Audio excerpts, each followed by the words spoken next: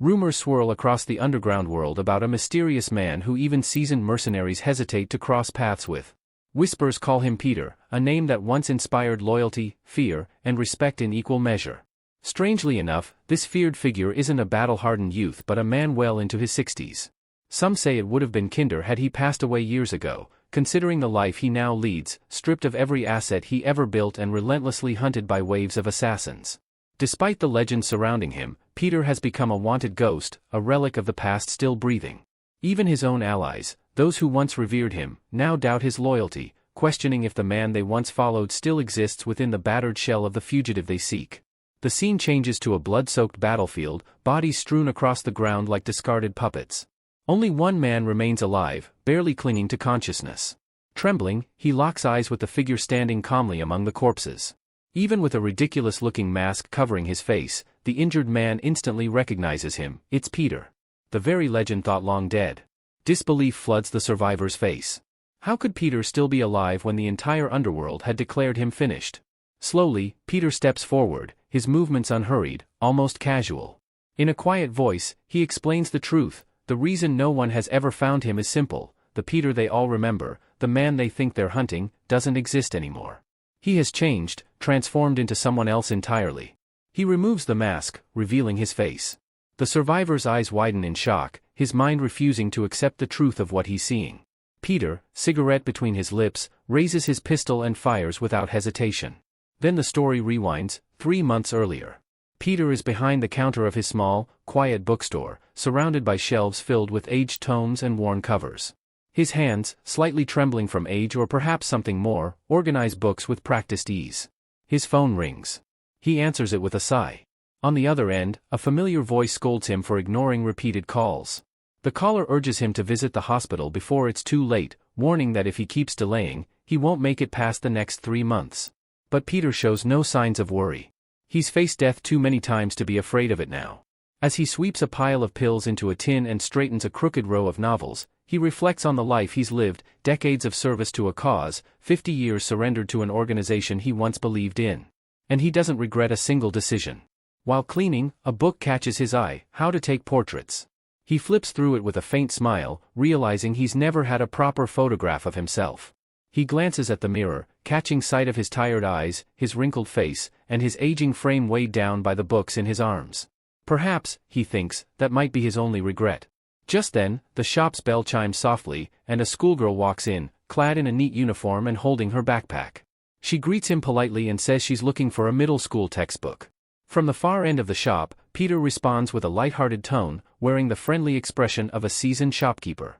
"I've got every kind of book here," he says with a grin, "except the ones I don't." She chuckles and asks if he has any used textbooks. Peter nods and replies that his collection spans decades, from dusty volumes of the 1960s to modern editions, even some rare finds from overseas. He asks what she's looking for and suggests she go with the most recent edition. The girl explains that the books are actually for her younger sibling. Peter smiles and nods, walking over to help her find the right one. Peter, quietly observing the girl as she browses the shelves, guesses she must be from the nearby high school. Her youthful energy, combined with her uniform, gives her away. As he walks over to assist, his eyes catch the green tag on her chest. Without missing a beat, he comments, "You must be a senior," handing her a book. Startled, she looks up, smiling in surprise. "You're right. How'd you know?" Peter chuckles lightly. "I know a lot more than you'd think. I've been around this neighborhood long enough to remember every face, old and new." He rummages through a stack and pulls out a pristine collection of textbooks, their covers still gleaming beneath the plastic wrap. He hands them over, but the girl hesitates, alarmed by how new and well-kept they are. "These are brand new," she exclaims, holding them like fragile treasure. I can't afford these. I only have 1,001." Peter waves off her concern with a warm grin. "I don't need them anymore. They're yours." The girl tries to protest, clearly uncomfortable with the generosity. "No, please. You really don't have to." But before she can finish, Peter tears off the plastic wrap of the top book with a casual flick, making it technically used. "See? Not new anymore," he says playfully. "No need to argue." Still taken aback, she opens her mouth to speak, but Peter gently cuts her off with a look. His gaze, calm and piercing, seems to peer right into her. "You love your sibling a lot, don't you?" he asks. The girl blinks, caught off guard. "How did you?" "You can see it in your eyes," he says. Take care of them while you still can. You'll regret it if you don't. His words strike a nerve. The girl grows quiet as Peter wraps the books neatly in brown paper. As she reaches out to thank him, she calls softly, "Grandpa." Peter straightens up, raising an eyebrow with a hint of annoyance. "Mister. Call me Mister, all right?" The girl giggles, then falls into a more serious tone. "Mister, have you ever regretted anything?" Peter pauses, his hands still for a moment before he answers, voice lower than before. "The older you get, the more regrets you carry. That's just life." His mind drifts for a moment, to a face from his past. A young girl, barely more than a child. His daughter. "There was a time I had to walk away from someone I loved dearly," he murmurs. "To keep her safe? I had to disappear. I don't regret the choice, but that doesn't mean it didn't hurt." Peter lets out a sigh, his eyes soft but distant. "The past isn't something we can fix. But the future? That's still in your hands. So go home. Stay close to the people who matter, and don't do anything you'll have to live with later." Just as he finishes tying the paper package, he senses it. The air shifts. A faint tension enters the room. Behind him, the girl hesitates, but her fingers have already wrapped around the handle of a concealed knife. Her gaze hardens. She's ready to strike. But before she makes a move, Peter speaks without turning. "You should walk away." She freezes. "I won't kill you if you leave now." The calm certainty in his voice sends chills down her spine. How do you know?" Peter finally turns around, his gaze firm yet strangely kind. "I've memorized every student who walks past my shop. Every face. Yours doesn't belong to that school." Her expression twists with disbelief. "That high school was only built 2 years ago. You claim you're a senior. That math doesn't check out." The girl clenches her teeth, the knife still trembling in her hand. Peter's gaze drops to the blade. "And the knife," he adds. "It reeks of blood. You tried to hide it with perfume, but I've been surrounded by that smell most of my life. I know what death smells like." She realizes she's been exposed. Peter steps back, giving her a final chance. "You don't have to go through with this." But the girl, already too deep into her mission, steels her nerves. She tells herself she has no choice, that backing down now isn't an option. Still, as she tightens her grip and lunges forward, a flicker of fear creeps into her mind. What if she's the one who doesn't walk out of this alive? She shakes the thought off. "I'm the one with the knife." But even as she charges, the image of Peter, so calm, so composed, lingers in her mind like a warning she can't ignore. Peter quietly slides the stack of books across the counter again and says, "They're still yours. I can see you weren't lying about your younger sibling. That part's real." The girl flinches. Her eyes dart to him, her expression momentarily unreadable. Then Peter's tone shifts slightly, a calm yet pointed edge forming in his voice. "But the way you speak, your choice of words, your posture, you gave yourself away. You're not just some regular high school student, are you?" The girl's breath catches. It hits her, she slipped up. She had used honorifics too naturally, too precisely. That was something only those trained within their organization would do. Peter gives a faint smile, as if confirming a long-held suspicion. "You're one of us. From Glory Orphanage, just like I was." She stiffens. "Some things never change," Peter continues, his voice cold now. "Same training. Same rules. Same cold fallback when things go wrong." He sighs and shakes his head slightly. "You're not fully trained yet. That much is obvious." The girl instinctively backs up, gritting her teeth. Peter glances toward the ceiling and mutters almost to himself, "And I suppose Plan B is in motion." Without warning, the roof above shatters. 2 armed figures crash through, ropes snapping taut behind them as they descend into the store in a flurry of debris and gunfire. Peter barely reacts before shoving the girl aside. Glass rains down. Bullets tear through shelves. One of them rips through Peter's side, piercing straight through his abdomen. Grimacing in pain, Peter rolls behind a display and pulls out a compact pistol, firing off a few quick shots in return. The girl watches in shock as the 2 men advance. One of them lunges, grabbing her by the wrist and dragging her forward while the other charges Peter and smashes a fist into his jaw, sending him sprawling across the floor. The attacker scoffs. "This is the guy everyone fears? This old man?" Before anyone can speak further, footsteps echo ominously. A bald man with a slick black trench coat steps into view. A large octopus tattoo coils from his neck up around his shaved head, each tentacle etched with precision. His presence immediately draws attention. This is the organization's informant, codenamed Octopus. Well, the tattooed man says as he strides into the wreck shop. "Peter. The legend himself. Top of the ranks. Top of the kill count. And now look at you, dying on a bookstore floor, wasting away from some illness."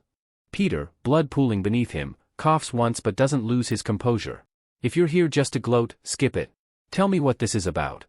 The octopus tilts his head, amused. Straight to business, huh? All right. The boss doesn't like you anymore. Peter blinks. That's it? He doesn't like me. The tattooed man chuckles. Let's just say you've become inconvenient. There's a bounty now. 7.6 billion won. Peter's eyes narrow. That's oddly specific. The octopus grins wider. It should be. That's exactly what you have saved in your accounts. All the money you earned over decades of risking your life, now it's the reward for ending you. Poetic, don't you think? Peter's smile is tired but amused. Fitting. I die, someone else cashes out. You aiming to collect, octopus?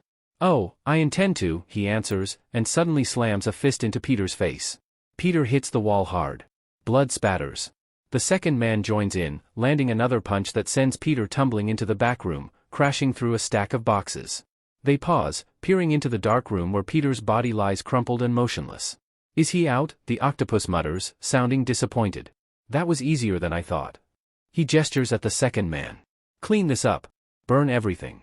As they approach, Octopus leans in to inspect Peter's unconscious body one last time, but something feels off. Just as he squints closer. Flash. A sudden burst of blinding light detonates between them. The octopus reels back, screaming, his vision obliterated by the flashbang. In the chaos, Peter bolts from the room with surprising speed for someone his age, limping, bleeding, but alive. He ducks out the back exit, disappearing into the night.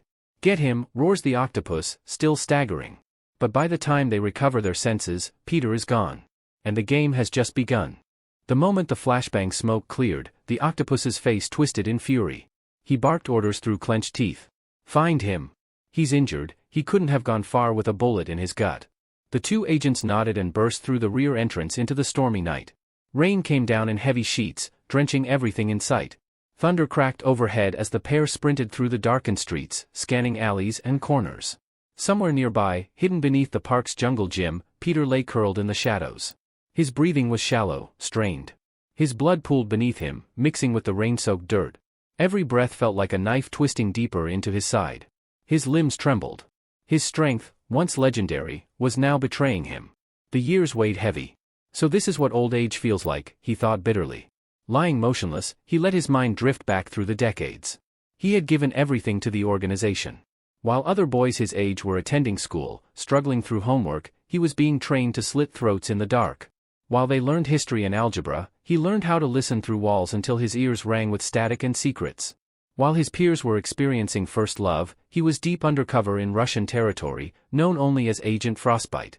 And when they were planning weddings or naming their newborns, Peter was crouching behind enemy lines, trading his sanity for survival. He had never questioned it, not once. That was his role. That was the path chosen for him.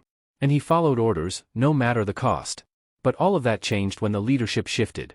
The new boss saw him not as a symbol of loyalty, not as an asset, but as a liability. Old. Sick. Soft.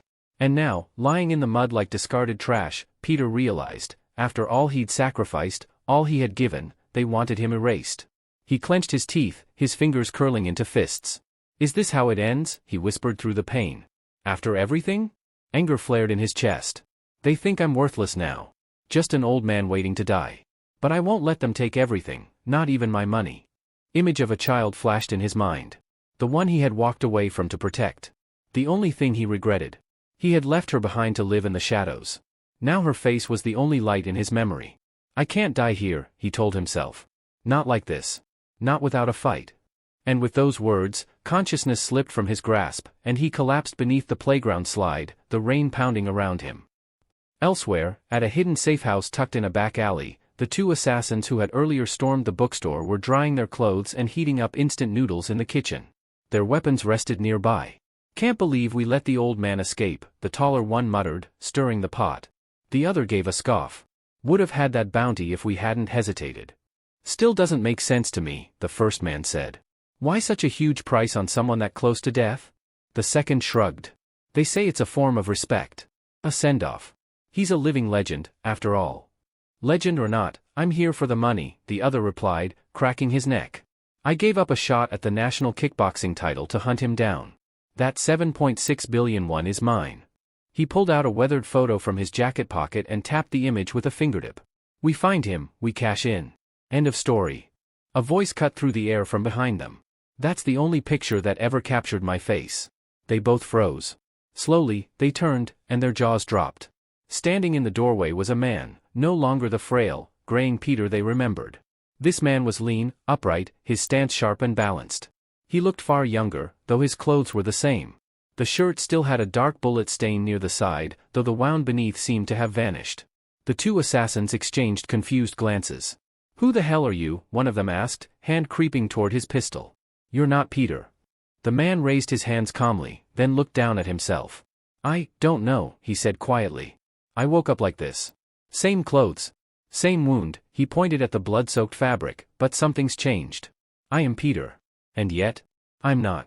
There was a silence that followed, stiff, electric. Peter stepped forward. "I don't know what happened to me. But whatever it is, I'm not dying today." And this time, it wouldn't be him lying on the floor. The taller man squinted at the stranger standing in the doorway. "You're in the wrong place, kid," he said with a dismissive tone. "You look like some college student who got lost. This isn't a hangout spot." But the young man didn't move. His voice was calm but steady. "I came here because I know exactly where I am, and who I'm looking for." Without waiting for a response, he reached out and clasped the man's wrist. "Take me to the one you call the octopus." The room grew quiet. The two men exchanged uncertain glances. That name wasn't something strangers should casually throw around, only people from the underground knew about the octopus. Realization struck. The intruder wasn't a bystander. He was one of them. The shorter man gave a wicked grin. "Then your competition." His tone darkened.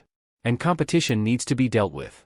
He lunged forward, aiming a powerful punch at the young man's head. But Peter didn't flinch. He raised his palm and caught the punch midair, the man's fist suspended in place like it had hit a wall. The attacker's eyes widened in disbelief. "What the hell?" Before he could pull back, Peter clenched tighter, and crushed the bones in his hand with a sickening crack. The second man tried to flank him from behind, drawing a blade as he sprang into the air. But Peter was already turning, his reflexes sharp, precise. He intercepted him midair with a flurry of strikes, one to the ribs, one to the throat, and a final slam to the floor. The room spun for the attacker as he crashed into the wall. Now only one man remained, shaken, furious. He grabbed a knife off the counter and pointed it toward Peter, demanding, "Who the hell sent you?" Peter tilted his head, unfazed. "People who rely on blades are third-rate, at best." The man blinked, confused. "What?" Peter stepped forward, eyes cold. "Those who've mastered every weapon are second-rate. But those who can turn anything into a weapon, they are first-class." With that, Peter reached for a long octopus tentacle hanging nearby. He wound it around his hands like makeshift gauntlets. The knife-wielding man roared and charged. Peter sidestepped. In one motion, he lashed out with the tentacle, disarmed the man by knocking the knife clean out of his grip, and then twisted the tentacle around his neck. With a single, fluid move, Peter hurled him into a large pot of boiling spaghetti, slamming him down hard while keeping a firm grip around his neck. Steam rose from the pot as the man groaned, soaked and defeated. Gasping on the floor, the attacker wheezed, "Who are you?"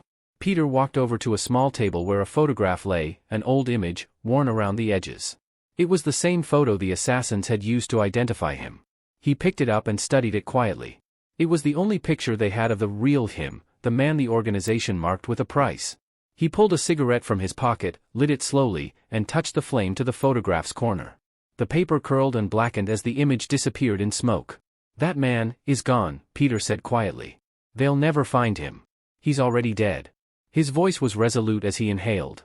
"Let them search. They're hunting a ghost." Meanwhile, a luxury black Mercedes rolled through the city, cutting through the rain-slick streets. Inside sat the octopus, code name for the organization's informant, his heavily tattooed scalp glistening under the car's dim ceiling lights.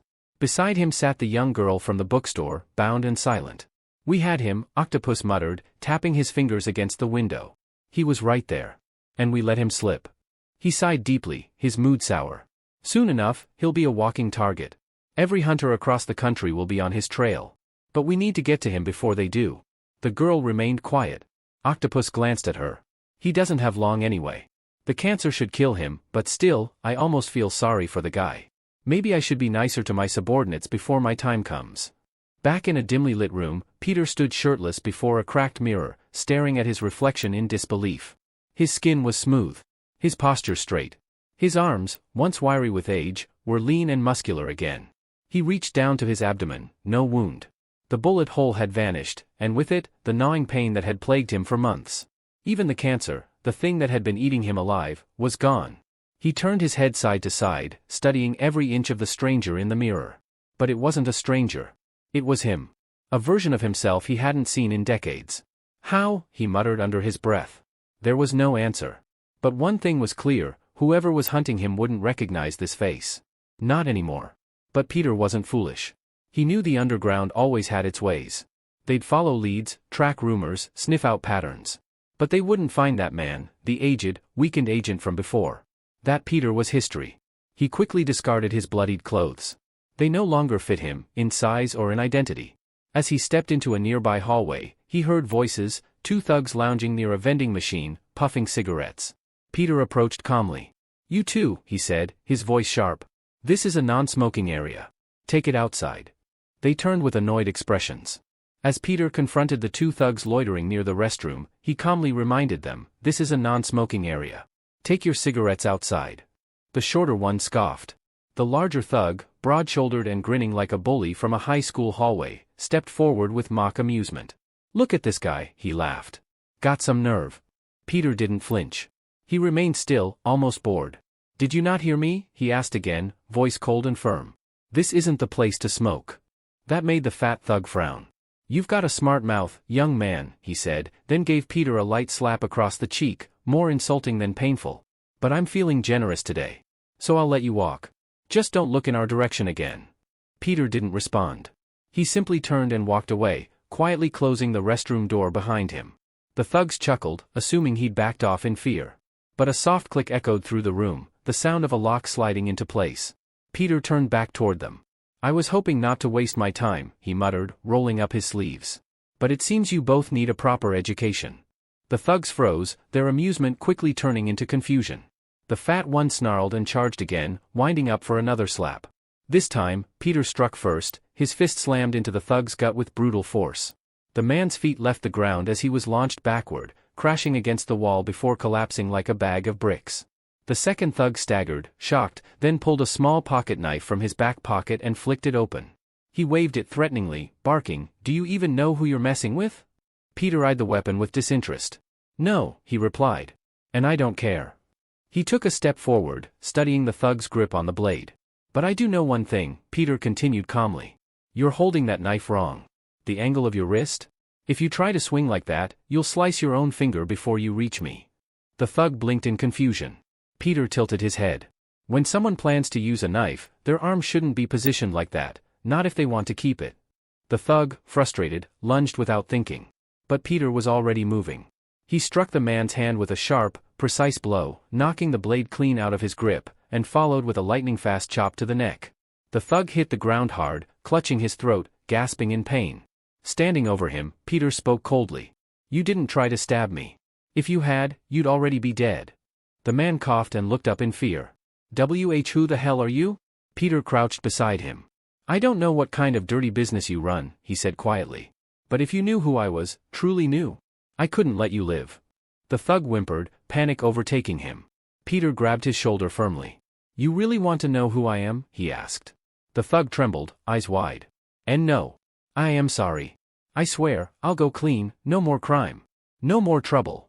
He was shaking so badly, he wet himself right there on the restroom floor. Peter gave him one final look, then stripped him of his clothes, leaving the thug naked and shivering beside his unconscious partner. Without another word, Peter walked out. In the hallway, Peter pulled out his phone and opened his banking app. His eyes narrowed. The screen showed a zero balance. Every cent he had was gone. His jaw tightened. "I warned them," he growled under his breath. "I told them not to touch my money." The anger in his chest swelled like a firestorm. This wasn't just betrayal, it was declaration. "They've started a war," Peter muttered. "And now, they'll get one." As he exited the building and stepped into the sunlight, he passed by two university students chatting on a bench nearby. Their conversation drifted into earshot. As Peter passed the two students deep in conversation, he overheard one excitedly share, "I just got accepted for the Glory Club scholarship." "Seriously?" the other gasped, clearly impressed. "That's huge. Only a handful of people even get considered for that." The words made Peter pause. For a moment, his mind drifted back, far back. He remembered the cramped rooms and sun-bleached windows of the Glory Orphanage, the place that raised him. It had once been a small, religiously run facility tucked away in a poor neighborhood, understaffed, underfunded, and forgotten by the world. But now, nearly 50 years later, the orphanage's legacy had transformed into something far greater. The Glory Club had grown to become a powerhouse of influence, its roots sprawling across politics, finance, and corporate empires. Peter had been one of its earliest sons. He was one of the first shadows it had ever raised. But now, he saw the Glory Club for what it truly was, rotten to the core. And he had made a decision. He would dismantle it. With his own hands. The scene cuts to a different location, a quiet butcher shop tucked in a desolate street. Inside, the smell of fresh meat hung thick in the air. A burly man in a suit lounged in a chair near the counter, his gaze sharp as a blade. The bell above the door jingled. Octopus stepped inside. The butcher smirked as he recognized the visitor. "So you really came," he said, voice low and calm. "But, alone?" "You're not Peter," Octopus replied flatly, stepping forward. "For someone at your level? I'm more than enough." The butcher chuckled. "Still placing your bets on that old man?" he sneered. "If you keep relying on him, you'll end up in the ground." Octopus didn't blink. "And what of it? Does it matter how soon a man dies, if it's just one more added to the list?" The butcher's grin widened. "Well then. If we're doing this, let's at least make it lively." With a whistle, the butcher summoned his guards from the back rooms. Several well-armed mercenaries emerged, forming a perimeter around Octopus. "This isn't just a butcher shop," the man said. "You've stepped into the Wagner mercenary base. We've been the West's top private military contractor since 1948. And you're standing in our headquarters."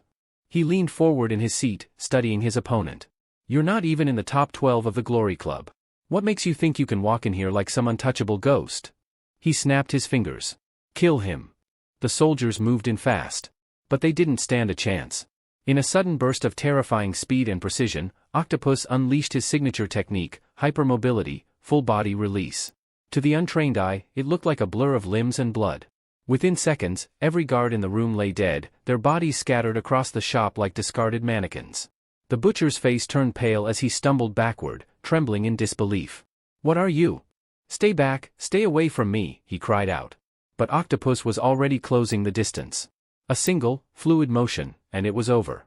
Later, inside the dark, quiet hideout, Octopus sat with the same girl who'd accompanied him before. She stood beside him, tense and uncertain. "They're dead," she said at last. "The assassins you sent.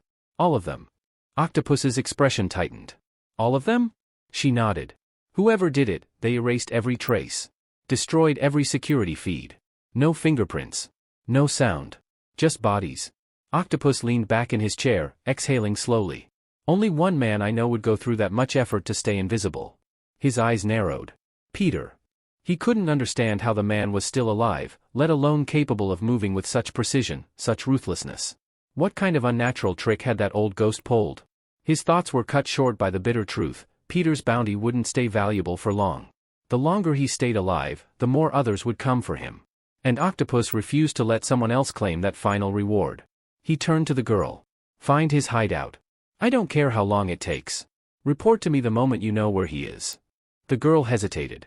For a brief second, a memory flickered behind her eyes, an older man in a bookstore, shielding her from a hail of bullets, asking for nothing in return. But she masked her expression quickly. "Understood," she said quietly. As Peter entered the quiet, dimly lit restaurant, the place bore a sense of eerie stillness. A waiter, calmly polishing a glass behind the counter, noticed him and approached with a measured smile. "Sir, this isn't a regular service day," the waiter said politely. "Do you have a reservation?" Peter glanced up from beneath his brow, his voice steady yet laced with menace. "No reservation," he replied. "I came here with something heavier than a dinner plan. I came with a grudge." Meanwhile, seated deeper within the restaurant was Octopus, leaning casually against his chair, swirling wine in a glass. Upon hearing Peter's voice echo through the quiet room, he turned with idle amusement. "Oh?" Octopus quirked a brow. "Let me guess. I forgot to pay my bar tab somewhere." Peter walked forward, his tone sharp and eyes cold. "You're not entirely wrong. Except this tab isn't at a bar, and it's running about 7.6 billion. The joke hung in the air for a moment. Octopus chuckled at first, assuming this stranger was bluffing or insane. But the smirk slowly faded from his face as he began to comprehend the weight behind those words. His amusement curdled into unease. Without wasting time, Octopus gestured to his men nearby. Lock the doors. No one leaves. As the staff subtly armed themselves, Octopus studied the young man now standing before him. Something didn't add up. He wasn't in any of their intel files, definitely not part of the Glory Club. He mused aloud, maybe you're one of Peter's lost disciples? Or, some secret child? But he quickly corrected himself. No. Peter never worked with anyone. He was a lone wolf. Still intrigued but cautious, Octopus leaned forward. All right, how about this? I'll offer you 2 doors. 1, you tell me where Peter is, and you walk out in one piece. 2, you stay stubborn and get a bullet in your head. Peter didn't flinch. His response was cool and unwavering. You're forgetting option 3. Octopus raised an eyebrow. And what's that? My name is Peter. For a moment, the room went silent. The guards hesitated. Octopus blinked in disbelief, trying to process what the young man had just said. I'm the one who killed your men, Peter added flatly, staring him down. Octopus narrowed his eyes. Are you trying to be funny? Young people these days, Peter said with a slow breath. Terrible hearing. I said I killed your subordinates. Octopus searched the man's expression, now unsettled. Despite the youthful face, something about his presence, the authority in his voice, the precision of his gaze, it all felt too familiar. Still, he scoffed and waved his hand. I don't know who the hell you are, but you clearly don't value your life. He motioned, and both the girl beside him and the armed waiter raised their weapons. Tell me your connection to Peter, Octopus demanded once more, his voice hardening. Peter shifted his gaze toward the girl drawing her knife. Calmly, he replied, there's a way for you to find out. Octopus cocked his head. And that is? Peter smiled faintly. You'll have to kill me first. At that, Octopus's grin returned, but this time, it was razor-sharp. Perfect, he said. Because killing is what I do best. Octopus subtly raised 2 fingers, signaling the waiter nearby. The server nodded and reached beneath his apron, drawing a compact pistol. Octopus leaned in with a smirk. Make sure he's still breathing when you're done, he said casually. Without hesitation, the waiter raised the weapon and fired. But in that instant, Peter's hand moved like lightning. With surgical precision, he flicked a single chopstick across the room. It whistled through the air and embedded itself directly into the waiter's throat. The man's eyes widened as blood gurgled in his mouth. He collapsed instantly, choking on his own breath as life drained from him. A stunned silence fell over the room. The young girl, who had prepared herself for a fight, stood frozen in disbelief. She stared at the body of the waiter in utter shock. No one in her unit could have pulled off a move like that. Meanwhile, Peter nonchalantly reached for another pair of chopsticks, calmly resuming his meal like nothing had happened. Octopus, now genuinely intrigued, stepped over to inspect the fallen waiter. He chuckled as he crouched beside the body. Impressive. Very flashy, he commented. Tell me, which club trained you? You're not bad for a freelancer. He stood upright and looked Peter in the eye. You know, he continued, there's always room for talent in the Glory Club. Why don't you join us? But Peter didn't respond. Then, without warning, Octopus's face twisted into a grin as he reached under his coat and suddenly pulled out a handgun, unleashing a hail of bullets in Peter's direction. The moment the shots rang out, Peter dived behind the table for cover. As bullets tore through the wood, he hurled a glass bottle filled with chili sauce to the floor. It shattered, and red liquid spilled out beneath the table. Octopus paused, watching the sauce spread. Mistaking it for blood, he laughed. Did you really think a table could protect you, kid? He taunted. I hope that taught you a lesson about underestimating bullets. He approached slowly, gun still raised. I'll give you one last chance. Who are you to Peter? A student? A clone? Talk. He marched over to the overturned table and swiftly stepped behind it, only to find it empty. Octopus froze. No body. No blood. Only the fiery scent of chili sauce. His instincts screamed too late. From above, Peter suddenly dropped down like a shadow. As he landed, he spit a mouthful of the chili sauce directly into Octopus's face, blinding him. Disoriented, Octopus stumbled backward, cursing and flailing. Peter seized the opportunity. He twisted Octopus's wrist, knocking the pistol from his grip, and followed up with a brutal punch straight to his jaw. Octopus reeled from the hit, barely conscious, vision spinning. Blood streamed from his mouth. Before he could recover, Peter stepped behind him and delivered a violent twist to his head, snapping it halfway around. Octopus dropped like a puppet with cut strings, his head tilted grotesquely in the wrong direction. Peter gave him one last look, then turned and walked away without a word. Flat on the floor, his breathing ragged, Octopus could barely keep his eyes open. His vision blurred, but his thoughts remained sharp. All my battles, all the opponents I've faced, no one's ever dismantled me like that. As he lay there, helpless, his mind drifted back to his youth, his days in the training facility. He remembered his mentor's words. One day, you'll face someone stronger than you. When that day comes, don't confront them directly. Distract them, mislead them, and then strike. Octopus had taken those words to heart. He developed a secret counter-technique based on that very philosophy, one no one else in the Glory Club knew about. Lying broken and gasping, he whispered to himself, "Looks like I'll have to use it." Octopus, bleeding and disoriented, lay sprawled across the shattered floor. But even in his battered state, instinct kicked in. Memories of brutal training sessions flooded back, scenes of his mentor pushing him beyond his limits. Back then, his instructor drilled a single idea into his bones. If you can control their body, you control the fight. From that doctrine, Octopus developed a grappling style unlike any other, a twisted fusion of submission holds and joint locks. He trained until his grip could crush bone, until no one could escape once caught. That technique had never failed him. But his mentor had given one last warning too. No matter how strong you think you are, never, never, turn your back on your opponent. That's how you die. Octopus had long believed he'd surpassed the need for that warning. Until now. Just as Peter turned his back to leave, Octopus's fingers shot out and wrapped around his ankle. With an explosive spin, he wound his body around Peter's leg, then torso, locking his limbs in a deadly entanglement. Peter was yanked to the floor. Octopus began applying pressure, crushing joints with the precision of a seasoned martial artist. Bones creaked. Peter let out a sharp breath. "Back when you were still learning to walk," Octopus growled, "I was already twisting people into corpses." Peter remained calm despite the pain. "How long," he asked, his voice even, "does it take to finish this move?" Octopus blinked. The body he had in his grip wasn't Peter. He looked down. The man he was coiled around was the dead waiter. His mind reeled. When? He turned his head and saw Peter standing several feet away, completely unharmed, eyes locked on him. Octopus felt a cold rush of fear. He'd never been tricked like this, not in all his years of combat. This wasn't just a skilled kid. This was a monster in a human shell. His arms trembled as he let go of the waiter's corpse, still trying to grasp what had just happened. Peter stepped closer. "You've been doing this for decades, right?" And yet, he trailed off. Octopus stared in horror, a lifetime of confidence crumbling. Could he be one of the 12 disciples? No, stronger. Desperate, Octopus raised his hand. "Wait. Let's talk." Peter paused, curious. "I get it," Octopus stammered. "You're better than me. Just don't finish this. I'll make it worth your while." He lunged and yanked the girl from behind a pillar, grabbing her like a shield. "I'll give you her," he said, panting. "Do whatever you want with her. Just let me walk out of here." The girl struggled, disgusted and furious.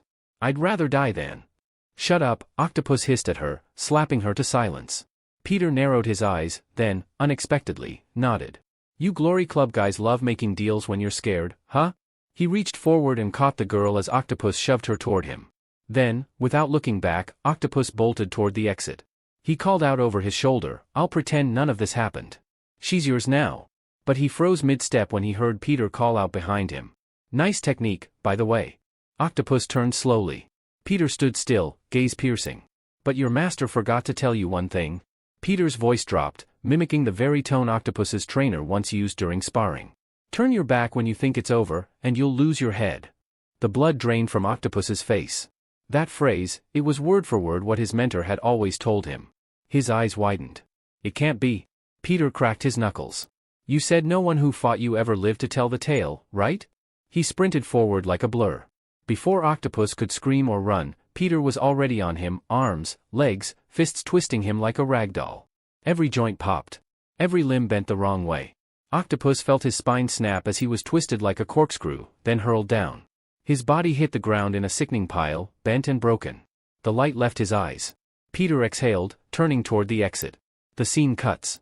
On the rooftop of a high-rise building, the leader of the Glory Club, shirtless and wearing only training shorts, was mid-exercise. His muscles gleamed with sweat as he moved with perfect form, unaware that one of his senior members had just died. But a cold shiver crept down his spine. Something had changed. The Glory Club's leader, a towering figure carved with muscle, standing under the open sky on the rooftop of his skyscraper. Sweat glistened off his bare torso as he finished his final set of push-ups, his back rising and falling like a machine, revealing a striking tattoo of a woman's face inked across his spine. Before he could relax, a subordinate burst onto the rooftop. "It's confirmed," the subordinate said. "Octopus is dead." The words seemed to hang in the air. The boss didn't flinch. He killed 4 of our elite men. Not a trace left behind. The boss stared coldly into the distance. No evidence? Nothing. CCTV wiped clean. No witnesses. The leader's jaw tightened. Then he's not just some punk. He stepped toward his subordinate and spoke firmly. Put out an SSS-level bounty. 7.6 billion won. The subordinate's eyes widened in shock. That level of bounty was reserved for only the most dangerous threats. The leader continued, his voice sharp like steel. Spread the word. From this moment on, Peter is a target. Any member of the Glory Club, if they see him, they're allowed to kill him. No restrictions. Cut to the bustling city streets, bright lights flashing, traffic buzzing, crowds moving in every direction. A boy tugged on his father's sleeve and pointed upward. Dad! Look, they started again. People stopped in their tracks, turning their heads toward the large digital billboard high above the intersection. It showed a familiar face, Peter's old photo, plastered beneath a seemingly harmless ad about helping the elderly and the homeless. A phone number flashed below it, supposedly for donations. Flyers began circulating. Glory Club agents in disguise handed them out to passers-by. One of them approached Peter himself, unknowingly. Sir, would you be willing to help? Just 20,000 won a month can support a homeless elder. Peter took the flyer, glanced at it, and crumpled it in his hand. Glory Club? I'll wipe you off the map, he muttered under his breath. He knew he couldn't do it alone, not against an organization with eyes everywhere. And in that moment, only one person came to mind. Someone who could help. Unusual, eccentric, but reliable in his own twisted way. Night fell. Peter stepped into a rundown part of the city and entered what used to be a public bathroom. The building was half collapsed, walls cracked and pipes exposed. The stench was strong, and the floor was littered with bodies, not corpses, but homeless people asleep in their corners. Even the security guard snoozed with them, unconcerned. Peter walked slowly through them, stepping carefully over bags and broken tiles. Each time he visited, there seemed to be more people than before. Finally, he reached a wall at the far end of the washroom. Layers of old posters were plastered across it, advertisements for underground surgery, organ trafficking, and seedy nightlife events. Peter ran his hand across them, searching. Was it next to the black market kidney ad or the steaming night flyer? He murmured. He found the spot and pressed a hidden button embedded behind the wallpaper. With a mechanical creak, part of the wall slid open, revealing a narrow stairwell cloaked in darkness. He stepped inside and let the door shut behind him. At the bottom of the stairs, the atmosphere changed entirely. He entered a hidden apartment, a luxurious space that looked nothing like the world above. Soft lighting bathed the room in a warm glow. Velvet curtains hung over wide windows, and polished wooden shelves displayed a stunning collection of imported wine. Peter smirked. Same place, same taste. Still feels like a different world. He walked further in, admiring the ambience. Doesn't matter how many times I come here. This guy knows how to live. But then, a cold, sharp touch pressed against his neck. He froze. Turning his head slowly, he found himself staring at a slender woman in black. She held a long metal stick, its pointed end resting right against his jugular. Her eyes were calm, unreadable. Peter raised his hand slightly, a grin forming on his lips. Still as dramatic as ever. Peter noticed something peculiar the moment the tip of the weapon left his throat. Her eyes didn't follow him. Instead, her face tilted slightly, as though listening to the air currents, the faintest creak of his step, or even the shift of his breath. That's when it clicked. She's blind. His gaze wandered around the luxurious apartment. The pristine wine collection, the velvet curtains, the antique furniture, none of it made sense for someone who couldn't see. To Peter, it all seemed meaningless. But before he could dwell on that thought, a low growl interrupted him. A large, jet-black dog stood between them, muscles coiled and eyes burning with suspicion. Its name, Peter remembered, was Alexander. The dog barked aggressively, hackles raised and fangs bared, clearly not happy to see him. Across the room, the woman tilted her head slightly, and a faint smile crept onto her lips. That voice, so young, she muttered. I suppose it's been a while since I had to clean up a corpse. Despite her lack of sight, she stepped forward confidently. Her nose twitched ever so slightly, as if catching Peter's scent like a predator honing in on prey. You're not a beggar, she murmured. Too clean. And your scent, it's not desperation, it's blood. You're here to kill, aren't you? She didn't wait for a reply. In a swift, practiced motion, she spun her stick and swung it toward Peter. Her aim was uncanny, each strike just barely missing his head, chest, and ribs. Peter dodged them all with calculated ease, silently impressed. She's blind, but her accuracy is better than most trained fighters. She didn't stop. Her attacks kept coming, her posture smooth and confident. At one point, she even warned him in a mock-scolding tone. "Careful, killer boy. These walls are worth more than your life. Don't ruin the wallpaper with your flips and tricks." Then, without hesitation, she hurled her stick like a javelin. It sliced through the air so fast Peter had to shift sharply to avoid it. The stick embedded itself into the wall beside him with a heavy thud, quivering from the force. Peter blinked at the spot. Is she even blind? No time to ponder. She launched herself at him, attempting a spinning kick. "Not bad for a blind woman, huh?" she quipped midair. Peter smirked. He caught her mid-spin, grabbing both her leg and arm with precision before gently tossing her across the room. She landed with a soft crash on a nearby couch. For a moment, silence. Then she laughed softly, unfazed, and reached into her sleeve. "You're fast," she admitted. "Really fast. You don't move like a Glory Club grunt." Before Peter could respond, a blade pressed against his cheek. She had drawn a hidden knife in that split-second fall and was now holding it inches from his face, even as she lay sprawled on the couch. "You're good," she said, her voice low, "but you lack killing intent. You didn't strike to kill." Peter narrowed his eyes. "You're not here to murder me," she said. "But you should know, it's a very bad look to beat up a blind woman." Peter exhaled calmly, unfazed.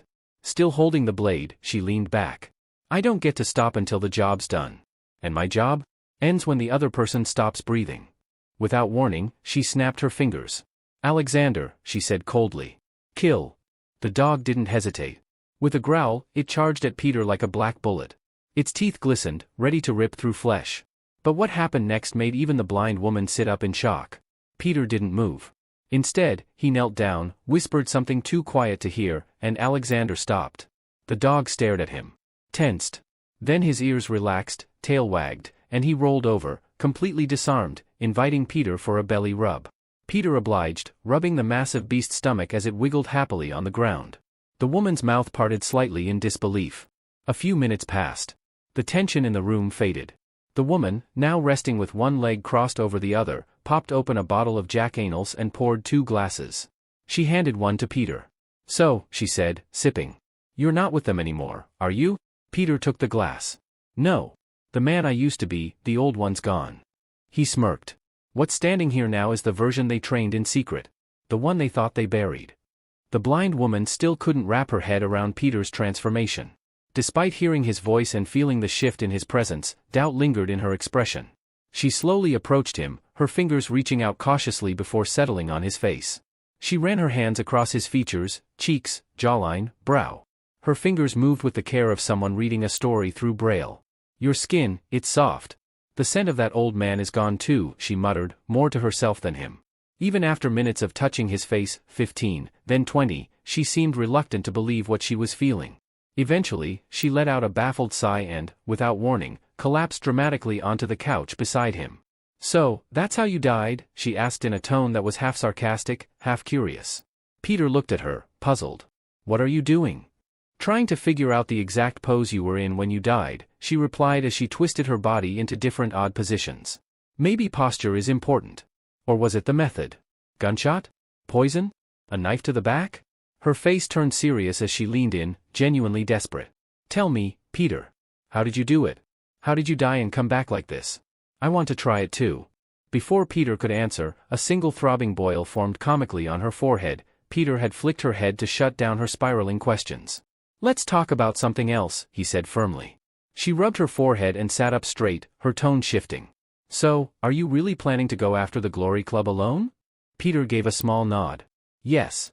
And how exactly do you plan to do that?" "I'm going straight into the heart of it," he replied. "Using the eye of the storm." Her brow arched. "What the hell is that?" Peter leaned back. "It means going back in, becoming one of them again. Let them think I'm theirs.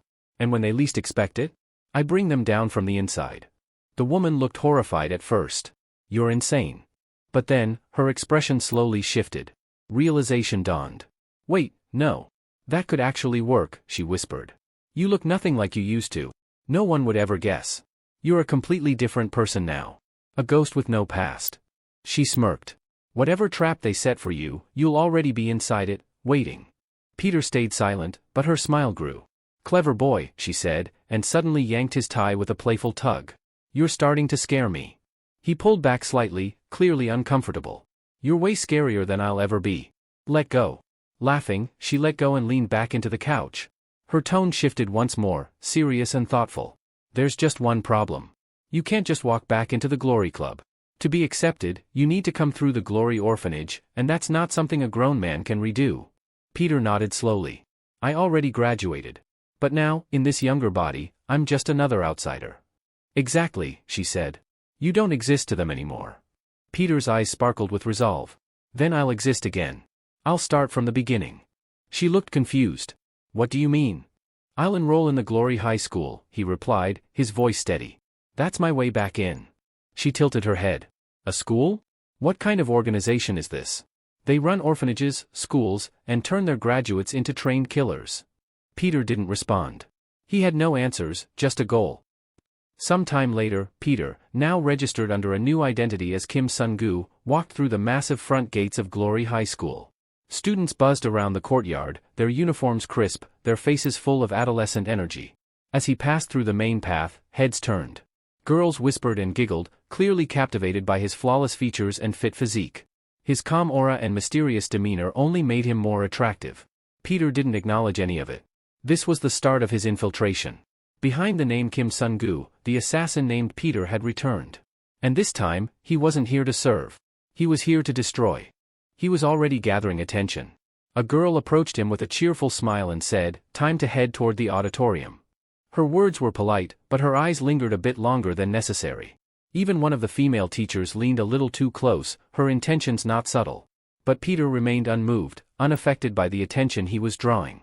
None of this mattered to him. Inwardly, Peter studied the institution. From the outside, it appeared like any prestigious private school, polished corridors, disciplined students, proud banners hanging off pristine walls. But beneath the surface, he knew the truth. This was not just a school. It was a factory, designed to produce cold-blooded killers. And deep within the school's hidden levels was a secret program known only to a few, the Killer Intensive Class. It was there, and only there, that the real training began, the art of silent assassinations, precision strikes, manipulation, and psychological warfare. Peter knew that if he wanted to infiltrate the Glory Club's inner circle, he needed to be part of that program. And to get in, there was only one possible path: make himself indispensable. As he moved through the crowd toward the auditorium, students from all directions stole glances, their admiration thinly veiled. Girls whispered to one another. Even boys took a second look, clearly sizing him up. But Peter wasn't here to be a heartthrob, he had a mission. Today was the girls' original ballet grand prize ceremony, held in the grand auditorium. Students began filling the seats as performances were about to begin. Just as Peter stepped into the hall, his earpiece crackled faintly. The voice of the blind woman reached him. "Remember, Peter," she said calmly, "only those who graduated from the orphanage can join the killer class. How do you plan to get past that?" Peter's eyes narrowed. "There's one exception," he murmured. "Rare, but possible. If the management themselves take interest." The blind woman, now sitting at home beside her dog Alexander Macking, went still as she realized what he was about to attempt. Without hesitation, Peter strode up the stage steps and took the microphone from the presenter, cutting into the ceremony. The spotlight hit him, and the auditorium fell silent in confusion. "I'm Kim Sun-gu," he said plainly. "Your new transfer student." Murmurs spread through the hall. Students whispered, teachers exchanged glances, and phones began recording. Peter ignored them all. "I have a passion," he continued, scanning the crowd with unshaken confidence. "I love to fight." Gasps echoed through the space. "I'm not just here to study," he added. "I'm here because I'm a killer."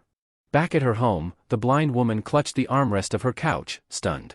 Even Macking gave a surprised bark. Far beneath the school, behind veils of secrecy, a group of faceless individuals with glowing crimson eyes watched the live feed. Each one armed to the teeth, listening intently. Peter leaned toward the mic with a slight smirk. "Oh, and one last thing." He paused. The silence in the auditorium was deafening. "I'll be the first killer who's top of the class in both combat and academics." He stepped back with a warm smile and added, "Take care of me while I'm here." That closing line triggered a storm of reactions. In a dormitory, a student laughed aloud, showing the clip to a group of friends. "This guy thinks he can be an academic assassin." Another student beside her muttered with raised eyebrows, "Still, that kind of confidence, it's something else." Suddenly, the girl with the phone was shoved aside. A bulky figure with a deep scar across his lip stepped into frame. His heavy footsteps echoed as he led a small group toward Peter. Peter noticed immediately. So it begins, he thought. They've taken the bait. The scarred student approached with a scowl. Hey, killer, he sneered. Did you think you could just stroll in and seduce Yejin? Peter blinked. Who? The boy's face twisted in pain. Don't play dumb. I'm Jang Yasel. And I've been with Yejin for 20 days. We've been crowned as the Divine Honor High's most romantic couple. Peter raised an eyebrow. That's enough time to fall in love, all right? Jang snapped, tears threatening to form. You stole her from me. And now, I'll steal your teeth. With a furious shout, Jang hurled himself at Peter, aiming a wild punch at his face. But Peter's body moved like a shadow, swift and fluid. He ducked with ease, sidestepped the strike, and landed a counterpunch with precision. Jang staggered backward. Despite his emotional outburst, Jang Yasel wasn't just another thug. He was infamous for conquering the Mapo district with nothing but his fists. People feared him. But Peter wasn't just anyone either. He had lived a lifetime more than any of them. And this time, he was going to conquer something far more dangerous than a district. He was going to conquer the entire Glory Club. For the very first time in his life, Jang Yasel felt something he had never known, true fear. As Peter's fist closed in, time seemed to slow. Jang could feel the pressure in the air from the sheer force behind the punch. Instinctively, his eyes shut tight. I'm sorry, Yejin, he whispered in his mind. I couldn't protect you. But the impact never came. Instead of unleashing the crushing blow, Peter halted his punch just inches from Jang's face. He let out a short breath, smirked, then casually raised his finger and flicked Jang hard on the forehead. A loud snap echoed. Jang dropped to the floor with a thud, groaning as he clutched his forehead, which had already begun to swell. He shivered from the shock, humiliated and overwhelmed. Meanwhile, Peter remained upright, his expression calm and unreadable as he stared down at him. Then came the teacher. With an enraged shout, a disciplinary instructor stormed into the auditorium, waving a red card high in the air like a battlefield signal. You there. Who told you to start a fight here? He stomped up to Peter and, without a second thought, pinched Peter's cheek aggressively like an angry uncle disciplining a child. What does your father do, huh? Who raised a brat like you? Peter blinked, annoyed but composed. My father's dead. The teacher froze. The words struck like a stone skipping across a lake, unexpected and heavy. Oh. I see, the teacher mumbled, instantly deflating. I'm sorry to hear that. But he still didn't release Peter's cheek. With an awkward cough, he turned sharply and began marching away, dragging Peter by the cheek as he barked, Come with me. You've got a lot of explaining to do. Who do you think you are? Peter sighed and muttered under his breath, I am following you. Meanwhile, Jang Yasel groaned and pushed himself up from the ground. He pointed at Peter and shouted, Let go of me, you psycho. One of the nearby students leaned in and said dryly, Dude, he's not even touching you anymore. The hallway filled with whispers. Behind the scenes, the shadowy figures from before, hidden beneath cloaks, their red eyes glowing ominously, watched from the surveillance room once more. A secret cabal of advanced assassin trainees. What do we do with him? One voice asked. Let's wait. See what he's capable of, said another. Ha, this is getting entertaining, a third chuckled. But one wasn't amused. We should just kill him now. Their glowing eyes flickered with silent tension as they reached no consensus. Back in the hallway, students watched the spectacle unfold. Some murmured, that new guy is seriously unhinged.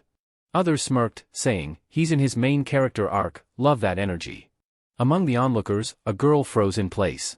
Her expression turned pale the second she recognized the face being dragged by the cheek. It's him. Yunbial's mind raced. She couldn't believe what she was seeing.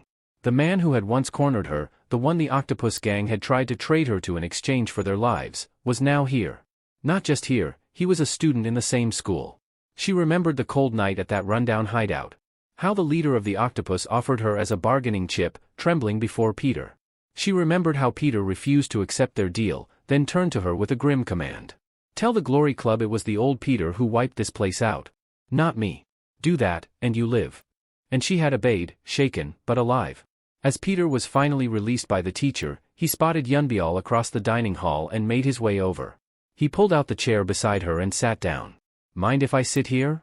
Yunbial flinched slightly. Her eyes darted left and right. What are you doing here? Peter kept his voice casual. Still got people on my trail. I had to vanish for a while. So I came here. She narrowed her eyes. Why this school? He shrugged. Only place I could disappear and keep moving at the same time. Yunbial turned her face away, her voice quieter now. I'm just here because I'm not hungry. Peter blinked, then glanced at her tray, overflowing with food like a mini mountain. Sure, he said sarcastically. That explains the buffet in front of you. Yunbial clicked her tongue and looked away. You're annoying. But her mind drifted again to that night, the stench of blood, the terrified cries of the octopus members, the silence Peter left in his wake. She looked back at him and said softly, I did what you asked. I told them it was the old version of you that did it. I kept my promise. Peter gave a faint nod. I know. After a short silence between them, Yunbial couldn't hold her curiosity any longer. Why are you even here? She asked, her eyes searching his for answers. Did you come just to find me? Peter shook his head casually. Not really. You're not the reason I came here. Yunbial, with cheeks puffed like a chipmunk and a mouth stuffed with strawberries, turned toward Peter. Her tone was defensive, laced with suspicion. You're here to kill me, aren't you? Peter raised an eyebrow and shook his head. No. I'm not here to kill anyone. Yunbial didn't look convinced. Because of you, they're watching me. Every move I make is monitored by the organization now. Do you have any idea what that's like? Peter turned to Yunbial, his tone cool but firm. If it's hard, endure it. You're still breathing and eating, aren't you? That's only because I chose to spare you. Yunbial's lips curled in defiance. You didn't save me. I survived on my own. Peter stared at her for a beat, then shrugged as if letting it go. Fine. If that's what you want to believe. She turned away for a second, then asked in a quieter voice, that group, the one behind everything. The organization. What do you know about them? Peter paused before responding. You're not aware of what kind of monster that place is, are you? I don't even think you understand what you're dealing with, she shot back, her voice sharpening. You don't know who I am. You're just some outsider. How can you possibly take down something that massive from the inside? Peter leaned in, just slightly, his voice dropping to a whisper only she could hear. Which is exactly why I need your help. Yunbial blinked. Her eyes narrowed as she slowly stood up. Help you? Why the hell would I do that? Peter remained seated, calm as ever. Because whether you admit it or not, we're both in the same sinking ship. Neither of us knows the full picture, and we both have a reason to see this through. I'm trusting you. He paused. Li Yuna. That name froze her in place. She slowly turned back toward him, eyes wide with shock. How do you know that name? But when she looked again, Peter had vanished, disappeared as if the air had swallowed him whole. The cafeteria buzzed on like normal, oblivious to the intensity that had just passed between them. The scene transitions. Outside on the sunlit school field, excitement surged through Divine Honor High School. Banners fluttered. Students in colorful jerseys gathered, warming up for the highly anticipated athletic competition. All eyes were on one name, Jonathan. Nicknamed Divine Bolt by his classmates, Jonathan was the undefeated sprint king. He held the 400-meter record for 3 straight years and was regarded as the fastest student in school history. Today was supposed to be his victory lap, his final race before graduation, his moment to leave his legacy untouched. But there was one problem. A new challenger had entered the field. The moment the starting pistol fired, Jonathan took off like a lightning bolt, his legs pumping with practiced precision and explosive force. The crowd erupted with cheers. But in the blink of an eye, something unreal happened. Peter. He didn't just catch up. He glided past Jonathan like he was jogging in slow motion. His form was effortless, fluid, like he was barely touching the ground. Within seconds, Peter had already cleared the track. The stadium went silent for a beat, then exploded in screams and applause. Students rushed to the field, fangirls swarming Peter, showering him with praise. Meanwhile, Jonathan, chest heaving, stumbled off the track in disbelief and collapsed onto the bench. Next to him sat Jang Yasel, still holding a cold pack to his forehead from earlier. He glanced sideways at Jonathan with a sigh. So you lost too, huh? Jang muttered. Jonathan didn't respond. He simply stared ahead, haunted by the realization.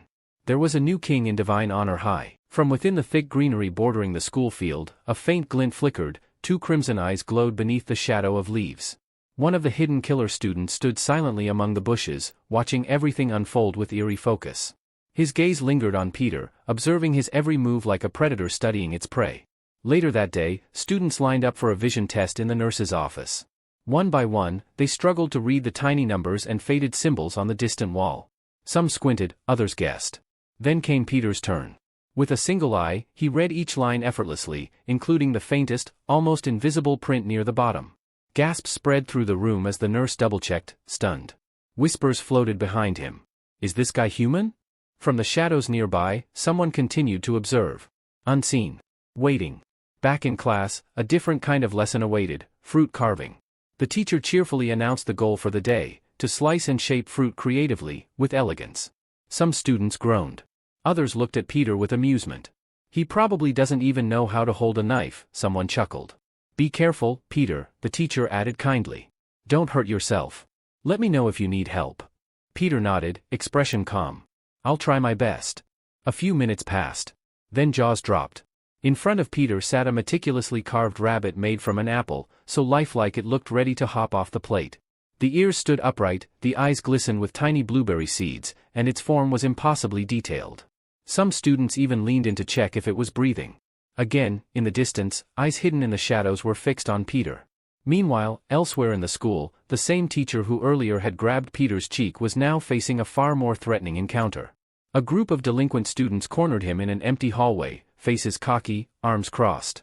The teacher, clearly rattled, tried to hold his ground by asking about their family backgrounds, trying to intimidate them. But instead of responding, the students began mocking his family. You think you've got authority here, one of them sneered. Then, without warning, a fist collided with the teacher's jaw. He collapsed to the floor. One of the ringleaders leaned over him, phone in hand. Try anything, and we'll post this online. Let's see how long your license lasts after we sue you for child abuse. Another recorded the whole thing, grinning.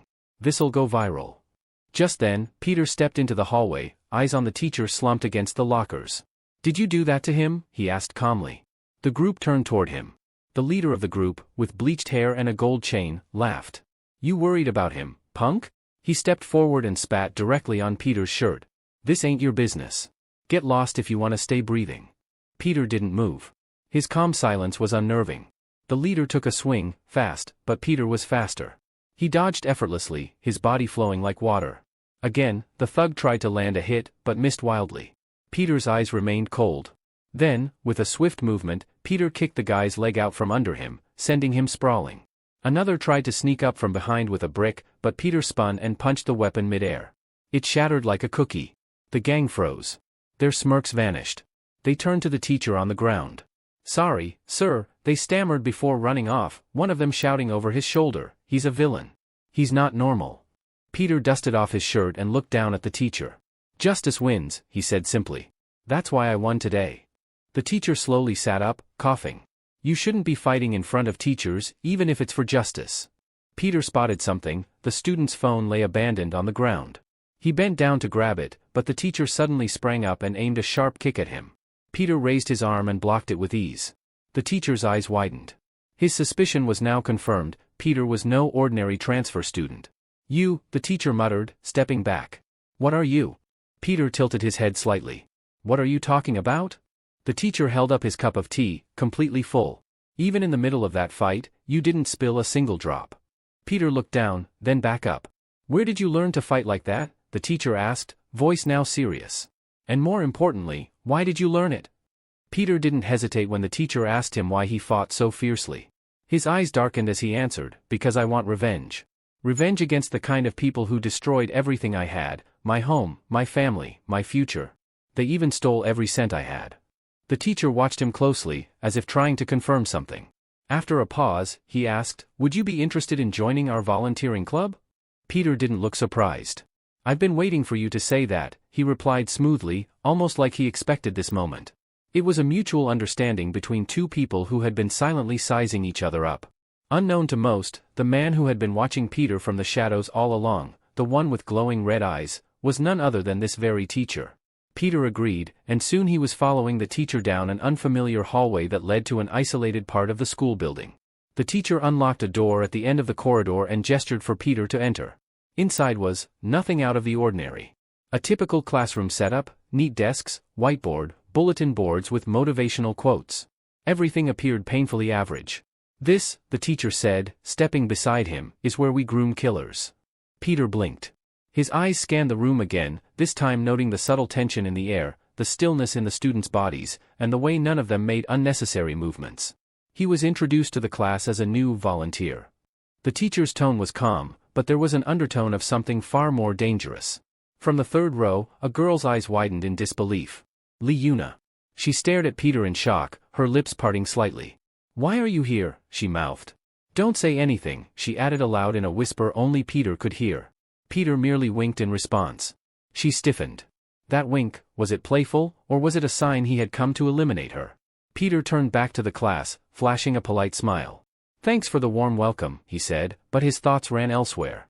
What a perfect disguise, a killer nursery dressed up as a classroom. Not everyone shared the teacher's welcoming attitude. 2 students stood up, clearly unimpressed. The air shifted immediately. One of them had jagged scars where his ears used to be, Go Hying.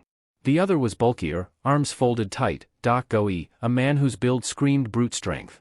We don't care who you are, Hying sneered. Only students from the honor orphanage belong here.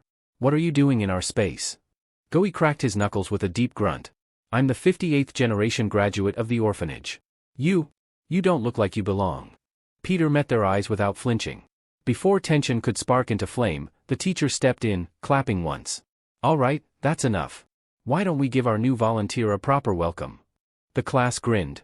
But their idea of proper was twisted. The phrase, welcome party, turned into whispers of blood trials and breaking in the newbie. Students started drawing their weapons, knives, chains, even blunt training tools. The mood had shifted from cold to feral. The 2 brothers stepped forward again. Hying grinned wickedly. It's tradition. Don't take it personally. Liuna quickly moved between Peter and the class. You idiots need to stop. He's not someone you can mess with. They shoved her aside without hesitation. Back off, Yuna, unless you want to be part of the ceremony too, he warned. Yuna glared but didn't argue further. She stepped back, defeated. The 2 brothers approached Peter now, circling him like predators.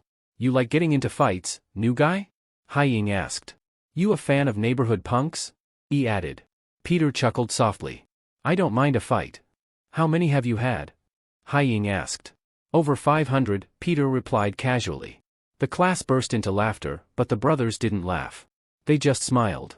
Well then, Goi said, clenching his fist, this might be your last. Without warning, Hying lunged forward, blade aimed at Peter's ribs, while he charged from the side with a massive punch. Peter sidestepped, deflecting both attacks. The knife missed its mark, and the fist grazed only air. But they didn't let up.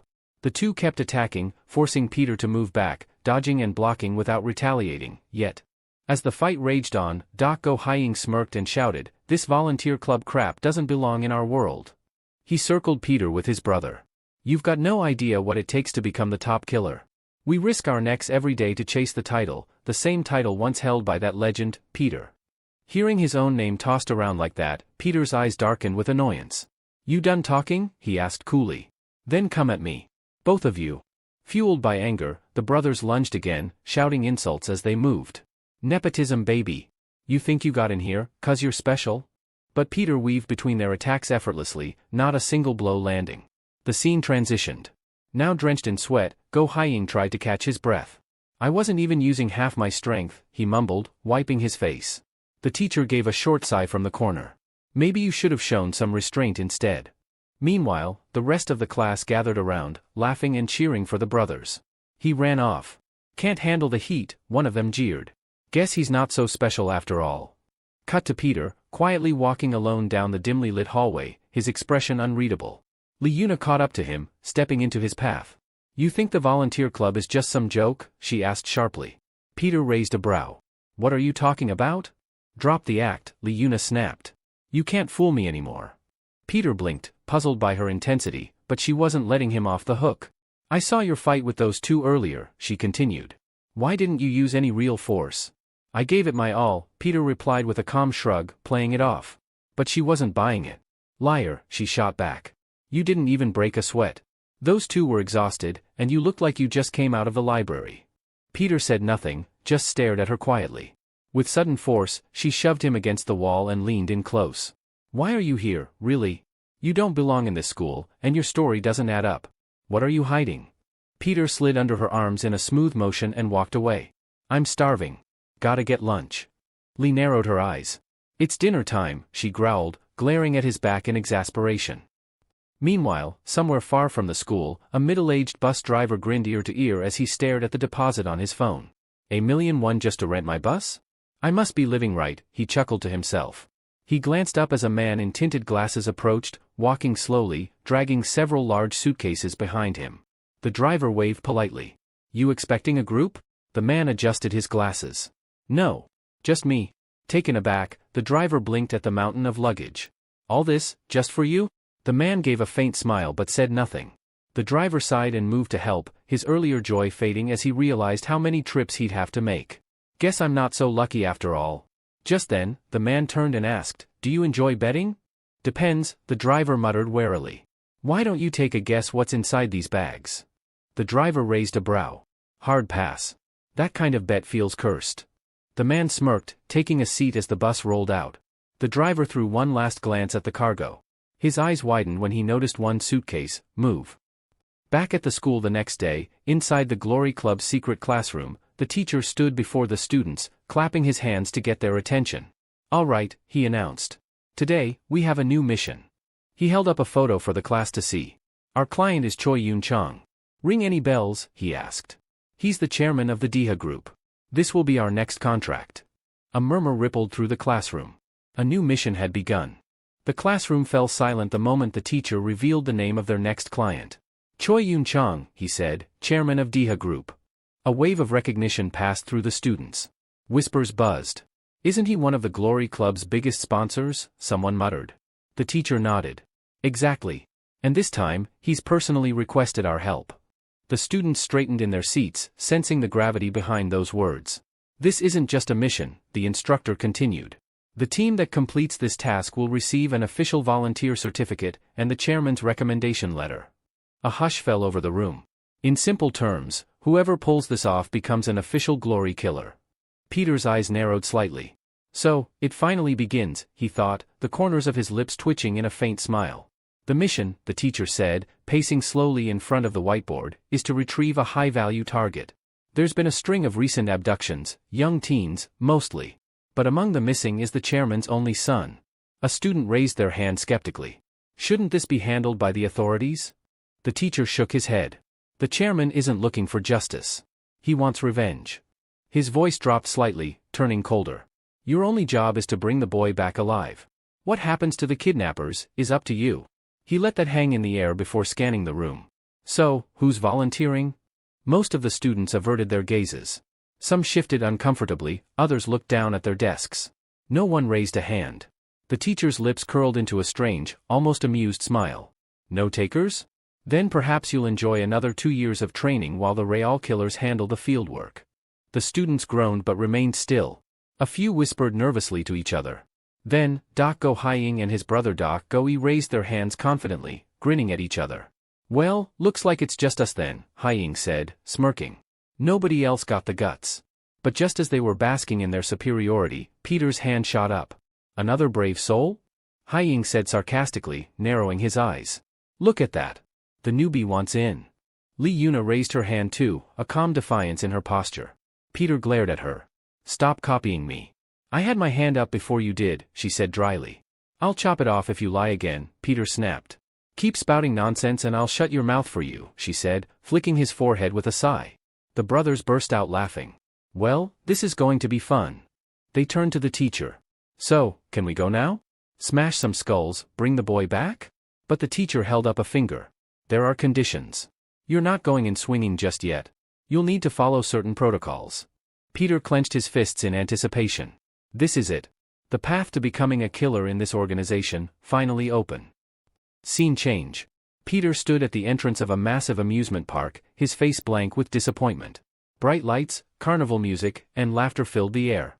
There were spinning rides, game stalls, and costumed mascots dancing to upbeat tunes. Dancers in vibrant, eye-catching outfits twirled around in formation. "This is where we're supposed to rescue a hostage?" Peter muttered, deadpan. The brothers were equally confused, their jaws slack as they stared at the scene. "Why are the dancers wearing bikinis in an amusement park?" he asked, scratching his head. "Is this supposed to be part of the mission? Or just a weird vacation?" Hying added. A dancer in glittery pink waved at them cheerfully. The brothers froze like deer in headlights. Nearby, a group of girls spotted Peter and sauntered over, giggling and whispering among themselves. One of them leaned closer and asked with a coy smile, "You here alone, handsome?" Lee Yuna narrowed her eyes, surveying the overwhelming chaos of Palin World, a sprawling amusement park painted with neon signs, blaring music, and children running wild in every direction. Her thoughts drifted back to the teacher's serious tone during the mission briefing. "This is your mission site," he had said, tapping the map behind him with a laser pointer. The chairman's only son, Bigelow, disappeared right here, inside this very park. On the screen, a school ID photo of a teenage boy flashed. His name and details followed, including a digital copy of his passport with Bigelow Choi printed clearly at the top. The teacher's instructions had been precise: secure the hostage. Eliminate any hostile presence. But that was easier said than done. Yuna muttered under her breath, glancing at the crumpled map in her hands. Palin World, that's where he vanished. But where is he now? Only heaven knows. She glanced over at Peter, who was standing silently while a few colorfully dressed girls approached him, giggling. Are you on TikTok? One asked, fluttering her lashes. Peter stared back, confused. What? Yuna rolled her eyes. He doesn't even know what they're talking about. Yet he acts like he already knows everything around here. She looked back at the map and bit her lip. Could he actually help us find the boy? Peter, sensing the rising impatience, turned toward the group. Let's go, he said simply. If we stay still, we won't find a single clue. They followed him as he led the team toward one of the rides, an enormous coaster with flashing lights and booming music. As they approached, a cheerful young man wearing a neon staff badge stepped in front of them with a polite bow. Apologies, he said with a bright smile, you'll need a reservation to join this ride. Haiying blinked. A reservation? Yes, the staff explained patiently. All rides are booked in advance through the app. If you don't have a reservation, I'm afraid you'll have to move on. He scratched his head. Wait, we need to make a booking, for a roller coaster? The staff member's smile never faltered. Exactly. If you have any complaints, feel free to DM us on our official page. From behind them, someone in the crowd chuckled. You guys new here or something? Peter turned around slowly, raising an eyebrow. Install the Palin World app, the stranger added, grinning. That's how everything works around here. Without missing a beat, Yuna pulled out her phone and began downloading the app. A few moments later, she scrolled through the reservation list, only to sigh in disappointment. Atlantis and the haunted house are already full. Jay, who had been quiet until now, leaned in with a smirk. What's the matter, Yuna? You come here to play rides or do your job? Yuna gave him a dirty look but ignored the jab. A loud clang of metal drew their attention. The two brothers had vanished from the group, and were now gleefully bouncing on mechanical horse rides meant for toddlers. They slapped the toy horses as if urging them to gallop faster. Yeehaw! Haiying yelled, earning several awkward stares. Seconds later, the scene shifted again. This time the brothers had commandeered bumper cars, crashing into one another with uncontainable laughter. Children watched them wide-eyed, unsure whether to be amused or scared. Peter sighed as he watched the ridiculous display unfold. This is the team I'm working with? Yuna crossed her arms beside him. The fate of a billionaire's son is in our hands, and our teammates are riding ponies. Yuna rubbed her temples, visibly irritated as the brothers' laughter echoed through the park. You two are being way too loud, she snapped, watching them bounce around like overgrown kids. Deciding to tune them out, she turned to Peter. Let's go somewhere quieter. They strolled through the vibrant plaza until a colorful game stall caught their attention. A plastic rifle shooting booth, decorated with dangling prizes and flashy lights. The man running the stall greeted them with an overly confident grin. Easiest game in the whole park, he boasted, arms wide. No loss, no gain, just here for the fun. Yuna narrowed her eyes. What kind of prizes are we talking about? She asked, scanning the wall full of cheap toys and plushies. Any snacks up there? Peter shrugged. Go ahead, you try first. The shopkeeper eyed them smugly.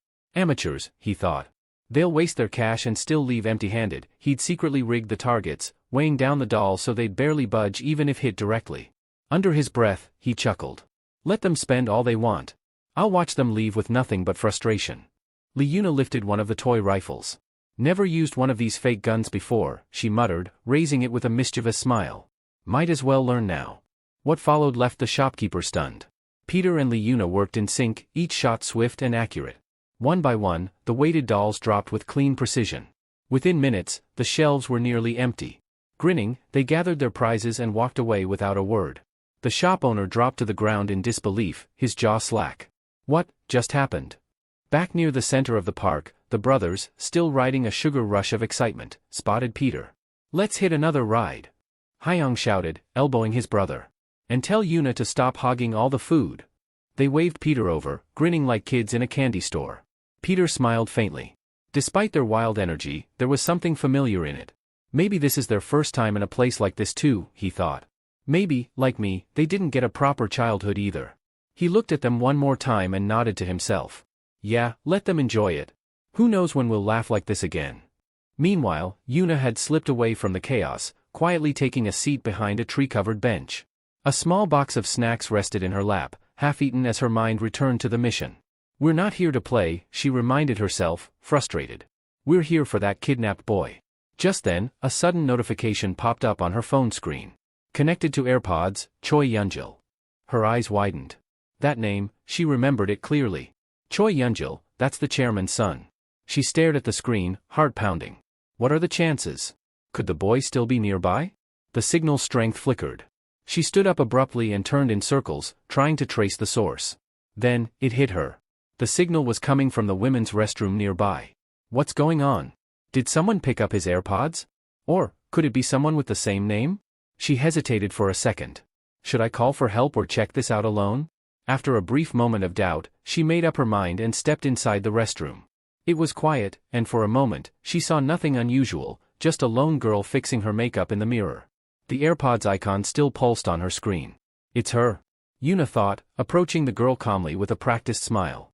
Hey, excuse me, she said, gesturing toward the earbuds. Those AirPods, where'd you get them? Before she could finish her sentence, the girl let out a startled scream, stumbling away from Yuna in panic. Her compact mirror clattered to the floor. Yuna flinched in surprise, wondering what just went wrong, and more importantly, what that girl was hiding.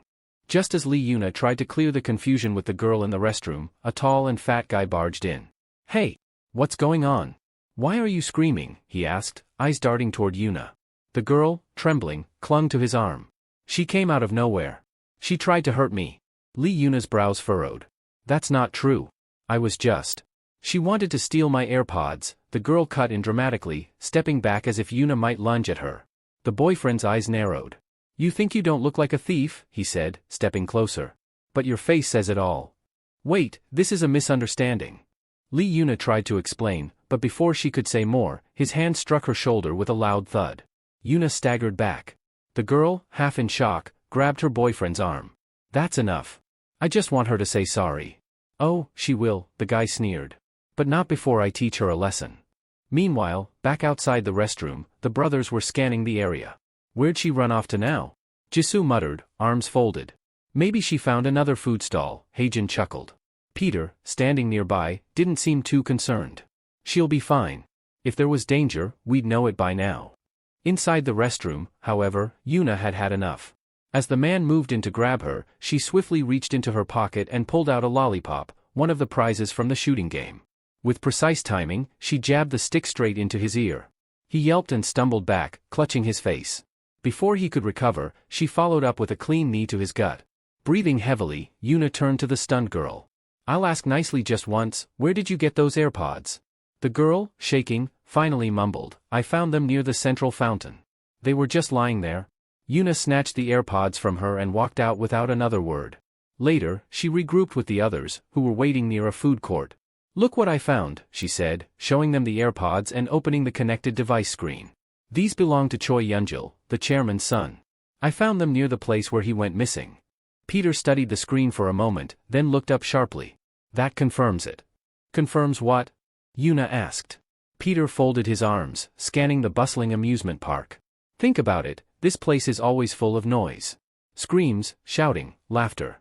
People jump around, act crazy. So if someone disappeared here, no one would even notice. He paused and pointed to a digital display showing reservations for park attractions. Look at this, haunted house, fully booked. But, no one's been entering it all day.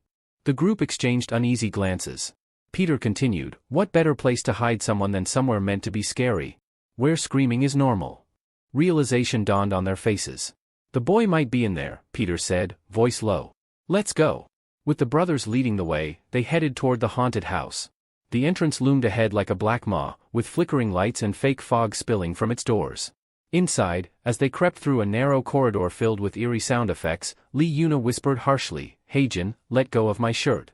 I'm just making sure nothing grabs you from behind, he whispered back, eyes darting nervously. Peter stayed at the front, eyes sharp and movements precise. His instincts were on high alert. As they reached a particularly dark chamber, the ambient noises faded. It was quiet, too quiet. Peter suddenly stopped. Get ready, he said, his voice steady. The brothers stiffened. What do you mean? Jisoo asked, voice cracking slightly. Peter didn't respond right away. He just stared into the darkness ahead. Something was waiting for them. Peter turned to the others with a serious expression. This is it. Our real mission is about to begin, he said quietly, the tension in his voice palpable. Before anyone could respond, thick white smoke hissed into the hallway, curling around their feet and quickly filling the space. Peter squinted through the mist. We're already halfway in, he muttered, as if reminding himself. His mind replayed the objective: rescue the chairman's missing son and apprehend the kidnapper. But the moment the smoke enveloped them fully, a strange drowsiness took over. One by one, their knees buckled, and they collapsed to the ground, unconscious. From the shadows at the end of the corridor, a man emerged. He was dressed immaculately in a crisp white suit, his steps calm and precise as he approached the slumped bodies. Elsewhere, in a monitoring room not far from the haunted house, a teacher sprinted in, panic written all over his face. Shut it down. Stop this right now, he barked at a man operating the surveillance system.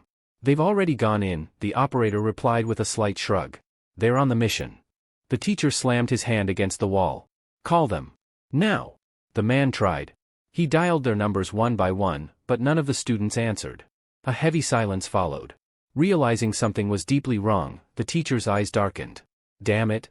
This is bigger than I thought. He muttered under his breath, but loud enough for the operator to hear, Park Sang-doo.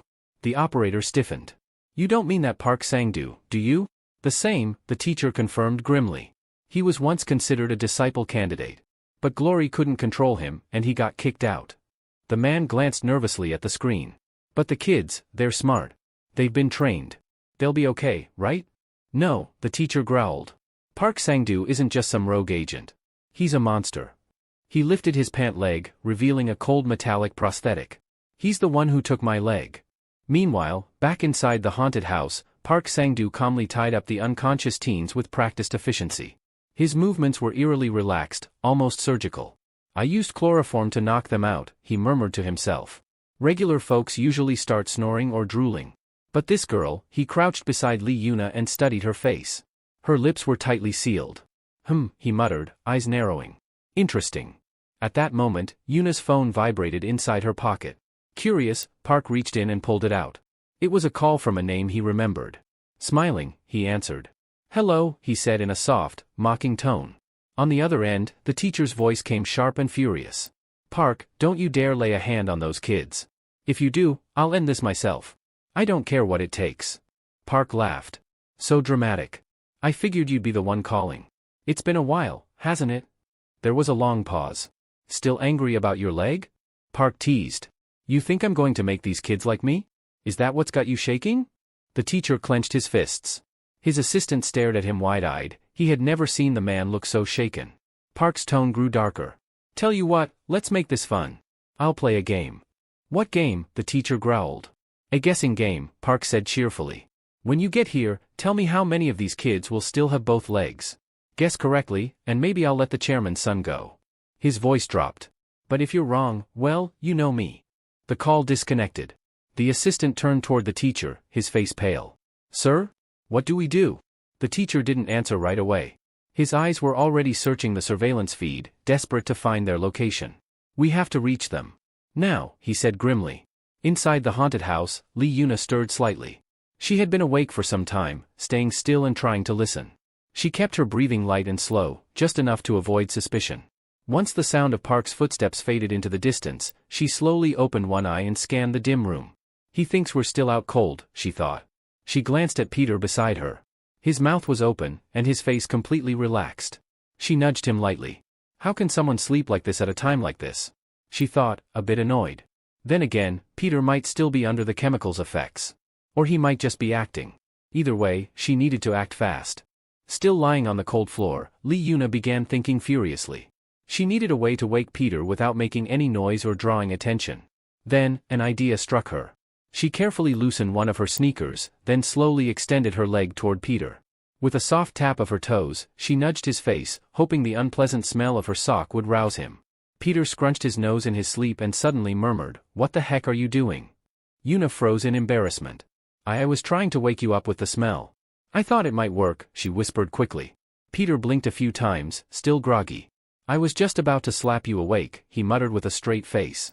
Feeling awkward, Yuna turned her attention to her restraints. She began striking her wrists against the rough rope, rubbing them in swift, practiced motions. I learned this during training, she told Peter confidently. You should try it too. Peter gave her a weird look and casually lifted his hands, which were already untied. I'm good, he said coolly. Yuna stared at him in disbelief. When did you do that? While you were still trying to poison me with your socks, he teased, flashing a slight grin. Don't worry, I was keeping an eye on Park. If he tried anything funny, I would have stepped in. Yuna's face turned serious again. This isn't just a normal abduction. That man, he used to be with Glory. His name's Park Sang-doo. Peter nodded. I know. I recognized him the moment he showed up. He leaned over and untied her ropes, freeing her. Then, with a mischievous glint in his eye, he asked, You like gambling? What are you talking about? She replied, confused. Meanwhile, in another section of the haunted house, the two brothers, Jae and Hyeon, were already on their feet, unbound and ready. Looking straight at Park Sang-doo, Hyeon spoke first. You've got the face of a salaryman, but you've got grit. Still, I'd suggest you stop playing this twisted game and just tell us where the chairman's son is. Park's smile twisted into something more sinister. Such dirty mouths for high schoolers. Did no one teach you manners? He took a few steps forward, then tilted his head. Let's make this more interesting. You boys like bets? Jay narrowed his eyes. We're listening. Back on the road, the teacher was speeding down the street, pushing his car to the limit. His hands gripped the wheel tightly as he muttered to himself, if they agree to his bet, it's going to be bad. Inside the haunted house, Park extended his arms theatrically. If you win, he said, I'll do whatever you ask. I'll let the chairman's kid go. No tricks. And if we lose? Hyeon asked, already suspecting the answer. Park's smile widened as he pulled out two large blades from under his white suit. Then one of you gives me a leg, he said casually, as though asking for a favor. Seems fair, no? The room went quiet for a second. Then Hyeon suddenly grinned. Damn. You're more than some boring ex-employee. This is getting fun. Jay rolled his eyes. You're way too excited for this. I mean, look at him, Hyeon said, eyeing the knives. Dude's got a sexy edge. Literally. Jay adjusted his stance and cracked his knuckles. Let's end this fast. The two brothers tore off their jackets and stepped into position. Park calmly offered one of his blades to them, keeping the second for himself. Wouldn't want to be unfair, he said. Hyeon snatched the blade first. You'll regret this. I'm the top knife specialist at Divine Honor High School. My specialty? Speed. With that, he lunged at Park, slashing with practiced precision. But as he moved, his focus briefly slipped, and he muttered under his breath. Hyung darted around Park with fluid precision, his eyes narrowing with focus. If this fight drags on, he muttered, I'll land a critical hit sooner or later. But just as he prepared for his next move, Park's body twisted unnaturally. In a flash, he unleashed a strange, unorthodox technique that caught Hyung off guard. His instincts kicked in just in time, and he barely managed to parry the blow, stumbling back with widened eyes. Hyung's thoughts raced. What the hell was that? The movement, the flow, it was impossible with a regular blade. His grip tightened around the knife Park had handed him, and that's when it clicked. The knife wasn't real, it had no edge. Park saw the realization dawn in Hyung's eyes and smiled wickedly. Feeling dizzy, kid, he mocked. How's that weapon treating you? Hyung clenched his teeth. He tricked me. Just then, Peter and Yuna burst onto the scene, ready to assist. But before either could jump in, the brothers held up their hands. Stay back, Jay said, his voice unwavering. This is our fight, Hyung added, wiping blood from his chin. If we can't take down Park Sang-doo, then none of you can. Peter hesitated but respected their resolve. The brothers stood firm, breathing hard but burning with determination. You don't understand our reason for being here, Jay said, glaring at Park. For us, this mission is more than a job. It's a reckoning. The final step, Hyung added, toward proving we've survived more than anyone else. They began recounting their past, voices steady despite the painful memories. Back in the orphanage, they had endured what was known as the month of hell, a test of pure survival. No food. No water. Only a gun, and a single bullet. The rules were simple and cruel: survive in a land overrun with thousands of ravenous beasts. Some children used the bullet to hunt. Others used it to turn on their friends. Some, in despair, used it on themselves. But the brothers chose a different path. They clung to life, refusing to break. They hid, fought, starved, and endured, saving their bullets until the final day. On that day, when a monstrous bear threatened their lives, they fired their bullets together, killing the beast with synchronized precision. Out of the 108 orphans from the 58th generation, only the 2 of them survived. And just when they thought they were alone in making history, they heard the tale of a boy named Peter. He was said to be the only survivor who didn't use his bullet at all, earning the name Disciple Peter for his unbreakable will. That story left an imprint on them. Ever since that day, Hyung said, we've spent 10 years trying to surpass that legend. To become someone greater than Peter, Jay finished. To become Peter. With those words, they charged together. Jay dashed forward first, grabbing Park by the waist in a surprise tackle. Now, he shouted. Hyung leapt into the air, blade aimed down like a falling star. You shouldn't have handed me a knife, he declared. That was your biggest mistake. But as he descended, Park's hand shot up, grabbing Hyung's arm in midair. If you want to cut something, Park said coldly, aim for my arm instead. I might even let you try. Hyung grunted in frustration. I can't slash you. This thing has no edge. Then stab, Park whispered in his ear. Hyung snarled and thrust the blunt knife at Park's throat, but in that instant, Park slammed his own blade into the ground, shattering the fake weapon in Hyung's hand like glass. He looked the brothers dead in the eyes. Do you really think you can be like him? Like Peter? From beneath his coat, Park slowly unsheathed a real weapon, an enormous, curved blade with a wicked glint. This, he said, raising it high, is kukri. I've trained with it my entire life. The weapon looked heavier than anything they'd seen before. It gleamed with an ominous edge. It's 10 times the weight of a normal knife, Park continued. Swifter than a blade, yet heavier than an axe. It's not made for sparring. He stepped forward, eyes alight with madness. It's made for killing. Before Park could finish flaunting his weapon, the brothers lunged at him again with fury blazing in their eyes. But this time, Park was ready. With a swift step forward and a blur of motion, his blade danced across their forearms, slicing through muscle with deadly precision. Both brothers cried out, blood splattering across the floor as they collapsed to their knees, clutching their wounds. Their expressions, once fierce and determined, were now contorted in pain and fear. Peter and Yuna stood frozen at the edge of the scene. The sight was horrifying. Get out of here, now! Hyung gasped, forcing the words through gritted teeth. Don't stay. Go! Jay shouted, glancing back at them with a desperate look. You need to live. Yuna's voice cracked as she screamed their names. No! Hyung! Jay! Park turned toward her with a surprisingly calm tone. Relax, sweetheart. They're not dead, he said, crouching beside the trembling brothers. I wouldn't kill kids.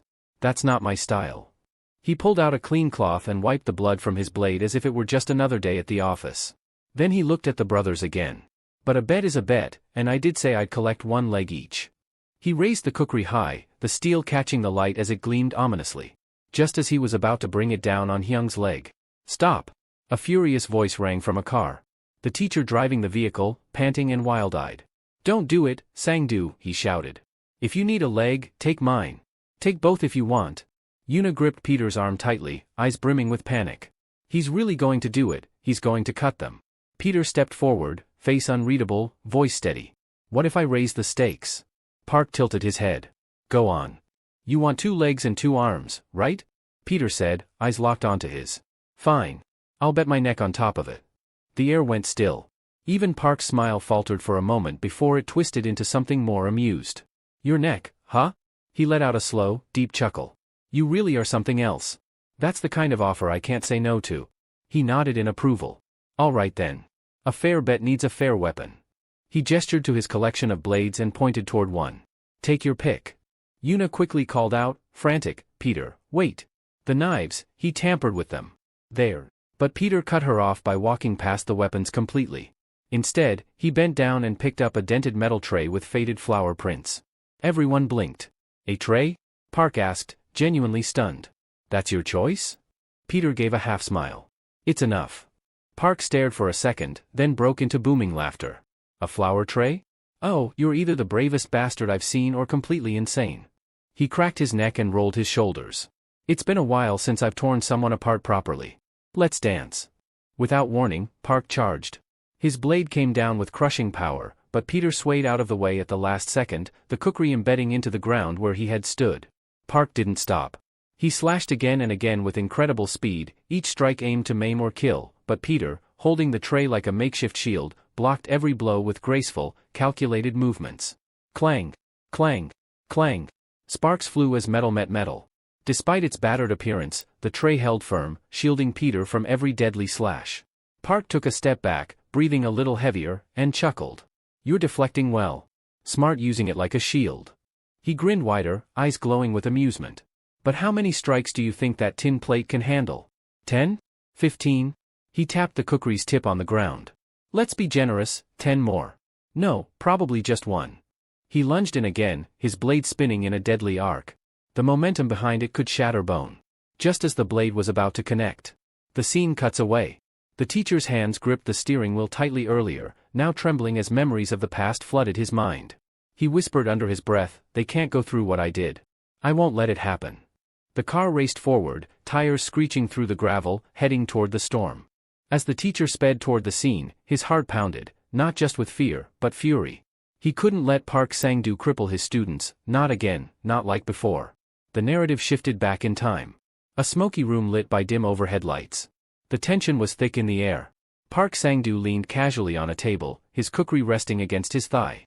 Across from him stood Miss Dealer, trembling. Her hands fidgeted with the cards she didn't dare shuffle. Park's gaze was calm, even amused. You're shaking, he said, cocking his head. Relax.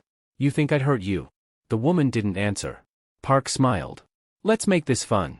A little bet, shall we? His tone was playful, but a certain darkness lingered beneath it. Do you think I'll leave this place alive, or dead? She didn't respond immediately. Her eyes darted to the 5 men behind him, veterans, each one wielding a roaring chainsaw. The kind of men who didn't hesitate. You're hesitating, Park said, noticing her silence. Then he gave a soft laugh. Smart girl. That's why you'll say I survive. Right? She nodded weakly. Just then, one of the killers stepped forward. Park, he said coldly, the company's had enough of your chaos. The higher-ups decided, this is where your story ends. Another added, you've been dismissed. Consider this your retirement party. Without waiting, they charged at him, chainsaws humming with death. 5 B-ranked hunters, seasoned killers who had seen too much, survived too long. Taking them on alone should have been impossible. But what they witnessed next left them shaken to their core. Park didn't flinch. He moved with unnatural speed, his kukri a blur in the air. Limbs flew. Blood splattered across the walls. One by one, the men fell, disarmed, dismembered, defeated. It wasn't the weapon that mattered, it was the man who wielded it. By the end of it, Park stood alone among corpses, both legs soaked in blood, but still intact. That day, he proved he wasn't merely a killer. He was a monster in human form. Back in the present, Peter faced him with only the dented metal tray, now split clean down the middle. Park casually lowered his blade and chuckled. You're lucky. My kukri should have split you, not just your shield. He stepped closer, voice taunting. Now that your precious tray's broken, what's next, boy? What'll you use to protect yourself now? Peter didn't flinch. His hands clenched tightly around the 2 halves of the tray. Then, to everyone's shock, including Park's, he began shaping them. With precise punches and subtle bends, Peter reforged the broken tray into 2 jagged weapons, one in each hand. Lee Yuna gasped. He turned a tray into blades. Peter raised them, the makeshift weapons catching the light. Thanks for the weapon, he told Park coolly. I never needed a knife to begin with. Park's smirk twitched. You're not just some student, he muttered. What the hell are you? Still trying to make sense of what he was seeing, Park narrowed his eyes. Those slashes should have hit you. I felt it. I know I cut through something. Peter stepped back with a faint smile. You did, he admitted. But it wasn't me. As realization struck, Park's eyes narrowed. He had sliced through Peter's jacket, not his flesh. Peter had let it take the brunt of the impact and slipped away in time. Park's grip tightened on his kukri. Fine, he said, voice low. Let's see how long your luck holds. With a sudden motion, he yanked off his own jacket and flung it toward Peter, blocking his sight. Without a moment's hesitation, Park dashed in, slashing furiously through the fabric cloud with devastating blows. Let's see if you dodge this. Slash after slash cut through the air with deadly intent. Park was sure, this time, Peter had to be hit. But when the coat finally fell away, Park saw what he had cut, a rolled-up cushion Peter had grabbed and used to absorb the slashes. The real Peter was already behind him. Without a word, Peter launched an attack aimed at Park's back, but Park twisted just in time, catching the blow with his kukri. Their weapons clashed, raw energy erupting between them. Park grinned through the tension. Not bad, he muttered. But let's see how long you can keep up. Park stumbled backward, collapsing onto one knee as he clutched his bleeding hand. His breathing grew ragged, eyes wide with disbelief as he stared at the wound. Blood trickled between his fingers, and a chill crawled down his spine. The strike Peter had landed wasn't just precise, it was surgical. Panic flickered in his gaze. How? Park thought, trying to make sense of what just happened. Peter had bypassed his guard, appeared behind him without warning, and went straight for his neck. Park had barely managed to deflect the blow at the last second, and he knew it. The attack was aimed at his carotid artery. A fraction of a second later, and he would have bled out on the floor. No student should have been able to move like that. And no student would go for such a vital spot without hesitation. This kid, he's not a student, Park muttered under his breath. Still gripping his injured hand, he stared at Peter, slowly putting the pieces together. The broken tray he was using couldn't cut fabric, nor could it stop the force of Park's cookery. Peter wasn't using it for defense. He was using it to cut, but only when it mattered. He wasn't trying to parry Park's blade. He was trying to disable him. As Park sat in stunned realization, Peter didn't stop. He advanced again, silent as a shadow, blades ready, eyes unreadable.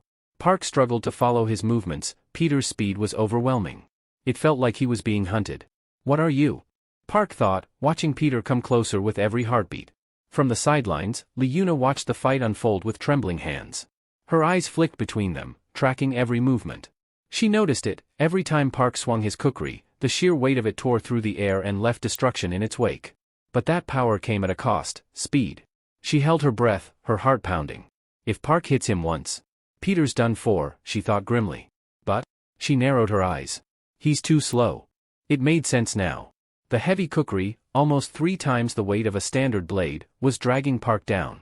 And if this dragged on any longer, Peter would win purely by outlasting him. That was when a thin red streak appeared on Peter's cheek. Liuna's heart sank. He'd been hit. Her breath caught in her throat as Park smirked and began mumbling to himself. No, not enough. I need something faster. Something sharper. He reached behind his back, and to everyone's surprise, pulled out multiple slim knives hidden within the sheath of his kukri. Peter's expression darkened. Now that Park had dropped the heavier blade, he was free to move unburdened. And Peter knew, his advantage in speed might just have vanished. Park shot forward like lightning, his new knives gleaming. Every stab came faster, more precise, and more furious than before. Peter blocked, pivoted, deflected, barely keeping up. From the side, Liuna gasped. His speed. It's faster than Peter's now. She noticed something else too. That's a gimlet, a piercing blade, but he's swinging it around like a sword. Why? Park's movements were frantic now, driven by desperation. He wanted this over. He wanted Peter dead. He finally caught an opening, and his blade lunged for Peter's exposed neck. Just inches away. But right before the strike landed, Park's grip loosened. His wrist twitched. The knife slipped from his fingers and clattered to the ground.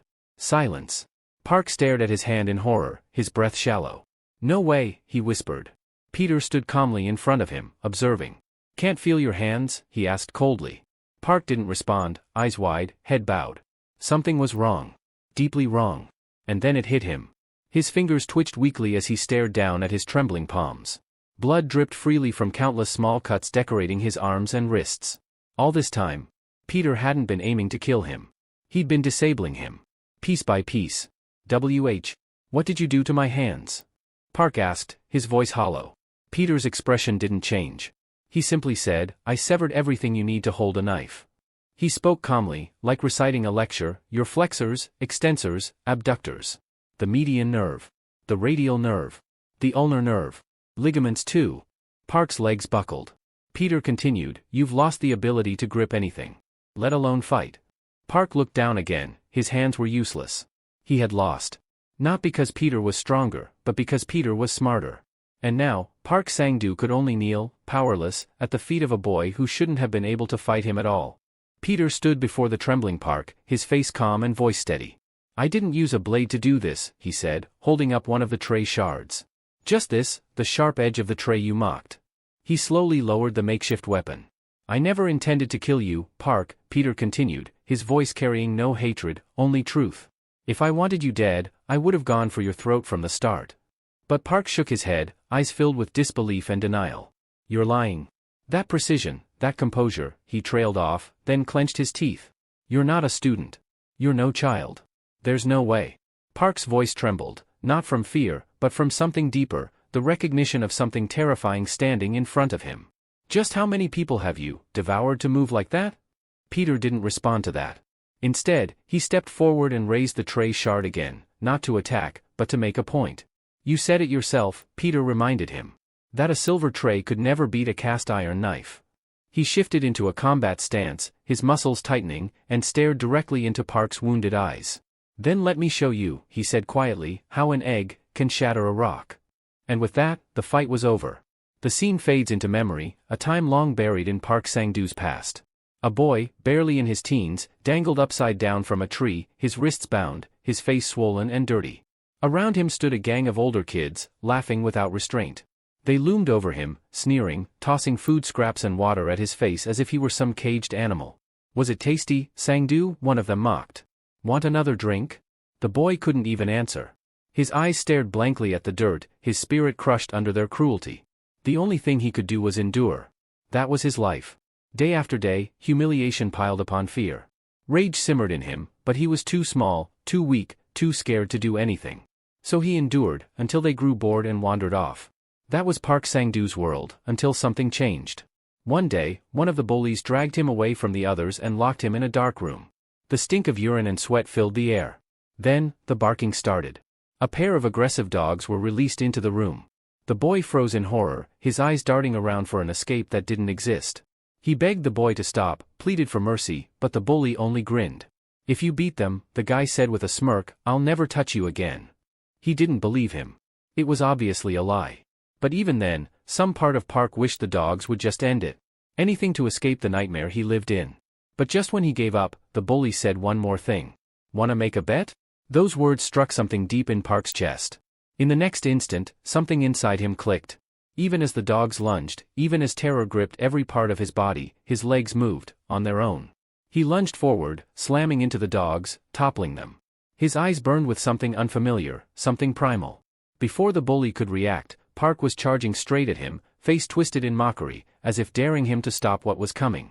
That day, Park discovered something powerful. It wasn't just the fight, it was the gamble. The thrill. The surge of strength when everything was on the line. That moment redefined him. From that day forward, he was no longer the helpless, crying kid tied to trees. He had become something else entirely. Park Sang-doo, once a trembling boy hanging from trees, had grown into a monstrous figure. His past shaped him into something terrifying, a man who thrived in chaos. Knife fighting wasn't just a skill for him, it was an addiction. Each time he risked his life, something inside him lit up. Dopamine flooded his brain. Serotonin soothed his nerves. Adrenaline turned him into a god of war. Fighting with his life on the line gave him a high stronger than any drug. For Park, gambles weren't just moments of risk, they were sacred rituals. And he had never lost. Until now. Peter tightened the metal tray around his fist like a makeshift gauntlet. Then, in one swift motion, he delivered a brutal uppercut. The blow connected perfectly with Park's chin, lifting him off the ground and sending him sprawling backward through the air. The force of the strike was so intense that the tray-turned glove clattered off his hand and fell beside Park's body. Park lay on the floor, dazed, blood pooling in his mouth. His world spun. For the first time in years, he didn't feel unstoppable. He felt small, cornered. Peter began to advance, preparing to finish the fight, but Park suddenly pulled something from his jacket, a grenade. "Don't come any closer." Park roared, his voice echoing with desperation. He raised the explosive high and glared at Peter. "You think you've won? Kneel. Now. Or everyone dies." Peter paused, eyes narrowing. Park's expression twisted into something cruel. "You want to know what's inside those suitcases," he said, nodding toward the metal containers. "They're not empty. They're filled with the children I kidnapped." Li-Yuna's breath caught in her throat. Park's smile deepened. "Even the chairman's son, the very boy you're here to save, is inside one of them. If this grenade goes off, not only will we all die, but so will the kids you're trying to rescue." Then Park pointed upward toward the rusted ceiling. "There's a gas pipeline right above us. If I pull the pin, no one walks away from this." Li-Yuna's heart pounded. This wasn't just about fists anymore. This was life and death. Park took a threatening step forward, shouting again. "Kneel, Peter. Do it or I swear I'll blow us all to hell." But Peter didn't flinch. In the next moment, he was already on the move. A blur of motion. He reached Park before the kidnapper could react, seized the grenade, and shoved it directly into Park's mouth. Park froze, eyes wide in horror. With a soft click, Peter pulled the pin. Then, gently but firmly, he pressed his palm against Park's face, forcing his jaw shut. "If you want to live," Peter whispered coldly, "you better keep your mouth closed." Then came the first punch. A powerful shot to Park's stomach, folding him in half. He wheezed, saliva and blood spilling down his chin, the grenade still clenched between his teeth. Peter struck again. And again. Each hit rocked Park's body like a drum being beaten, but he had no choice. He couldn't open his mouth, couldn't scream, couldn't even breathe right. Liuna stared in disbelief. She'd never seen anything so brutal. So controlled. Park, the man who once reveled in violence, who hunted others like prey, was being dismantled before her eyes. Peter leaned in close after the final punch, his voice low and calm. "Keep that grenade right there. It's the only reason you're still breathing." Then, with deliberate care, Peter took the grenade back and reinserted the pin. He tossed it aside and stepped back, letting Park collapse in a heap of sweat, blood, and humiliation. "Get up," Peter said. "I'm not done with you yet." Park whimpered, barely able to lift his head. Peter cracked his knuckles, grenade in one hand, clenched fist in the other. "You're not allowed to cry, not yet." But then, to Peter's surprise, Park looked up with a twisted smile. "I haven't even shown you my real move," he rasped. "I was saving it, but now I've changed my mind." Liuna's eyes widened. She felt a chill run through her body. "What now?" she whispered, her voice trembling. The nightmare wasn't over yet. Just when the tension seemed ready to explode again, Park Sang-doo did something no one expected. He collapsed to his knees. Tears streamed down his face, carving trails through the dirt and blood. His arms hung limp by his side, and the proud, terrifying killer now looked like a broken man. "I give up," he whispered, then raised his voice to Peter. "Let's call it a draw, please. I'll let the kids go, I'll pretend none of this ever happened. Just end it." His words stunned everyone. The man who just moments ago was threatening to blow up the entire building with a grenade was now begging to be spared. And then, someone else entered the scene. The heavy footsteps of a man echoed across the hall. It was their teacher. The moment Park laid eyes on him, his face turned pale. The teacher, too, froze, his eyes widened in disbelief as he looked at the man kneeling before Peter. It was him. The same Park Sang-doo. The one who once severed his leg in battle, the unstoppable, knife-wielding monster from the past. Now groveling like a coward.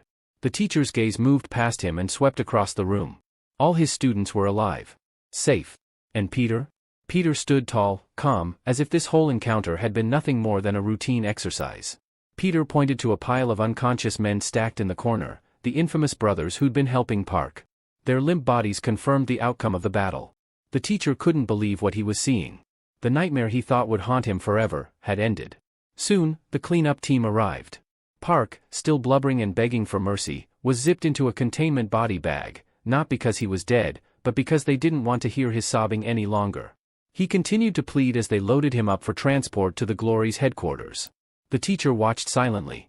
His past finally laid to rest. The monster that once stole his leg had been defeated, by a boy half his size. Nearby, the brothers slowly came to their senses. Still groggy, they began to argue about who deserved the credit. "Technically, we helped too," one of them mumbled. "Yeah, if not for us, he wouldn't have had that opening," another added. But none of them could truly believe what had happened. Peter, the quiet, mysterious student, had resolved a life-or-death situation with calm precision. Even the teacher found himself skeptical. How could one boy handle all this? Peter, meanwhile, gave no response. He didn't bask in the victory. He simply turned and said it wasn't him who did this. The scene cut to a later moment. The 4 students, having survived the ordeal, were officially acknowledged as killers in training. The Glory had recognized their efforts. However, when the ranking results came in, D rank. "Are you kidding me?" one of the brothers shouted, waving the evaluation report. "We took down an S-rank killer. We should be at least A rank. This is highway robbery," another grumbled. Did they even watch the footage? Peter and Liuna stood nearby, looking mildly embarrassed by their teammates' outburst. "Could you two stop whining?"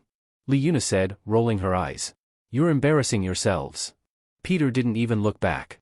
Suddenly, a metallic chime rang out, the elevator at the far end of the hallway opened with a soft ding. The group turned to face it. As the doors slid apart, the brothers whispered nervously. "How deep do you think this place goes? Is this where we die?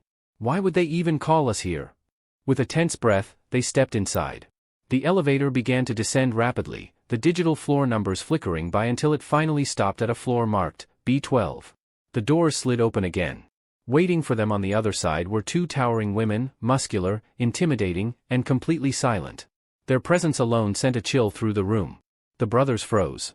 Liuna took a step forward. Peter adjusted his collar and looked ahead, unfazed. As the elevator doors slid open, The brothers were immediately overwhelmed by the imposing presence of two muscular women standing silently like statues.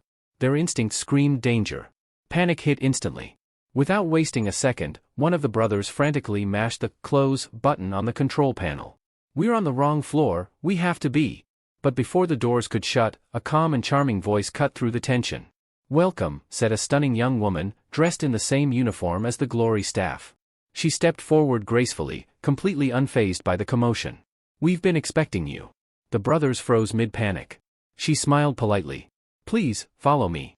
I'll escort you to your destination." Still uncertain, they hesitantly followed her out of the elevator.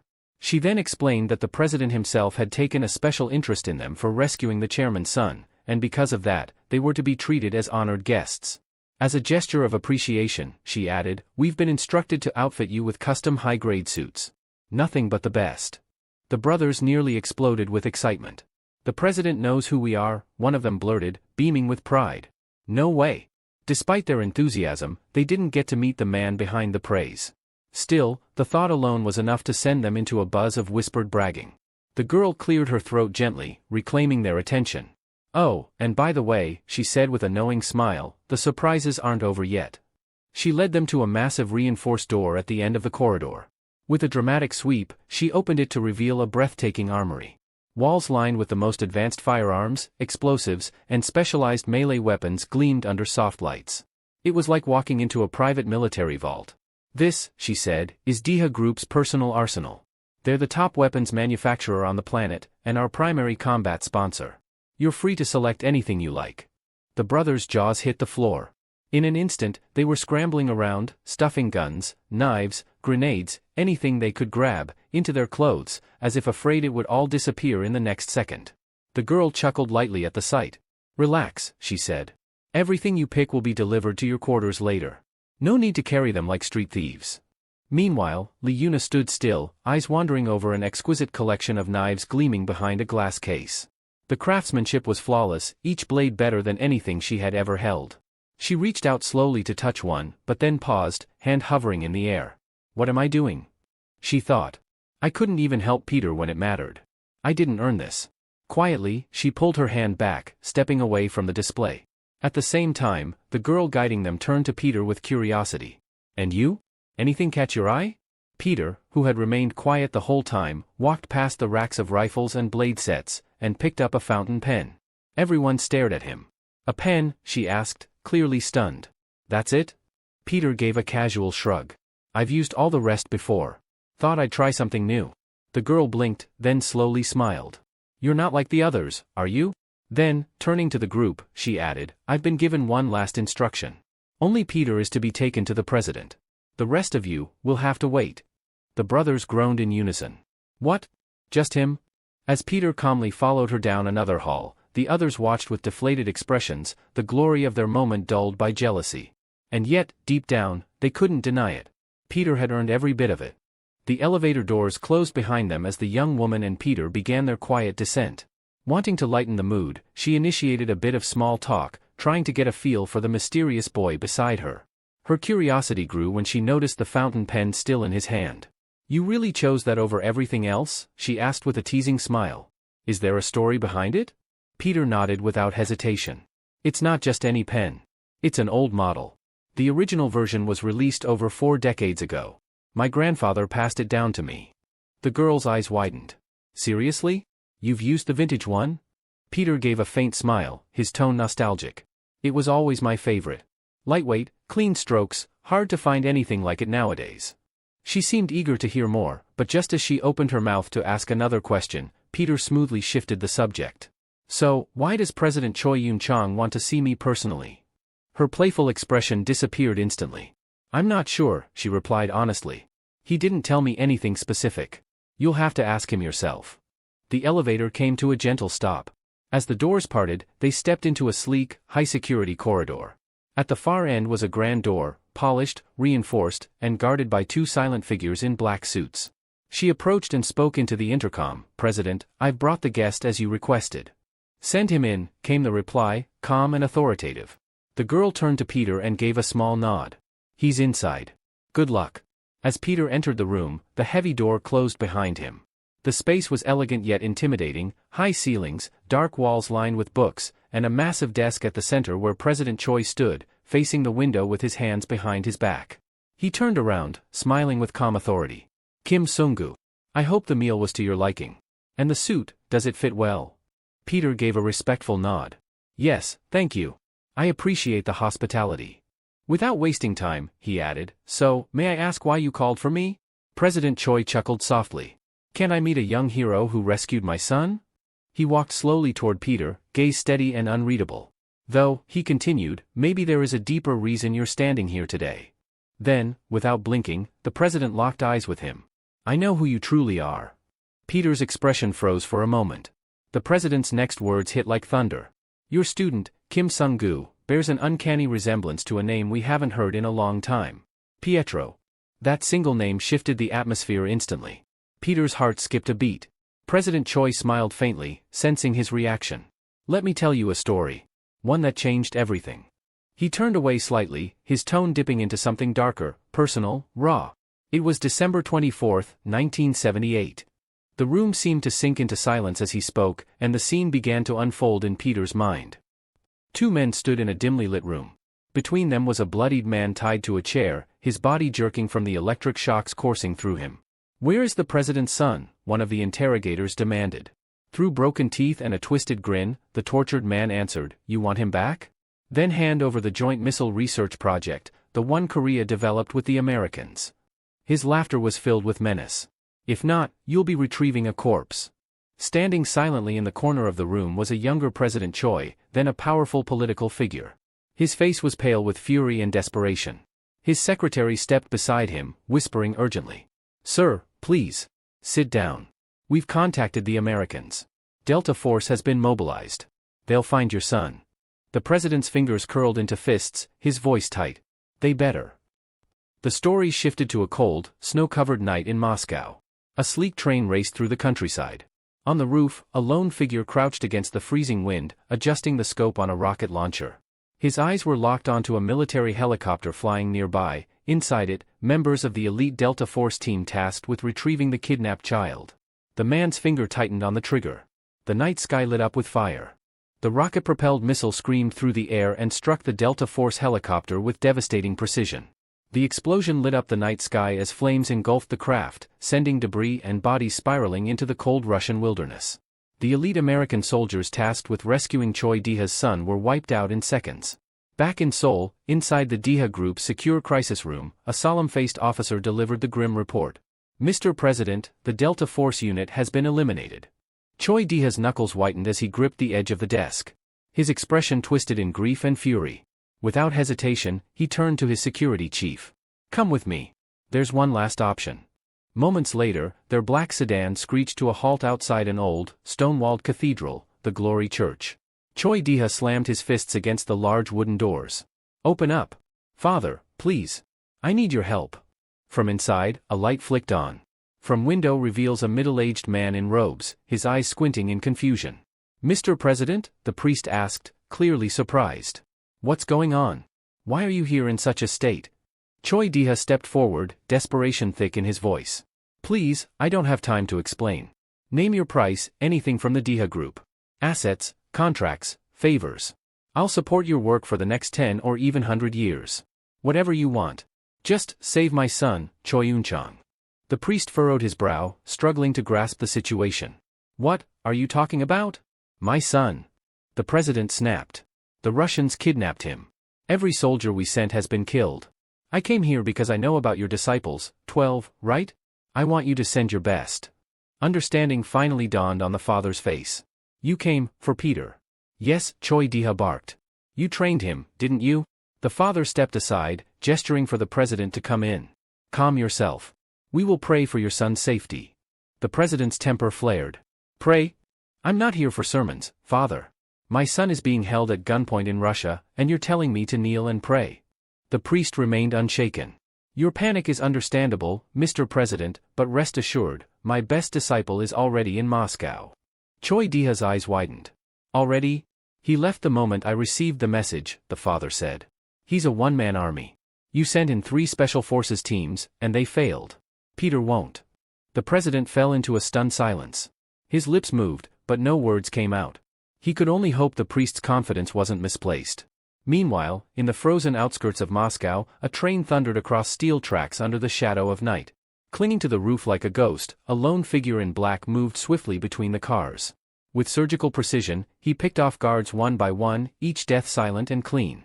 His silencer whispered with deadly rhythm, and bodies dropped without a sound. Inside the train's cargo hold, converted into a mobile prison, the kidnappers began to panic. "Where are the external units?" one of them asked. Another peeked through the window. "They're not responding, wait. Someone's inside." Alone. Peter stepped into view, calm and silent, his boots clicking lightly on the metal floor. The kidnappers aimed their weapons at him in disbelief. "There's no way he's alone," one of them muttered. Peter answered coolly, "I am." "What the hell is this kid talking about?" another asked in disbelief. But before they could react, Peter moved. A blur of motion, then silence. In seconds, bullets whistled through the air, each one finding a target. The kidnappers dropped like dominoes, each shot precisely aimed at the head. The confined space echoed with muffled gunfire and collapsing bodies. When the smoke cleared, Peter stood alone, untouched. He casually reloaded and muttered, "I counted the bullets. One for each of your heads. I was right." Only one man remained now. A burly kidnapper emerged from the final compartment, gripping a pistol tightly against the head of a frightened boy, Choi Deha's son. His hands trembled as he yelled, "Drop your gun. You move, and I shoot." Peter calmly set his weapon down, hands raised. "So," the man sneered, "you're the infamous Peter? I've heard of you, but I expected someone older. You're just a kid." Peter's voice remained steady. "Watch my hands. I'm going to give a signal. When I reach 3, bow your head." The boy's eyes widened. "What?" "Just do it," Peter said. The kidnapper scowled. "What the hell are you planning?" Peter ignored him. 1. The gunman's fingers tensed. 2. The boy's breathing grew shaky. 3. Without hesitation, the boy ducked his head. And Peter moved. As Peter counted down, the tension in the train car spiked. The kidnapper's eyes flared with panic and rage. "Cut the crap," he barked, pressing the gun harder against the boy's head. "Kneel, now. If you move another muscle, I swear I'll blow his head off." Peter didn't flinch. He continued the countdown, calm and unshaken. 3. In that instant, Peter flicked his wrist. A glint of metal flashed through the dim light, a coin, flying with deadly precision, slicing through the air like a blade. The president's son, remembering Peter's instructions, instinctively ducked. The coin struck the kidnapper square in the forehead. There was no scream, no reaction, just a sickening crack as the coin pierced deep, tearing through bone. The man's body staggered back, eyes wide in disbelief, before collapsing to the floor with a thud, lifeless. Peter stepped forward and calmly retrieved his weapon. He glanced down at the dead man and spoke with cold finality, "Lieutenant Major Yevgeny Andreev, 1st Chief Directorate, KGB. Yes, I'm Peter. And that's your farewell." Choi Yun-chang, breathless and shaken, looked at his savior in awe. "Thank you, you really saved my life. Are you Korean?" Peter, lighting a cigarette, took a slow drag. "I came here for the future of Deha Group, not for you." The boy was taken aback but quickly realized Peter's meaning. Peter placed his black cap on the young boy's head and gave a small nod. "Get ready. We've got a long journey home," Peter added, walking ahead. The boy stared after him, admiration glowing in his eyes. "He's so cool." 40 years later. President Choi Yun-chang sat in a high-backed leather chair, looking out over Seoul's skyline from his office in Daya Tower. His voice was thoughtful, distant, as he turned to the man seated across from him. "I still remember the face of the man who saved my life. It's been 4 decades, but that moment is etched into my soul." He paused. "You must be Peter's grandson, aren't you? You look just like him when he was young." Peter, now known as Kim Sung-gu, stood silently. The words stirred something in him, a strange calm washing over his expression. "It's been a long time since anyone's made me feel like that boy again." The president chuckled. "They say you only picked a pen from our arsenal. Why didn't you take more?" Peter leaned back slightly. "A pen's all I need." Yun-chang smiled. "Whether it's a pen or a gun, I can't let Peter's grandson walk away empty-handed. This is for you." He gestured, and the door opened. An aide rolled in a sleek, obsidian-black motorcycle gleaming under the light, the St. Petrus V4. "This is Daya's latest creation," the president said with pride. "She clocks at 52,721 kilometers per hour. Unofficially, the fastest vehicle ever engineered. It's a tribute to your grandfather. He rode the prototype the day he saved me." It has complete stealth capability, no GPS, no camera, no signal can track you. Use it well. Peter stood and walked over to the bike, running a hand along its frame. He gave a low whistle. Now that is impressive. Liuna stood beside him, wide-eyed with excitement. This is insane. One of the brothers blurted out, he really is a kid. We've got to trade everything we own for this bike. No way, the girl snapped. Dream on. Peter swung his leg over the seat and looked over his shoulder. Yuna, grab your helmet. Let's go. The other brother stepped forward, eyes glinting. You sure you should be driving that thing? Before Peter could answer, his earpiece buzzed. A voice came through, it was their handler, the teacher. How was your dinner with the president? I hope it was pleasant. Anyway, Peter, the senior members of Glory want to meet you. They're very curious about all of you. It's been 4 years since anyone's been recruited directly like this. Go show them what youth looks like. Peter's lips curled into a faint smirk. Copy that. Yuna laughed and yelled, let's lose the boys and floor it. Scene shifts, Hapjeong District, west of the Han River. The Hapjeong Honor Church, a secret branch of the Glory Club, stood like a forgotten relic. Its ancient bell tower overlooked the modern city with quiet authority. Peter, Yuna, and the brothers arrived, stepping through the massive doors. Inside, it looked more like a place of reverence than battle. Candles flickered softly, casting golden halos. Dozens of people sat silently in prayer. At the altar, a priest distributed objects one by one, glory missions. The brothers grinned. They must be preparing for our S-rank promotion. Finally. But as they checked their coins, their grins faded. One word was engraved, fight. An elderly priest approached them. Are you newcomers? The brothers nodded. Yeah. You. The priest gave a small, condescending smile. We don't usually assign missions to rookies. The two brothers exchanged a smirk. He has no idea who we are, one whispered. The priest's tone shifted.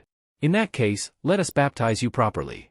He lifted a goblet of crimson wine, Glory's ceremonial, holy blood, and poured it over their heads. You're nothing but D-rank killers, he said, laughing. What kind of welcome were you expecting? The congregation chuckled.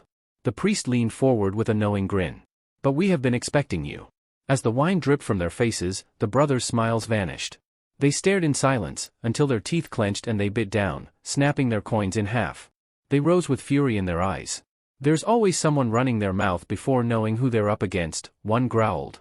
But when it's too late, the only thing they hold in their hands is regret. They cracked their knuckles, eyes scanning the room. Age won't save you. You wanted a fight? We'll give you one. The air grew thick with tension as the seniors of Glory stepped forward, battle-hardened, silent, and intrigued. The Go brothers stood face to face with their so-called superiors, their expressions burning with challenge. So this is the power of B ranks? The elder brother scoffed. Is this why you carry yourselves with such arrogance? The younger one grinned. You think that rank means everything? Let me remind you, this world is brutal. Titles mean nothing in a real fight. Their bold words earned a round of mocking laughter from the senior killers. One of them stepped forward, his expression dripping with contempt. D-rankers running their mouths? Do you even understand what your skill level is? Another chimed in, snickering. Ridiculous. You're like toddlers trying to wrestle giants. But the Go brothers weren't fazed. Without another word, they lunged forward. The older brother aimed a swift kick toward one of the seniors. The veteran raised his arm and blocked it with practiced ease. His face remained unreadable, yet the blow had weight, he couldn't ignore that. The brothers pressed on. We weren't born to crawl at the bottom, the older brother growled. We're the Go brothers, the younger added, weaving through the attack line. Soon to be S-rank disciples, remember the name. Their momentum surged. They moved as one, attacking with a fluid rhythm honed through countless hours of training together. Their strikes were coordinated and relentless, forcing the B-ranked senior on the defensive. This guy doesn't deserve to be B-ranked, the elder brother snapped mid-punch. We've fought stronger people. From the sidelines, a few of the watching seniors couldn't help but raise their eyebrows. The brothers were unrefined but gutsy, throwing themselves into a fight they knew they couldn't win, and still holding their ground. They've got fire, one of the seniors murmured. Most D-rankers would be on their knees.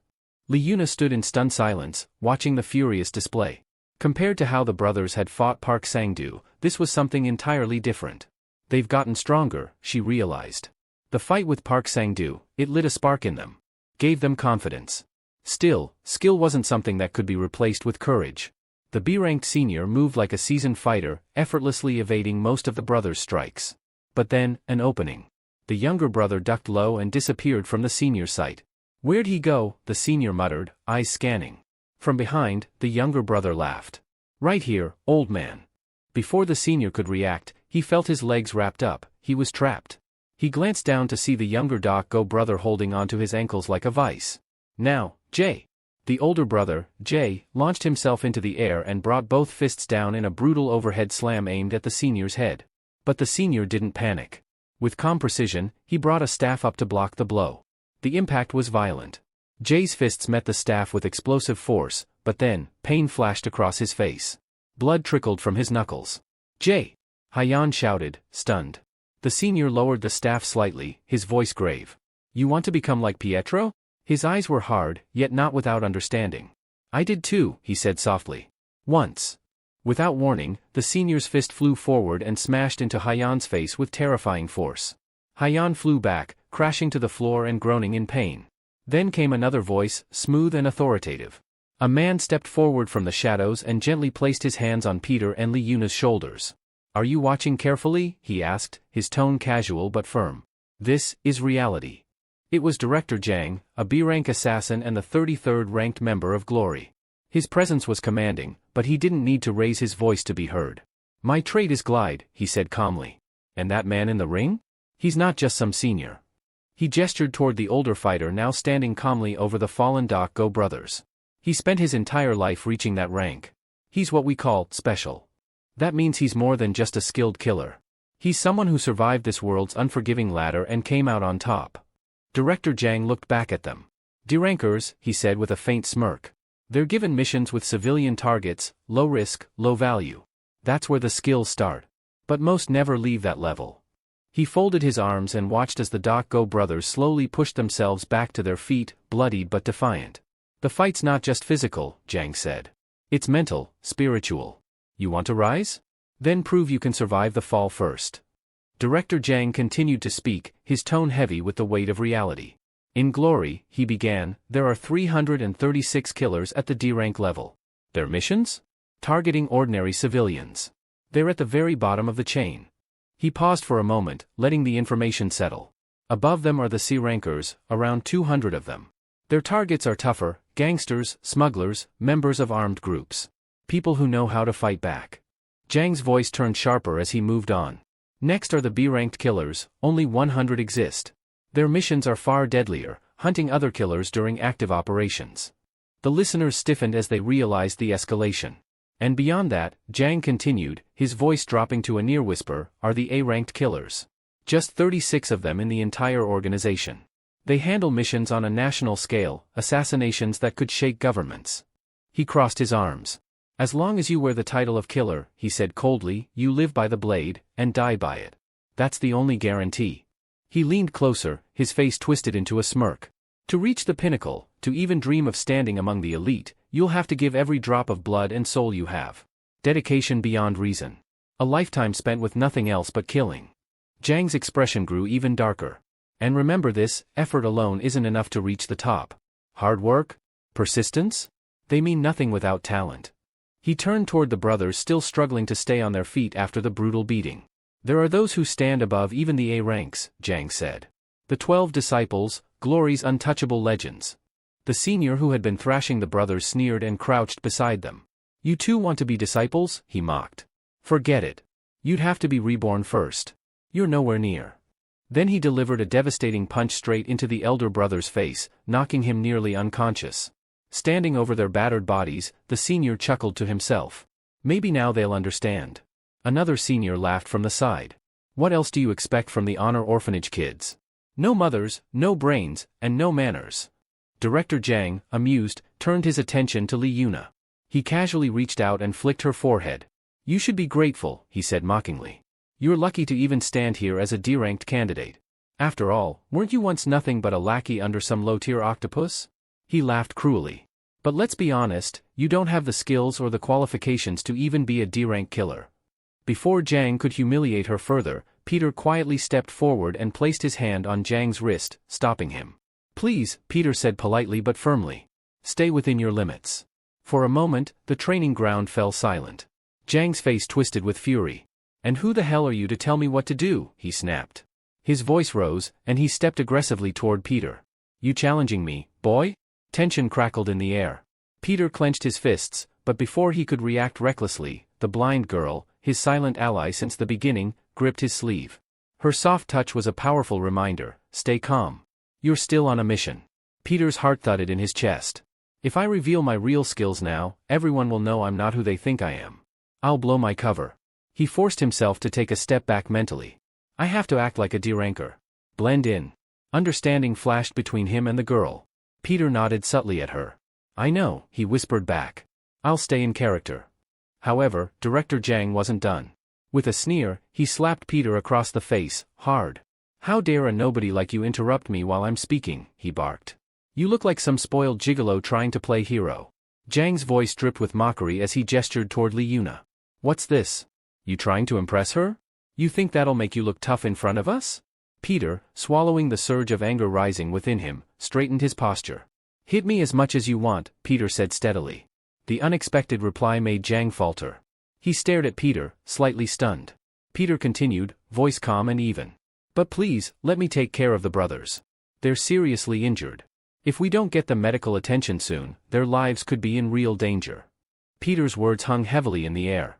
Even Jang, for all his cruelty, hesitated, torn between his pride and the harsh reality Peter laid before him. Peter clenched his fists lightly, bowing his head slightly in respect.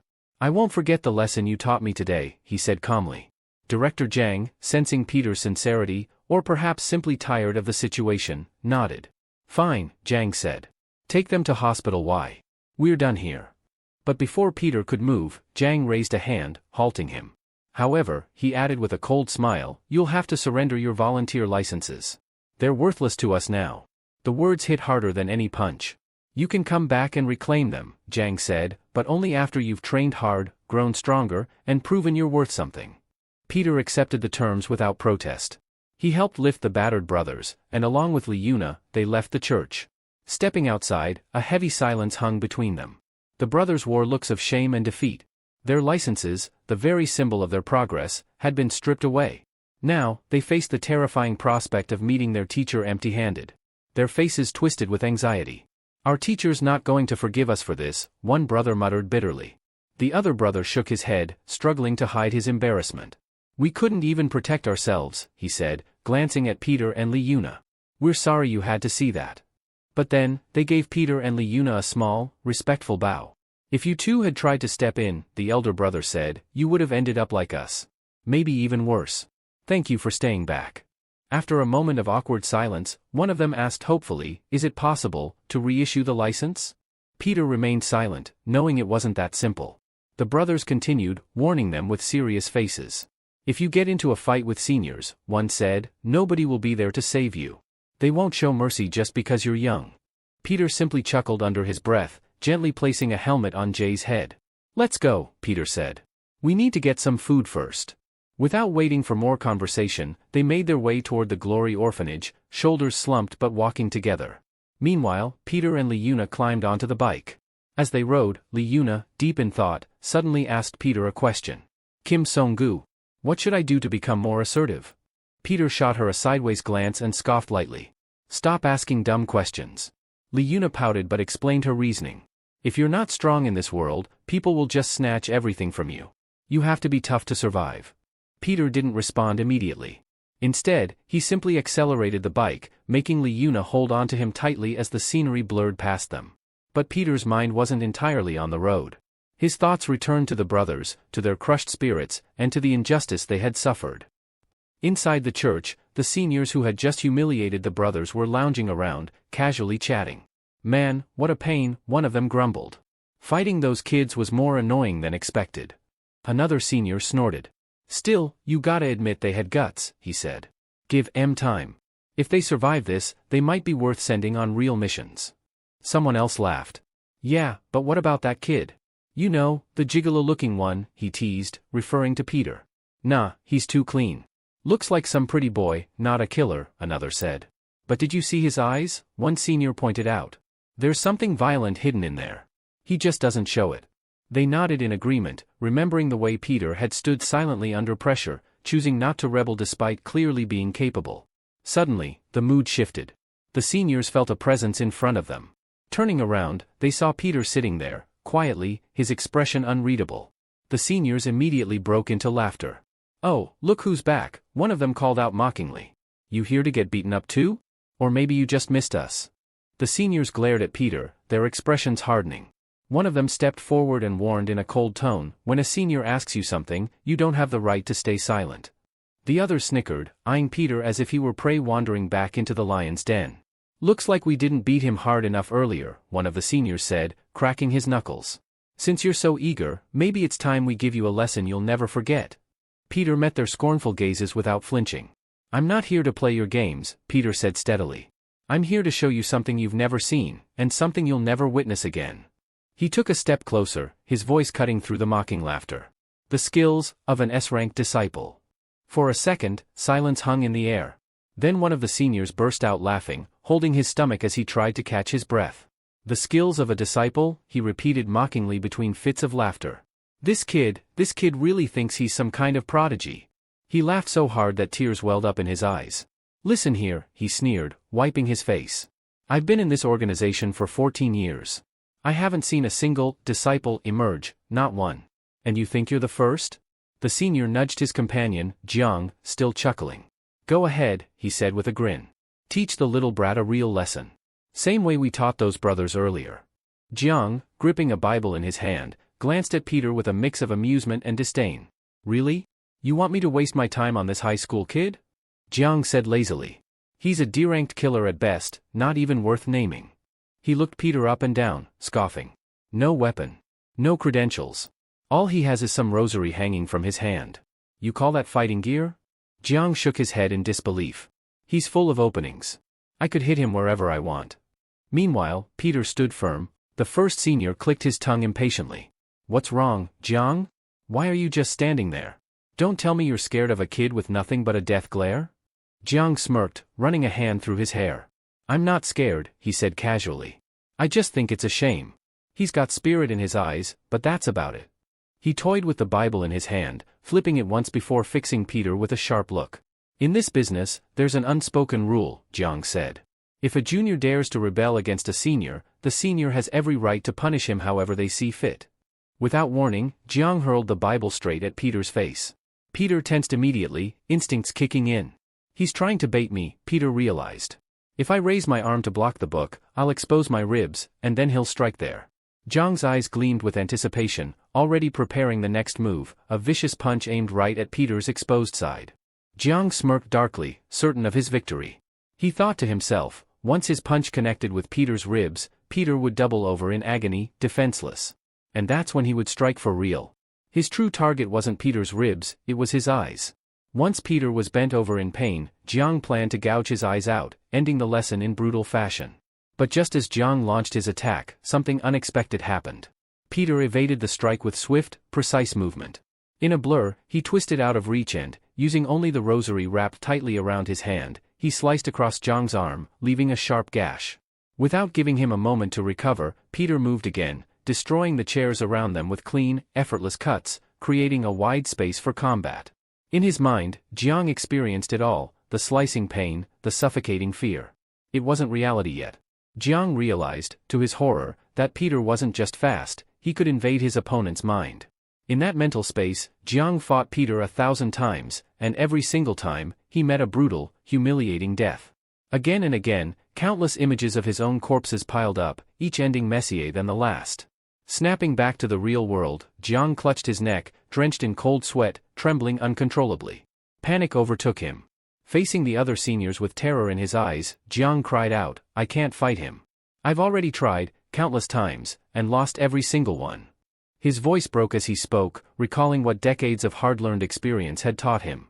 If you lose in your heart before the battle even begins, your opponent isn't someone you can defeat. They're on a completely different level. Jiang couldn't comprehend it. Peter wasn't someone who should even exist. Then, memories of what he'd done earlier that day came crashing down on him, how he had slapped Peter across the face in front of everyone, treating him like a nobody. What if Peter had come back to settle that score? Fear took over. Driven by desperation, Jiang stumbled toward Peter, fell to his knees, and grabbed Peter's hand. "I'm sorry. Please forgive me. I'll never disrespect you again." Jiang cried shamelessly, his face swelling from the slaps. Peter leaned in quietly, whispering into Zhang's ear, his voice like ice. I heard that sensing death is a basic survival instinct for a killer. Straightening up, Peter added in a calm, cutting tone. Looks like you've learned that lesson well. Without another glance, Peter turned and walked out of the church, leaving Zhang trembling on the ground, too afraid to even lift his head. Outside, a young woman with her loyal dog was waiting for him, anxiously pacing beside her car. The moment Peter appeared, she rushed over and grabbed his arm. Are you insane? She shouted. What the hell are you doing, going back in there and picking a fight with seniors? Are you trying to blow your cover? What if they figure out who you really are? Peter, unfazed, just gave her a small, almost amused smile. Relax. They won't figure it out. Still furious, she demanded, how can you be so sure? Peter replied calmly, think about it. They're B-ranked killers, and they just lost to someone they believe is a D-rank rookie. You think they'll ever admit that? He glanced back at the church, a hint of coldness in his eyes. It's too humiliating for them, Peter said. Who would dare spread the word that a bunch of veterans were defeated by an 18-year-old freshman? He swung a leg over his bike, ready to leave, while his friend still looked at him half in fear, half in awe. After speaking, Peter casually lifted his bike upright, slipped on his helmet, and glanced back at the girl. Tell me, he asked, voice light, if something like this happened to you, would you be able to talk about it? The girl shook her head, her expression tightening with worry. I was so scared for you that I had to come looking, she admitted, sighing heavily. The next day, the atmosphere at school was heavy with tension. In a private classroom, the Dako brothers sat stiffly before their furious instructor. The teacher's face was dark with rage, his voice sharp as a whip. Those IDs were your lifelines, he barked. How could you be so careless as to lose them? Sweat poured down the brothers' faces. They trembled under the teacher's wrath, their shame and fear palpable. But they were just imagining that. The door to the classroom creaked open. Zhang stepped in casually, his presence making the Dako brothers flinch instantly. Their eyes widened in alarm. What brings you here? They stammered, their minds immediately jumping to the worst possibility. Are you here to fight us again? Zhang raised a hand, cutting them off with an exasperated sigh. Quit calling me, sir, every 2 seconds, he said, almost annoyed. We're not in the army. The brothers stiffened, unsure how to respond. Zhang then reached into his jacket and pulled out 2 items, tossing them lightly onto the desk. I'm just here to return your IDs. The Dako brothers blinked in shock before hurriedly snatching up their volunteer IDs, clutching them as though they were sacred treasures. Relief flooded their faces. Hyung grinned sheepishly and said, We really thought you were a bad guy. Guess we had you all wrong. You're actually a pretty decent dude. Zhang only shrugged, then turned to leave.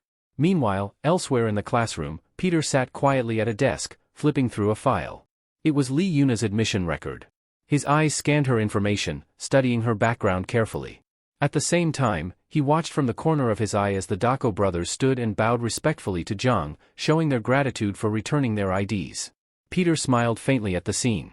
In his mind, he made a mental note. I should find Lee Yuna today and hand over her volunteer card. But scanning the room, he realized he hadn't seen her yet that day.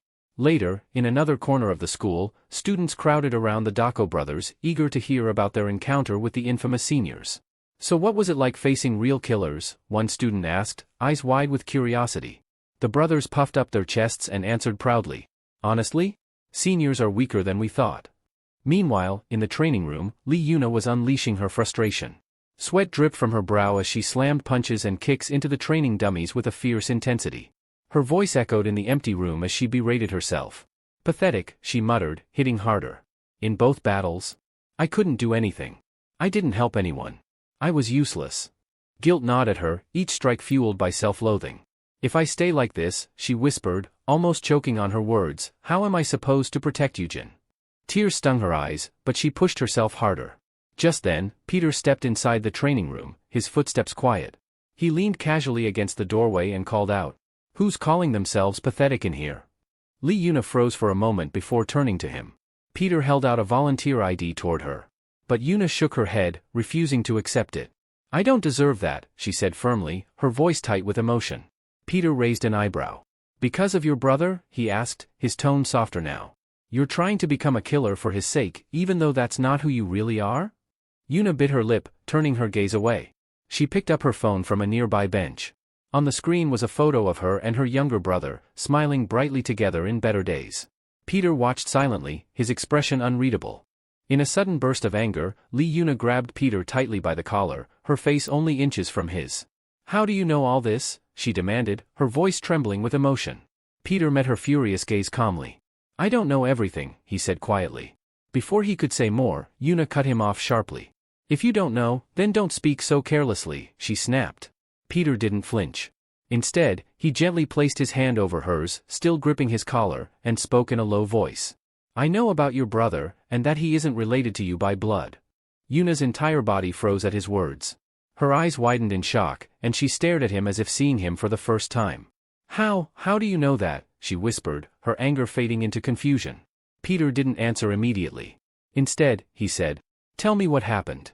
Tell me the truth about you and your brother." Yuna's hand slowly slipped away from his collar. Her shoulders sagged as if an invisible weight pressed down on her, and after a long, painful silence, she began to speak.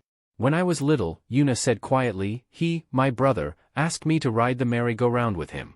He looked at me with so much hope, asking if we could ride together, because we were family." Her voice cracked as she remembered. "But I pushed him away. I refused. I told him he wasn't my brother. I left him standing there alone." Her mind drifted further back, to the day she came into the world. "I was abandoned by my parents, left inside a locker at a subway station on the day I was born," she continued. "If no one had found me, I would have died there without even knowing the world. Fortunately, someone had sent her to an orphanage. There, I had food. I had clothes. But I was never truly at home. I didn't trust anyone. I didn't want to make friends or build a family. I thought being alone was fine. Better than being hurt again." Her hands clenched into fists. "Sometimes, I wished I could just die and end it all." Yuna's memories grew darker. She remembered lying in a hospital bed, her body battered and broken. "I was shot during a mission," she said. "I was bleeding out, and there wasn't enough blood at the orphanage's medical center to save me." She remembered overhearing the adults' cold conversation, as if she was already dead. "They said there was no blood left for me. That sending me to a better hospital would be too costly. They talked about throwing me away, like garbage." Yuna's eyes shimmered with unshed tears. "They said they had many kids like me. That the funding for the orphanage was shrinking, and I was just another burden." She recalled the moment her brother, Lee Yujin, stormed into the room. He came, he told me to leave with him. He told the teachers to stay out of it and wait outside. He was just a kid too, but he stood up for me. Yuna swallowed hard. "I thought maybe I deserved to die back then. That I should have just let go." She closed her eyes, the memory overwhelming her. I knew that place would destroy me one day. I was just waiting for it. It took longer than I expected, but it finally came for me." In her mind, she saw herself lying back on the hospital bed again, the doctor leaning over her. "It's a miracle you're alive," he said with amazement. After waking up, however, Lee Yujin was nowhere to be found. "I searched for him everywhere," she whispered, her voice barely audible. "I asked the other kids, but they told me he left. Disappeared. They said he was too stubborn. Even when the teachers tried to stop him, no one could." Her voice broke completely then, and a deep, aching silence filled the room. Peter stood there quietly, listening, understanding more than he let on. Her younger brother, Lee Yujin, had once said it so plainly. "I have to save my Nuna." He had called her by that affectionate title, Nuna, as if it was the most natural thing in the world, even though they weren't connected by blood. For Yujin, it didn't matter. If saving her meant putting his own life at risk, then so be it. After hearing those words, Yuna had run desperately from place to place, searching for her brother, but it was already too late. Meanwhile, Yujin was lying weakly on a hospital bed, pale and fragile, asking the doctors one simple question. "How is my sister?" It was clear now, Yujin had donated his blood to save her life. Yuna had raced to the hospital, her mind spinning with guilt and sorrow. She had once believed she was utterly alone in the world, but Yujin had always been by her side, silently, stubbornly, protecting her when she thought no one cared. He had given everything for her, even when she pushed him away. In another scene, the hospital's cold reality reared its head. A doctor spoke bluntly to a colleague about the costs. "Do you know how expensive blood coagulants are? One pack costs 170,000 won." Yujin had needed to be fed every 5 hours just to recover. The doctor grumbled that Yujin was like a ghost draining all their resources. In a callous voice, he suggested they should abandon the boy to save money. At that moment, Lee Yuna appeared, battered and wrapped in bandages, but standing strong. She slammed into the doctor, her eyes fierce with determination. "Please," she cried out, ignoring her own pain. "Don't throw him away. I'm fine, I can work." I'll pay whatever it costs for his treatment. For the first time in her life, Yuna had found someone, worth living for. It didn't matter that Eugen wasn't her real brother. It didn't matter if they didn't share the same blood. He was her family. I will do anything to save him, she declared, her voice trembling but steady. Peter quietly released his collar from her grip, sensing the heavy emotions hanging between them. I guess I stuck my nose into something I shouldn't have, he muttered, turning to leave. But I'm going to keep doing it anyway. Before he could walk away, Yuna grabbed his arm. You're the strongest person I've ever met, she said earnestly, almost pleading. Can you please help me get stronger too? At that moment, she wasn't thinking about pride or appearances. She just wanted the strength to protect those she loved. Realizing how emotional she had become, Yuna quickly tried to recover. She cleared her throat and said more formally, I'd like you to become my teacher. I want you to train me. Peter, surprised by her sudden shift, raised an eyebrow. So this is how you ask for favors? He teased. Yuna crossed her arms, trying to act composed. I'm doing fine even without a proper teacher like you, she said, but the blush on her cheeks betrayed her bravado. Just as she was about to turn away, Peter called after her. I'll think about it. Yuna spun around excitedly, misunderstanding his casual tone. Really? Then, can I call you teacher now? Peter smirked. Having a student like you would be a nightmare, he muttered under his breath. Hearing him, Yuna pouted slightly and demanded instruction right then and there. Peter folded his arms and studied her for a moment. You should really think about this, he said seriously. You're weak. You don't have a strong build. You get scared easily. Your temper is a mess. Each word hit her like a blow, but she refused to back down. And honestly, all those are the worst traits for someone who wants to become a killer, Peter continued. Yuna's heart sank, until Peter added with a small, rare smile. But you have something more important than strength. Yuna blinked, confused. You have the eyes of a killer. She stared at him, stunned. Peter explained. That night at the octopus restaurant, I was watching you. While chaos erupted around you, you didn't look away.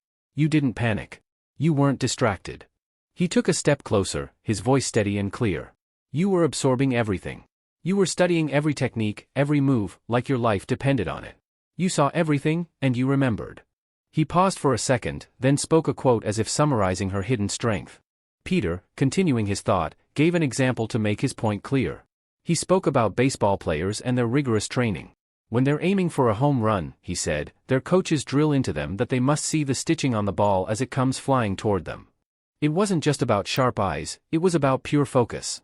Yuna, hearing this, couldn't help but think Peter was praising her. A small sense of pride began to bloom in her chest. But Peter immediately clarified, his tone unwavering.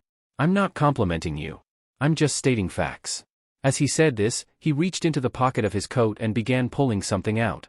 There's a weapon, Peter continued, that can turn all your weaknesses into strengths. A weapon perfectly suited for someone like you. He held the object for a moment longer before tossing it to her. Yuna caught it instinctively. If you learn to wield it properly, he added, you won't even need a teacher to become something incredible. This will make you a true killer. The scene then shifts. Elsewhere, the Dako brothers were in high spirits. They sniffed the crisp bills they'd just received, practically intoxicated by the smell of money. Hearing that they would now earn $1 million every week for their official work as killers, they couldn't contain their excitement. Imagining even bigger rewards if they became full-fledged disciples, they laughed and fantasized about all the luxury they could afford. Peter observed them from a distance, half listening, half lost in thought. Disciples, he mused, don't care about money anymore. They live like kings, buying anything they want without hesitation. Interrupting their dreams of wealth, Peter asked casually. By the way, I don't see Yuna around. Where's she gone? The brothers quickly answered. She's probably at her part-time job. Same as always. For the past 2 weeks, she's been cleaning. Cleaning? Peter raised an eyebrow. Yeah, one of the brothers nodded. Cleaning up after killer missions. You know, getting rid of traces, blood, evidence. That kind of stuff. They explained further that Yuna seemed strangely unfazed by the grim work. It's like she was born for it, they said. She can handle the bad stuff without even flinching. Peter fell silent, piecing it together. Now that Yuna was an official killer, she was entitled to her weekly $1 million without lifting a finger. She didn't need to scrape by anymore. So why was she still working? Deep down, Peter realized the answer. She wasn't doing it for herself. She was desperately trying to earn more, for her brother's sake. Every extra one she earned could go toward saving his life. Besides that, the brothers added with a laugh, She's been saving money on meals too. Overeats during lunch because it's free. Skips out on spending afterward. They snickered among themselves, teasing Peter. Kim Sung-gu, you should take a page out of her book if you want to get rich too. Hyun chimed in with a dramatic sigh. No, he needs to listen to me if he ever wants to be wealthy. But then they all laughed, admitting that Peter's aloof attitude was part of his charm. He's so cool when he completely ignores us. Peter, meanwhile, thought silently to himself. There's no way Lee Yuna would ever waste such a large sum of money on herself. Everything she did, every choice she made, was for someone else. It was clear now, Lee Yuna was hiding something important about her brother. Shortly after, she sent a text message to the Dako brothers, asking them to bring her a scarf. They stared at their phones in disbelief. A scarf, they muttered. In this heat?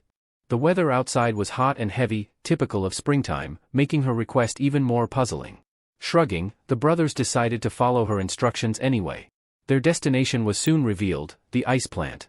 As they entered, a wave of freezing air blasted into them, making them shiver uncontrollably. Their teeth chattered, and they hugged themselves tightly, wondering why Lee Yuna had dragged them into such a place. Hey, Lee Yuna, one of them called out, teeth still chattering. Don't forget, we're officially earning $1,000,000 every week now. Let's hurry up and get out of here. Hearing those words, Lee Yuna froze, her eyes wide with shock. She couldn't believe what she had just heard. $1,000,000 every week? Not long ago, she couldn't even afford a simple meal at the cafeteria, and now she was making more than she had ever dreamed of. Still stunned, she pulled herself together when the brothers asked her why she was hanging around this icy warehouse. I'm here for training, she answered firmly. The brothers burst out laughing, teasing her. Training? You sure it's not another part-time job? Gritting her teeth, Yuna insisted. It's training, not a job. Curious, they pressed her for more details. What exactly are you learning in a giant freezer? They joked. Breaking ice blocks with your bare hands? Not exactly, Yuna replied, pulling out the item Peter had given her earlier. It was a rope dart, a traditional weapon from wushu martial arts. She explained that the rope dart worked by wrapping the rope around the body and then throwing the dart at high speeds toward the enemy. The faster the spin, the more forceful the strike. Its beauty lay in its unpredictability, the enemy would never know from where the attack would come, and its speed and strength were devastating. The brothers weren't impressed. Wouldn't it be easier to just use a gun? One of them scoffed. Yuna smirked. Guns are powerful, sure, she said. But with this weapon, I can shatter an entire ice block in one clean shot, and this is just a practice tool. Still not convinced, the brothers grumbled. A gun's better. One shot, one kill. But she remembered Peter's words. True, he said, 1 bullet equals 1 kill.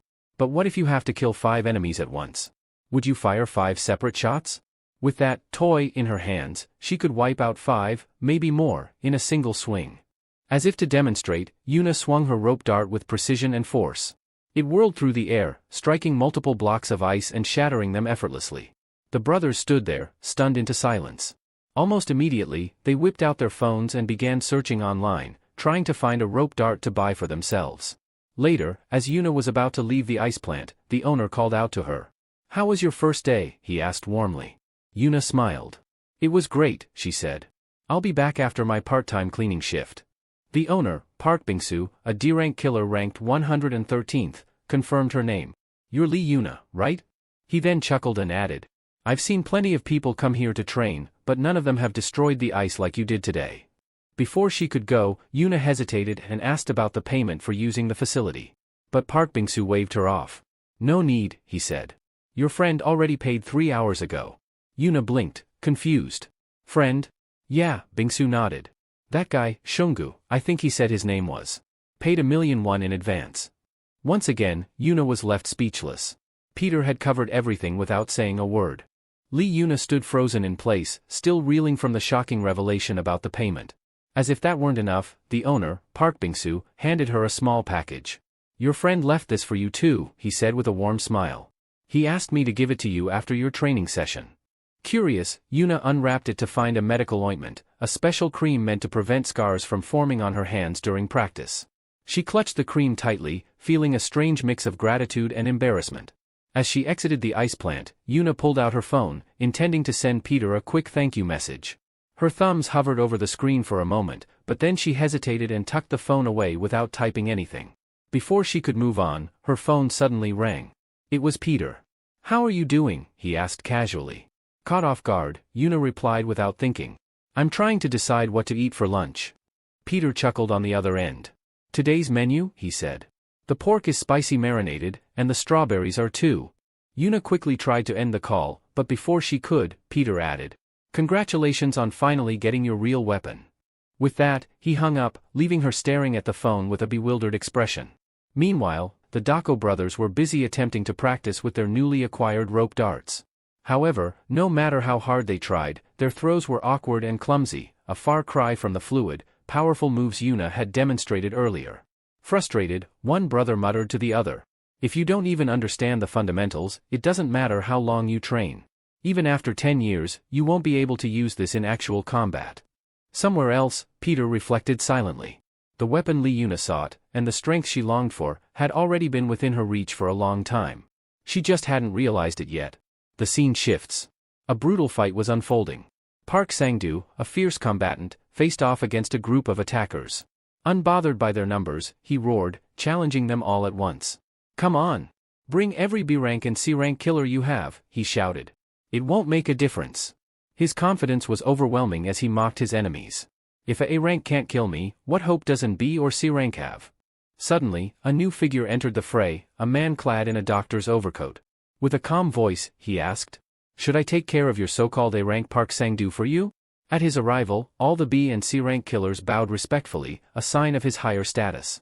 Park Sang-doo's arrogance vanished instantly. His eyes widened in fear, and he even dropped his knife to the ground. The man in the doctor's coat stooped down, picked up the knife, and smiled coldly. You like making bets, don't you? He said. Let's make one. He continued, explaining that while Park Sang-doo was close to advancing to S rank, he was still no match for a true disciple. The threat was clear. In fear, Sang-doo muttered the name, Disciple Nathaniel.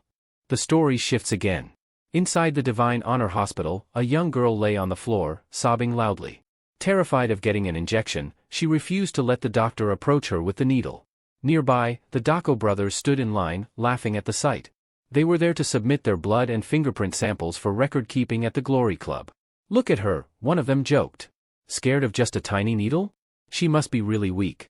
They chuckled, feeling smug about their own bravery. Peter was also at the hospital, waiting for his turn, but his nerves were frayed for a very different reason. He wasn't afraid of needles. He was terrified that the blood test would uncover his real identity. The receptionist at the front desk explained the process in a matter-of-fact tone. When a new killer joins the Glory Club, they must undergo a thorough physical examination, including blood and fingerprint collection, to register their biological data. Once recorded, this information was used to track them, permanently. The real purpose was sinister. The organization could use this data to enforce loyalty. If anyone ever tried to defect or betray the Glory Club, their caller could locate them instantly, and seal their fate. The receptionist then asked Peter for his date of birth. He almost answered truthfully, but caught himself just in time. He quickly lied, giving the birth date of the false identity he had assumed, Kim Song-gu, born in 2005. Sweat trickled down his neck as he waited, anxiety gnawing at him. When the nurse finally called his name, Peter stood up stiffly and walked toward the blood collection room. He knew the truth. Peter's DNA, his real DNA, was already somewhere in Glory's databases. And now, with Kim Song-gu's sample about to be taken, the match would be inevitable. After the blood draw, Peter didn't stick around. He immediately went to visit his secret ally, the blind girl who had been helping him in the shadows. He confessed what had happened. I gave the blood sample, he admitted. They'll know it's me. The girl's face twisted in disbelief. Then, without warning, she began hitting him in frustration. You idiot, she yelled. First, you go pick a fight with B-rank killers, and now this? Giving them your blood? You might as well be shouting from the rooftops that you're Peter. Peter simply stood there, letting her vent, the weight of his choices heavy on his shoulders. The blind girl couldn't believe what Peter was suggesting. To her, it was as if he was practically inviting the Glory Club to come and kill him. You're asking for death, she yelled, furious. Peter, however, seemed oddly thoughtful. Instead of reacting, he latched onto something she said, advertising himself. It was as if a light bulb went off in his head. The girl narrowed her eyes, sensing he was plotting something but unable to read his mind. Are you seriously planning your own funeral now? She demanded. Peter smiled faintly and shook his head. No, he said calmly. I'm not planning to let them find me. I'm planning to make them chase something else entirely. He then revealed his reckless plan. His idea? To blow up the hospital itself. The girl stood there, frozen for a moment, too stunned to even speak. Then she snapped out of it and began hitting Peter with her fists in exasperation. "Are you insane?" she cried. "Have you finally lost it because you're getting old?" She went on to explain the gravity of his crazy idea. "That hospital, Seoul Divine Honor General Hospital, isn't just any hospital," she said, her voice serious now. "It's one of Korea's biggest facilities. On the outside, it looks like a normal, reputable hospital. But you and I both know what it really is." She lowered her voice, almost whispering. "It's where the Glory Club hides all their dirty secrets. Masking assassinations as accidents, eliminating injured killers, covering up corpses. It's a hospital built by killers for killers." Peter listened intently but didn't back down. He calmly pointed out that their real goal wasn't to destroy Glory's infrastructure, it was to wipe out the DNA and fingerprint database stored inside. As long as that information existed, he would always be one step away from being exposed. "I have no choice," he said firmly. "If I want to survive, I need to take down their data center." After a long, tense pause, the blind girl finally gave a resigned sigh. "Fine," she muttered. "I'll help you." But she had one final warning. "Do you know who's running that hospital now?" she asked. Peter's expression hardened as she continued. "A disciple," she said. "One of Glory's strongest. His code name is Nathaniel." Peter's mind flashed back. Nathaniel wasn't even considered human by most. In the past, he had been celebrated as a prodigy, a doctor so talented that people said God himself must have sent him to Earth. But after a catastrophic medical accident, he disappeared from the public eye, and re-emerged under Glory's shadow. The girl reminded Peter of a particular incident, one that left an unforgettable mark on everyone who heard about it. The Rio de Janeiro massacre, 4 years ago. She painted the picture for him. In Rio, a police officer returning to his station noticed something bizarre. Lines of clothes drying on ropes, but the clothes looked strange. Curious, he stepped closer and nearly vomited from shock. Hanging on the ropes weren't clothes, they were human corpses. The bodies swayed gently in the breeze, a grotesque mockery of a laundry line. After identifying the dead, the authorities realized they were all infamous gang members. Apparently, several rival gangs had gathered in one spot and clashed violently. The Brazilian military police had been dispatched to seize the area, ordered to take down anyone who resisted. A full-scale operation named Guerra OW, War on Crime. As the police approached the scene, tension was high. One wrong move could mean death. The captain cautiously cracked open a door, and a wave of gunpowder smell hit him.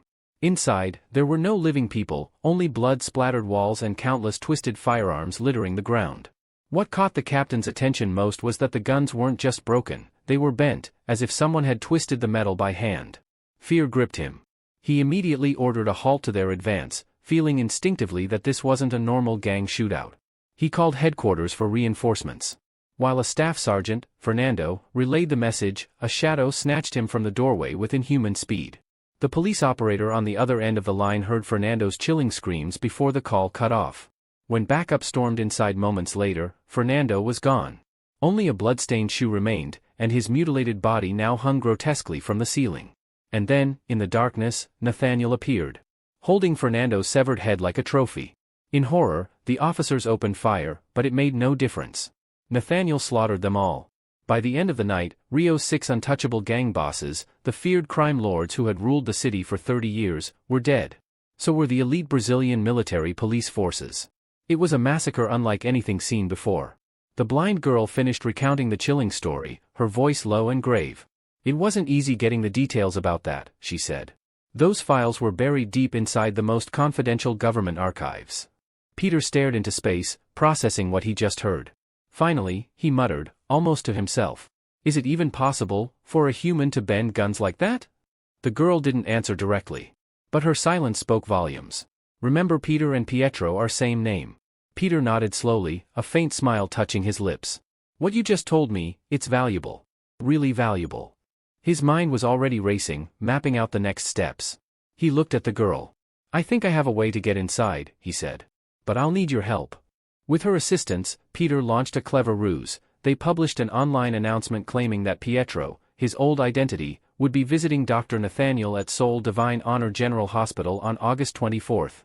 Meanwhile, elsewhere, a hacker working with them was finishing up his part of the plan. He leaned back from his monitor, speaking to the girl through a secure channel. "Per your request, I've breached the Glory Club's internal server," he said. "I uploaded the advertisement that Kim Sung-gu made. But honestly, I have no clue if it'll even work. He sounded skeptical. If the Glory Club catches wind of who really posted this, you're screwed, he added grimly. You're risking everything for that 19-year-old freak. Are you sure he's worth it? The girl responded without hesitation. I've never seen anyone like him before, she said. In 50 years, he hasn't failed a single mission he personally planned. Not one. Cut to the hospital. Inside Seoul Divine Honor General Hospital, the staff and hidden killers were buzzing with conversation. The name Pietro spread through the halls like wildfire. Could it really be him? Pietro's alive, one of them whispered, eyes wide. Some were skeptical, others thrilled, but all were intrigued. Soon, Glory Club issued orders, deploy forces to capture Pietro. Most of those sent were D-rank killers, the kind used for low-risk jobs. Even they were confused. How the hell are we supposed to handle a disciple like Pietro, one muttered. He may be old and sick, but come on, Pietro? Another responded cynically. We're not really here to fight him. We're just the gatekeepers. The real muscle is already here. They turned their attention to a different group, foreign killers brought in for backup. Some of them were recognizable, notorious Brazilian mercenaries, known for their brutality and track records in underworld killings. Their leader? A violent figure operating under the codename Agents Funerarios, the Undertaker agents, Nathaniel's personal death squad. Excitement ran high among the lower-ranked killers. Seeing both Pietro and Nathaniel, two disciples, in the same location felt like witnessing a legend unfold. This is going to be huge, one said. A clash of titans. My bet's on Nathaniel though. Pietro's old. He's sick. He's not the monster he once was. But even so, they felt conflicted. No one really wanted to see Pietro die. He was still a legend, a symbol of strength and rebellion, a hero in their eyes. Yet they all knew, with his face plastered all over the hospital now, there was no walking out alive. Meanwhile, someone, likely a handler from within the operation, stood before the other killers, giving orders. If any of you spot Pietro, do not engage directly, he instructed. Treat him with respect. Let him come closer, drop his guard. Then, hit him with this. He held up a special tranquilizer gun. This thing could knock out an elephant in under 3 seconds. He emphasized one final point. If you see him, ring the emergency bell immediately. Report his exact location. The ranked killers will handle it from there. From a distance, Peter watched it all unfold. A smirk played across his lips. How ironic, he mused. Pietro is coming to capture Pietro.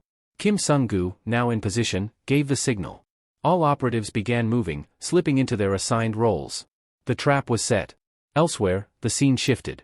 Inside a private and opulent spa facility deep within Glory Club's main headquarters, several high-ranking executives lounged in steaming hot water. Among them was the Deha Group's chairman, Choi Yoon-chang.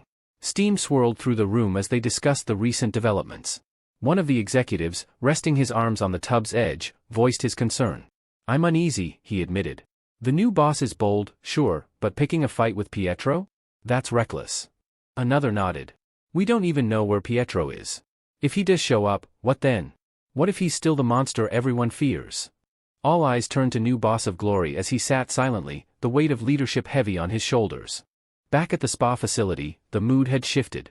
One of the Glory Club executives leaned in toward the boss, his tone low but urgent. Everyone here knows what Pietro is capable of, he warned. We shouldn't make this more complicated than it needs to be. If you're going to take him down, then do it quickly. And if capturing him fails, let it go. Don't risk everything on this. The room fell silent for a moment before the boss casually leaned back and replied. I've already considered that, he said with a smirk. But I'll proceed as planned. He glanced over at one of the older officers seated nearby, then suddenly grabbed the man's head and shoved it beneath the surface of the hot water. Still, Glory Boss said coldly, you seem to have forgotten where you are, and with whom you're sitting. The old man's body thrashed briefly in the steaming tub. If you're the so-called army chief of staff, maybe you should have been better at reading the room, the boss continued with a sneer. Should have retired with some grace.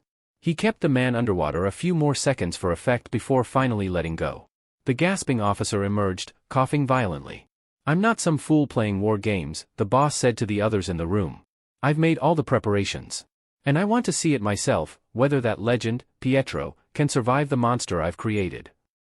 Elsewhere in the hospital's human resource department, Peter, still using his alias Kim Sung-gu, was playfully gripping the head of a tired staff member. He rotated the man's neck, causing a series of sharp cracks. The HR staffer groaned, then let out a surprised sigh of relief. That actually felt amazing, he admitted. Where did a young doctor like you learn that trick? Peter gave a light smile. It's not a technique really. Just something I've picked up. Comes with the job. Then his tone shifted.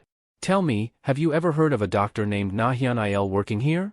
The man furrowed his brow, puzzled. Nahyan? No. That name doesn't ring any bells. Peter stepped away, eyes narrowing thoughtfully. So, he doesn't exist here. Did he change his name? Or, go underground? He murmured to himself as he walked out. Either way, I'm certain about one thing, disciple Nathaniel is in this hospital. Somewhere. It had now become a race. A silent competition. Who would find the other first, Peter or Nathaniel? Just then, two brothers, Glory Club operatives, spotted Peter and approached. Hey, what are you doing here? One asked. Peter brushed off their question and instead asked, Where's Lee Yuna? She's not assigned to this mission, the other replied. She's too low in rank to be part of the Pietro operation.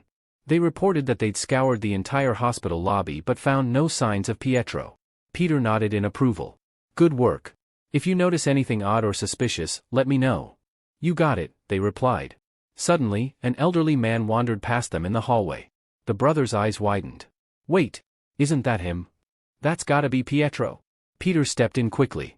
That's not him, he said calmly. That old man just looks like him. But the brothers had already rushed over and grabbed the elderly man. Are you really Pietro? They asked, their voices filled with awe. The man stared at them in confusion. What on earth are you talking about? I'm just here for a checkup. They ignored him and started pulling him away. Let's get you out of here, quietly, one of them whispered. The old man protested. I'm here for treatment. Please, let me go. A nearby nurse turned to Peter. Do you need a syringe? For a blood sample? Peter glanced at her. No. That won't be necessary. I've already handled it. The old man tried again to reason with the brothers, but they hushed him, attempting to avoid drawing attention. Then, by pure chance, Lee Yuna collided with one of the brothers, Hyun. Hey, are you blind or something? He began irritably, before freezing. Wait, Lee Yuna? What are you doing here? She didn't stop. I'm here to visit my younger brother, she said quickly, brushing past them. Peter watched her go and silently noted the real reason for her presence. A familiar voice reached his ear. It was the blind girl, his secret partner. Isn't it time you thought about your junior? She asked softly. Peter sighed. You really do know me. Have you figured out how to recognize Nathaniel yet? Peter frowned. No. HR didn't have anything. Still working on it. He's not revealing himself, and I can't blow my cover. It's a battle of patience. While contemplating his next move, Peter crossed paths with a new threat, Rodrigo, a former Agents Funerarios mercenary and now a B-rank killer sent to catch Pietro. Rodrigo spotted Peter and smirked mockingly. Well, if it isn't one of Glory's D-rank clowns. What are you doing here? Peter, keeping his calm, introduced himself. Just passing through, he said smoothly. But internally, his mind raced. This might be my chance. Nathaniel won't reveal himself, so I'll make him come to me. Peter turned to his blind partner. Time to use that technique? She nodded. Whenever you're ready. Moments later, Rodrigo sat resting in a private room. Suddenly, a man dressed in surgical scrubs and a mask entered. Rodrigo squinted. Who the hell are you? Peter replied coolly. Your operating surgeon. D-rank killer Kim Sung-gu. Recognition dawned on Rodrigo. Get lost. Go hunt down Pietro, idiot. But Peter stepped closer. I'm not here for Pietro. I'm here to find disciple Nathaniel. Now, tell me where he is. Rodrigo growled, slamming his bat on the bed frame. You're a D-rank. Who do you think you are asking about Nathaniel? Peter remained composed. If a killer is asking about someone, it's only because he intends to kill him. You know that. Without warning, Peter struck first. Rodrigo grinned as he deflected. Finally. I was getting bored. Let's make this interesting. Elsewhere, in the hospital's control center, a panicked technician burst into his supervisor's office, gasping for breath. Professor. Sir. There's something you need to see, right now. The professor, noticing the panic on the control room technician's face, sternly asks why he's yelling. Without saying a word, the man hands over a tablet showing surveillance footage. The video is from the orthopedic surgical suite located on the third floor of the eastern building. In it, Peter dispatches Rodrigo, a B-rank killer, with terrifying efficiency, completing the kill in under 10 seconds. Staring at the footage, the professor's eyes widen with realization. There's no doubt in his mind anymore, this mysterious doctor is Pietro himself. He immediately demands to know Pietro's current whereabouts. The technician responds nervously, explaining that the security team is actively tracking him, but there's a bigger problem: all surveillance data across the hospital is being erased in real time. Their IT team lacks the expertise to halt it. Despite the alarming news, the professor is visibly thrilled. The elusive Pietro is finally here, and he's closer than ever. Nearby, the room contains several large cylindrical glass containers, each one housing the preserved corpses of Nathaniel's former victims. Among them stands one special container, empty, yet clearly intended for Pietro. Meanwhile, Peter, still in disguise, reflects on his plan. He had used advanced tech to age his appearance, making himself resemble an older version of Pietro. From facial expressions to the details in the wrinkles, everything was meticulously replicated. Secretary Kim confirms the illusion worked flawlessly. Their goal? To lure Nathaniel into revealing himself. Both Peter and Jaiwan are confident that it's only a matter of time before their trap draws him out. Jaiwan wonders aloud what Peter's next move will be. Calmly, Peter says he'll remain patient, waiting for Nathaniel to make the first visible move. The scene shifts to a different setting. Li-Yuna sits alone at a cafeteria table, munching on a burger while glancing down at her phone. She just received a message from the hospital's front desk. Assuming it's a reminder about her overdue payment for her younger brother's treatment, she brushes it off, until she reads further. It turns out the professor himself has requested to meet her personally. A car has even been dispatched to Divine Honor High School to pick her up. Startled, Li-Yuna wonders what the professor could possibly want with her. Could he have discovered what happened at the octopus restaurant? The thought worries her. If he knows, then not only is she at risk, but Kim Sung-gu might be in danger as well. She considers avoiding the meeting altogether. Despite the anxiety swirling inside her, she continues eating her burger. Suddenly, Peter approaches from behind and taps her shoulder gently. The contact startles her. She reacts as though she's just seen a ghost. Nervously, she stammers that her mother is waiting and she needs to leave. But Peter gently presses her back into her seat and, with a smile, reassures her. "I'm Kim Sung-gu. I came here to eat too," he says casually. Flustered, Li-Yuna replies that she'd rather go eat somewhere else. Peter, pretending to be friendly, claims he accidentally ordered 2 meals and insists she take one. She hesitates. After all, this place requires a minimum order of 2 chickens, so his excuse sounds plausible. He continues, "I'm actually waiting for someone. I just came early." Curious, Li-Yuna asks who he's meeting. Peter's expression turns serious as he declines to share, stating that revealing the identity could cause unnecessary complications. Then, casually offering her a piece of chicken, he urges her again. She initially tries to decline, but he nudges the meal box toward her. "Accepting the food is enough," he says softly. Eventually, she gives in, agreeing to eat just a single piece before leaving. However, as time passes, she ends up finishing the entire meal. Peter raises an eyebrow, teasing, "So you were going to leave after just one piece, huh?" After finishing her meal, Li-Yuna wiped her hands and looked at Peter with curiosity and caution. She asked him once again who exactly he was here to meet. Then, narrowing her eyes slightly, she added a more direct question: why he was really at Divine Honor General Hospital. She admitted that Peter probably wouldn't trust her, especially after their first encounter where she had been with Octopus. But she wanted to be honest. She mentioned something she had observed, his connection with his grandfather. Then, with a somber tone, she revealed a painful truth. "I may not be of much help since we don't know where he is, but I can tell you one thing. Your grandfather was shot while shielding me. I don't know if he made it out alive." Peter's expression tightened. He didn't want her getting involved any further, but he couldn't ignore the opportunity. He told her straight, he was looking for disciple Nathaniel. Peter believed that at some point, Li-Yuna might have crossed paths with him in this very hospital. To jog her memory, he pulled out his phone and showed her a photo. "This is the man I'm looking for," Peter said. "You aren't part of the drafted group that's hunting Pietro. I think you were called here separately, to meet this man." Li-Yuna studied the image and shook her head slowly. "He's not a Nathaniel? The real Nathaniel. Honest, careful, and dangerous." Before Peter could respond, their conversation was interrupted. A group of hospital staff approached quickly, speaking sternly to Li-Yuna. "Why are you walking around alone? You know it's not safe. Pietro is confirmed to be inside the building." Peter smirked internally. His trap had worked. Pietro's presence had stirred panic. One of the men, Nathaniel himself, stepped forward and told Li-Yuna to remain in her ward until further notice. He promised to send someone to escort her to his office after his rounds. As he turned to leave, Nathaniel noticed Peter sitting across from her. He paused and asked, "Who is this man?" Everyone turned to Peter. Tension crackled in the air. Li-Yuna feared that if these two clashed, it would erupt into a disaster. But Peter calmly stood up, surprising everyone with a deep bow. With a respectful tone, he extended his hand. "It's an honor, Professor Nathaniel. My name is Kim Sung-gu. I'm a D-rank killer, and I've come to assist in capturing Pietro." Nathaniel eyed him for a moment, unmoved. Peter continued, "It's a rare privilege for someone of my rank to meet a disciple like you. If you'll allow me, I will personally bring Pietro's head to you." Nathaniel gave no reply but motioned for Leuna to return to her room.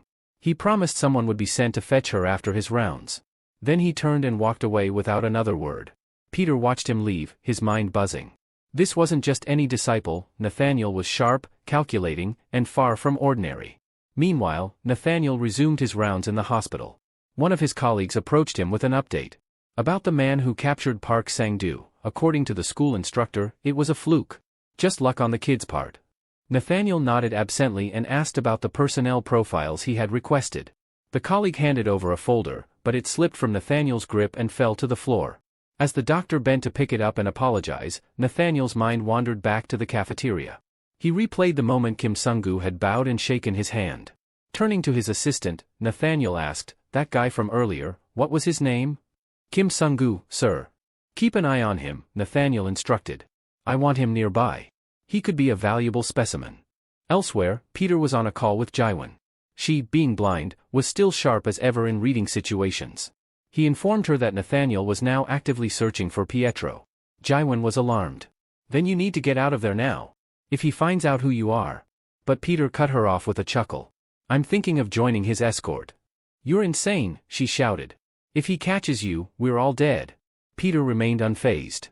"That's why it's fun. This way, I'll get a better view of the hospital's layout." The next scene shows Peter, still under the alias Kim Sung-gu, accepting Nathaniel's invitation. A hospital staff member hands him a keycard, explaining that it grants unrestricted access to all areas of Divine Honor General Hospital. "You've officially moved above D rank now," the staffer said, handing over the access badge. "The professor rarely handpicks escorts himself. Consider yourself lucky." He then outlined 3 crucial rules for escorting the professor. 1. Remain silent unless spoken to. 2. Never question or investigate the professor's activities. 3. And most importantly, never reject his generosity. Ever. As the subordinate doctor explained the escort rules, Peter couldn't help but notice the man's nervous demeanor. Beads of sweat clung to his temple, and his voice trembled slightly as he laid out each rule. When he finished, he gave Peter a quick nod and said, "The professor expects punctuality. Go meet him now." Moments later, Peter was led down the polished halls to a private office. The doctor knocked once before stepping inside. "Professor," he announced, "I brought Kim Sung-gu, just as you requested." Professor Nathaniel looked up from his desk, a faint smile tugging at his lips. "Good. At least we're not late." Without wasting a moment, he stood up and motioned for Peter to accompany him. "We're doing rounds," he said simply. As they exited the room, Peter caught sight of the professor's official escort team assembled nearby. At the center of the group stood a figure known as Agent Funerario, whose defining trait was that of a seasoned Brazilian martial artist. His movements were quiet but lethal, his posture radiating discipline. Peter quickly assessed the situation. This team wasn't part of the glory system. They operated differently. Their philosophy was absolute loyalty to the monarch, living solely to serve and obey their ruler. He knew right away, integrating with them wouldn't be easy. As they walked, Nathaniel asked one of his aides about Pietro's status. "All entrances to the hospital are sealed off, just as you instructed," the aide reported. "We announced a containment protocol. Claimed that a virus sample had leaked from storage. No one's leaving until sterilization is complete." "Good. What about the DNA scan?" the professor asked next. "We collected blood samples from all the elderly male patients who match Pietro's general profile. The results will come back in about 48 hours. The professor nodded, muttering, "He's excellent at disguise. But DNA? That's hard to fake unless he's got an exit plan already prepared." Trailing silently behind, Peter noted how calculated and patient Nathaniel was. This was not a man who could be easily deceived. During the rounds, the professor stopped by a young patient's room. He bent slightly to speak with the boy. "If you complete the treatment, we'll play soccer together. But skip it, and we won't get that chance, all right?" The nurse beside him explained the boy's medical issue. His ulnar nerve was too damaged for the second surgery. "We're thinking of switching to the radial nerve. Consult Professor Yam," Nathaniel instructed. "He's had success with similar nerve grafts." Peter watched from just behind, glancing at his wristwatch. Despite the professor's cold aura, he appeared deeply engaged in even minor patient cases. It made Peter wonder, why had someone like him been selected to escort a man who seemed more focused on ward visits than military operations?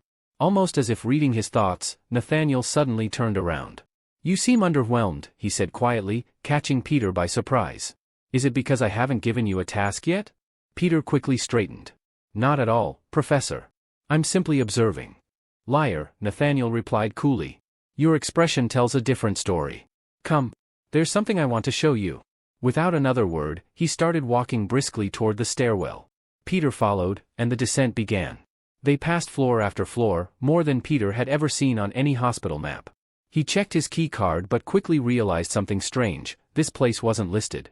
The corridor they were entering didn't exist in the official floor plans. "Where are we going?" he wondered, a flicker of tension growing in his chest. Whatever Nathaniel wanted to reveal, Peter was certain, it wouldn't be ordinary. After descending the stairwell into the lower levels of the hospital, Professor Nathaniel stopped in front of a reinforced door. Without a word, he pulled out a sleek access card and tapped it against the scanner.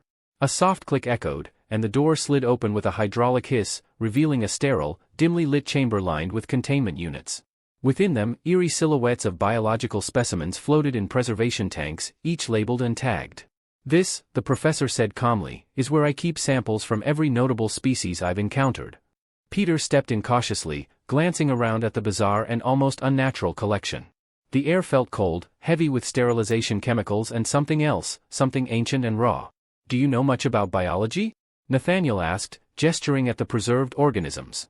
"I've only studied the basics," Peter admitted. "Good," the professor replied, folding his arms behind his back.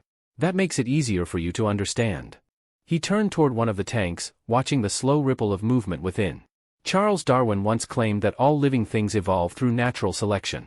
That evolution is shaped by random chance, by environmental pressure, by the need to adapt. But he was mistaken.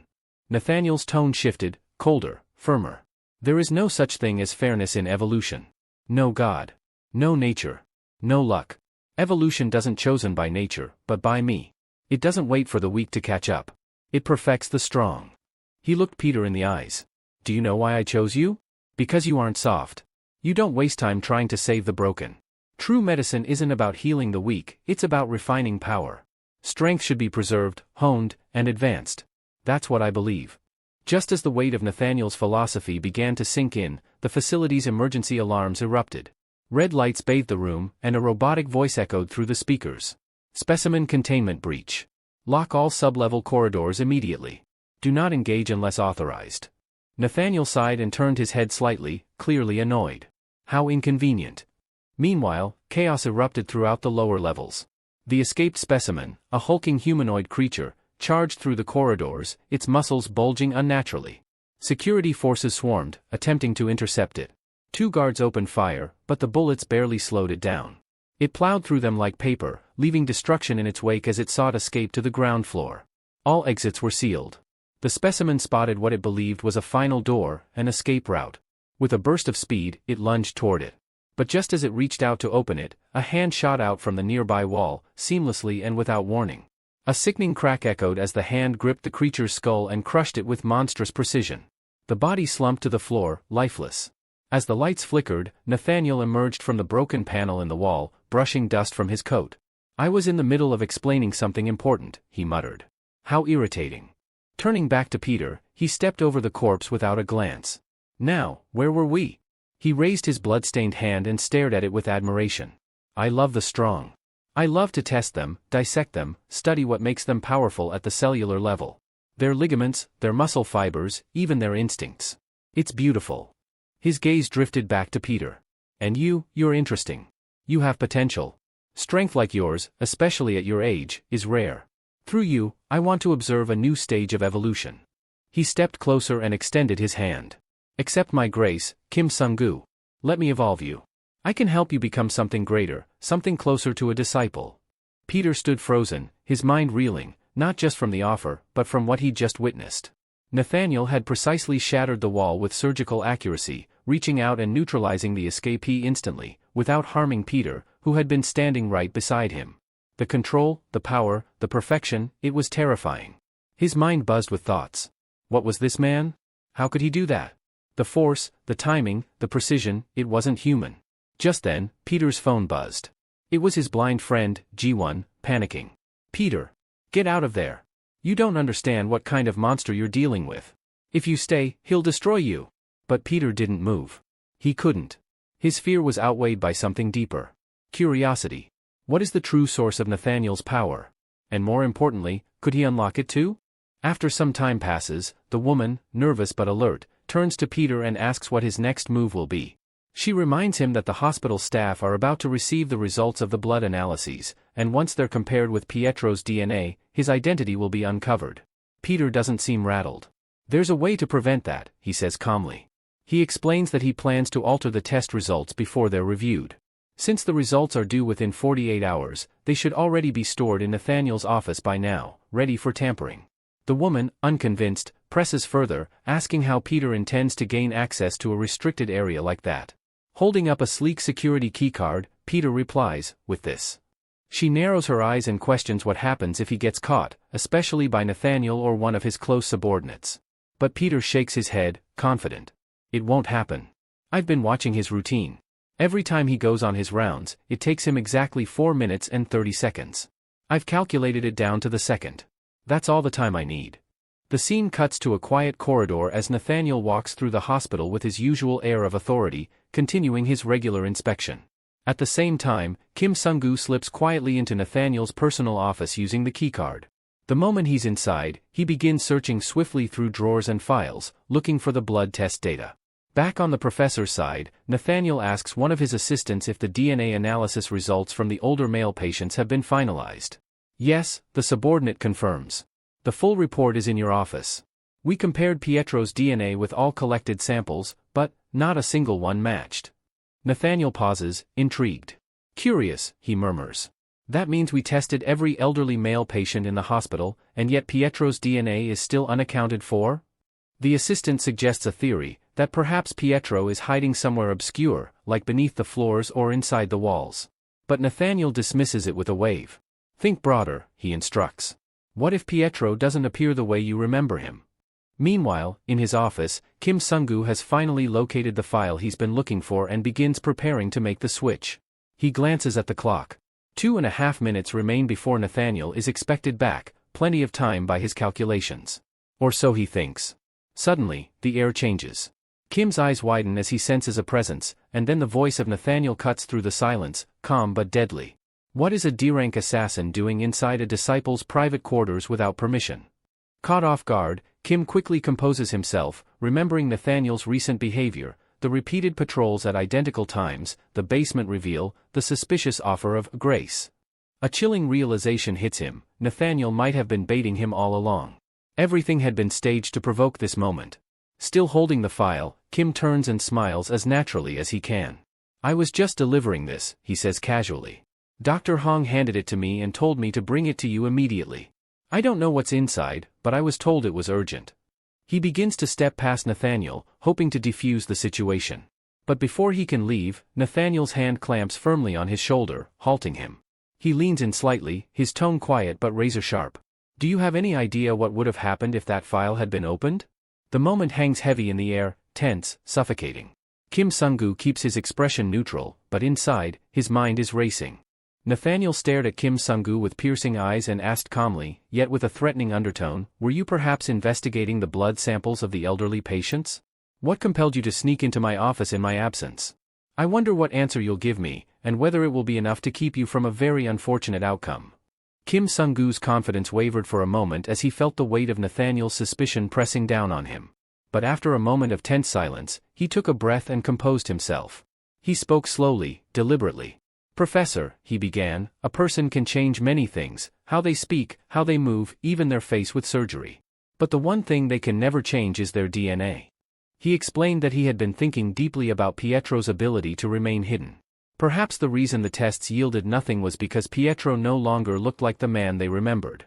He might have altered his appearance, even his identity, but his genetic code would remain untouched. That thought led Kim Sung-gu to analyze the recent files, searching through those who had undergone reconstructive procedures or transitions, but he found no likely match. "I was only reviewing the data," he added sincerely. "I crossed the line, and for that, I apologize." My desire to find Pietro clouded my judgment. I should have come to you first. Please, Professor, if you suspect me, I ask for your mercy. There was a moment of silence. Nathaniel narrowed his eyes, studying the boy. Then, without a word, he gestured for Kim Sung-gu to raise his head. Reaching out, he gently tapped his forehead with one finger and gave a faint smile. You're sharp. Too sharp, perhaps, Nathaniel said. And I respect your drive. Just remember, while intelligence is admirable, it must walk hand in hand with discipline and respect. Never forget your place as a member of Glory. With that, he dismissed him. Kim Sung-gu bowed slightly, offered a polite thank you, and exited the room. As Nathaniel watched him leave, something odd tugged at his thoughts. When he touched Kim's skin, it had felt entirely authentic, youthful, natural. The skin of a real teenager. That brief contact erased the last shred of doubt that Kim Sung-gu might have been hiding something greater. Turning back to his tablet, Nathaniel pulled up the last image of Pietro, captured via a grainy surveillance camera. He stared at the screen with fascination. Pietro still eluded him. And that fact alone gnawed at him more than any other failure. He remembered the place where Pietro had once been praised most, an underground arena where power ruled and anything was permitted. No laws, no limits. Only combat. The champion of that brutal realm had been Carter Pogman, a monstrous man known for his infamous killer kick. His legs were said to be the strongest in the world. But even Carter had fallen. Nathaniel had crushed him, tearing off his legs to make a point. Then there had been the man with the world's strongest fists. Nathaniel had killed him too. He eliminated the mightiest gang on Earth, wiping them out entirely. One by one, he hunted the strongest humanity had to offer, and triumphed over all of them. But despite all that, there was still one title he couldn't claim, the best in the world. Because Pietro was still out there. Nathaniel clenched his jaw in frustration. What irked him more than anything was the reverence others still had for Pietro. His name was spoken with admiration, even fear. And Nathaniel, despite all his victories, hadn't met him once. Why am I the only one who hasn't encountered him yet? He muttered to himself. Then a thought struck him, perhaps the last person Pietro made contact with held the key to his whereabouts. Without hesitation, he turned to his assistant and ordered, "Bring Lee Yuna to me. Immediately." Outside the towering hospital building, Lee Yuna stood beside the brothers, who eyed her with open curiosity. One of them tilted his head and asked, "Why are you here, Lee? You're not even part of the team assigned to track down Pietro." Lee Yuna glanced at them, clearly annoyed by the question. "I'm here for personal reasons," she said coldly. But their stares didn't waver. "You sure?" the other brother asked. "We saw you heading toward Nathaniel's office earlier. Did he give you some sort of secret mission?" Lee scoffed, rolling her eyes. "You guys don't know anything," she muttered under her breath, dismissing their suspicion as baseless. Just then, a suited man with a cold aura approached them. It was Santos, a ranked undertaker and Nathaniel's trusted aide. He stepped directly in front of Lee Yuna. "Lee Yuna," he said in a flat tone. "Nathaniel wants to see you. Now."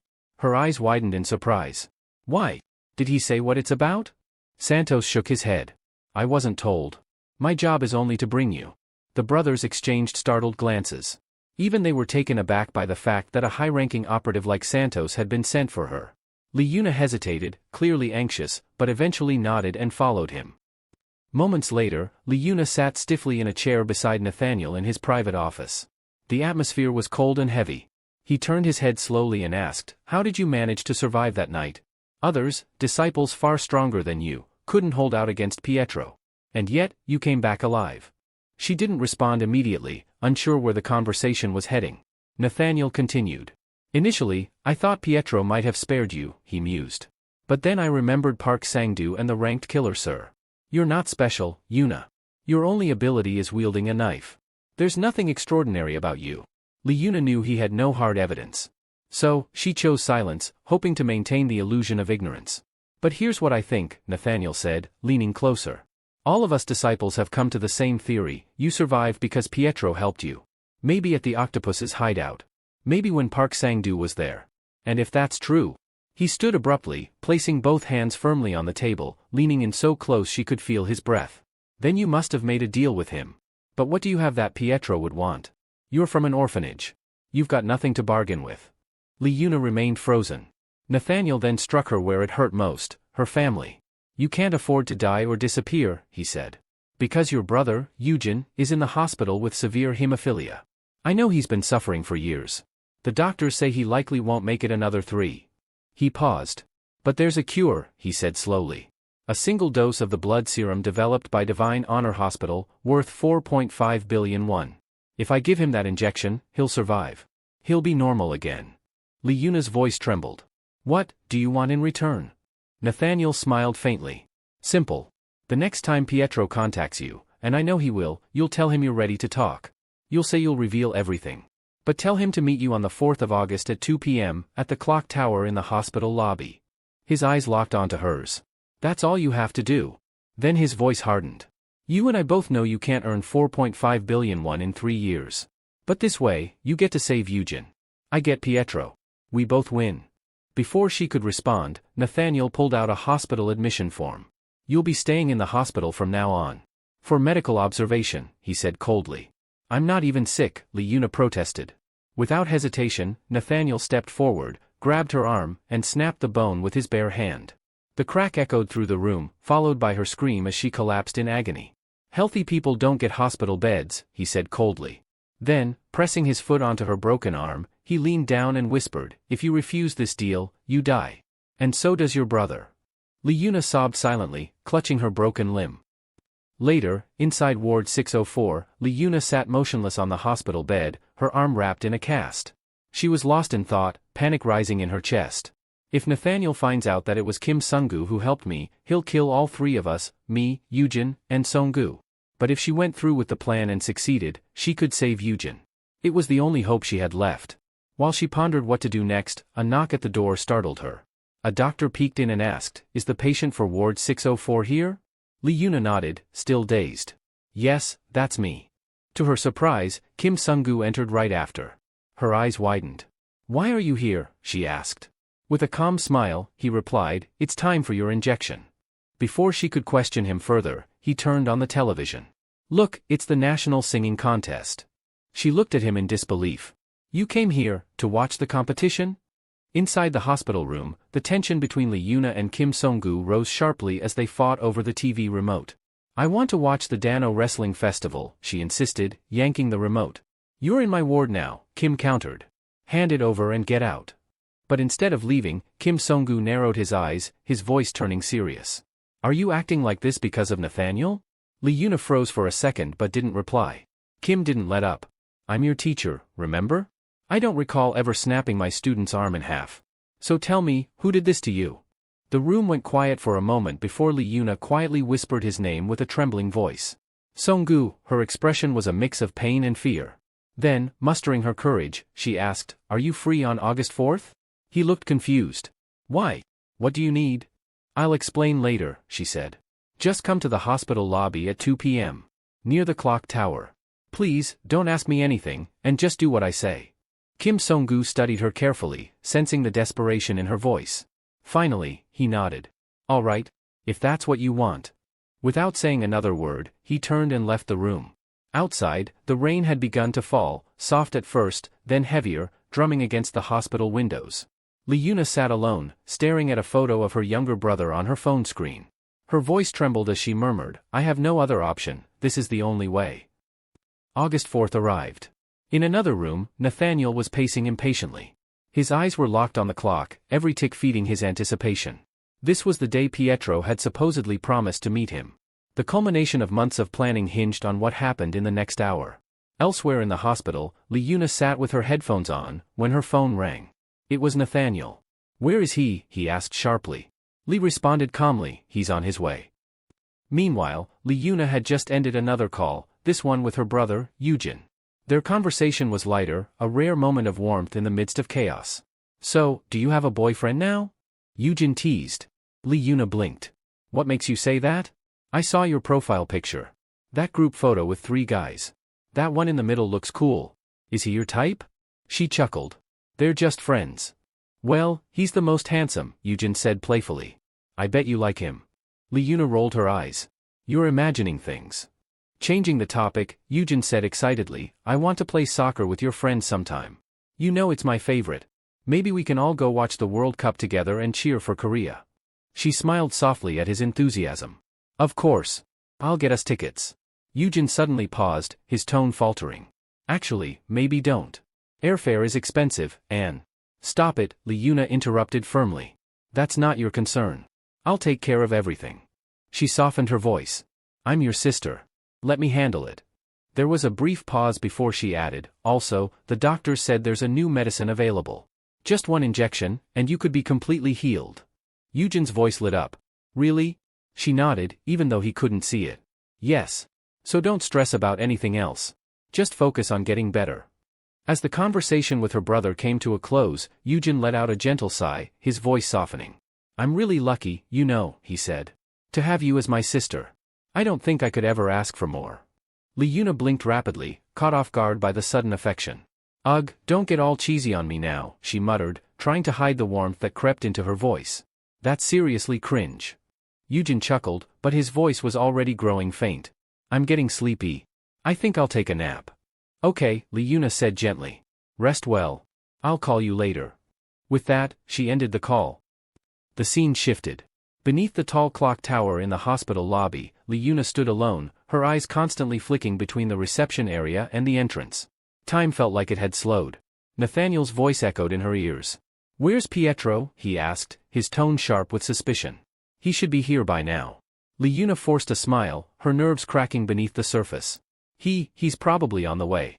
Nathaniel narrowed his eyes. You said that 10 minutes ago. Where is he? In that moment, panic surged through her. She had mistakenly told Nathaniel to meet at the lobby clock tower, when she had actually instructed Kim Song-gu to meet her under the old tower in the hospital's courtyard. Outside, under a different sky, Kim Song-gu stood in the courtyard, glancing down at his wristwatch. The wind stirred the leaves, and he looked around with growing unease. He was on time. So where was she? Back inside, Liuna's heart pounded. Her eyes darted around the lobby. Men in plain clothes, nurses who weren't really nurses, guards who stood too still, Nathaniel's enforcers were stationed everywhere. Reception desk. Waiting area. Elevator halls.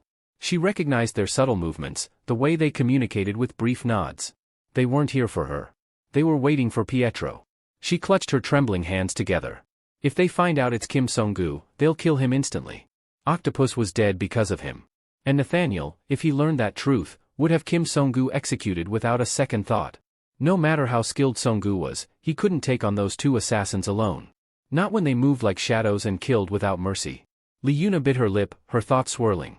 At first, she had doubted Kim Song-gu, his sudden appearance, his strange interest in her life.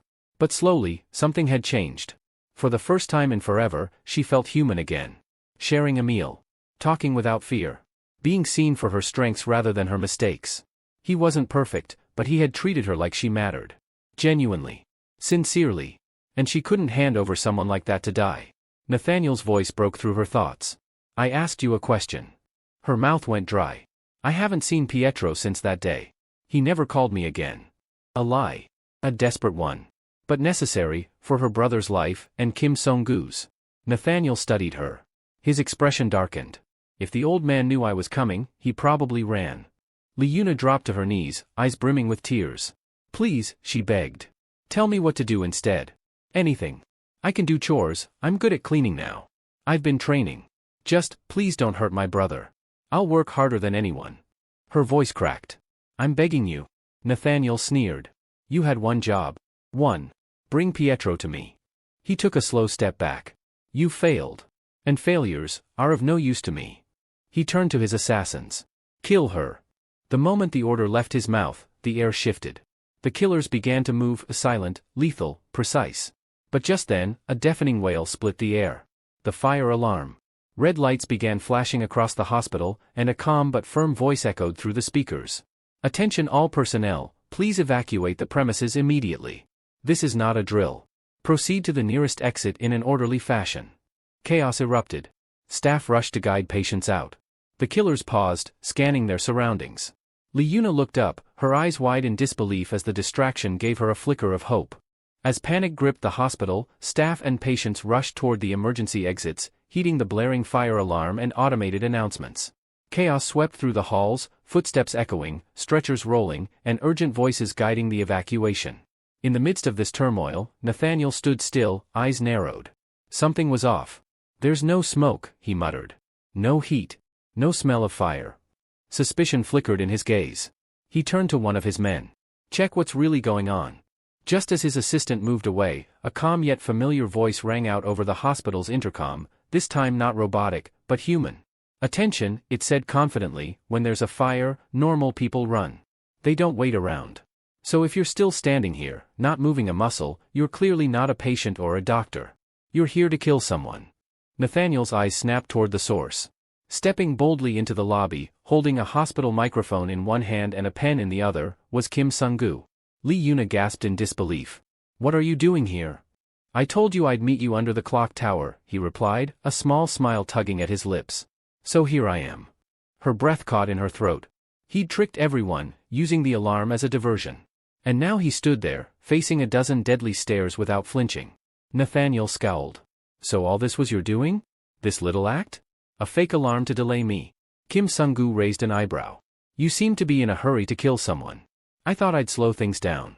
Nathaniel laughed coldly. And here I thought you were just tagging along. But you really are a thorn, aren't you? His tone turned sinister as he waved a hand. You know who those men are, don't you? The ones still standing calm while the world runs. His voice deepened. They're not amateurs. They're members of Agencia Funeraria, the deadliest crime syndicate born from the slums of Rio de Janeiro. He took a step closer, his presence towering. Where life expectancy is barely 16. Where kids either die young or survive by becoming predators. Kidnapping. Smuggling. Prostitution. Murder. The ones who lived? The 100 strongest? They're all here, with me. As if on cue, the killers started closing in, surrounding Kim Sung-gu with practiced precision. Every exit was blocked. You think you can stop them? Nathaniel asked, his voice low and mocking. You're like a tiger cub, sure. Maybe you've got potential. But if you keep protecting her, you'll be torn apart. He offered a final warning. Join me, and I'll raise you right. I'll turn you into the apex predator you were meant to be. But Kim Sung-gu only smiled. And shook his head. I already chose my side. Nathaniel's expression soured. So be it. Suddenly, two figures launched themselves from the upper balcony, twin blurs of death hurtling toward Kim Sung-gu. They were elite assassins known as Sao Paulo and Rafaelo, infamous even among killers, each marked with the rank of B. D-rank tiger, they roared as they descended. You think you can stand against us? In a blink, they closed the gap. But Kim Sung-gu didn't move. He didn't even look up. With an effortless flick of his wrist, the tip of the pen in his hand glinted, and a fraction of a second later, a crimson spray filled the air. The assassins landed hard, but not on their feet. They collapsed at his feet, throats slashed open, breathless and stunned. The entire lobby fell silent. Gasps rippled across the room. Even Nathaniel's eyes widened, just slightly. Kim Sung-gu casually twirled the bloodied pen between his fingers. I may be rank D, he said coolly, but numbers don't decide who walks out alive. Nathaniel couldn't help but acknowledge the precision behind Kim Sung-gu's strike. Taking down two elite assassins mid-air without sparing them a glance, and hitting exactly where it would end their lives instantly, was no simple feat. Even he, with all his years of leading trained killers, was briefly taken aback. With a measured grin, Sung-gu asked coolly, So, still think I'm just a tiger cub? Nathaniel's expression sharpened. Instead of answering directly, he tilted his head slightly and said, Do you know how long it takes for a person to die? He didn't wait for a reply. If you slash an artery, they bleed out in 1 minute and 12 seconds.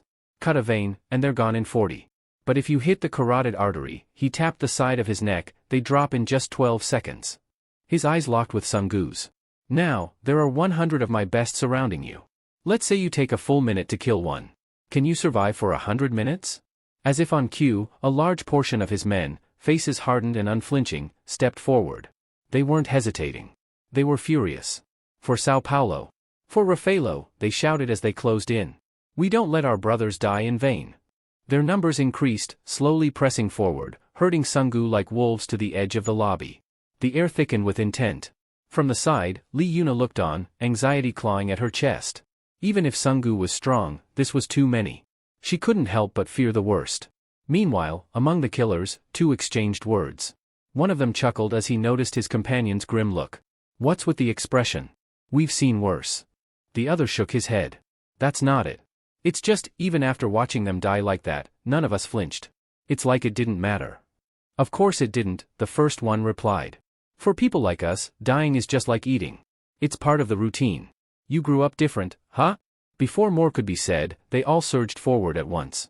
The first wave came fast, blades flashing, fists flying, but Sung-gu slipped between them like wind through trees. His reflexes were sharp, reactions even sharper. He dodged, countered, and struck, though not enough to finish them all. But he was clearly biding time. Forced into a corner of the ward, Kim Sung-gu was pressed against the wall, with dozens of killers forming a wall of death around him. From the other side of the room, Nathaniel leaned forward slightly, amused. So? Trapped. Surrounded. What's your plan now, cub? But Sung-gu only smiled. Plan, he said, feigning innocence. I've got plenty. Then, to everyone's surprise, he pulled a fire hose from the nearby wall. With a swift twist of the valve, a high-pressure jet of water blasted into the crowd of assassins. The killers reeled in shock as the strong stream drenched them, soaking their clothes, forcing them to retreat and regain footing. Still holding the hose, Sung-gu tilted his head playfully. Why so surprised? I told you. I hadn't even started. But then, the water sputtered. The stream faltered, and stopped. He glanced down at the pipe in slight disappointment. Guess that's enough warm up. A mocking voice rang out from the killers. What, you planning to drown us now? That won't work. But Sung-gu didn't respond. Instead, he calmly reached for something nearby, an emergency defibrillator. He tore the paddles from their holder, activated them, and pressed them together until sparks leapt from the nodes. Holding them over the pool of water beneath his enemies, he looked up. I said, he repeated firmly, I hadn't started. And with that, he dropped the paddles into the puddle. A violent jolt of electricity tore through the soaked floor. One after another, the killers convulsed and collapsed, screaming, their bodies writhing from the voltage. The sound of crackling electricity drowned out their cries. When the chaos settled, nearly all of them lay unconscious, or dead, on the ground. Nathaniel stood still for a moment, stunned. Then slowly, he began to clap. A soft, deliberate applause echoed through the scorched silence. Well, he said, eyes gleaming, how many more times are you going to surprise me, Sung-gu? He chuckled. Let me guess, now you'll tell me this wasn't even your real move? Kim Sung-gu had lured the killers, known as the agents funerarios, into surrounding him deliberately. It wasn't recklessness, it was part of a trap. Once they were drenched by the fire hose he'd wielded moments ago, he activated the defibrillator, turning the soaked ground into a death zone of high-voltage electricity. Watching them collapse, Nathaniel's eyes lit up with amusement. The more I see of you, he mused aloud, the more intriguing you become. He laughed and corrected himself. I said it'd take you 100 minutes to wipe them out, but I was wrong. That number's been halved. Guess I should revise my estimate, an hour will be more than enough. Sung-gu, still focused, calmly replied, that sounds about right. Without wasting time, he picked up a medical file lying nearby and started jotting something inside.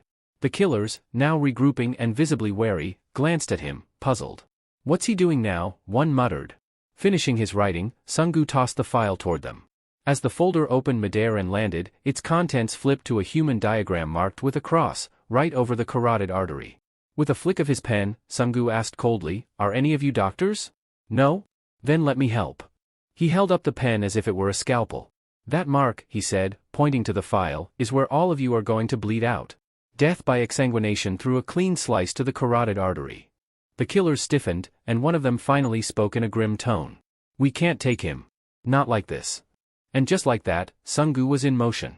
He moved like a ghost, almost impossible to follow, as he slashed precise lines across the necks of his enemies using nothing but his pen. In a matter of seconds, bodies started to fall. Every cut was surgical. Efficient. Fatal. Half of the killers were down before they could even raise their weapons. The remaining half, in desperation, swarmed him all at once. But Sung-gu didn't back down. Instead, he drove his foot into the floor and exploded outward, sending the attackers flying with a single massive kick. His strength was staggering, unnatural even. They were tossed away like dolls. Lee Yuna's breath caught. Her wide eyes followed Sung-gu's movements in stunned silence. Her thoughts wandered to a conversation she'd had in the past, an old memory with Pietro. Back then, someone had once told her about a man. A legend. They say he was the strongest man alive, he'd said. I've read every book I could find, except the ones they never wrote about him. He had always spoken about that man like a myth, not someone real. And yet, watching Sung-gu now, Yuna thought, he looks just like how that man was described. Ordinary on the outside, but inside, a storm. Even Pietro, strong as he was, couldn't possibly fight against 1,000 enemies, right? But if those rumors were even half true, then maybe Sung-gu wasn't just a good fighter. Maybe he was that kind of monster. Within a few minutes, it was over. All 100 killers lay motionless on the ground. Not even 15 minutes had passed. Standing tall, Sung-gu wiped a speck of blood from his cheek. Nathaniel let out a loud, amused laugh. 13 minutes, he said. You took 13 minutes to kill 100 men. But Sungu stared at him calmly and replied, I'm not finished yet. He pointed directly at Nathaniel. You're still alive. He then asked with a slight smirk, so what'll it be? Are you coming down, or do I come up to get you? Nathaniel's grin widened as he jumped down from the upper level, landing just feet away from Sungu. I underestimated you, he said, his tone half amused, half curious. How are you this strong as a D rank? Are you from another nation's assassin unit or something? Before Sungu could respond, he returned the curiosity. You know, he said, eyes narrowing slightly, the ones who talk the most often do it to mask their fear. Nathaniel chuckled at that. You should learn to tell the difference between confidence and arrogance. And then, without warning, he lunged forward and punched. Sungu raised his arm just in time to block the blow, but the sheer force behind it sent him flying backward, airborne like a missile. He crashed through the air and landed heavily. Li Yuna gasped. Even though he had blocked the strike, he was still hurled like a rag doll. The sheer physical power Nathaniel wielded was on a completely different level. Still groaning, Sungu looked up from where he landed, visibly shaken. What the hell? Is he even human? Nathaniel wasted no time in pressing the attack again. This time, his strikes were even faster and more forceful, but Sungu could feel the toll of his previous battle. His body was drained from the effort of slaughtering 100 killers, and now he was struggling to keep up. Li Yuna watched in growing anxiety, convinced that at this rate, Sungu wouldn't be able to keep going much longer. Nathaniel, relentless, threw a flurry of punches. Then, to Sungu's shock, he began tossing the dead bodies of the fallen killers in his direction. Despite the onslaught, Sungu managed to deflect each blow, blocking and dodging with the same calculated precision he'd used earlier. Is this all you've got? Nathaniel taunted, a smirk curling on his lips. You're tired, aren't you? You can barely keep up, and now you're struggling to defend yourself. But I won't accept that as an excuse. With a roar of frustration, Nathaniel landed a crushing blow to Sungu, sending him flying. Sungu crashed into the elevator doors with such force that they shattered upon impact, and he tumbled inside the elevator shaft. His mind raced as the pain from the blow surged through his body. This is the kind of power I've never encountered before. Li Yuna, watching from the sidelines, was horrified. Nathaniel's strength was overwhelming, and she feared that Sungu might not survive. The two of them were now trapped in the elevator together, the metal doors locked tight by Nathaniel. You can't run now, Nathaniel said with a chilling smile. We'll finish this in here. No escaping. The confined space of the elevator became their battleground. They collided with each other, their fists pounding into flesh and metal as the elevator descended, floor after floor. With every impact, the walls seemed to shudder. Nathaniel, unfazed by the close quarters, mocked Sungu. He was impressed by the challenge Sungu presented, but in the end, Nathaniel was convinced that his power would win out. Sungu fought back with every ounce of strength he had left, but he was clearly exhausted. Nathaniel's jeering words echoed in his ears, reminding him of the imbalance in their fight. As the elevator continued its downward journey, Li Yuna, helpless, called out to Sungu, but her voice was swallowed by the chaos. She frantically searched for a way to get to him, but the descent seemed endless. The elevator finally came to a stop at a lower level, where Nathaniel had his secret room, his hidden sanctuary where he kept his collection of specimens. Inside, Nathaniel, still grinning, finally spoke up. You're a curious one, aren't you? So many questions. I was supposed to meet Pietro today, but instead, here you are, fighting me. What's your connection to him? Sungu, battered and bruised, was slumped against the elevator wall, barely conscious. Nathaniel smiled, thinking him defeated. He'd broken his opponent, or so he believed. Just like all the others, Nathaniel mused, you'll be like the rest. A pile of meat. But as he peered at Sungu's face, something caught his attention. Despite the beating he'd taken, there was no visible injury. No blood smeared across his features. Nathaniel had poured everything into his attacks, yet somehow, Sungu had dodged it all, just barely, but still alive. Sungu suddenly stirred, pushing himself upright. My apologies, he said with a dry chuckle, I was just getting a little rest. It's not easy, you know, staying entertained. Nathaniel's eyes flashed with fury. Rest? Now you're mocking me. Sungu leaned forward slightly, still weak but grinning. You said you were sincere, right? Well, this time, I'm going to be honest with you. This fight isn't over yet. Enraged, Nathaniel lunged at him with an even fiercer barrage of strikes. His strength and speed seemed to have no limits, but Sungu, despite his weariness, stood firm, preparing for the next round. Meanwhile, in a nearby control room, Pietro's friend, along with her assistant Dong and a subordinate, were monitoring the fight. They had been keeping track of Sunggu's progress, making sure he wasn't overwhelmed. When Sunggu was pushed back, Dong turned to her, concerned. "Are you not worried about your friend?" She simply shook her head, her face unreadable. "No. I'm not worried. I've heard stories about him, fascinating ones. If those stories are true, then this fight won't end so easily." Her calmness in the face of the battle seemed odd, but there was a quiet confidence in her words. She knew something about Sunggu that no one else did, and she was willing to wait and watch. Hearing this, Jiwon calmly replied without hesitation. "Don't worry. The person who dared to challenge that disciple isn't someone ordinary either. He'll handle it just fine." Just as she finished speaking, the scene transitioned to one of Peter's memories from the past. In this flashback, we see Peter and his fellow trainees standing in front of a large boulder under the watchful eyes of their instructor. The instructor announces, "Today, I'm giving you all a serious challenge. This stone in front of you, your task is to break it using nothing but your fists. So, tell me, do you think you can do it?" The kid stood there in disbelief, stunned. "Sir, are you serious? This boulder is massive. There's no way we can break it with just our fists." But while the others hesitated and doubted, Peter quietly stepped forward and began wrapping cloth tightly around his hands. The others turned toward him in shock. "Peter, have you lost your mind? You're the weakest among us. You can't even throw a proper punch, how are you going to break that rock?" Peter ignored their ridicule. Without saying a word, he walked up to the boulder and began striking it with all his might. Punch after punch landed, but the rock didn't show a single crack. The others laughed at him, mocking his futile efforts, but Peter didn't stop. Evening fell, and Peter was still at it. Sweat-soaked, bruised, and battered, he continued to punch that same rock with unwavering determination. The scene faded to black and then opened up a month later. The same group of students returned to that spot, casually chatting. "Just like I thought. It's been 2 months, and that idiot Peter still hasn't managed to break the rock. What a hopeless fool." But suddenly, one of the girls gasped. "Guys, look over there." Everyone turned to where she was pointing, and what they saw left them speechless. The enormous boulder was shattered into several pieces, and the remains had been thrown aside. Peter had already destroyed multiple boulders, without anyone noticing. The scene snapped back to the present. Peter and Nathaniel clashed again. Their fists moved at blinding speed. But this time, something unexpected happened. Peter didn't strike with a punch.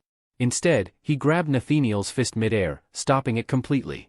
Nathaniel's eyes widened in disbelief. You're not normal, are you? How in the world did you stop my punch?" Peter calmly replied. "Nathaniel was the one who charged in, not me." Confused, Nathaniel asked, "What are you even talking about?" But before he could react, Peter struck Nathaniel's neck with a powerful blow, sending him flying backward through the air.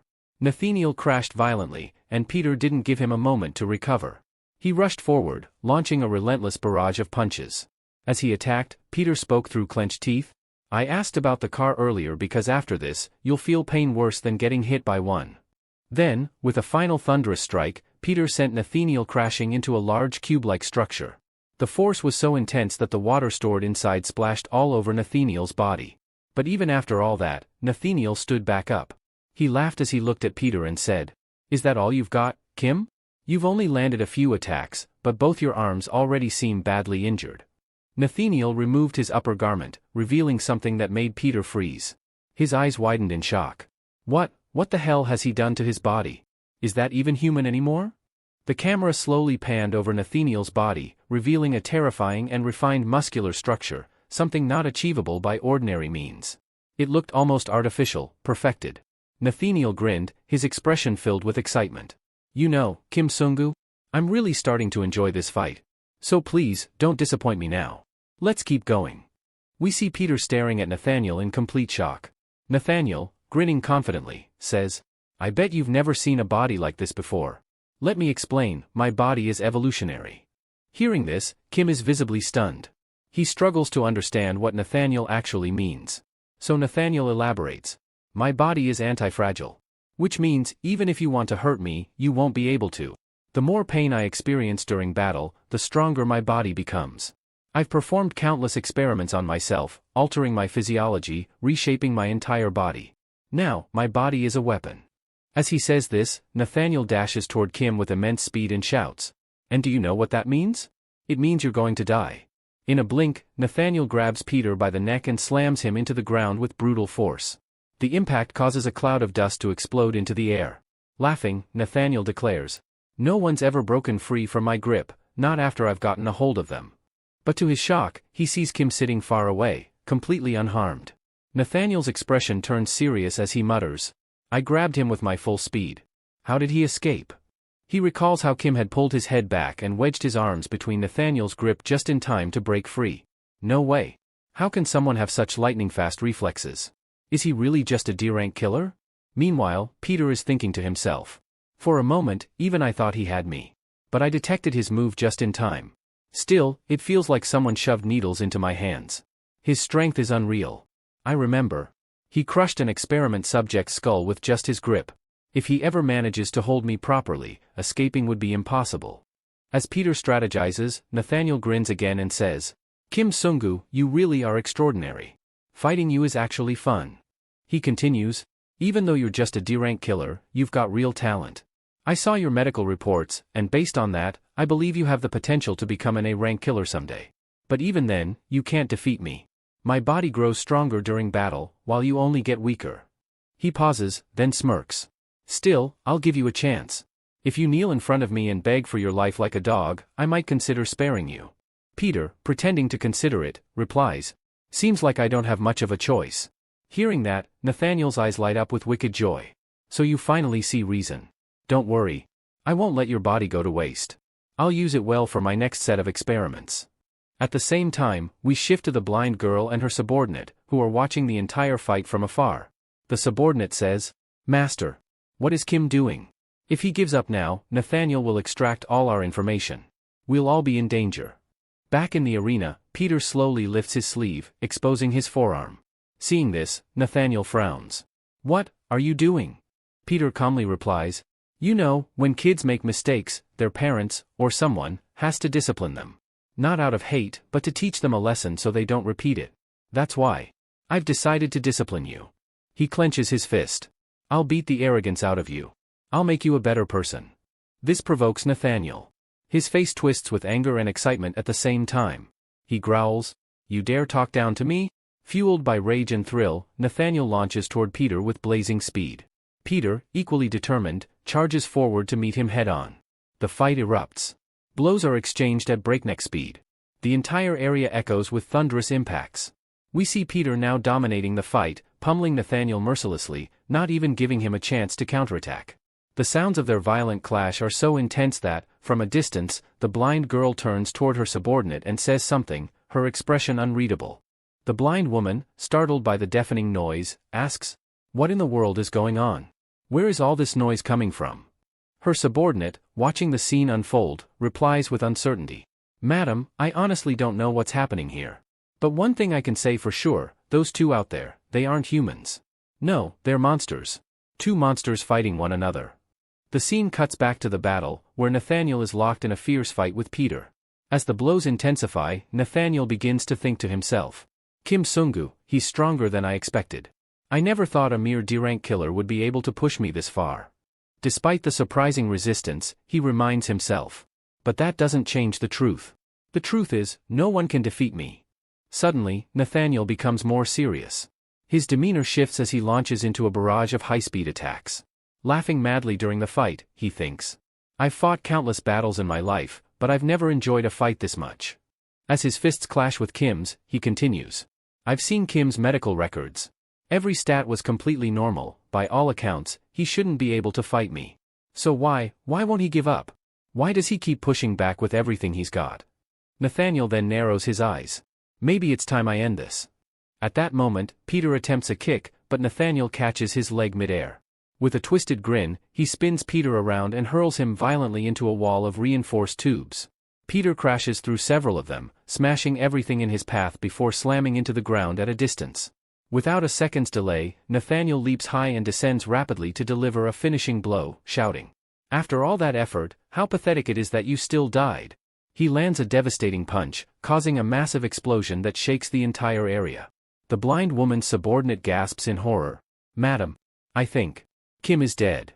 But the woman, clearly distressed, refuses to believe it. "No, that's not possible." Just then, Peter's voice echoes from the smoke-filled battlefield. "You said your body becomes stronger the more pain it experiences, right? That no matter how much someone tries to hurt you, your body just keeps evolving? As the dust settles, Peter emerges, completely unharmed. He continues, and you believe that every fight makes you stronger. But have you ever wondered if this so-called blessing of yours might actually become your curse? Nathaniel's eyes widen in shock. Peter adds, I've been waiting all this time for the side effects of your ability to kick in. And just then, it becomes clear, Nathaniel's muscles are overly hardened, so much so that they've become rigid and stiff.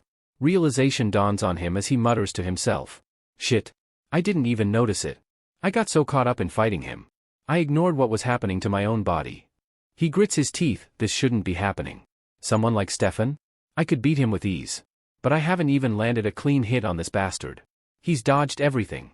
Peter steps forward and says calmly, Give up, Nathaniel. But Nathaniel refuses to believe it. No. This can't be. I've fought some of the world's strongest fighters. I tortured myself with years of cruel experiments to strengthen this body. There's no way I'm being beaten by some D-rank killer. Suddenly, Nathaniel starts laughing. Then, with a crazed look in his eyes, he peels off a sticker from his shoe and swallows it. He laughs harder and says, Kim, did you think I'd come unprepared? I always carry antidotes tailored for my body's conditions. And now that I've taken it, a horrifying transformation follows. His muscles start healing, regenerating instantly, but his eyes turn blood red. Blood drips from his mouth as he growls. Because of you, my body has hit its limit. I only have 3 minutes to fight at full power before something terrible happens to me, but 3 minutes is all I need to kill you. Fueled by rage and adrenaline, Nathaniel charges forward with terrifying speed, launching a full-power assault. But Peter stands his ground. The final battle begins. Both fighters clash with full force, each blow sending shockwaves across the area. Their speed, power, and precision are beyond human capabilities. It's a collision of two monsters. Even as the blind woman and her subordinate watch from afar, Nathaniel narrates in his head. I've fought the strongest martial artists this world has to offer, but I've never, not even once, encountered someone like him. The stage is now set for the final showdown. I don't understand how this is happening, but somehow, I'm not even able to land a single hit on him, and that's despite the fact that my speed is clearly far greater than his, and my strength is in no way inferior either. As this thought lingers, we see Kim skillfully dodging all of Nathaniel's attacks at an incredible speed.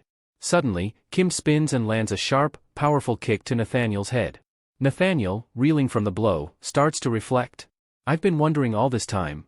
Kim's medical report shows that all his body stats are completely normal. So how is he this extraordinary in combat? But now, I think I finally understand. I've come to the conclusion that while medical reports may be able to quantify a person's physical attributes, they can't measure how strong someone truly is. Realization dawns on him. Kim is far stronger than me, and I can't beat him. His condition worsens. He's exhausted, injured, and stunned by Kim's resilience and speed. Kim may be young, but his experience surpasses mine. Fighting him feels like he's already clashed with opponents far more powerful than me. And just then, Kim appears again, this time right in front of him, and delivers a crushing, full-force punch that sends shockwaves across the battlefield. Watching all this unfold, Peter mutters to himself. He's a monster, an actual monster. At this point, the scene transitions into a flashback. We're taken to a medical college, a memory from the past. A young boy is standing there, solemnly taking an oath. I swear, one day, I will become a great doctor. I will help every patient who comes to me. I will save lives. I will not let anyone die under my watch. I will carry out my duty with complete dedication. We learn that this boy is none other than Nathaniel, whose real name is Nahyun. At just 13 years old, he had been accepted into the country's most prestigious hospital due to his unparalleled intellect. He was hailed as a child genius. However, Nathaniel narrates his own hidden struggles. Even though I was a genius, I was incredibly weak. My body was frail. I couldn't run or play like the other kids. Most of my time was spent lying in bed. And I hated it. Then one day, while watching TV, something changed. He saw a program explaining how insects and bugs could be evolved to become much stronger. That day, an idea struck me. What if I could evolve my own body too? What if I could gain the things I lack through science, through my own efforts? That was the turning point in his life. He became obsessed with the thought. The scene shifts to a moment in the hospital, years later. A patient with severe injuries is rushed in. He's been in a brutal accident. The hospital staff murmurs about his identity. This guy is a serial killer. He was trying to escape after murdering someone, but got into an accident. After knowing this, everyone hesitates to treat him. One doctor, in particular, stands out for his professionalism, treating this man with the same care as any normal patient. That doctor is none other than Nathaniel, now known as Nathaniel. That day, after many years, I witnessed something I'd never seen before. A human body, so powerful, so well-developed, so resilient, it shocked me. He was stunned. The killer's body, despite the injuries, was built like a fortress. I couldn't understand, how could a person have a body this strong? And from that day on, Nathaniel became obsessed, not just with saving lives, but also with creating the strongest possible version of himself. I was incredibly curious. I wanted to know, what exactly was inside that person's body. At first, I tried convincing myself that it was wrong, that what I was thinking shouldn't be done. But the curiosity kept growing, overwhelming me, until I lost all self-control. And that day, I did the unthinkable. I completely opened up that person's body, dissecting it piece by piece. I examined every organ individually, checking every internal structure to uncover its secrets. But, because of that, the person died. I panicked. I was horrified by what I had done. Terrified, I abandoned the hospital that very day, and vanished. For several years, I disappeared from the world. I hid in a small city in South America. But even during that time, I never stopped experimenting. Because that city was overflowing with dead bodies, bringing them to my lab, and continued my research on them. And eventually, I found a way. A way to make my own body stronger. So I began experimenting on myself. Day after day, operation after operation, I enhanced, evolved, and restructured my body. And finally, I created a body that was unbelievably powerful. A body far stronger than that of any normal human. After that, I started challenging the strongest martial artists in the world, one by one. And I defeated them all. I thought I had reached the pinnacle. I thought I was unmatched. But now, looking at the present moment, I can't believe it. 30 years of research, 30 years of pain, struggle, and sacrifice, have all gone to waste. Just then, we see Peter land a devastating kick on Nathaniel, sending him flying across the lab.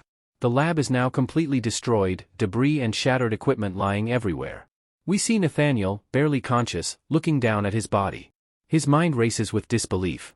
Kim destroyed my body completely. His attacks weren't just powerful, they were surgical. Every single one of my internal organs has been shattered. My body is no longer functioning. He realizes. This is the end for me. At that moment, Peter walks up to him and says, "Don't move your body. If you try to move even a little, you'll die faster." Nathaniel replies with a weak smile. "I know. But Kim, there's one thing I still don't understand. Why? Why are you so strong? I'm older than you by decades. I spent 30 entire years researching, experimenting, turning my body into a living weapon. So how are you still stronger than me?" Peter hears this and responds calmly. "Well, even if I told you, you probably wouldn't understand." He turns around and begins to walk away. "You thought experience made you superior. But you've misunderstood what experience really means. The things I've endured over the last 70 years, that's real experience." Nathaniel's eyes widen in shock. 70 years? A memory hits him. He recalls hearing that when Peter was first brought into the orphanage, he was just 10 years old. And ever since then, for 70 years, he has been walking the path of a killer. Nathaniel's thoughts spiral. 70 years as a killer? No, that's impossible. But even as he tries to reject the truth, he chuckles weakly. "Peter, fighting you was one hell of an experience." And with that final breath, Nathaniel dies. The narration shifts to the aftermath. We're told that when the people from Glory Hospital arrived and saw the horrific condition of the facility, they were shocked beyond belief. But they immediately took control of the situation. They cleaned the entire hospital thoroughly and made sure no information leaked to the outside world. Despite the chaos, no trace or evidence could be found that revealed what truly happened inside that lab. After investigating the situation thoroughly, the officials finally reach a conclusion: it was Peter who killed all those people. In the next scene, we see a vehicle traveling along a road. Inside, Jay speaks up and says, "Teacher, now that we've returned from the hospital, I wanted to ask, is there any way we can quickly raise our ranks?" Hearing this, their teacher snaps back. "Idiots! Do you seriously think it's that easy to raise a killer's rank? Fools like you couldn't raise your rank even if you spent your entire life trying." Hyung responds indignantly. "Teacher, you're being too harsh. We're not that useless.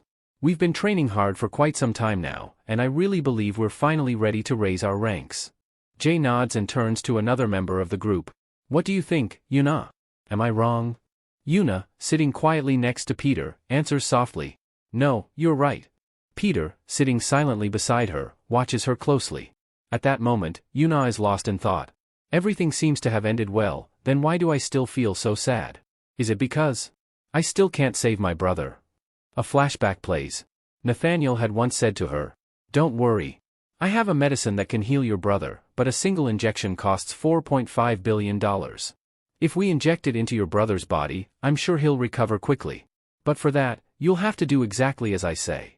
Back in the present, Peter notices Yuna's somber expression and asks, "Yuna, are you thinking about your brother again?" She quickly responds, "No, it's nothing. It's just that, everything was destroyed with Nathaniel anyway. So what's the point?" Peter reassures her. "Yuna, you don't need to worry so much. I'm sure you'll find a way to save your brother. I believe in you." Yuna smiles faintly. "Maybe you're right. I shouldn't think too much about it now." We then see the group returning to their school. One by one, they head to their respective hostels.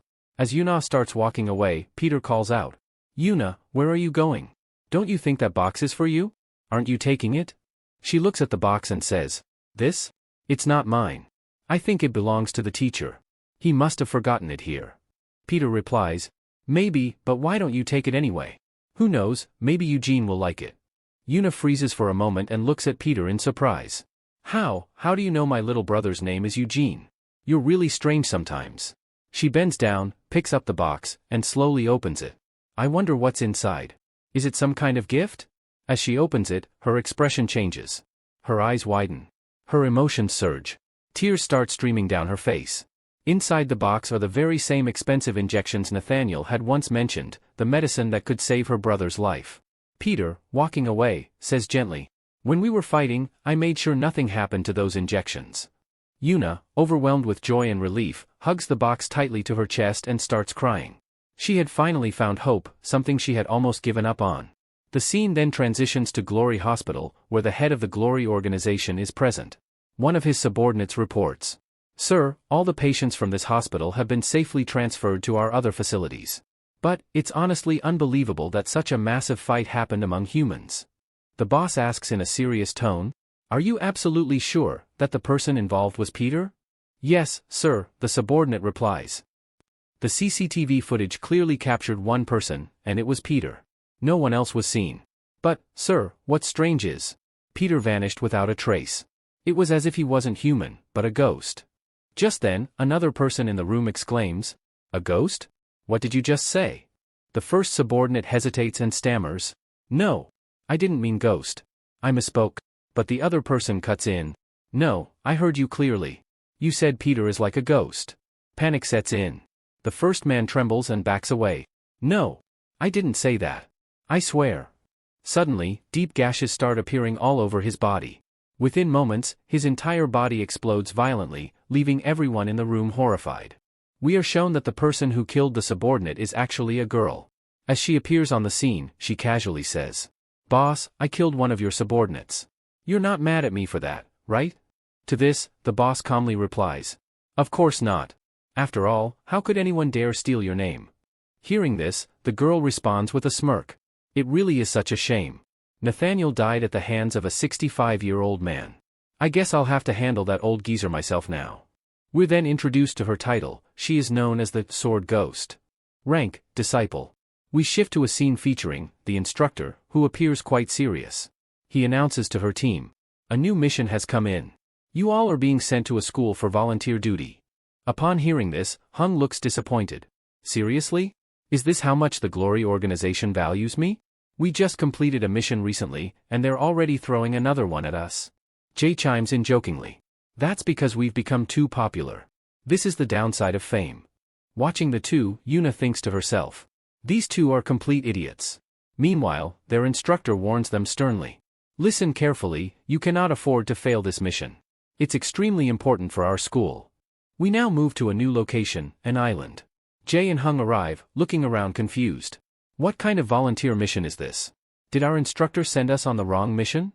They find themselves at a school for young children, assigned as volunteers. Volunteer duty involves members from major schools visiting smaller schools to help with chores like cleaning, maintenance, etc. Seeing this, Yuna remarks sharply, "You both really are idiots. The teacher told us what this was about, but you two were too excited to pay attention."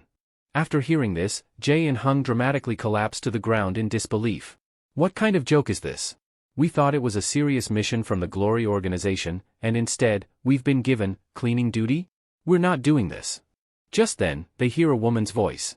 A young woman appears, asking, "Are you the volunteer sent here?" We find out she's a teacher at the school, and her name is Yeejin.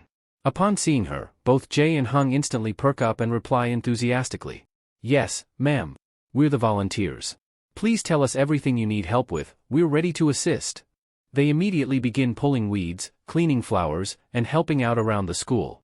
The teacher tries to stop them, but they're already in full work mode. Watching this, Yuna mutters, "These two are hopeless idiots." Yuna turns to Kim, saying, "I honestly don't understand why we were sent here. This place is 500 kilometers from our school. Why would the Glory organization assign us something so trivial?" Peter, who's been quiet, suddenly speaks up as he walks away. "I don't know the reason either, but if we've been assigned the mission, we have to complete it." This makes Yuna suspicious. What's gotten into him today? Later, Jae and Hung ask the teacher, "Ma'am, you look so young. Are you a student here too?" The teacher replies, "Why do you keep complimenting me? I already told you, I'm a teacher." Just then, Yuna arrives and scolds them. "Idiots! If our instructor finds out you were flirting with a teacher, he'll beat you senseless. Go focus on your work." Soon, a strange man arrives, the gatekeeper of the school. He cheerfully says, "Welcome to UIL school." He bursts out laughing uncontrollably, and begins talking to Peter and Yuna, saying, "You'll be surprised to know, there's only one school on this whole island." He laughs again loudly, to which Yuna says, "Sir, can you stop laughing? You're being really weird." Ignoring her, the gatekeeper adds, "There's a lot of cleaning work left behind the school. I'll show you the way." Yuna watches him and thinks, "This guy is strange. I can't tell if he's an idiot or just pretending to be one." Suddenly, a group of people arrives. One of them demands, "How long are you going to delay paying rent?" The gatekeeper replies, "Sir, look around you. We can't even afford to run the fans here, let alone pay for electricity. And now you're demanding rent?" The man snaps, "Why don't you just leave then? If you can't pay, move out." Trying to appease him, the gatekeeper hands him a large basket. "Please don't worry, sir. We prepared a gift for you, here, take this." Curious, the men open it, only to find it filled with potatoes. "I grew these myself. They're delicious, I promise you'll like them." Furious, the man throws the basket back at the gatekeeper. "You idiot! Are you mocking us?" The teacher steps in, scolding him. "Sir, how can you treat someone like this? You have no right to hurt people." Seeing this, Yuna tells Kim, "Stay out of this. There's no need for you to get involved." Kim replies, "But I didn't even say anything." Yuna adds, "I know, but you're the kind who'd jump into things anyway. Remember, our instructor told us not to cause trouble." Meanwhile, the teacher pleads, "We already told you we'll pay the rent soon. Why do you keep coming here and causing trouble?" The man sneers, "You're a beautiful woman. What are you even doing in a place like this?" At that moment, Hung steps forward, snatches the cigarette from the man's mouth, and says, "Hey, idiot! Don't you know this is a school? Smoking here is prohibited. Get lost, that's your best option." The man glares at Hung and punches him square in the face, knocking him down. He yells, "Who the hell do you think you are? Interfering in our business? If you don't want more of that, stay out of it." Hung, now angry, growls, "Do you think I'm scared of a single punch? You must not know who I am, I'm strong." Right after this, we hear the sounds of a brutal beating. In the next scene, both Hung and Jae are shown lying in hospital beds, battered and bruised. The teacher is tending to them, treating their injuries. As Yejin speaks, she says, "Mister, you didn't have to fight them for our sake. Look at the condition you're in now." Hearing this, Jae replies with a bit of pain in his voice, "Ma'am, you don't need to worry about that. We're both really strong. This wasn't such a big problem for us." Just then, we see the gatekeeper arrive, and he looks upset. He says, "You two are students. You shouldn't have fought those gangsters. Look at the shape you're in because of it."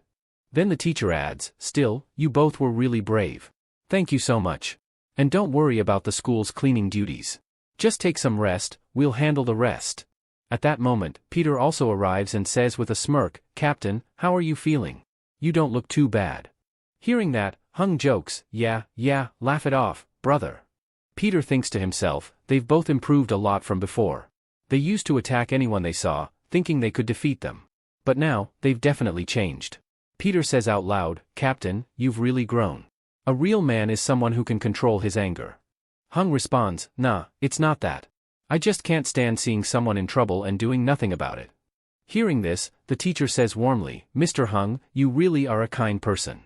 Hung smiles, clearly happy from the compliment. In the next scene, we see Yuna sitting alone in the park, thinking about Kim. A memory flashes in her mind, the time Kim handed her a box and told her about the medicine for Eugene.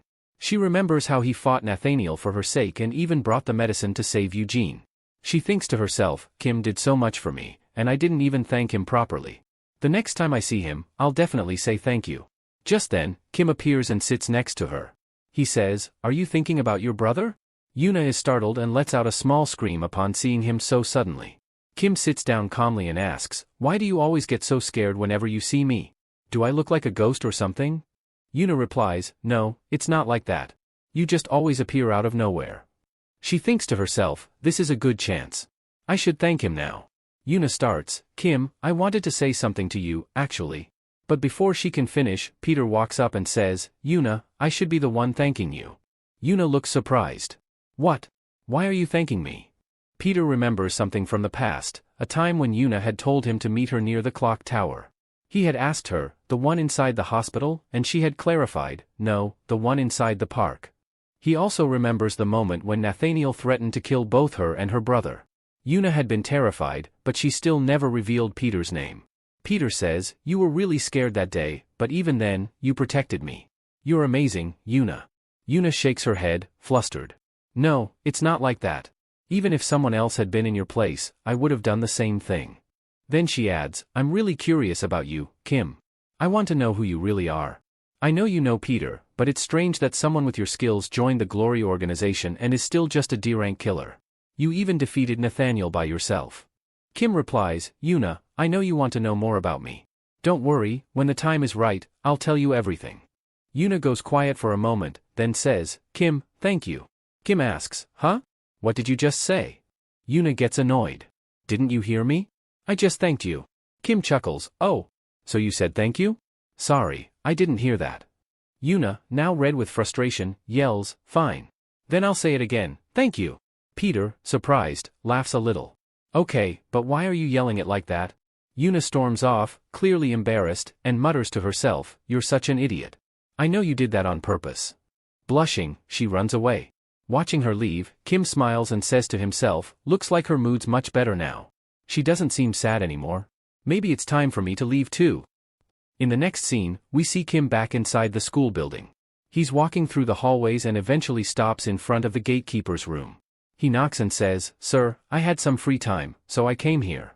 Kim enters the gatekeeper's room and says, if you have any work that I can help with, I'd be happy to assist.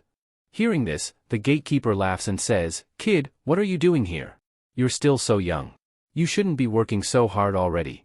You should be out enjoying your life. He starts laughing heartily, clearly amused, but Kim doesn't say a word. He simply stands there quietly. Seeing that Kim doesn't respond, the gatekeeper says, well then, if there's nothing you can help with, I suppose you should go. As Kim begins walking away, the gatekeeper suddenly stands up and says in a serious tone, you may be young, but the scent of blood coming from your body is strong. That means, you've already become an extremely powerful killer at such a young age. At that moment, the gatekeeper takes off his cap. His expression sharpens as he asks, so tell me, what's the real reason you came here? Hearing this, Peter, who had just entered, speaks up, if you already know that much, then I'm sure you also know I didn't come here to meet some ordinary gatekeeper. I came to meet Disciple Simon. Right then, the man who had been posing as a gatekeeper takes off his shirt and draws a massive sword from beside him. Seeing this, Peter says with a smirk, so, should I call you Simon? Or should I address you as Glory's best swordsman? Simon laughs loudly and says, so, you came here after doing your homework. In that case, I'm sure you also know, you won't be leaving this place alive. Then the narrator adds, when two swordmasters clash, a real swordsman only needs one opening. And once he finds it, the fight ends in a single move. But as Simon begins fighting Peter, he's taken aback. He can't understand how Peter is dodging all of his attacks so effortlessly. We see Simon unleashing a barrage of incredibly fast and deadly sword strikes toward Peter, but Peter doesn't strike back. He simply dodges, again and again. Simon speeds up his attacks, thinking it'll catch Peter off guard, but to his surprise, Peter dodges every single blow with ease. Even when Simon uses a special fast strike, one of his most powerful and quickest moves. Peter evades it like it's nothing. Is this guy really the legendary, unbelievable strongest sword master? He mutters, that's why your title is the Swirling Sword Saint. Then Simon raises his sword high into the air and says, you'll be happy to hear this, until now, no one I've ever fought has been able to dodge 10 of my attacks in a row. But you're the second person to do it. Right after, Simon sends another extremely fast attack at Peter, but again, Peter dodges it effortlessly.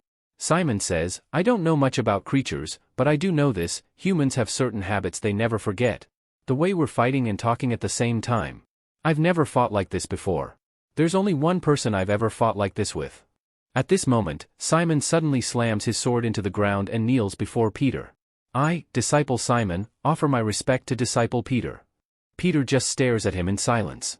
Simon continues, brother. I've missed you so much. In the next scene, Simon is speaking again. Is it true? Have you really reincarnated? Peter answers calmly, yes, it's true. And I hope you'll believe me. Simon responds emotionally, of course I believe you, brother. You've never lied to me. I'm genuinely so happy to see you alive. When I first heard that the organization had killed you, I didn't want to believe it. Then Simon adds with a smile, but brother, have you noticed something? You look really cool in this younger form. You've become more handsome than ever. Peter grins, I've always been handsome. It's just that I got older, so people didn't notice anymore. But looking at you, I'm glad to see you're still doing well. Your swordsmanship is as sharp as ever.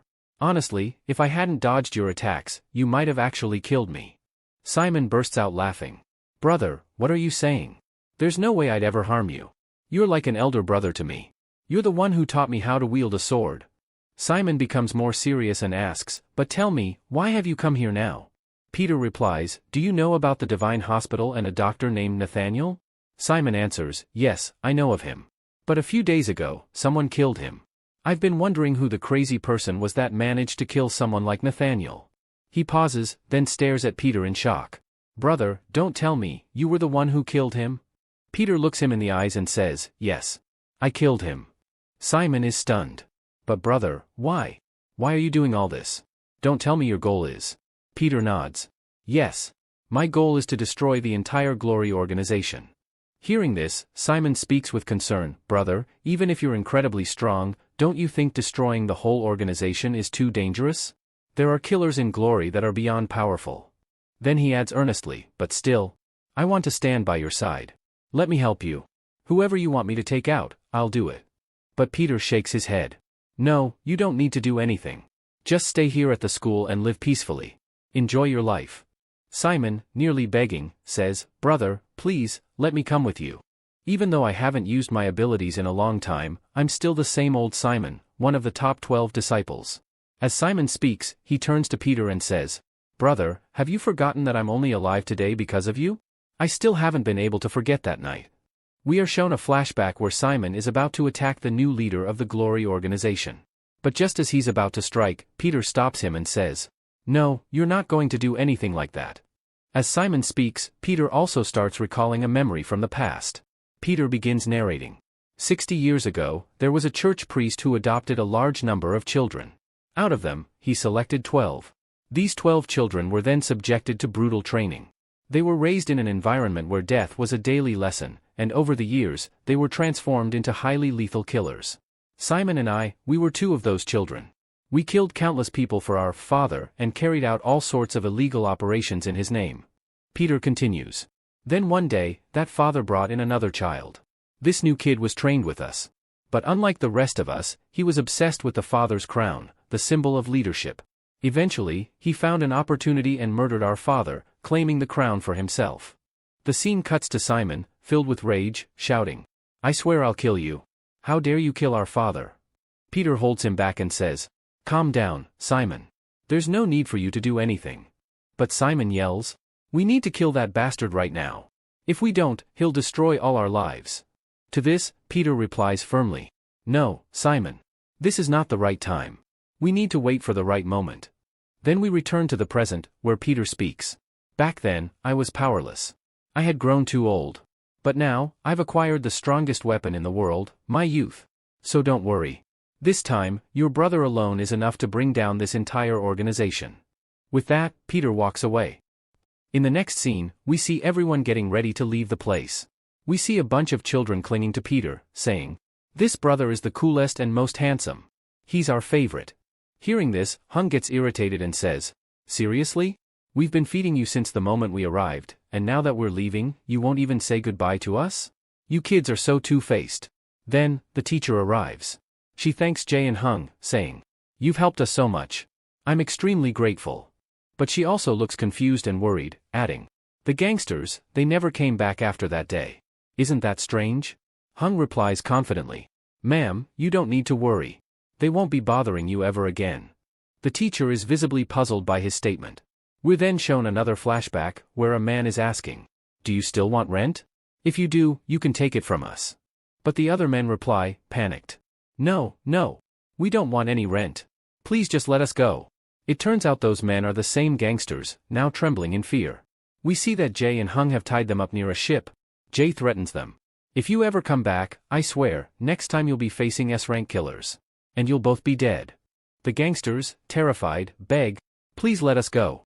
We'll never return to collect rent from that school again." Back in the present, the group arrives at their ship, ready to depart. Hung says, "It was really nice spending time with you all." The gatekeeper, smiling warmly, adds, "I really like you students. You helped us a lot with cleaning the school." Laughing, he continues, "If you ever have the time, do come back again and help us clean the school." Hearing this, Yuna becomes extremely annoyed. But Kim manages to catch her, and meanwhile, we see Jae and Hung speaking to their teacher. "Teacher, if you ever face any kind of problem, please don't hesitate to contact us. We'll come to help you immediately." Hearing this, the teacher smiles warmly, visibly touched by their concern. Right after that, Simon walks up to Peter and says, "Brother, if you ever need me, don't hesitate to call.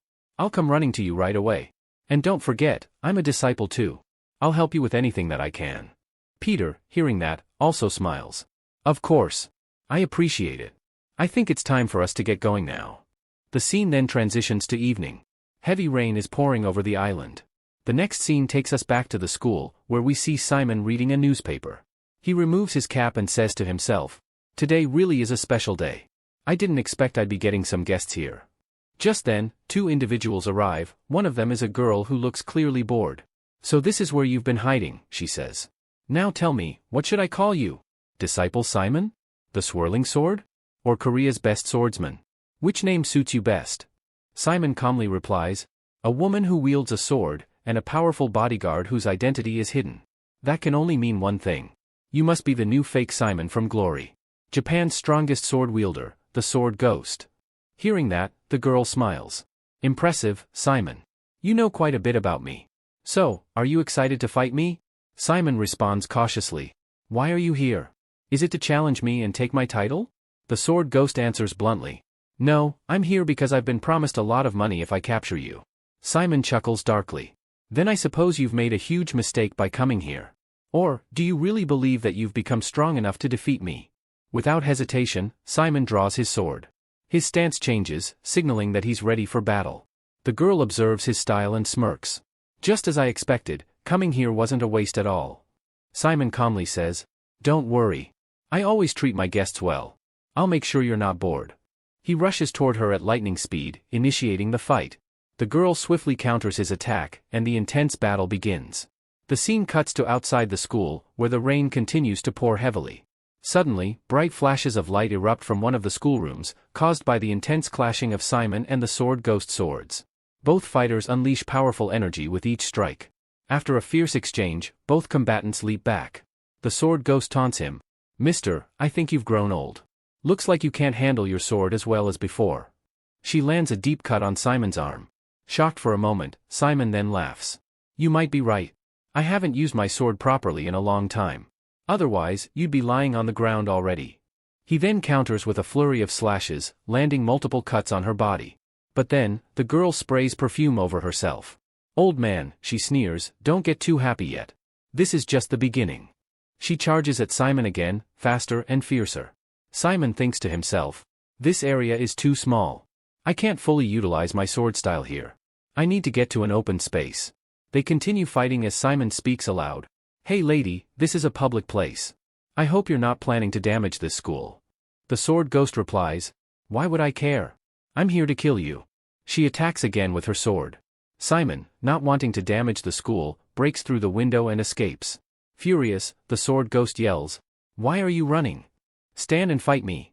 The man accompanying her calmly says, "It's raining heavily outside. Are you really going to fight him in this weather?" She responds, "Why not?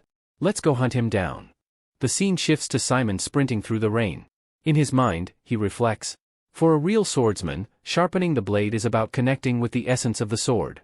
But her style is different, she sharpens her sword only to cut human flesh. Simon keeps running, thinking, "She's a swordswoman, I can fight her. But I know nothing about her, who she really is, or what her fighting style truly entails. And I get the feeling she's hiding something dangerous." Eventually, Simon arrives at a mountain peak. The sword ghost and her companion catch up to him. "So, old man," she says mockingly, "I thought you were just a frail geezer, but you've got a romantic side. You even picked a beautiful place to die." Simon replies with a calm grin, "Do you know why people call me the Swirling Sword Saint?" She shrugs, "Why should I care? You're about to die anyway." But the man beside her says seriously, "He's called the Swirling Sword because he's incredibly dangerous. You shouldn't underestimate him." Simon looks at them and speaks firmly, "It's been a long time since I've used my true sword style. But today, I'll show you what it really means." He declares, "They call me the Swirling Sword because I've learned to feel the very essence of my sword. I can even cut the water in the air itself." At that moment, Simon's speed suddenly increases dramatically. Simon charges forward at lightning speed, slashing through the raindrops with his sword. He launches a swift upward strike aiming straight for the girl's neck. But the girl, incredibly quick herself, dodges the attack at the last moment, leaping far back to create distance. However, Simon doesn't give her time to recover. Without pause, he dashes toward her again and begins slicing her body with rapid, precise cuts. The damage is so severe that her body collapses to the ground, writhing in pain. She lets out a scream, and then falls silent. Her body goes limp, she dies right there. Simon, unfazed, points his sword toward the other person and says coldly, "That girl is dead. Now it's your turn." Hearing this, the young man responds, "I think your drug is finally starting to take effect on you." Simon, surprised by this comment, frowns and demands, "What are you talking about?" Just then, Simon feels something unusual. He looks down and is shocked to see a large, deep cut on his abdomen. His eyes widen in disbelief. "How did I get injured? I never even gave that girl a chance to fight back." At that moment, the girl appears right in front of him, standing alive and well. She smirks and says, "Old man, where are you looking? I'm standing right here." Simon is stunned. "What? I just killed her with my own hands. How is she still alive?" But then, hallucinations begin to overtake Simon. His vision distorts, he can no longer tell if the girl in front of him is real or a ghost. He starts to remember something. Earlier, he had smelled a strange scent on the girl, some kind of perfume. He realizes the truth and mutters, "So that perfume you wore, it wasn't just a fragrance. It was a dangerous drug. It's messing with my mind."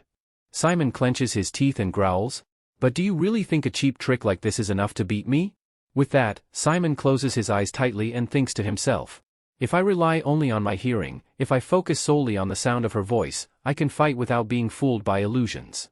Determined, Simon once again launches a fierce attack, swinging his sword with blinding speed toward the direction of her voice.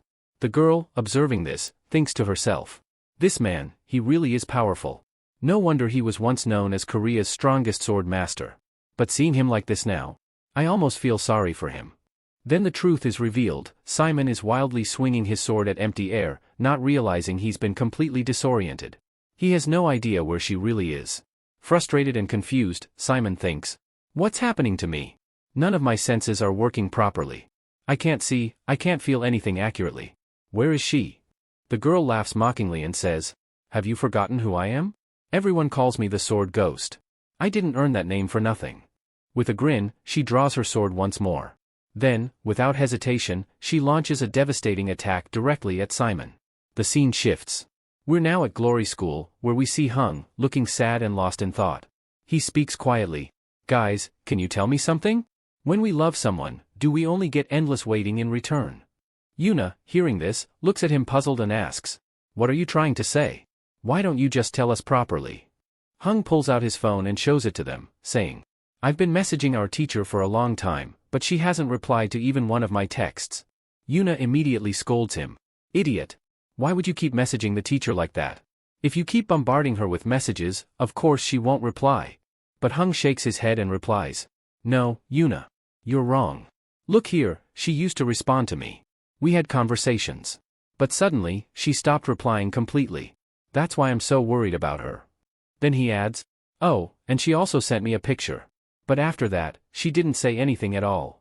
He shows them the photo. Kim also sees it and is visibly shocked by what he sees in the picture. The scene shifts back to Hung, who is speaking to Yuna. Yuna, can you tell me things girls usually likes? He asks curiously. But right after saying that, he suddenly reacts in surprise and blurts out, oh, damn. I just asked this one. But wait, this isn't even a girl, this is actually a boy. Hearing that, Yuna becomes furious and yells at him, do you want to die by my hands? Seeing her reaction, Jay shouts out, bro, hurry up and help us. This girl's gone completely insane. But instead of responding, Kim seems to be busy making a phone call to someone. The scene cuts again, this time to the same cold, remote island we saw earlier. Now, Jivan has arrived there as well. She walks up and asks, Senior, what was so urgent that you had to call us all the way here? It's freezing out here. Why have you brought us here? Is there some kind of problem? But Peter doesn't reply. Instead, he's seen checking a box, completely silent.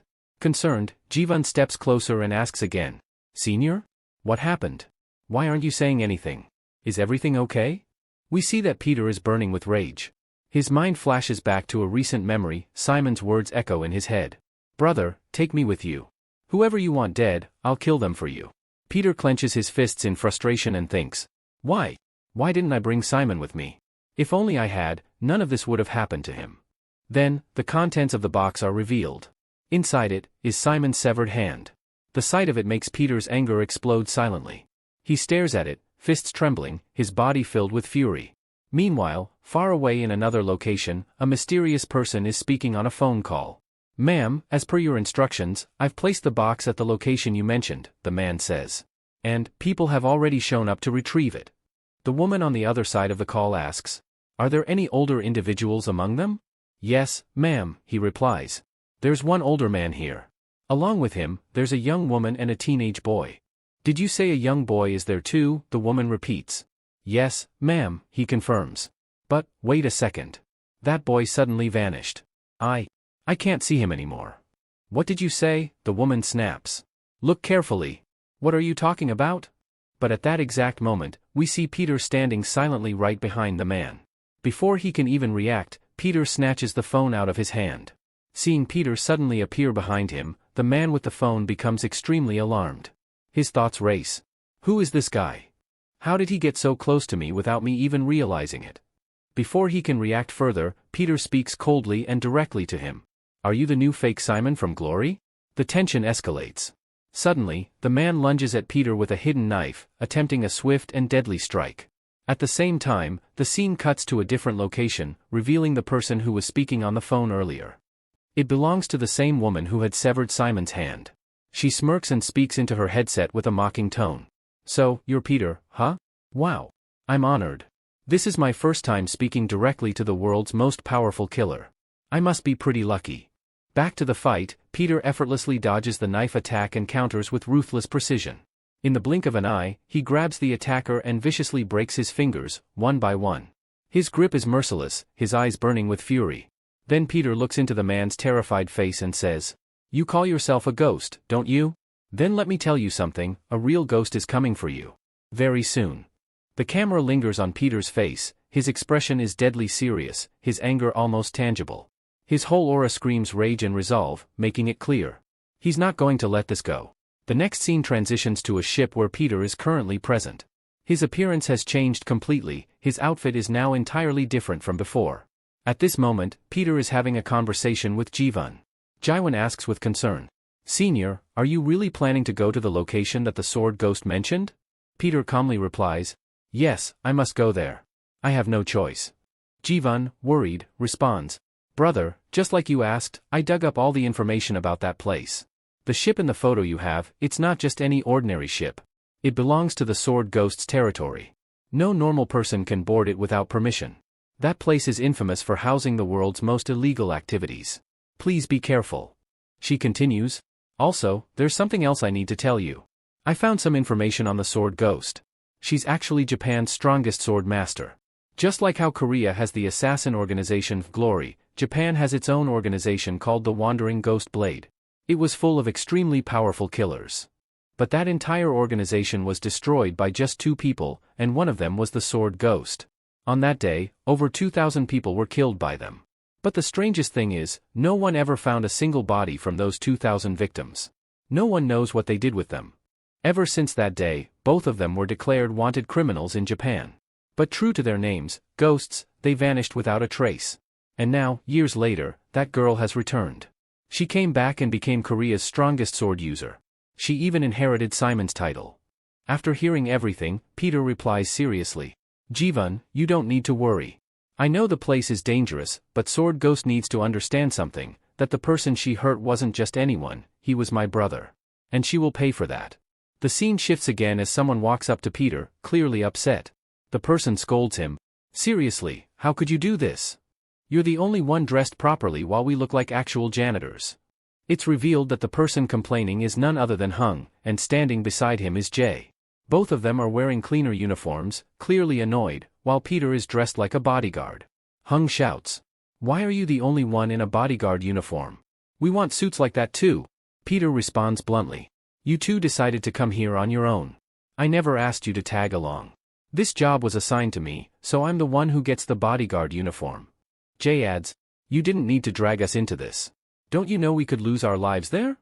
Hung fires back defiantly, "Hey, Kim. Who do you think you are? Don't forget, we're killers too. We also want to grow stronger. We don't care how dangerous this place is." At that moment, another man approaches the group and asks cheerfully, "Have you all had lunch yet? If not, why don't we eat together?" The person speaking is revealed to be President Cha Yun-chang. Peter responds, "Sir, we've already eaten. You should go have your lunch too. It's freezing out here, you'd be better off staying inside." But Hung jumps in, complaining, "Mr. President, we're here for your safety too. Yet somehow only Kim got to wear the bodyguard suit while we got stuck with cleaner uniforms. That's just not fair."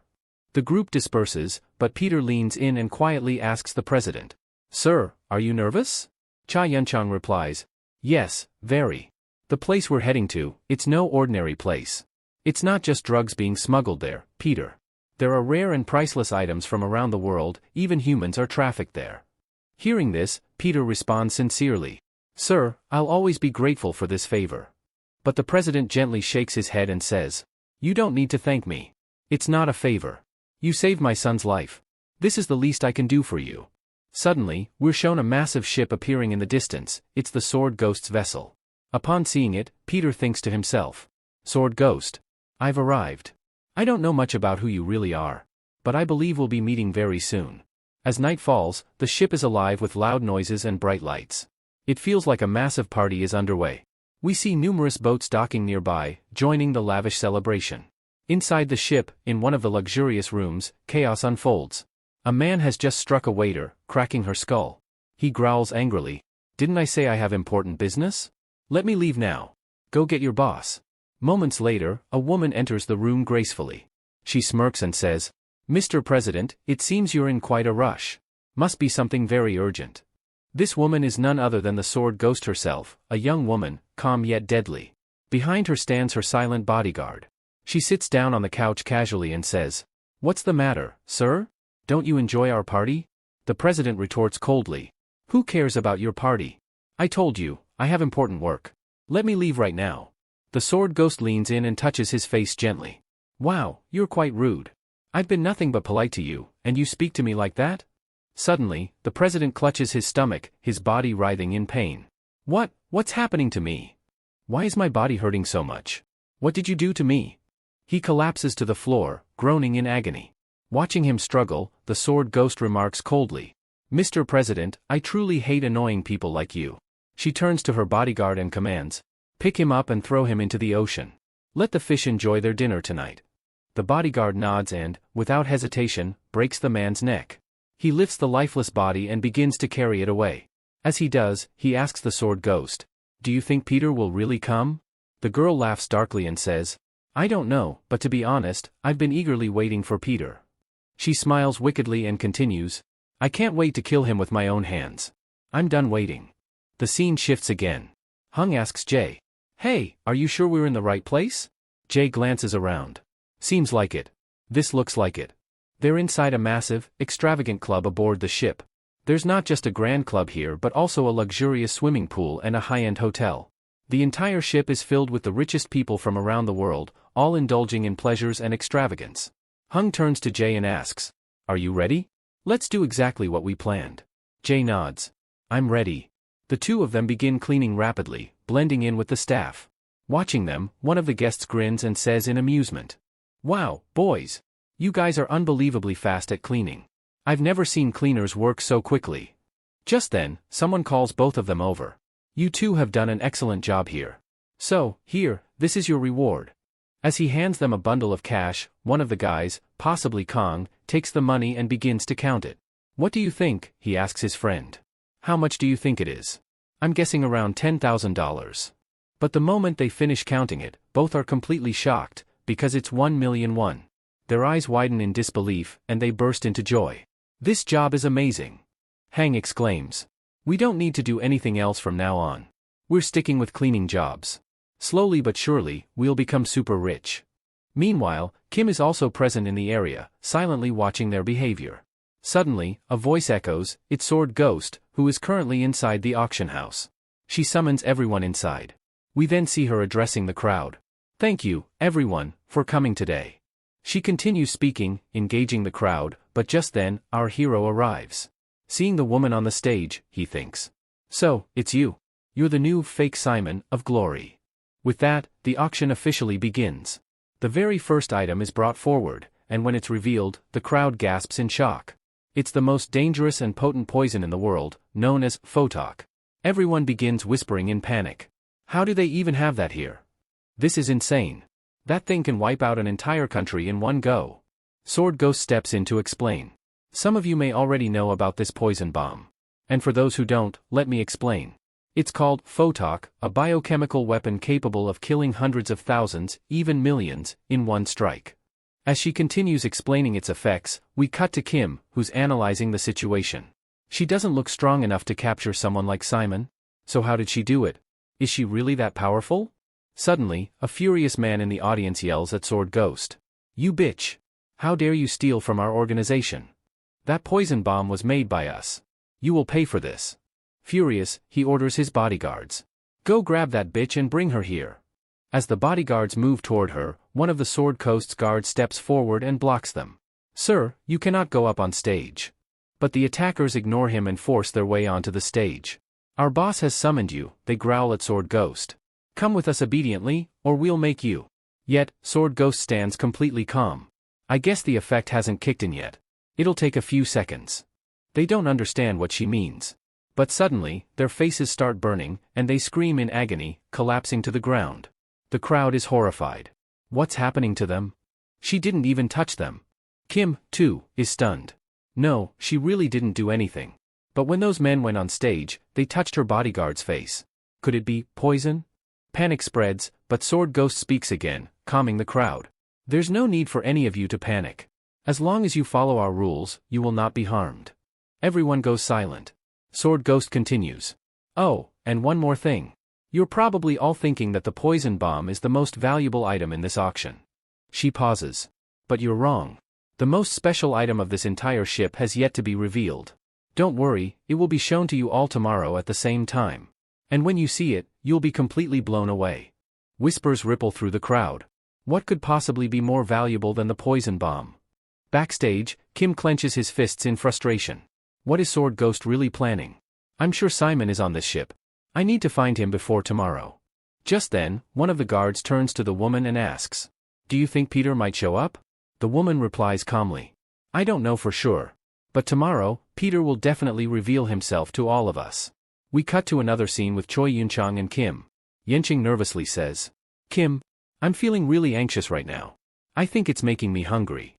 Do you realize," he continues, "that some of the world's most powerful and wealthy people are on this ship right now? But the most powerful and dangerous of them all is the ship's owner. Anyone who wants to survive on this boat has to obey her. This ship runs on her word alone. Come on, let's go have dinner." But before they can leave, Sword Ghost appears in front of them. "Mr. Choi," she says, walking up to them. "I didn't think you would actually come. Tell me, why were you so hard to find? She grabs his tie and speaks coldly. When I invited you last time, you didn't show up. And now you suddenly appear without notice. Can I ask why? Choi stammers. It's nothing, really. I'm not feeling too well. I think I'll go rest for now. Sword Ghost steps in closer, a sly smile on her face.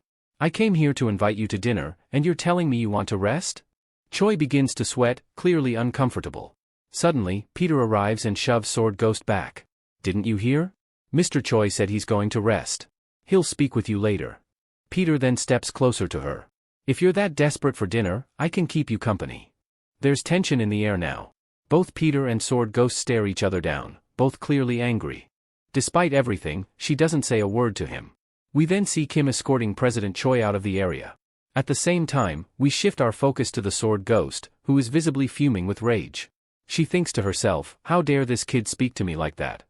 As President Choi and Kim begin walking away, the Sword Ghost suddenly calls out to them and says, you said you want to have dinner with me. Does that mean you're asking me out on a date? Fine then, I'm in. We see her striding confidently toward Kim while spraying perfume on her body. She says flirtatiously, if you want to go on a date with me, I'll agree. But just know this, at that dinner, I'll eat you alive.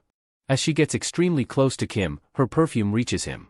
Kim inadvertently inhales the scent, and it immediately messes with his mind, his vision becomes blurred, and his thoughts hazy.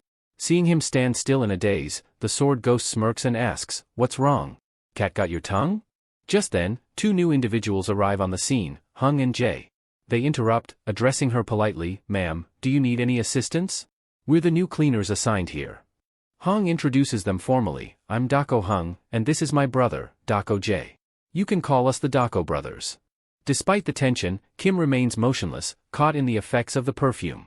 Jae leans toward him and says urgently, what are you doing? Snap out of it and get out of here. Meanwhile, Hung continues to speak to the Sword Ghost, ma'am, we're very thorough with our cleaning. If you ever need us, just give us a call. Listening to them, the Sword Ghost gently touches Kim's face and says, looks like today's your lucky day. These cleaners just saved your life. With that, she finally turns and walks away. As soon as she leaves, Kim regains his senses. Still shaken, he thinks to himself, what just happened? My mind went completely blank. Could it be the perfume she used had some kind of drug in it? I must have inhaled it, and that's what messed with my head. But how did I suddenly snap out of it? However, the Dako brothers had been standing too close and ended up inhaling a heavy dose of the perfume. As a result, they became mentally clouded and began obsessively scrubbing the walls as if entranced. Observing this strange behavior, Peter came to a realization, it was possible that Simon, too, had fallen victim to this kind of mental manipulation. That might explain the unthinkable, Simon losing his hand. Given his combat prowess, it would have been nearly impossible under normal circumstances. Then a conversation unfolded. Aren't you even slightly suspicious? Suspicious about what? About how a group of elite assassins, over 100 Brazilian killers, and even Nathaniel, who went all out, were all taken down by a single man. A man close to 70 years old, at that. Are you suggesting he wasn't Pietro at all? Exactly. Think about it, this place isn't like the hospital. With external radar monitoring the ship and the potential use of disguises, the real Pietro might not even be on board. Whoever that is, he's an imposter. Then who is it? And why would he involve himself in matters concerning the organization? That's what I need to uncover. I have to confront him, find out who he really is and what he's after. But how are you planning to make contact with someone so cautious? Have you forgotten, he said, a hint of a grin tugging at his lips. We still have that thing. Wait, is this about that man again? Has he been causing you trouble? The woman asked, her tone laced with concern. Or are you worried that I might fall for someone else? Don't be ridiculous, he replied, brushing it off. In the next scene, we find Kim dressed as a waiter. Meanwhile, Peter is shown heading somewhere important. A flashback begins, revealing a memory with Simon. In this memory, Simon says to Peter, brother, do you know? You're the only person I've ever considered my real brother. Even though we're not related by blood, you're my family. I just want to be there for you, no matter what danger comes your way, I want to face it before it reaches you. So promise me, no matter what happens, don't get hurt. Peter, touched by his words, responds with a smile, don't worry about me so much. Nothing's going to happen to me. I'm not planning to die anytime soon, not until I fulfill the promise I made to you. Hearing that, Simon is stunned. Brother, you still remember that promise? We made it so many years ago. Peter replies, what do you think of me? I'm your big brother. Of course, I remember my promise. Don't worry, I'll fulfill it one day. Back in the present, we see Kim thinking deeply about Simon. He wonders, Simon, my brother, where are you now? Peter then informs us through narration that all the guests are currently inside the auction house because some extremely valuable items are being sold tonight. For Peter, this is the perfect chance to search for Simon. As Peter walks through the area, two suspicious-looking men in black approach him. One of them stops him and asks, "Hey, who are you, and where do you think you're going?" Peter, maintaining his composure, replies, "I'm just a waiter, sir. I'm here for room service." He tries to walk past them, but the two men step closer, now standing uncomfortably close to him. One of them says, "Hey, you're Korean, aren't you? Did you know there isn't a single Korean waiter assigned on our ship?" The other man turns to his partner and says, "What do you think? Should we take him to Madam?" The first man shrugs and replies, "I don't think that'll even be necessary. He's just a kid, we can handle him easily," one of them scoffed. With that, he turned to Peter and said, "Come on, stop wasting time and tell us, who are you really, and what are you doing here?" But in the next scene, we see a shocking twist. Peter had already eliminated both of them and stuffed their bodies into a basket before disappearing from the spot. The scene then shifts to the kitchen. Here, we see Kim has slaughtered several people and thoroughly searched the entire area. Yet, despite checking everything, Simon was nowhere to be found. Next, we cut to the engine room. The situation is no different. Peter has wiped out everyone there too and inspected every corner. But even after all that, there's still no sign of Simon. We then move to the washroom. Again, Peter has killed everyone inside and is seen checking the walls, tapping on them, searching meticulously for any hidden passage or secret tunnel, but nothing turns up. Peter, frustrated, mutters under his breath, "I've searched nearly every possible area on this ship where Simon could be, but he's nowhere to be found. There's only one place left now. Should I go there?" With that, the scene transitions to the auction hall. At that moment, a high-class material was being auctioned. Bidders were raising their offers aggressively. The crowd had already driven the price up to $100.10 million, and it kept rising. Soon, the amount had reached $130 million. Seeing this, Sword Ghost smirked and said, "Now that's more like it. Looks like you need this material more than anyone else. Fine then, it's yours." Then she addressed the entire audience with a wide grin. "And now, the moment you've all been impatiently waiting for, it's time for me to reveal the main attraction of this auction."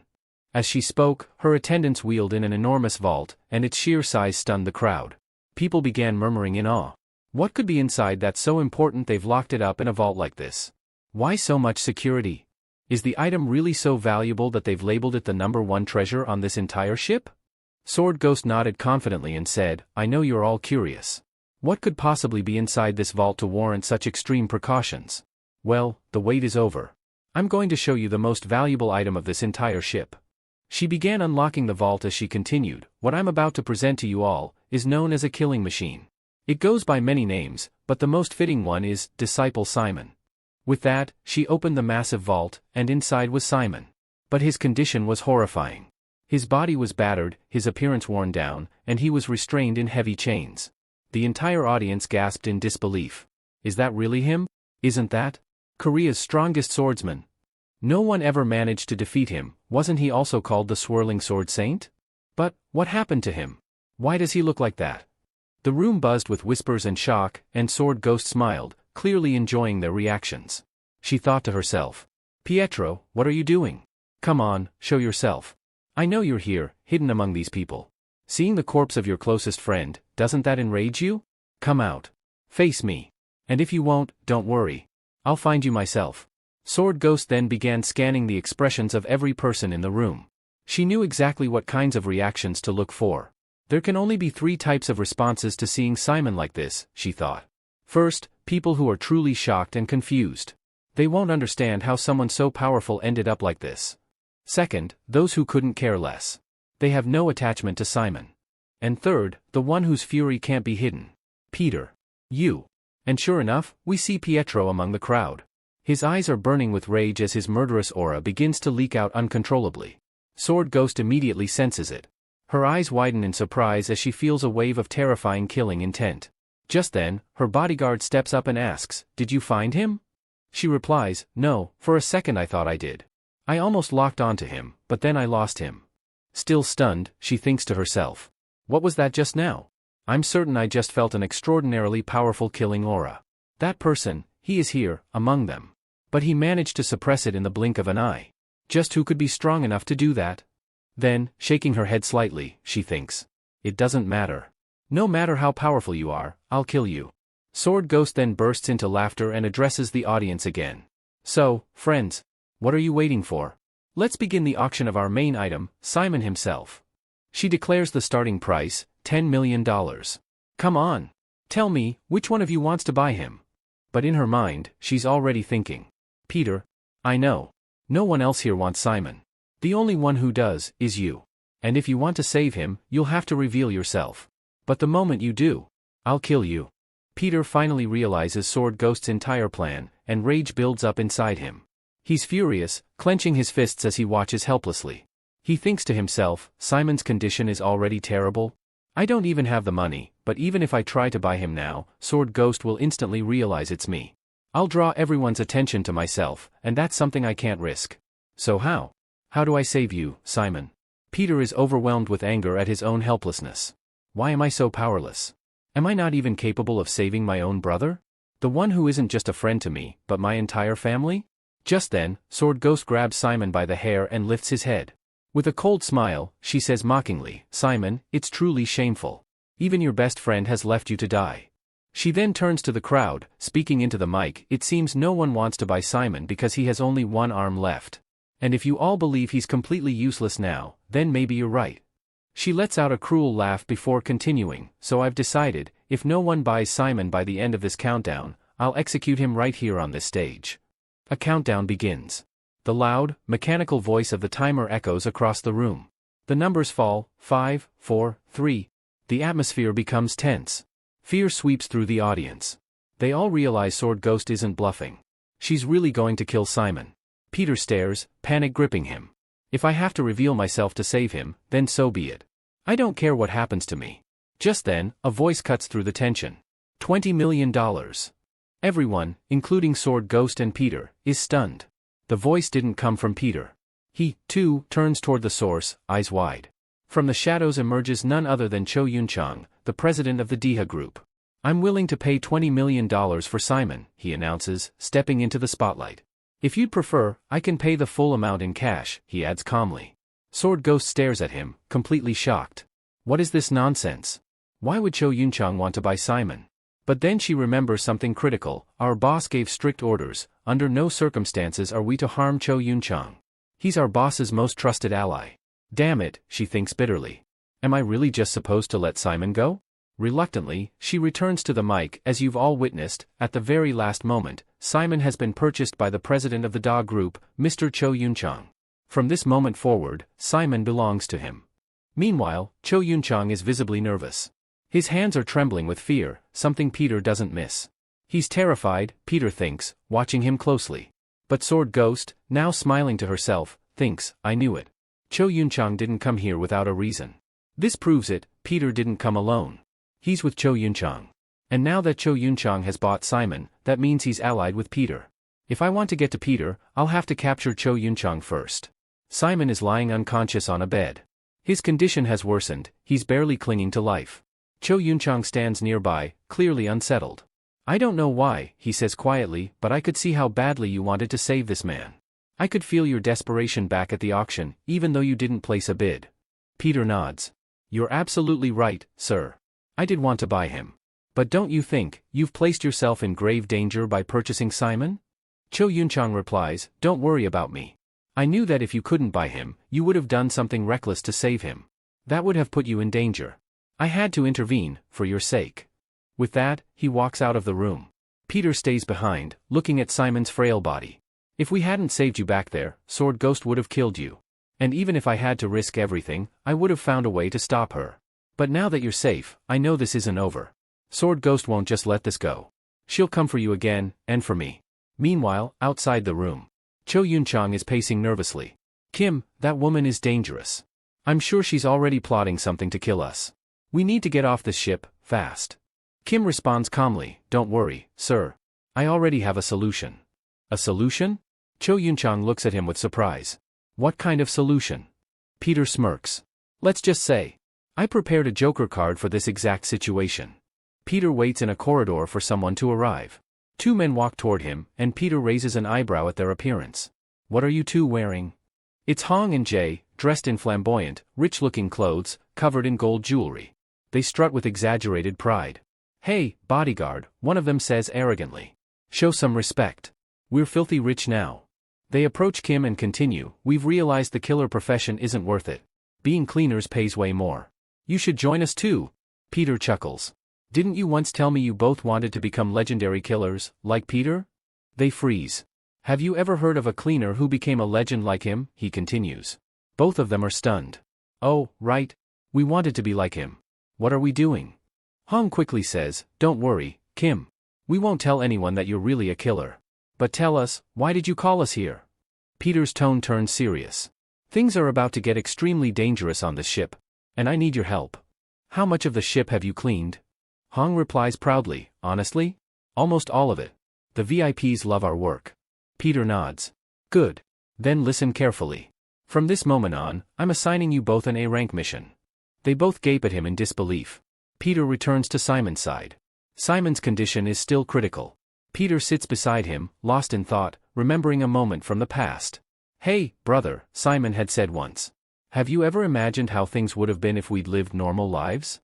If the children of the organization had been in high school right now? Peter had raised an eyebrow. Like, what if instead of these swords, we had school bags on our backs? Instead of wearing these uniforms, we wore school ones? What if, during break time, we shared lunch? What if, instead of martial arts, we were worried about exams and grades? Wouldn't life have been better that way? Peter had scoffed. You idiot. Why the hell are you thinking about this stuff all of a sudden? Don't forget, we're killers. Our only job is to follow the organization's orders and eliminate targets. Simon had smiled faintly. Yeah, maybe you're right. But still, I was just telling you what I dream about sometimes. Peter had paused, then replied, there's nothing wrong with wanting to go to school. When Peter said, you can go to school too, Simon was utterly shocked. He responded, what? What are you even saying? I know you want to attend school under your real identity, so why don't we just start our own school? That way, you can graduate however you like, on your own terms. Simon was stunned by Peter's words, unable to process them at first. But then Peter chuckled and added, and if you want, I'll even join you. We can study together. And don't worry, if it helps, I can pay for the school supplies too. Simon was surprised all over again but quickly shook his head. No, he said firmly. I'm not going to let you buy my books. Peter blinked in confusion. Why not? Didn't you say you wanted to go to school? Don't you want me to come with you? I won't come if you don't want me to, you know.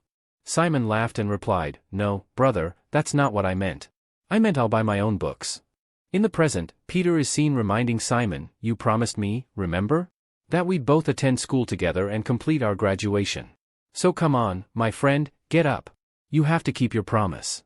At that moment, another character, Cho Yun-chang, is nearby, silently listening to Peter's heartfelt words. Meanwhile, we are shown Sword Ghost, who is in a furious rage. She's wrecking everything around her and shouting, that bastard. I never liked him from the start. I would have killed him long ago if boss hadn't stopped me. But suddenly, her demeanor changes. She calms down slightly and mutters to herself, but it's not too late. He's on my ship right now. I can still kill him. Just then, her bodyguard walks up and intervenes, Madam, you can't do this. You can't harm Yun-chang without boss's permission. He has explicitly forbidden it. In response, Sword Ghost turns and slaps a nearby waiter with such force that it echoes through the room. Then she glares at the bodyguard and says, you do well to remember that I am your master. You follow my orders. Without waiting for a reply, she storms out, declaring, send our professional killers after Yun-chang. And make sure Swirling Sword dies too. I'm sure once those two are dead, Peter will show up in front of us. Scene shift, Cho Yun-chang's room. Yun-chang is seen with Peter when someone knocks at their door. Surprised, Yun-chang asks, who could that be? I didn't order anything. Peter reassures him, don't worry, sir. I'll check it out. Peter steps outside, and moments later, returns. Yun-chang asks, what did they bring? Peter replies, just tea, sir. Cho Yun-chang looks puzzled. Only tea? Didn't they bring anything to eat with it? Peter explains, they did, but the dish was cold and didn't look appetizing. So I sent it back. Yun-chang nods. Good decision. And by the way, take care of our patient. His body is still very weak. You should also look after your health, Peter. At your age, a healthy diet is essential.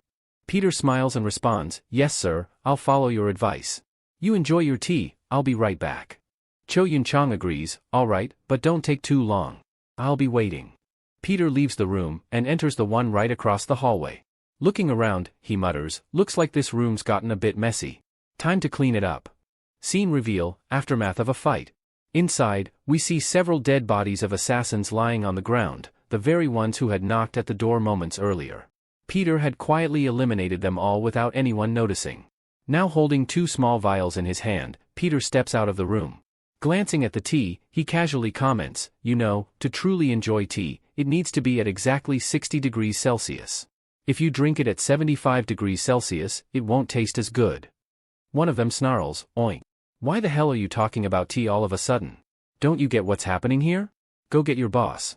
We came to kill him. Peter doesn't respond. The assassin yells again, hey. I said go get the VIP. Now. What are you holding in your hands? What are those bottles for? Peter calmly replies, I'm holding them because I wanted to demonstrate something. To kill someone, you don't always need guns. Sometimes, these tiny vials are more than enough. The assassin stares at him, baffled. What, are you serious? Do you really think you can take us on with just those bottles? There are 20 of us here. And we all have guns. 1 bullet from me is enough to kill you. But despite his words, the assassin is visibly shaken. Why isn't this guy afraid? He thinks. Is it possible that he's not just some bodyguard? Is he also a trained assassin like us? Suddenly, Peter moves. Fast. Incredibly fast. One of the men shouts, what the hell are you doing? I'll shoot. Peter replies coldly, sorry. I don't have time to waste. And in an instant, Peter lunges at them with unbelievable speed. Despite the assassins firing their guns at him, Peter is already moving, weaving through bullets, and striking with deadly precision. One by one, the assassins fall, completely overwhelmed by Peter's unmatched skill and terrifying efficiency. Seeing the situation unfold, the leader of the group is completely shocked. He starts thinking to himself, is this guy really an assassin? But how is he so much faster than us? Meanwhile, we see Peter charging at them with incredible speed. The others begin panicking and yelling, what are you standing around for? Shoot him, now! But Peter is so fast that he dodges their bullets effortlessly. In the confusion, the bullets end up hitting their own allies instead. In the next moment, Peter swiftly hurls 2 small bottles at them. As soon as the bottles shatter, thick smoke begins to fill the area, making it impossible for anyone to see. Amidst the chaos and low visibility, Peter accelerates even more and grabs one of the men. Then, he starts ruthlessly beating them all one by one. By the time the smoke clears, everyone around has been defeated, Peter has wiped them all out. As he stands there, Peter calmly says, you should never rely too much on your weapons. And never underestimate your opponent. Then, without wasting another second, he darts away from the scene at high speed, muttering to himself, these guys wasted too much of my time. I need to hurry to my next target and finish him off as well. The scene shifts. We're shown a new location, where a subordinate is briefing Sword Ghost about the assassins. He says, ma'am, all the assassins you sent to kill Cho Yun-chang have been taken out by a single person. Hearing this, Sword Ghost is visibly stunned. She thinks to herself, the dogs I've been raising for so long couldn't even kill that ordinary guy Cho Yun-chang? This can only mean one thing. That old man has returned. She then speaks aloud, just as I suspected, Peter has arrived. He's with Cho Yun-chang. At that very moment, another subordinate approaches Sword Ghost and says, ma'am, there's a problem in the restaurant. Our people have reported that Peter has shown up there and killed everyone. This news catches her off guard. She grabs the phone and listens as another report comes in. Ma'am, there's a huge problem. Peter has attacked the engine room. Everyone there has been killed. Then yet another voice chimes in over the phone, ma'am, can you hear me? There's been a serious situation at the club. Peter has attacked again. All our men are down. Sword Ghost, now deeply troubled, lights a cigarette and starts thinking, what the hell is going on? How can Peter be in so many places at once? Is this some kind of plan? Agitated, she snaps, go find out what's happening. One of her men, confused, replies, but ma'am, didn't the report say Peter attacked all those places? Sword Ghost yells furiously, idiot. How can one person attack so many places at the same time? Go and investigate. Figure out what's going on. Next, we transition to a party area aboard the ship. Panic has broken out, and people are running for their lives. Among them, we hear someone saying, "No one's ever going to believe that the chaos on this ship was all because of us." And we see that the speaker is none other than Jae and Hong. Everything happening right now, the confusion, the fear, was all started by these two. We're then shown a flashback where Jae and Hong are speaking to Peter. "Kim, just tell us clearly, what's going on? What's the problem that you need our help with?" they ask. Peter responds, "All right. Listen carefully. Every VIP aboard this ship is in danger." Hearing this, both Jae and Hong are stunned. "What do you mean?" Peter explains, "Remember at the auction house? That lady's bodyguard killed 2 people in front of everyone. Why? Because they weren't afraid of anyone here. But now things have escalated, she's gone completely insane and has decided to kill every single VIP on this ship." Jae and Hong are both taken aback and say, "That crazy woman, how can she do that? We haven't even made that much money off them yet." Peter then grabs them both by the shoulder and says firmly, "That's why I'm bringing you into this A-rank mission. Help me, so we can save all the VIPs on this ship." Hong nods, "Just tell us what we need to do." Peter outlines the plan. "First, we need to spread a rumor across the ship." Cut to the present, we see Jae talking to Hong. "Hey brother, did you know the owner of this ship is planning to kill all the VIPs?" And as expected, the VIPs who hear this are utterly shocked. Jae and Hong continue spreading the rumor across the ship, delivering the news in dramatic and convincing ways to stir panic. This was all part of the plan. As Hong runs alongside Jae, he asks in confusion, "Why does that woman want to kill all these people?" Jae replies seriously, "I don't know the exact reason, but for some reason, that woman has made up her mind to kill every VIP aboard this ship." Hong, worried, asks, "Should we tell the other VIPs about this?" Jae quickly shakes his head. "Absolutely not. If that woman finds out we've told anyone, she'll kill us along with the rest of them." The scene shifts. We now see Kim looking at the time on his watch. Without hesitation, he pulls out a pistol from his side and fires a shot into the air. The loud gunshot echoes through the area. The sound immediately throws the surrounding VIPs into a panic. They begin screaming, "Was that real? What we heard earlier, it wasn't just a rumor. That means the woman really is planning to kill us all." Chaos erupts. All the VIPs start running around the ship in a frenzy, trying to escape. Hung turns to Jae and shouts, "Kim just gave us the signal, it's time." Without wasting a second, both of them yell at the top of their lungs, "Everyone, run. Save yourselves. Peter has launched an attack on the ship." Their words fuel the panic even further, and the VIPs begin to flee with everything they've got. The scene changes again. We return to Sword Ghost, who is being briefed by one of her subordinates. "Ma'am, we tried everything we could to control the VIPs, but we failed. The situation is now completely out of our hands." Hearing this, Sword Ghost's expression darkens. In a flash of rage, she grabs her cigarette tray and smashes it down onto the subordinate's head, killing him instantly. But she doesn't stop there. Glaring down at his body, she snarls, "You worthless trash. You can't even handle one old man? You're all useless." Her fury rising, she declares, "I'll go deal with that old man myself." Just then, her bodyguard steps forward and says calmly, "Ma'am, if you permit it, I can go capture Peter for you." Hearing this, Sword Ghost calms down slightly. Then, with a sly smile, she replies, "No, there's no need for that. I already have another plan to deal with Peter." She walks toward a reinforced glass cabinet, smashes it open, and pulls out a container labeled with a warning symbol. It's the biochemical bomb, Photok. Laughing maniacally, she says, "I don't care about any of the VIPs on this ship anymore. My only goal now is to kill Peter." And with that, she activates Photok. We see the deadly chemical gas begin to spread rapidly throughout the ship. Kim sees the gas too, and his eyes widen in shock. He thinks to himself, has this woman gone insane? Did she really use Photok just to capture me? The gas begins to affect everyone nearby. One by one, people start dying in excruciating pain. The chemical spreads like wildfire through the corridors and rooms of the ship. Peter dashes through the ship at incredible speed, his thoughts racing. Photok gas spreads quickly. If I don't act fast, it'll consume the whole ship. There are thousands of people aboard, including people I care about. People who trust me. I can't let any of them die. Then Kim smirks slightly and mutters under his breath, "Sword Ghost, you think Photok is enough to kill me? Maybe you've forgotten, this isn't my first time facing something like this. I've dealt with far worse in my 70 years of life." As he runs, Peter thinks strategically, there are far too many people on this ship. I can't warn them all one by one. If only there was an emergency siren system, it could alert everyone at once. But I've checked. This ship has no alarm system. His eyes narrow as he continues sprinting. If I want to save them, I need to get everyone to a safe area. Somewhere the gas won't reach right away. Then another thought hits him, Simon, he's still in his room. If I don't reach him in time, he'll die because of this gas. Peter rushes toward Simon's room, but the hallways are packed with panicking people. The gas is spreading fast, and it's creating complete chaos. Just then, Peter freezes in surprise. He sees someone moving swiftly through the crowd. It's Cho Yun-chang, carrying Simon in his arms, running straight toward him. In the next moment, Cho Yun-chang reaches Peter. Peter looks at him and asks urgently, "Sir, are you all right?" Cho Yun-chang nods and replies calmly, "Don't worry, I'm perfectly fine. And I've brought your friend with me." Then he adds reassuringly, "I know there are some things you want to keep hidden. So if you want, you can go ahead. Don't worry, I won't let anything happen to your friend. I'll make sure he gets out of here safe and sound. That's my responsibility now." Hearing this, even Peter was utterly shocked. His thoughts raced. I never imagined that the same timid boy who used to be so terrified has now grown into such a bold and courageous young man.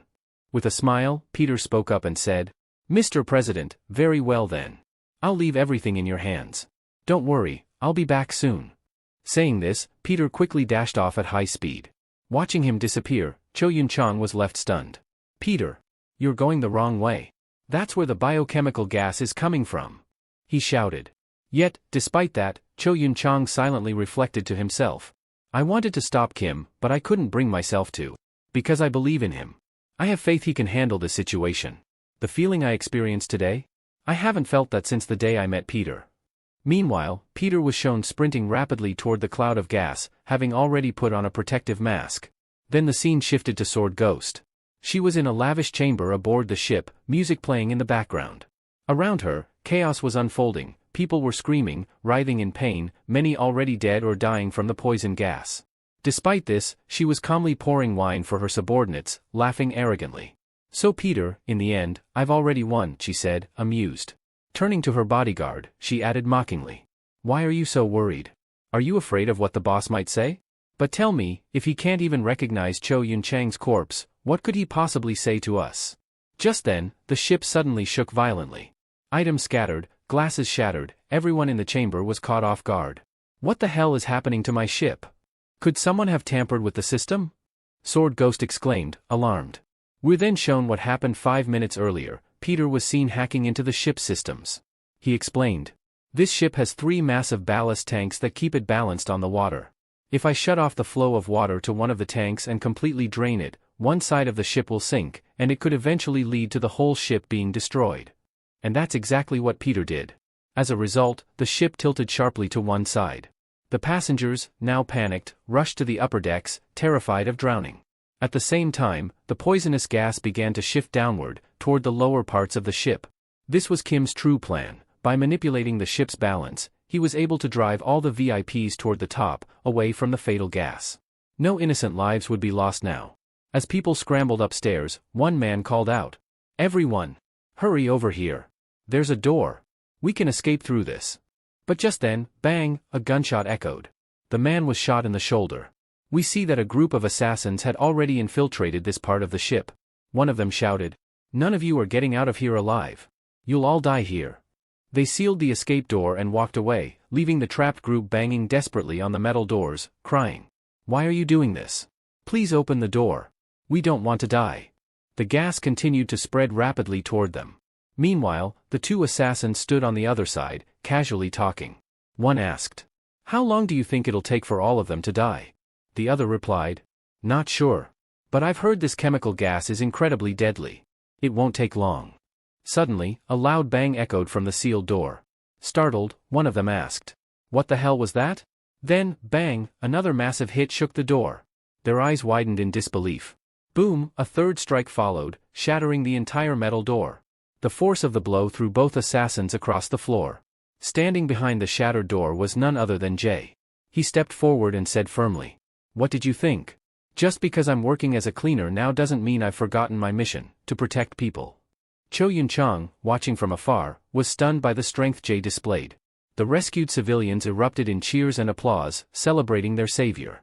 Jay and his partner couldn't help but smile from the praise. However, Sword Ghost, now aware of their actions, glared at them with fury. At that moment, a subordinate came running in and said, "Ma'am, we've confirmed it, Peter is currently at the auction house. She turned to choose a perfume, speaking as she admired her collection. All my perfumes are divine. Their scents are beautiful. But which one would Peter like the most?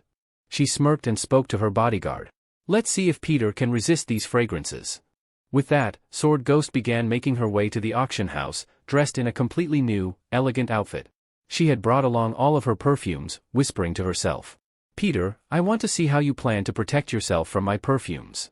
At the auction house, Sword Ghost and her bodyguard stood at the front, and right before them was Peter. Upon seeing him, she said, "So Peter, we finally meet." But after looking at him carefully, she narrowed her eyes and sneered. Wait, you're not Peter. So who are you? Why are you here? Kim stood silent, holding a microphone. She hissed. Looks like you won't speak voluntarily. In that case, I'll just cut your tongue out.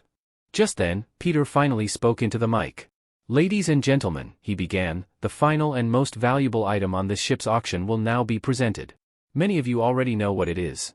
For those who don't, allow me to reveal it. He pointed toward Sword Ghost and declared. It's none other than the owner of this ship, the infamous Sword Ghost herself. The room went still. Sword Ghost's expression twisted in rage. You really talk too much, she snapped. Looks like I'll have to shut your mouth permanently. As Peter steps onto the stage, he cheerfully announces. So, what should be the starting price? Before anyone can respond, he adds with a grin. I think 101 is fair, right, Ms. Sword Ghost? The moment those words leave his mouth, Sword Ghost's face contorts in fury. Her aura flares up, and she unsheathes her sword, charging straight toward Kim in a fit of rage. But before she can strike, her bodyguard swiftly steps in, grabbing her arm and halting her. Meanwhile, Peter glances around the room, pretending not to notice the tension. What happened, everyone? Why are you all so silent? Don't like the price? He chuckles and shrugs. Fine then. Let's lower the starting price to 51. That sound better? Despite the adjustment, no one makes a move. Even the bodyguard, clearly agitated, holds back and listens carefully to Peter's next words. Peter smirks and says mockingly, You know, I think you're all underestimating Sword Ghost. Still, since no one's placing a bid, let's drop it even further. Not 51, not even 21. Let's go with 10-1. Come on now. Still no one. He pauses, his voice turning sharp. Sword Ghost, don't worry. No one here wants to place a bid on you, but I'll gladly give you a rating. How about a big fat 0? That's the last straw for Sword Ghost. She glares at Peter, seething with anger. I'll tear you apart limb by limb, she growls. But Peter doesn't flinch. Instead, he raises an eyebrow and says coldly, You really thought you beat Simon that day, didn't you? Or do you still believe you're strong enough to defeat him? You're not. And you never will be. With that, Peter draws his sword, his stance shifting. Simon didn't even fight you at full strength. But don't worry, today, I'll show you just how powerful Simon's swelling sword technique really is. The moment he adopts Simon's fighting posture, both Sword Ghost and her bodyguard freeze. Their eyes widen in shock. What nonsense, Sword Ghost snaps. The man who originally created that technique couldn't even defeat me. And now, a rookie like you, who only recently learned it, thinks he can. Her bodyguard, watching intently, frowns as he thinks. She's right. There's a vast difference in their ages and experience. It's impossible for someone like him to master that technique so quickly. But still, his posture, it's identical to Simon's. And his eyes? The bodyguard feels a chill down his spine as he stares into Peter's gaze. This person, he's dangerous. He steps forward and urgently tells Sword Ghost, Ma'am, please. Let me fight him instead. But she scowls and snaps. I told you, stand down. Please, ma'am, hear me out. Before he can finish, she turns to him with a terrifying glare, the same one he had seen once before. Shocked, he recalls. Flashback. In the memory, the leader of the Yakuza clan sneers at her. You call yourself a ghost, but do you really think you can take on all my men alone? You shouldn't have come here. My sect has over 2,000 members. Even if you kill 100 or 200, it won't matter. One bullet from my pistol is all I need to end you. He raises his gun at her. But in the blink of an eye, she vanishes. Where did she go? He stammers, eyes wide. She was just here, right in front of me. As confusion sets in, he looks down and suddenly realizes. Why is there so much blood on me? And, why do I see my own body lying on the ground? Sword Ghost had already beheaded him before he even understood what happened. Back in the present, the bodyguard remembers clearly. That was the first time I saw that rage in her eyes? The same rage that annihilated the entire Wandering clan. Now, Sword Ghost begins removing her shoes. Tell me, she says to Peter with icy calm, how would you prefer to die? And if you have a final wish, speak it now. Peter watches her, puzzled. Why is she taking off her shoes? To reduce weight? So she can move faster? Sword Ghost smirks, reading his thoughts. I know what you're thinking. But it won't help. By the time you understand what's happening, you'll already be dead. Suddenly, a dangerous, shadowy aura bursts out from her body. She vanishes from sight again. Where did she go? Kim thinks in shock. Then he hears a blur of movement. She didn't disappear, her speed increased dramatically after removing her shoes. I can't even see her anymore. In a flash, she reappears and strikes at Kim with blinding speed. He barely manages to block it with his sword. She's insanely powerful, Kim mutters. Sword Ghost grins. I already know that better than you do. Once again, she vanishes into thin air.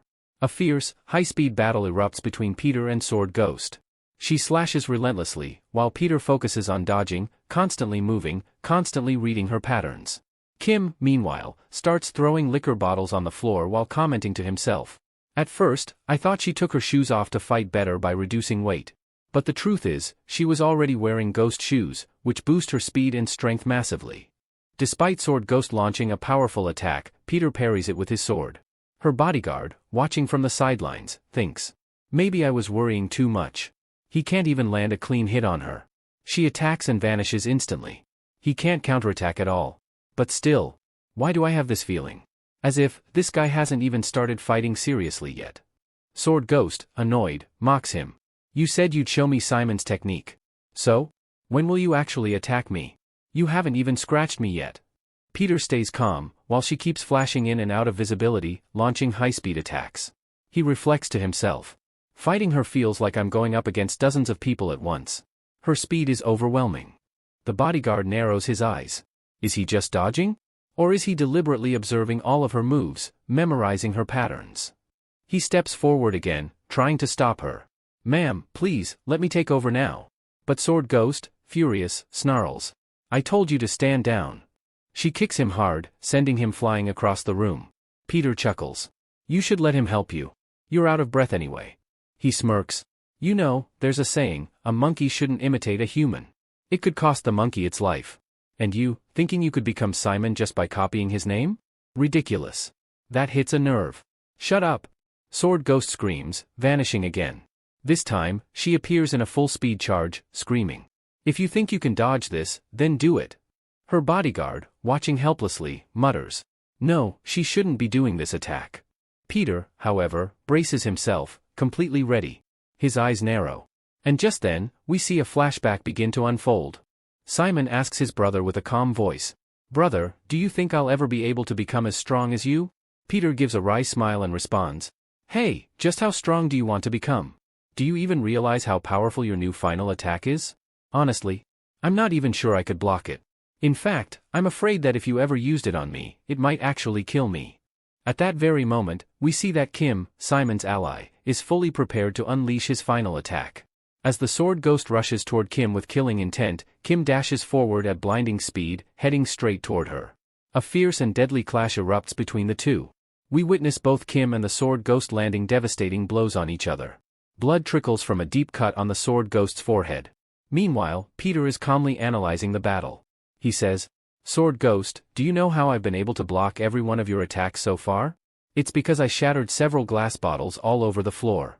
That forced you to avoid stepping on the broken shards, so you began leaping into the air to attack me. Your aerial strikes were powerful, no doubt, but your strategy had one critical flaw. Peter pauses for a moment, then continues. You should have fought me on the ground. That was your biggest mistake. We then see that Peter has already cut off the Sword Ghost's right arm. Blood gushes from her severed limb as Peter says coldly. To be honest, I wanted to kill you. But I settled for your arm, consider it revenge for Simon. The Sword Ghost stares at her bleeding stump in horror. Panic overtakes her as she begins to scream in agony, overwhelmed by the excruciating pain.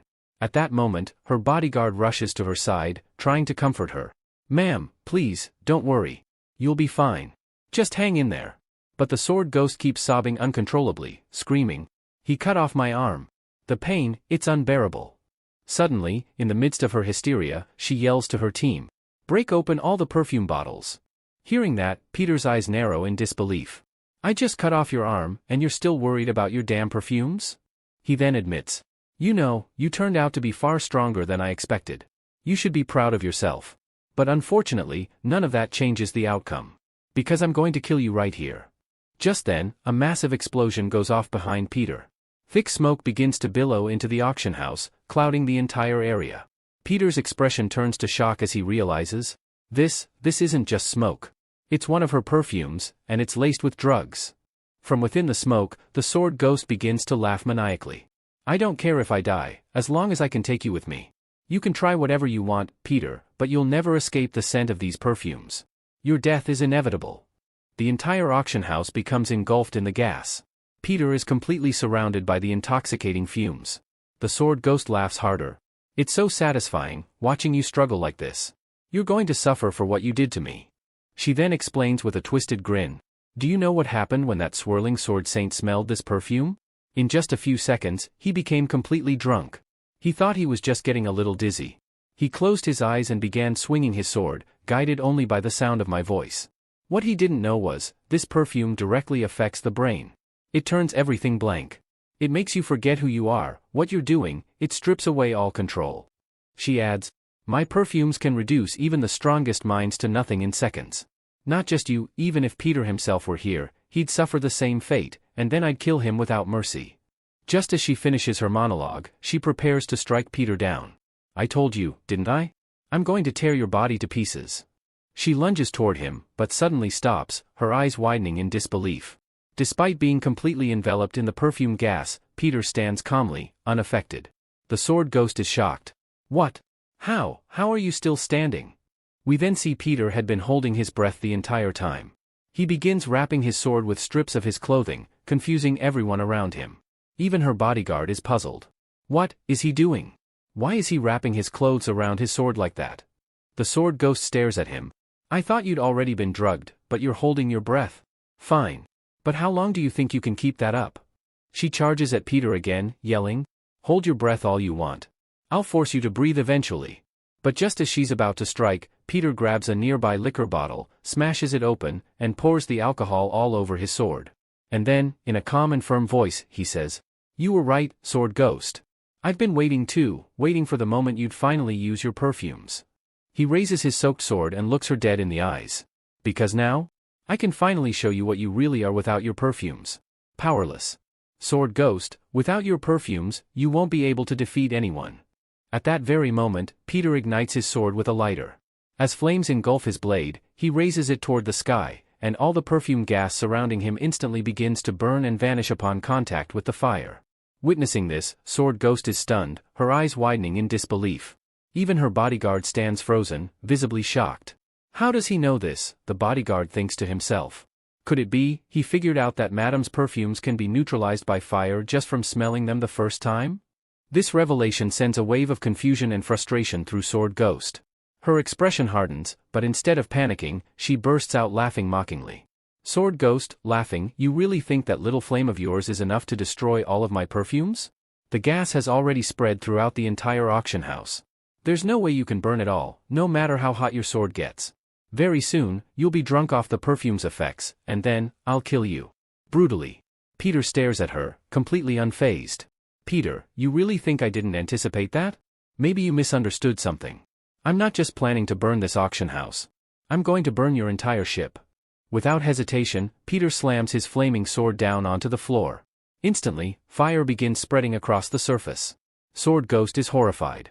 Even her bodyguard, still processing what's happening, is taken aback. "I thought he threw those bottles on the floor just to slow Madame down by making her step on broken glass," the bodyguard thinks. "But now I understand, his real purpose was to spread flammable materials across the floor. It was all part of his plan." Sword ghost, fuming with rage, glares at Peter and screams, "I'll kill you." She lunges at him at lightning speed, her movements wild and aggressive. But Peter calmly defends himself, blocking each of her strikes with ease. She's slower than before, Peter thinks. And she can't use her sword properly anymore. She's always relied on her right hand, and now she's trying to fight with her left. No wonder she's unstable. He can sense her desperation. She must be feeling powerless. She's already pushed past her limits. She doesn't have much left in her. But then something unexpected happens. Peter, surprised, "Wait. What? I didn't see that coming." The bodyguard suddenly strikes Sword Ghost on the neck, knocking her unconscious. Peter watches in disbelief as she collapses to the ground. Peter said, "Huh? Well, good job knocking her out. If she had kept bleeding like that, she would have died. You'd better treat her injuries fast if you want to save her." Peter narrows his eyes. Peter asked, "You've been wanting to fight me all this time, so are you going to be my next opponent?" But instead of accepting the challenge, the bodyguard picks up Sword Ghost and says coldly, "You shouldn't have hurt Madam. You made a huge mistake." Then, to Peter's surprise, the bodyguard bolts, running away at full speed. Peter, shocked, "What? He's running away?" He was expecting a fight, but instead, the man disappears from sight. The scene then transitions to a flashback from the past. Flashback begins. The bodyguard is speaking with the leader of the Glory Club. Bodyguard said, "As you said, we'll capture Peter for you. But once it's done, we'll leave this country for good and return to Japan. We won't ever come back." The Glory Club leader looks at them curiously. Leader said, "You two are really strange, but you're the strangest of all. You're doing all this just to protect your madam." He lets out a breath. "I won't ask for your reasons. Just capture Peter, and once it's done, you can go wherever you want. I won't stop you." Back to present. We return to Peter, who is now climbing the stairs toward the upper deck of the ship. As he ascends, he reflects silently. "When I first heard that Sword Ghost wiped out the entire Wandering clan, I was confused. I didn't understand why she'd do something so extreme. What could have been her real motive?" Then we cut to a flashback of a call between Peter and Jivan. Jivan, on call, "Have you ever thought about why Sword Ghost was given the rank of disciple? You know as well as I do, outsiders are never allowed to become disciples. That rank is only given to those who have been trained in the orphanage since childhood." Jivan, "So what made her so special?" "I checked her reports, and I also compared them with Simon's." Peter listens carefully. Jivan, "Their status reports are nothing alike. In fact, it's no exaggeration to say that there's a world of difference between them." Jivan's voice continues over the call. "So why did the new leader of Glory accept Sword Ghost as a disciple in the first place?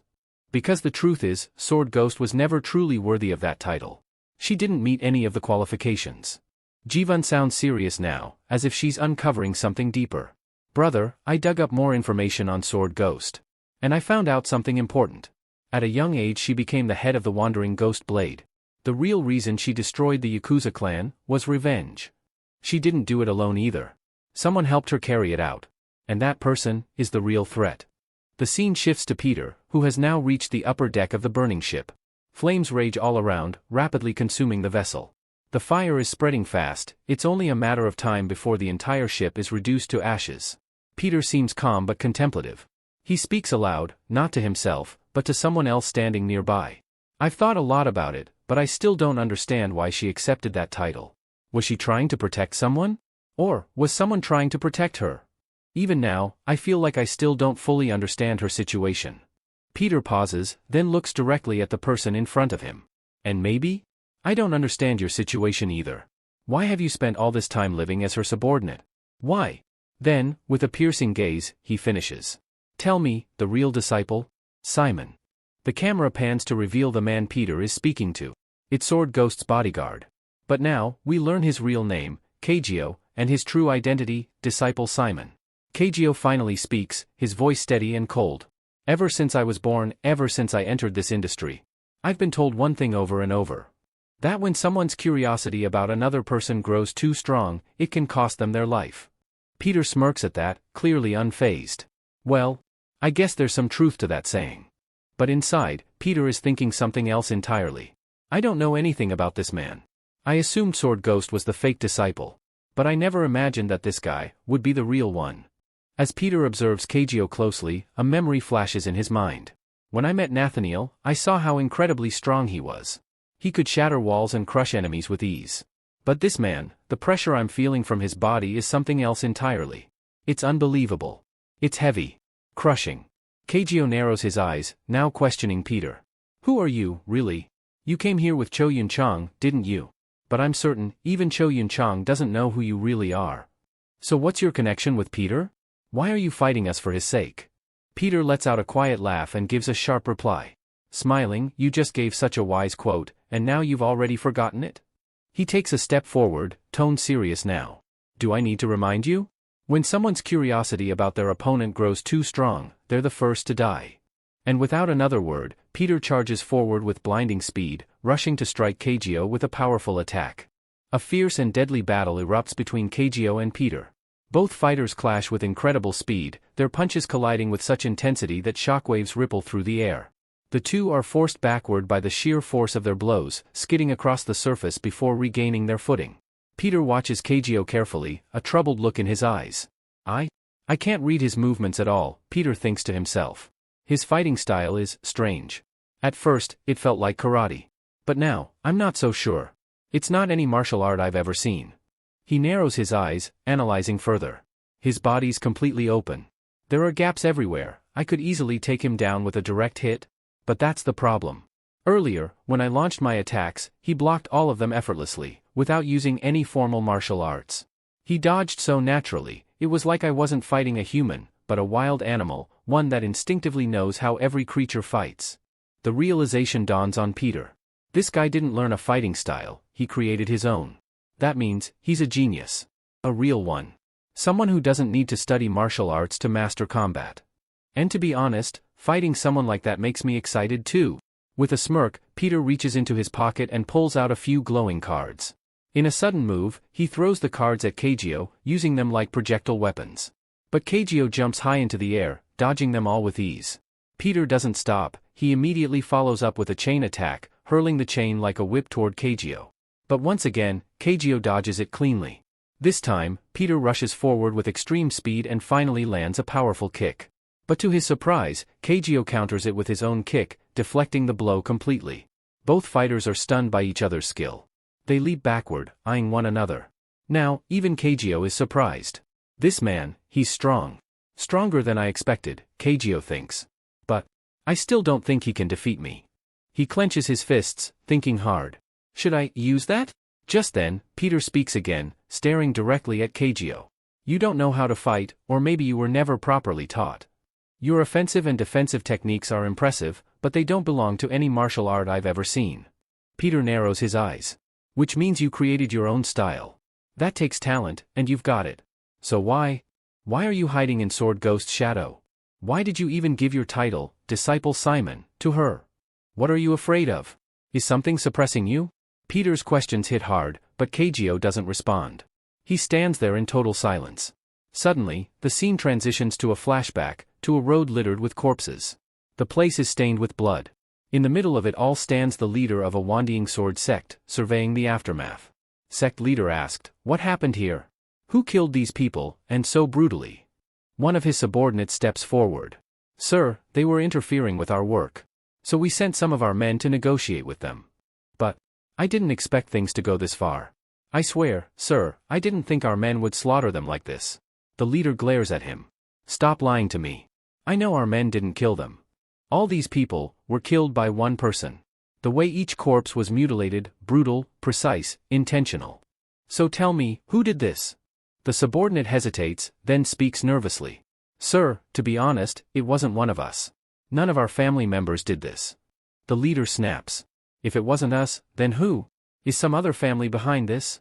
Subordinate, trembling, "Sir, it was your slave. The one responsible is your slave, Kagyo." The scene shifts again, to a convenience store, where a man covered in blood buys a pack of tissues.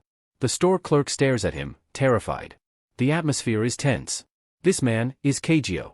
Back to the wandering sect base, the leader hears the subordinate's explanation and murmurs. "I had no idea Kagyo had grown so powerful. As you said, he's nothing like an ordinary human.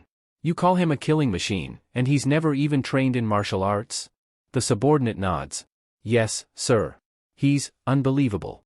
One of the greatest geniuses of this generation. But sir, don't you think Kagyo might become a threat to our family in the future? After all, he's just a slave, and you're the one who brought him in." The leader doesn't respond immediately. Instead, he gives an eerie analogy. "Have you heard of the flea? It's an insect that can jump over 200 meters. But if you put that flea inside a jar, it won't even be able to jump 2 meters. That's Kagyo's story. As long as he remains our slave, he will never betray us. He will always follow his master. And if he ever does, the price will be his life." But the camera pans to a shadowy corner. Kagyo is there, hidden, and he's heard everything. He doesn't speak. He doesn't react. Instead, he looks down, and sees a small girl in front of him. Her ears are covered, carefully shielded by Kageo, so she won't hear the cruel truth. We return to the present, where Peter is having a conversation with Kageo. Peter says calmly, "I can tell just by looking at you, you've lived your entire life under suppression. But tell me, what makes you so obedient to that sword ghost? Why are you so desperate to follow your master? Is there a reason behind it?" However, Kageo remains silent. Then, with a cold tone, he responds, "You talk too much nonsense, you're going to die." Without another word, Kageo suddenly leaps forward at incredible speed, launching a ferocious attack toward Peter. A brutal battle immediately breaks out between them once again. Kageo aims a powerful strike at Peter from above. But Peter effortlessly dodges the attack, moving swiftly backward. As he retreats, Peter thinks to himself, "Kageo is incredibly talented. Even though he doesn't know formal martial arts, the overwhelming pressure radiating from his body tells me clearly, he's a powerful beast. A monster who might be impossible to stop." Peter's expression grows more serious as he continues to think. It's clear that Kageo is trying to get close to me just once. If he manages to grab me even for a second, he'll tear my body in half. I can't let that happen. He narrows his eyes. But, something feels off. Like something is missing. Could it be that, just like Sword Ghost, Kageo is hiding a secret technique? A trump card he's saving for the perfect moment? Meanwhile, Kageo is analyzing Peter too. Fighting this guy, I've noticed one thing, he never misses an opening. Every time I've exposed a weakness, he's gone for it instantly. I've only avoided damage because I dodged just in time. If I'm going to defeat him, I'll need to create a false opening and trap him instead. At that moment, Peter charges at Kageo with great speed, ready to attack. Kageo smirks to himself. Time to pretend I'm leaving an opening. Peter swings a chain weapon at Kageo. Kageo quickly grabs Peter's head with lightning speed and delivers a brutal knee strike to Peter's skull. But suddenly, Kageo's eyes widen in shock. "What?" he gasps. "How is this possible?" He realizes the person he struck isn't real. Peter's body vanishes like a phantom. How did he disappear? I was sure I had his head in my grip. Before he can make sense of it, dozens of chains suddenly wrap around Kageo's body and tighten viciously around his neck. Kageo's expression shifts to panic as he struggles to stop them from choking him. What the hell is happening? These chains, how did they suddenly get around my neck? He recalls. Damn it. When he attacked me with that chain, it was all part of a trap, and I walked right into it. Just then, Peter steps forward, coldly saying, "You've got sharp senses. But while you were lost in thought, I had already laid this trap. And now, stop resisting. The more you struggle, the more painful it will become." Peter's tone turns mocking. "I don't enjoy watching someone suffer like that while hanging from my chains." Kageo snarls through clenched teeth. "Shut your damn mouth. Our fight hasn't even truly started yet." With a sudden motion, Kageo reveals something shocking. 3 short blades spring out from his fists. Blood trickles along the edge of each blade, giving off an eerie aura. Peter is stunned. What is he planning to do with those blades? Breaking my chains with them shouldn't be so easy. But to Peter's surprise, the moment Kageo's blood-coated blades touch the chains, they begin to melt and snap apart effortlessly. Kageo leaps down, free once more. Peter's mind races. Wait, why does this feel so familiar? Suddenly, a memory flashes. Back at the auction house, when 2 bodyguards tried to approach the stage. Kageo touched their faces, and I assumed he used poison. But now I realize. I was wrong. Peter's expression turned serious. This man doesn't just harm people. He can melt objects too. His power isn't poison, it's something more dangerous. If he ever touches my body, he could melt it entirely. That would be instant death. I cannot let him get close. Kageo smirks, reading Peter's mind. I know what you're thinking. But this time, before you even come up with a plan, I'll already have killed you. With that, Kageo charges again at blistering speed, aiming to strike Peter's face. He gets frighteningly close. But right as he attempts to touch Peter, Kageo's eyes widen. This bastard, he's even stronger than he looks. But how can someone be this fast? As Kageo's hand inches toward Peter's face, Peter calmly grabs Kageo's wrist mid-air. Kageo is stunned. He didn't dodge it intentionally. He let me get close. He pretended he couldn't react, and just when I went for the kill, he caught me like it was nothing. Kageo glances at his hand. Blood is trickling from a self-inflicted cut. He glares at Peter. What the hell does this guy think? That he can just grab my hand like I'm his friend? Enraged, Kageo throws a devastating punch at Peter with his other hand. But Peter once again dodges with a swift jump and lands far away, out of Kageo's range. Peter now fully understands. He doesn't melt people with just touch, his blood is the key. That's where the true danger lies. His blood is more lethal than poison. Even a single drop entering someone's body could be fatal. He looks at Kageo and warns him. I know now your blood is your real weapon. Afterward, Peter turns to Kaga and asks, have you experimented on your own blood? How can an ordinary human have blood like that? Your blood doesn't just melt steel, you could disintegrate a human body effortlessly with it. Hearing this, Kaga calmly replies, I know you're curious about me right now. But if you want answers, you'll have to capture me. And that's something you can't do. With those words, Kaga lunges at Peter with incredible speed. We see Kaga launching a relentless assault on Peter, his movements fast and furious. But Peter skillfully dodges each and every strike.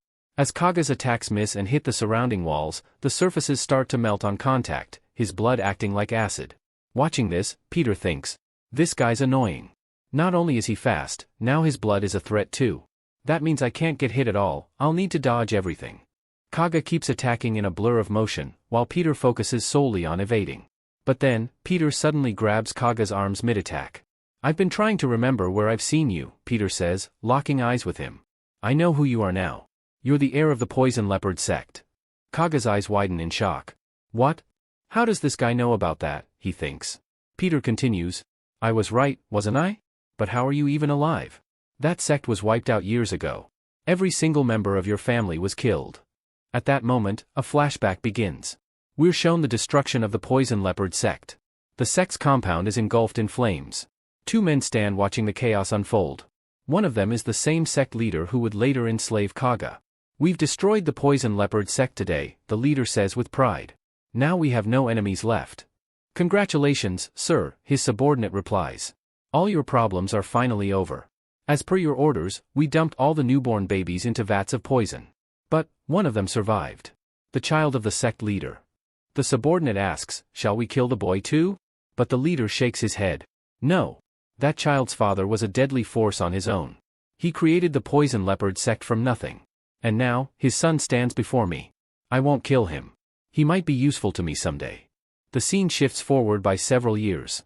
We see a martial arts training ground where young boys are sparring. Kaga defeats all his opponents with ease. But then, one of the boys accidentally gets Kaga's blood on his leg. He starts screaming in pain. His skin begins to melt as if dipped in acid. Everyone around panics. This idiot Kaga again, they shout. How many times have we told him how dangerous his blood is? He never listens. If it touches someone, it can kill them.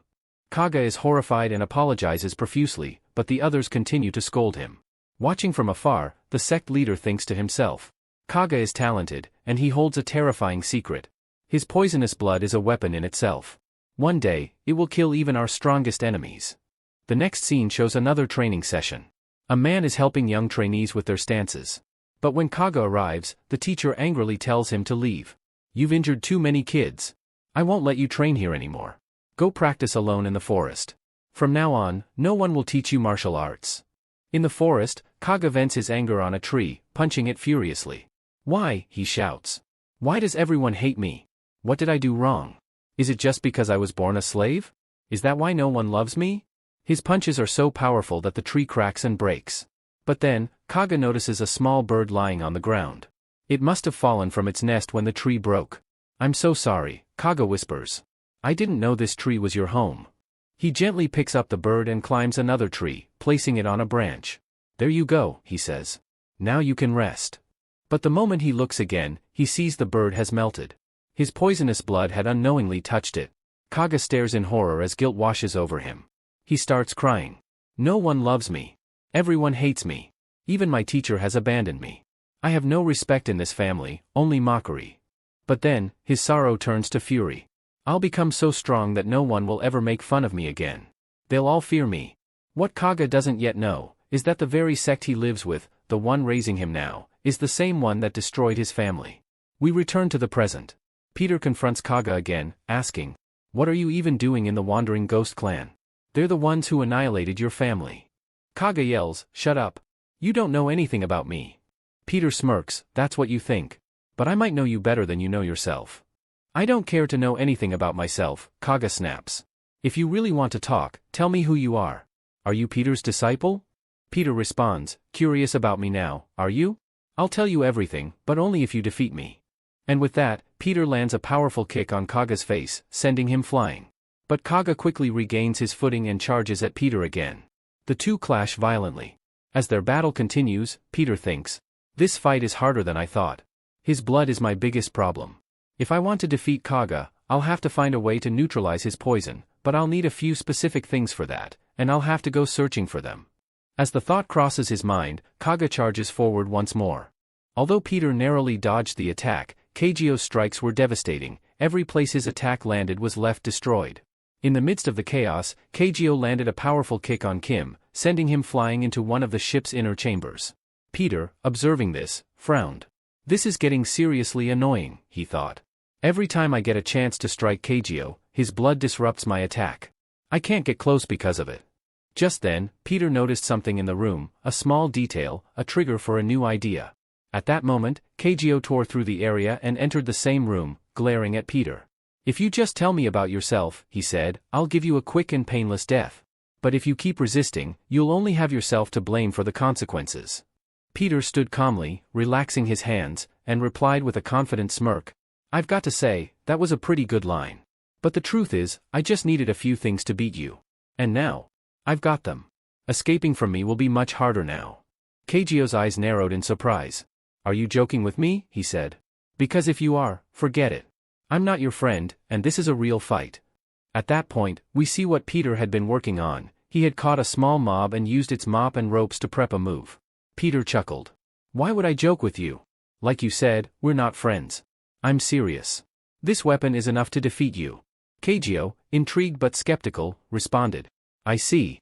So, you're going to use this setup to perform a long-range attack on me. But don't you think I can just slice through this mob with ease? Why would you choose such a tactic?" Peter answered with a grin. "Not going to explain it that easily. If you really want to know, you'll have to try and find out for yourself." The fight resumed.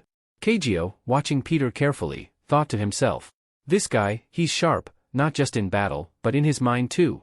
Every move he makes is part of a plan. He always calculates the outcome before the fight begins. What is he planning with that mob?" Peter suddenly launched an attack on Kagyo. "You're overthinking again," he taunted. "You'll figure it out soon enough." Kagyo dodged the strikes, analyzing them. "As I thought, he's using the mob to create distance and prevent me from countering? But does he really believe that'll stop me?" With a burst of speed, Kagyo closed the distance and aimed a punch at Peter's face, but Peter dodged effortlessly. Peter laughed.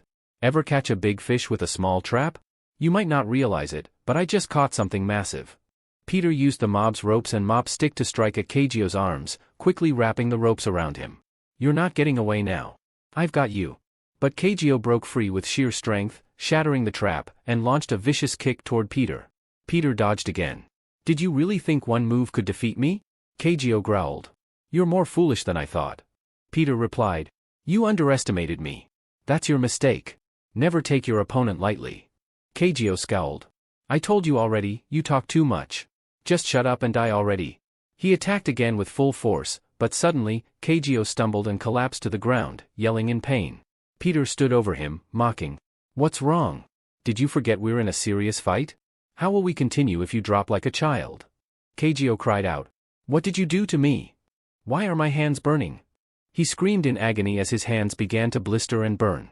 Peter calmly explained, "Your blood has a special ability, it behaves like acid. But what you didn't know is that acid has a weakness. If you ever mix detergent with acid, it creates a violent chemical reaction. One that can seriously harm the human body." Peter leaned closer. "That's exactly what I did. Now, if you try using your blood again, it'll react and burn your body from the inside out. In short, your blood is now useless. Use it again, and you'll suffer the consequences." Kagyo's eyes widened with rage and realization. Damn it. I didn't see through his plan. I thought he was just setting up a long-range attack, but his real goal was to get that detergent onto my hands. Despite the pain, Kagyo forced himself to stand. "I don't need my blood to fight you," he shouted, charging at Peter once more. But just as they were about to clash again, a powerful voice rang out. "I will kill you." The two fighters froze, startled by the sudden interruption, as a mysterious person made their presence known. As the mysterious figure steps forward, it's revealed to be none other than Sword Ghost. Her voice carries a calm resolve as she declares, "Kagyo, you don't need to fight him. This one is mine. I'll be the one to end him." Seeing Sword Ghost appear in such a weakened state, Peter frowns. "You look like hell. Why did you even come here?" But Sword Ghost coldly responds, "Shut your mouth. I've already decided, I'm going to kill him. After that, I'll kill you too. Before she can take a step, her legs give out. She collapses, and Keijo rushes forward, catching her in his arms. Ma'am, why are you here? He pleads. I told you not to come. This place is too dangerous. Yukiya, ever stubborn, murmurs weakly. Keijo, I have to kill him. Once I do that and we capture Peter, we'll leave this country for good, like I promised.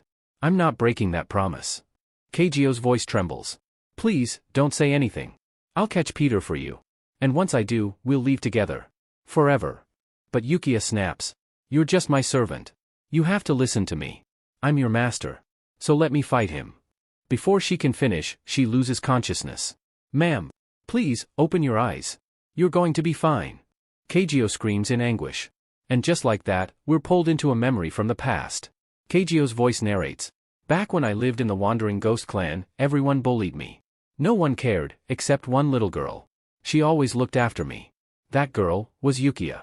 In the flashback, a young Yukiya runs up to a younger Keijo, holding a small bouquet of wildflowers. Big brother. I brought you some flowers. Aren't they pretty? She beams. Keijo stiffens. Ma'am, I told you not to come here.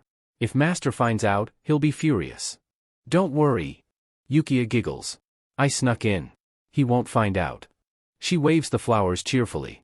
Come on, let's go play in the park. Keijo tries to push her away, flustered. Ma'am, please go back. If anyone sees us together, I'll be in big trouble. But she grabs his arm tightly. Not until you play with me. Suddenly, a man appears. Ma'am Yukiya, what are you doing here? Yukiya replies with a smile. I came to play with my big brother. The man turns to Keijo, coldly. I need a word with this servant. May I take him? In the next scene, Keijo is brutally beaten by the man. How dare you touch Lady Yukiya, you filth? You're just a servant. Your filthy blood could harm her. Yukiya silently watches, frozen in shock. Days pass. Yukiya is seen training with a wooden sword. Her master remarks. Yukiya, you're talented. If you continue, you'll become a strong sword woman. But don't forget, you're still a child. Go play with the others. But Yukiya trains with laser focus. From a distance, Keijo watches silently, before walking away. Later, Yukiya is being prepared for her birthday celebration. Maids surround her, placing perfumes on the table. Ma'am, leaders from other sectors sent you expensive perfumes. They know you love flowers. Yukiya picks up one and smiles faintly. Do you know how much this costs? At least 100,000 yen, I'd guess, one maid replies. Behind the door, Keijo stands quietly, holding a small bottle of cheap perfume. Seeing the luxurious gifts, he silently drops his bottle into a trash bin. I used to think she cared about me, he narrates. But maybe that was just my imagination. After all, I'm just a servant. She's the master's daughter. Why would she ever think of someone like me? Years pass. The Wandering Ghost Blade clan is suddenly attacked by armed invaders. Bullets tear through the compound. Keijo grabs Yukiya amidst the chaos. Stay here. You can't go, if you do, they'll kill you. But Yukiya struggles. I have to protect father. Keijo runs, dragging her with him. That day changed everything, he says. We lost our home, and the girl I once knew became someone else entirely. Yukiya is next seen training obsessively with her sword, rage on her face. Keijo bursts in. Ma'am, please stop. You've trained too long, you'll collapse. Shut up and leave me alone, she screams. I have to get stronger. I must avenge father's death. Soon, she falls sick from overtraining, and Keijo nurses her. I could have left, he thinks. I was free. But something kept me here. Maybe I just wanted to protect her. Eventually, Yukiya gets her revenge, slaughtering over 2,000 people with my help. But now branded as fugitives by the government, both she and Keijo are forced to go into hiding. In a quiet room, Yukiya whispers. You're free now, Keijo. I'm not your master, my father was. So why do you still stay? Keijo replies. If I leave, who'll take care of you? Yukiya asks gently. Will you come with me? Somewhere far away. Just the two of us, where no one can hurt us. Will you come? Keijo smiles. Ma'am, I'm your shadow. I'll follow you anywhere. Back in the present? Yukiya stirs awake. Keijo leans in, worried. Ma'am, are you alright? She weakly pulls out a tiny bottle. Keijo, do you remember this? His eyes widen. That's the perfume I tried to give you when we were young, but how do you have it? Yukiya gives a faint smile. I saw you when you left it. I never threw it away, because it was precious to me. But now, will you spray it? I want to know what it smells like. Keijio sprays it on himself. Yukiya breathes it in, whispering, "It smells just like the flowers you gave me when we were kids." Then, she leans in, and drinks Keijio's blood. "Ma'am, what are you doing? Please, don't." Keijio cries out, horrified. But Yukiya just says softly, "I'm sorry. I can't stop." And with that, she dies in his arms. Tears pouring down, Keijio clutches her. "Don't worry. I'll finish what you started. I'll kill Peter, and whoever's behind all of this." He rises to his feet and violently scratches his body, blood flowing down. "No one can stop me now." Explosions erupt across the ship. Keijio charges at Peter, his attacks relentless, blood flinging with every movement. Peter, barely dodging, thinks in panic. Ever since Sword Ghost died, he's gone insane. He doesn't care about his own life. He just wants to touch me with his blood. He's completely unhinged. Peter grits his teeth. His blood is the biggest threat. I have to protect myself no matter what. Keijio lunges again, but this time, Peter throws fire extinguisher canisters in Keijio's path. Then, activating one of his cards, he detonates them mid-air, triggering a massive explosion. Keijio's eyes widen. As we see, the bleeding from Keijio's body had completely stopped, all thanks to the powder from the encased canisters. Watching this, Keijio mutters to himself, "My greatest weapon has always been my blood, but this guy keeps finding new ways to counter it every single time." He reflects bitterly, "Until today, every opponent I fought showed fear in their eyes. They always realized during the fight that they couldn't defeat me. I've always killed them all brutally. But now, why do I feel like I'll never be able to defeat this person? He's far stronger than I am." At that moment, Peter charges toward Keijio with blinding speed and lands a devastating attack. Moments later, the scene shifts, we see Keijio lying battered and broken on the ground. He is severely wounded. Peter walks calmly toward Keijio. From the ground, Keijio groans, "You're unbelievably strong. I've never met someone like you before. I know you're not affiliated with Glory, but your strength is equal to that of a disciple. You're clearly an S-rank killer. Then why have I never heard of you before? Who are you? And why did you suddenly show up here?" Peter says nothing. He simply listens. Keijio, frustrated, continues, "It doesn't matter anymore. I have no willpower left. Just end it.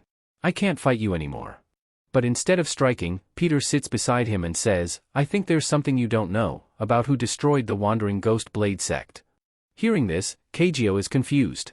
"What are you talking about? We already took our revenge on the one who destroyed the Wandering Ghost Blade sect, we killed him long ago." Peter replies calmly, "That's what you think. But the real person behind that destruction is still alive. And, you've already met him. You just didn't recognize who he was." Keijio, stunned, stares at Peter. "What are you saying? Who was it?" Peter begins to explain.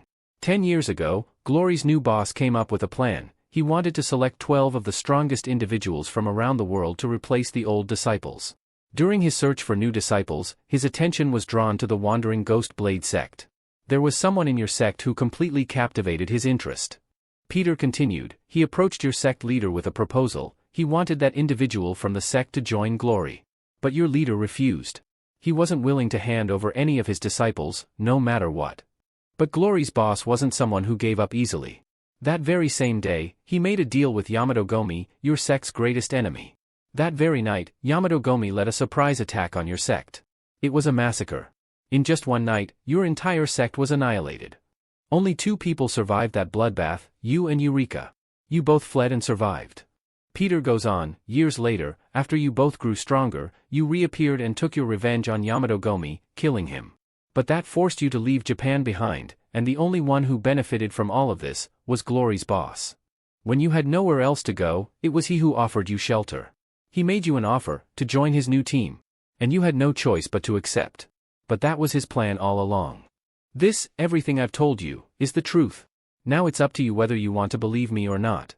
Keijio, shocked by the revelations, mutters, "No, this can't be. How could he do this to us? He was the one who?" Then he says out loud, "Why should I believe you? You're my enemy." Peter replies, "Then why don't you go ask your dear boss Ruffle yourself?" The moment Keijio hears the name Ruffle, his eyes widen in disbelief. How does he know the code name of Glory's boss? A memory surfaces. Keijio recalls a conversation from the past. Ruffle had once said to him, "I want you to join my Glory Club." But Keijio had refused back then. "I already have a master. I'll never serve anyone else." Ruffle had smiled. "Don't get emotional. I know you have nowhere to go. I'm offering you a new life. All you have to do is become my disciple. Actually, I'll do one better. How about I give your master the title of a disciple instead? She deserves it, and she'll be under no obligations. You just support her, and I'll give her all the luxury she's ever dreamed of. Isn't that what you want? For her to be happy. Returning to the present, Kageo, overwhelmed, thinks, was everything that happened to us all part of Ruffles' plan? His expression darkens with rage. I never asked for anything. I only wanted Yukia to be happy. But now, she's gone, and it's all because of you. Kageo starts screaming in fury, I'll kill you. But Peter stops him, calmly saying, you can't touch him right now. He's far too powerful. He's a master strategist. You need to wait for the right time.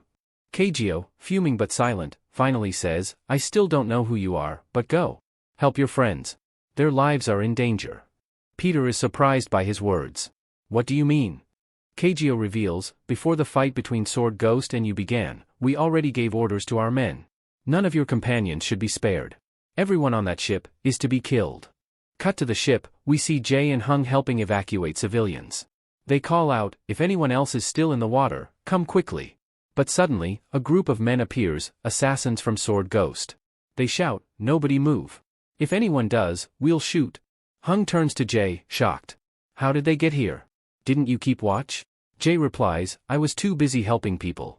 Hung says nervously, there's too many of them, and they're all armed. Aren't you scared? Jay tries to act tough. Me? Scared? What about you? Hung stammers, no way. Why would I be scared? But both of them are clearly panicking inside. One of the assassins yells, be careful. These guys aren't just cleaners. They're fighters too. Suddenly, Chairman Chang appears and shouts, wait. Let's make a deal. I'll pay you whatever you want. Just don't hurt anyone. But the assassin retorts, shut up. We're just following orders. Chang pleads, don't you understand? I'm the chairman of the group. If you kill me, you'll never get out alive. My men will hunt you down. The assassin just laughs. This Korean guy talks too much. Let's shoot him first. But before he can act, Jay and Hung leap into action. Hung shouts, Jay, you take half, I'll take the other. And if we die, see you in heaven. Back with Peter and Kageo. Kageo urges, go. Help your friends before it's too late. But Peter smiles and replies, don't worry. Nothing will happen to them, because there's someone very powerful on that boat. Kageo blinks. What do you mean? Who? Peter calmly answers, you've forgotten, haven't you? A real disciple is on that boat. Cut back to the ship, in a flash, a figure slices through the assassin's guns with incredible speed. All weapons fall in pieces. The attacker is revealed, it's Simon, the real disciple. Jay and Hung are left speechless. Chairman Chang stares in awe. Whoa, this guy's amazing. The attackers shout, everyone. Attack him together. His right hand is gone, he can't use his sword properly with his left. We can take him down. But Simon smirks. You think you can kill me? Then we see a flashback of Simon talking to Peter. Brother, I've fully mastered my sword style. Whenever I hold my blade in my right hand, it feels like a part of my body. Peter responds, don't get too confident. Do you know what a swordsman's greatest weakness is? Simon asks, what do you mean? Do I have it? Peter answers with a cold smile, yes. Your greatest weakness is your right hand. Simon, the skilled swordsman, uses his dominant hand, his right, to perform his sword techniques. But Peter, thinking ahead, once asked him, what will you do if someday your arm gets seriously injured during a dangerous battle? Simon, in his usual light-hearted tone, chuckled and replied, brother, if that ever happens, I'll just run away from the battlefield and start a noodle shop. I really love noodles, and at least then, I can eat as much as I want. Hearing this, Peter scolded him. You idiot. That's not what I meant. I was trying to tell you to start practicing your sword style with your left hand as well. It might really help you in the future. Simon took that advice seriously and agreed to it. Peter is returning from somewhere when he overhears a conversation among a group of people. One of them says mockingly, did you hear? Simon's the biggest fool of all. I heard he broke his own arm. And ever since then, he's been training with his left hand instead of his right. Peter is stunned. We then see Simon intensely training, using only his left hand to chop through piles of wood at high speed. His right hand is completely bandaged and in a cast. Peter rushes to him and yells, you idiot. Is it true what I just heard? You broke your arm on purpose? You told me you just had a minor accident. Simon, a little embarrassed, replies, brother, I'm sorry. I knew if I told you the truth, you'd get really angry at me. That's why I lied. Peter asks again, But why would you do something like that? Simon looks at him and says sincerely, remember you once asked me what I'd do if my right arm got seriously injured? That day I decided, I'd change my sword style to use my left hand. And when the time comes, I'll prove to everyone that I can still fight perfectly even without my right arm. We now see Simon gripping his sword tightly with his left hand. He charges forward at lightning speed, executing flawless sword moves. Within seconds, he eliminates all the enemies in front of him. After wiping them out, he declares with a calm smile, brother, didn't I say it? The day I couldn't use my right hand, I'd prove that even without it, I'm still perfect. The narrator adds that Simon single-handedly took down all the assassins on the ghost ship and saved all the survivors. Afterwards, Jae and Hung helped evacuate the remaining people onto the ships they had arrived on. Then, they too boarded their own boat and left the destroyed vessel behind. The ghost ship, now completely ruined, finally sinks into the ocean. Two young men sit on the floor of the rescue boat, speaking excitedly. Senior disciple. We're huge fans of yours. We've heard countless stories about how you completed missions single-handedly. These two, it turns out, are none other than Jae and Hung, sitting right in front of Simon, who has now recovered. Simon says, what are you two doing? Get up already. Peter, rolling his eyes, adds, these two are complete idiots. Stay away from them or you'll become like them too. Jae then blurts out, sir, when we saw your attack, we were honestly shocked. That move was insane. I've never seen a disciple unleash something so devastating. Hung, copying Simon's attack movements, says excitedly, your swordsmanship is amazing. After seeing that move, I want to start learning sword skills myself. Simon turns to Peter and asks, why are these two acting so weird? Peter sighs, I told you before, they're both idiots. Don't pay too much attention to them. But Jae and Hung now gather around Simon and ask, sir, do you know about the legendary disciple Peter? We want to be just like him. They say he's so strong, he could destroy an entire nation by himself. Some say he's like a tsunami, unstoppable. Simon, now with a serious expression, says, are you two underestimating Peter? Jae and Hung quickly clarify, no, sir. That's not what we meant. We were trying to say he's incredibly powerful. Simon then says with a small grin, honestly?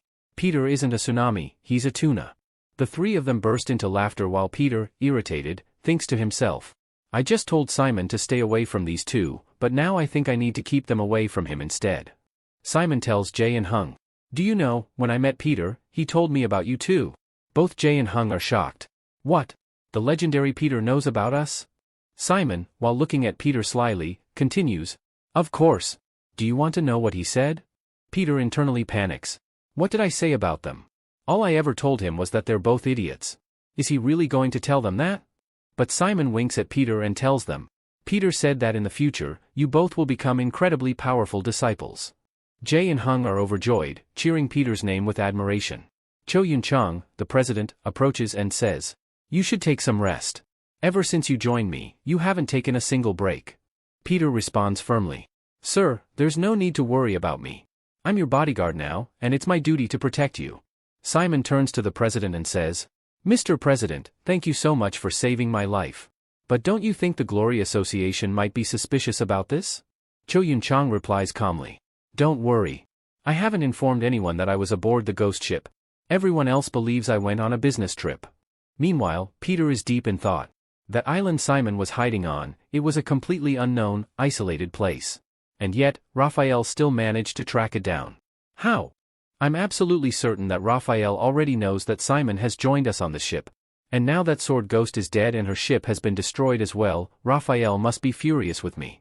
He knows I'm the one responsible for everything that happened, and I know very well that he's determined to find me no matter what, and kill me. But Raphael, don't worry. We'll meet very soon. As the narration continues, we're shown a breathtaking view of the vast ocean, with the ship sailing peacefully toward their home country. The scene then shifts to Jivan's house, where Peter and Simon have just arrived. Jivan is checking Simon over and teasing him, saying, this old man is exactly the same as he was in his youth, except now he probably doesn't brush his teeth anymore because his breath smells awful. And clearly, he doesn't shave either. Hearing this, Simon exclaims dramatically, Jivan, you've broken my heart with such words. I still remember when you were 20, you were absolutely crazy about me. You'd always say I was more handsome than any celebrity and even said you wanted to marry me. And now look at you, talking to me like this. You've changed so much. As he goes on rambling, Jivan loses her patience and begins to beat Simon up. Ow! What are you doing? Why are you hitting me? I only spoke the truth. Simon cries out, but Jivan ignores him and continues beating him furiously. In desperation, Simon turns to Peter and pleads, "Brother. Help me, please. This woman has lost her mind. She's going to kill me." The scene transitions to a quiet moment in room where the group is gathered. Simon breaks the silence, asking, "So, what do you think Raphael is planning right now?" But both Jivan and Peter remain completely silent, not saying a word. "Don't just stand there quietly, say something," Simon urges. Finally, Jivan speaks. "No one knows for sure what Raphael is planning. But one thing is certain, he wants to erase Peter's existence from this world."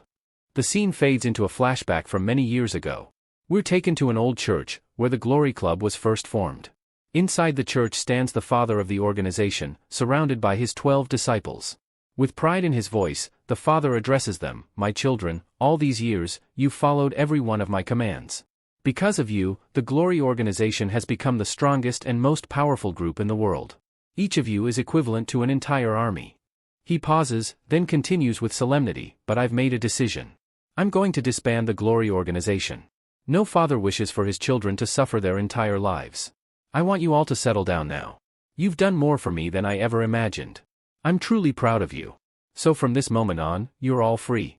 Go live your lives however you wish." The narrator cuts in and explains that while the father made this decision to give his disciples their freedom, not everyone was happy about it, especially one person. That person was none other than Raphael, the father's newly adopted son. The scene cuts to Raphael confronting the father. "How could you do this, father?" Raphael demands angrily. "The Glory organization is the most powerful force in the world, and it's all because of your 12 disciples. Why would you let them go? We could use them to make ourselves even stronger. If you disband the organization, all our businesses will shut down. Don't you care about me at all? Or is it because I'm not your real son? Just someone you adopted?" But the father responds calmly, "Your brothers and sisters, they are not tools. They are human beings. That's why I've decided to close this organization."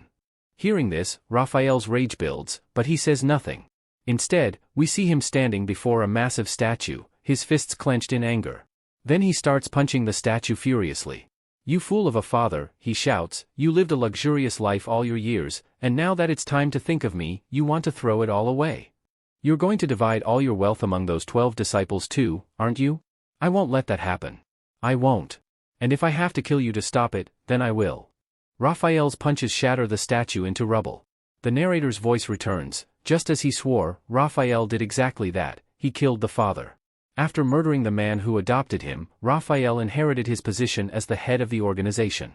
What was once a group created to support and aid the government, became something completely different under Raphael's command. Raphael turned the Glory organization into a powerful yet illegal syndicate. Under his leadership, every criminal act imaginable was carried out within the organization. He opened numerous orphanages, but instead of providing care, he began training the children there to become killers. The Glory organization was no longer a force for good, it had become a merciless army of assassins. But Raphael didn't stop there. He began searching for powerful individuals who could replace the original 12 disciples. And eventually, he found them. One by one, he replaced the original disciples with new, even deadlier ones.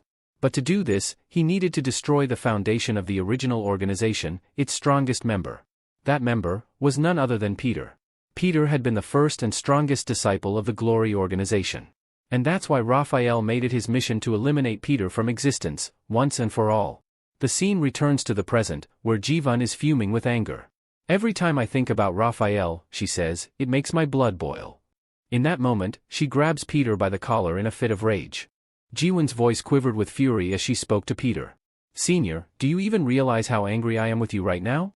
Of all the people in this world I hate the most, you brought one of them into my house." At that moment, it's revealed that Jiwan is talking about Kagyo, whom Peter and Simon had brought to her place. Kagyo is currently unconscious, resting peacefully, unaware of the storm he's lying in the middle of. Still burning with rage, Jiwan continues, "How dare you bring such a dangerous disciple into my home? Get him up and take him out of here immediately." But before she can act on her anger, Peter and Simon suddenly lift Jiwan instead, and start carrying her out. "What is wrong with you two? Have you lost your minds?" she screams as they carry her out of the room. "You should have killed him back on the ship. And instead, you saved his life, only to bring him here, to my house?" Peter responds calmly but firmly, keep your voice down, Jiwon. He's resting. He needs peace and quiet. The group walks toward the other room quietly, but just as they reach the door, a loud crashing sound comes from inside, loud enough to jolt everyone. Jiwon snaps toward the noise. What the hell was that? His body was in such bad condition, how is he even awake already? Her anger boiling over, she growls, Senior, don't stop me now. I'm going to kill him. As she steps up behind Peter, he turns and raises an eyebrow. Wait, weren't you just threatening to kill him a second ago? Jiwon quickly changes tone and says innocently, come on, do you really think I could kill someone that dangerous? Look at me, I'm just a helpless blind girl. Simon cuts in, joking, then why are you hiding behind our big guy here? Come hide behind me. I'll protect you. Jiwon smirks. I know, but Senior is stronger than you, so I'll feel safer here. Peter then opens the door to the room, only to be stunned. Kageo is gone. The bed is empty. There's no sign of him anywhere. Simon, equally shocked, exclaims, Brother, where could he have gone? His body was barely holding together. What if he's in danger again? Peter frowns but remains calm. Don't worry. He'll be fine. I know exactly where he's headed. Meanwhile, somewhere else, Raphael is having a serious conversation with his new group of disciples. He first attacked Glory Hospital, and killed my disciple, Nathaniel, Raphael says, his tone sharp and dark. And the second time, he hit the Sword Ghost ship and killed our other disciple, Simon. Raphael glances around the room, his piercing eyes measuring every face. But even now, we still don't know one thing, was it really Peter behind all of this? One of the new disciples suddenly leans forward with a smirk. Wow, if it really was Peter behind all this, I'd love to fight him. I want to see just how fast that old man really is. Think he can dodge my bullets? Another disciple, a tall, hulking figure with massive arms, crosses his arms and grumbles, I don't care who's behind it, Peter or someone else. But the day that person crosses paths with me, it'll be their last. Just then, a third disciple laughs mockingly. Musclehead, you think Peter's just some protein shake you can gulp down? Don't forget, he's the legendary Peter. Idiots like you can't even dream of touching him. The muscular disciple turns in fury. Say that again and I'll kill you right now. The argument escalates quickly. The other responds, all you ever do is bark. You think you're so strong, huh? The day we fight, I'll put so many holes in your body with my knife that you won't be able to count them. But before things spiral out of control, another disciple steps in, this one calm, focused, holding a massive gun. That's enough, both of you, he says, voice firm. This is a serious discussion. So shut your mouths for once. As the room quiets, all eyes turn to Raphael, who remains composed but commanding. He looks at them with pride and caution in his voice. Listen carefully, disciples. Each one of you is among the strongest in the world. That's why I chose you to become part of my 12. Despite Raphael's earlier speech, one of the disciples stands up and counters his words. But boss, he says, none of that matters if we can't even capture a single old man. Another disciple quickly interjects, trying to defend their failure, it's not our fault. The only reason Peter escaped was because we weren't there. If we had been present, we would have killed him for sure. Someone else chimes in, don't underestimate Peter. He already took down 2 of our disciples. He's not someone you should take lightly. Suddenly, boom. A loud explosion shakes the room as the main door is blown off its hinges. A powerful figure storms in, and the disciples instinctively reach for their weapons. The man with the massive gun smirks and says, now that is a badass entrance. The smoke clears, and everyone sees who it is, Kageo. He's standing there, furious, battle-worn, but radiating a deadly aura. His body is still recovering, but his eyes burn with rage. Raphael is visibly shocked. Kageo, you're alive? Thank God. Raphael says, stepping forward. I heard Peter attacked the ship and killed Sword Ghost. I was devastated when I got the news. Tell me, did you fight him? Is Peter still as strong as he used to be? But Kageo doesn't respond to those questions. Instead, he glares at Raphael. His voice is cold, sharp, and full of restrained fury. Raphael, I have only one question for you. The room goes still. Kageo continues, everything that happened to us, all the suffering and betrayal, was it all part of your plan? Raphael's face stiffens. What are you talking about, Kageo? I don't understand. Kageo's voice rises, his fury now barely contained. Was it you who ordered the attack on the warning host Blade Sect? Was it you who gave the mission to Yamato Gomi to destroy us? Raphael doesn't answer immediately. For a few seconds, he stands silent, staring at Kageo. Then, slowly, he speaks. Simon, I think there's some misunderstanding here. Why would I do such a thing to you? Don't forget, it was me who supported you when no one else did. I was the one who offered you a place as one of my disciples. Kageo doesn't budge. I know all that. That's exactly why I want a clear answer. Did you order the attack on the Blade sect or not? Suddenly, Raphael laughs. It's a dark, mocking laugh. And then he says it, calmly, without shame. Yes. I did. I'm the one who ordered the attack on the Wandering Ghost Blade sect. So what? You got a problem with that? His words echo like gunfire through the room. Kageo's rage now erupts completely. His eyes burn red, and he clenches his fists in fury. To all the disciples here, listen carefully, Kageo says, voice thunderous. Every single one of you, get out of here. Now. Everyone stares, frozen. Then Kageo draws his weapon, a terrifying, jagged blade that crackles with energy. He steps forward, glaring at Raphael. I'm going to kill him. And if any of you stand in my way, I'll kill you too. The room falls into stunned silence.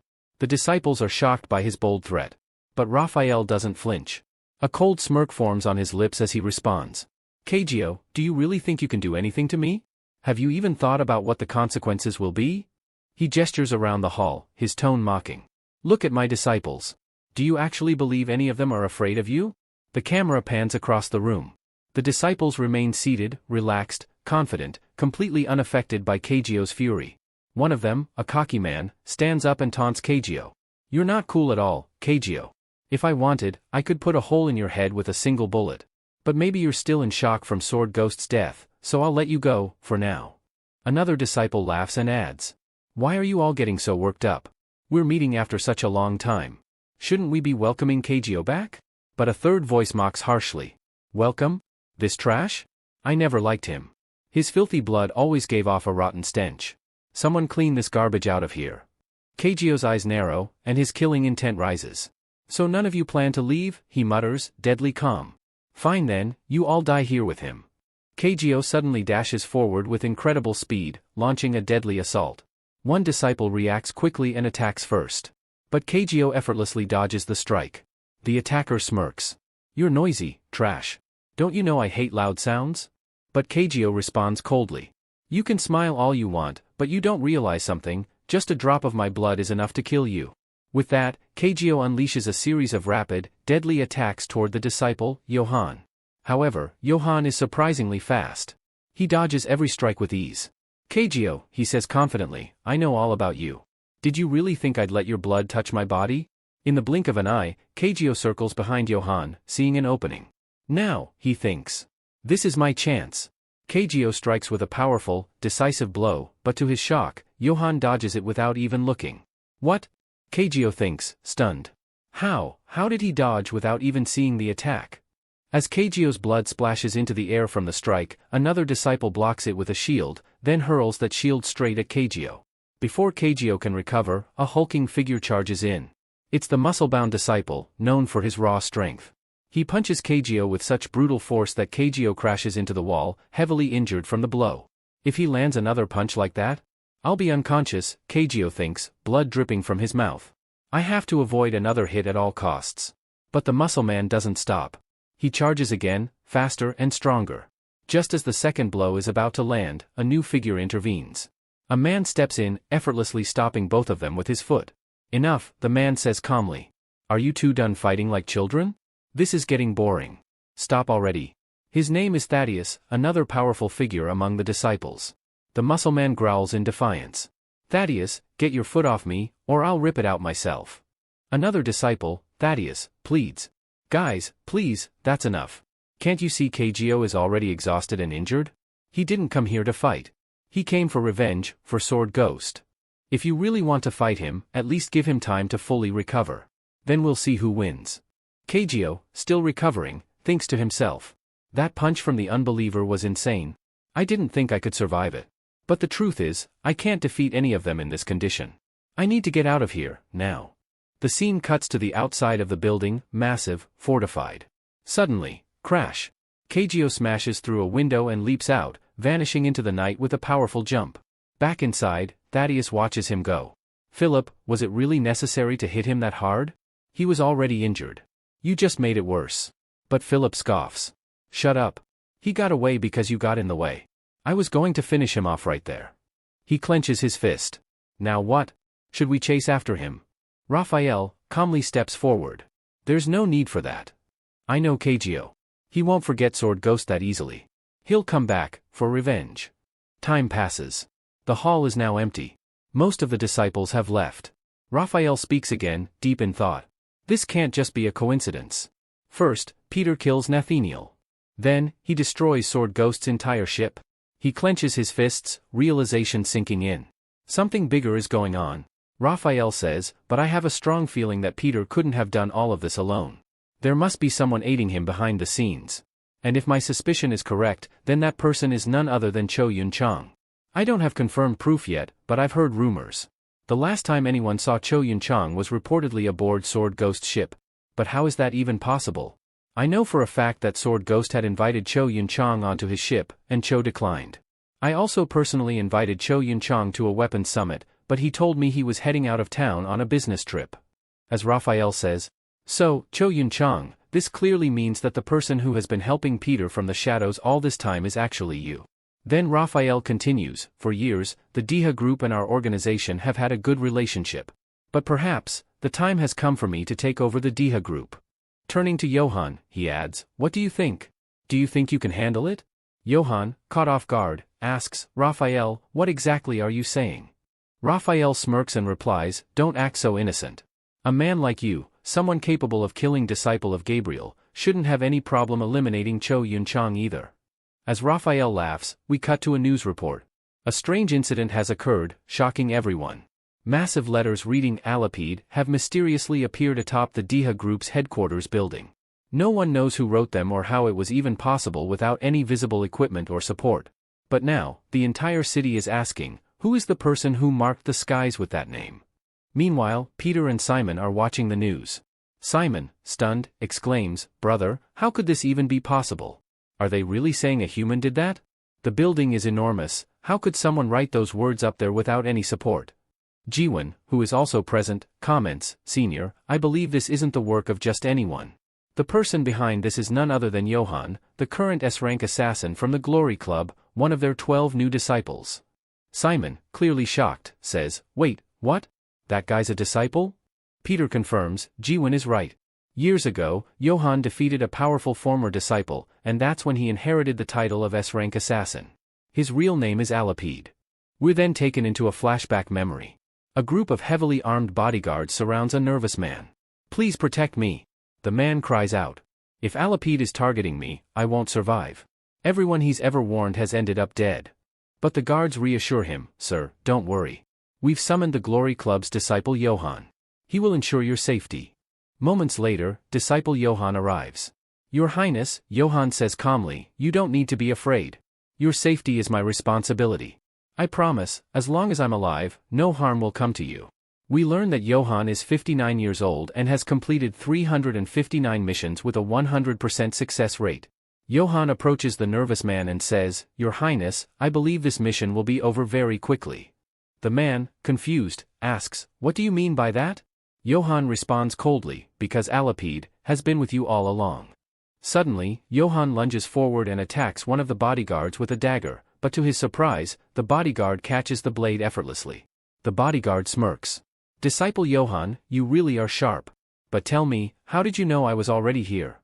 Johan replies calmly, when I entered the room, I could sense a powerful killing aura. Among everyone present, yours was the strongest. That's how I knew. At that moment, Alapide leaps backward, away from the group. The guards yell, catch him. He's trying to escape. But Alapide laughs and says, escape? You think I'm trying to run away? No. I'm about to do something else entirely. He presses a button. Suddenly, all the lights in the building shut off. Darkness envelopes the room. The guards scream, chaos erupts, and Alapide begins killing them one by one in the pitch black. The young man being protected grows terrified by the screams, but Johan tries to calm him. Your Highness, stay calm. I'll protect you. Johan draws his gun, fires several shots, and then leaps into the darkness. He calls out, Alapide, do you really think darkness gives you the upper hand? I've fought in far worse conditions. Johan pulls out a high-tech visor and straps it over his eyes. He also removes his shoes to silence his footsteps.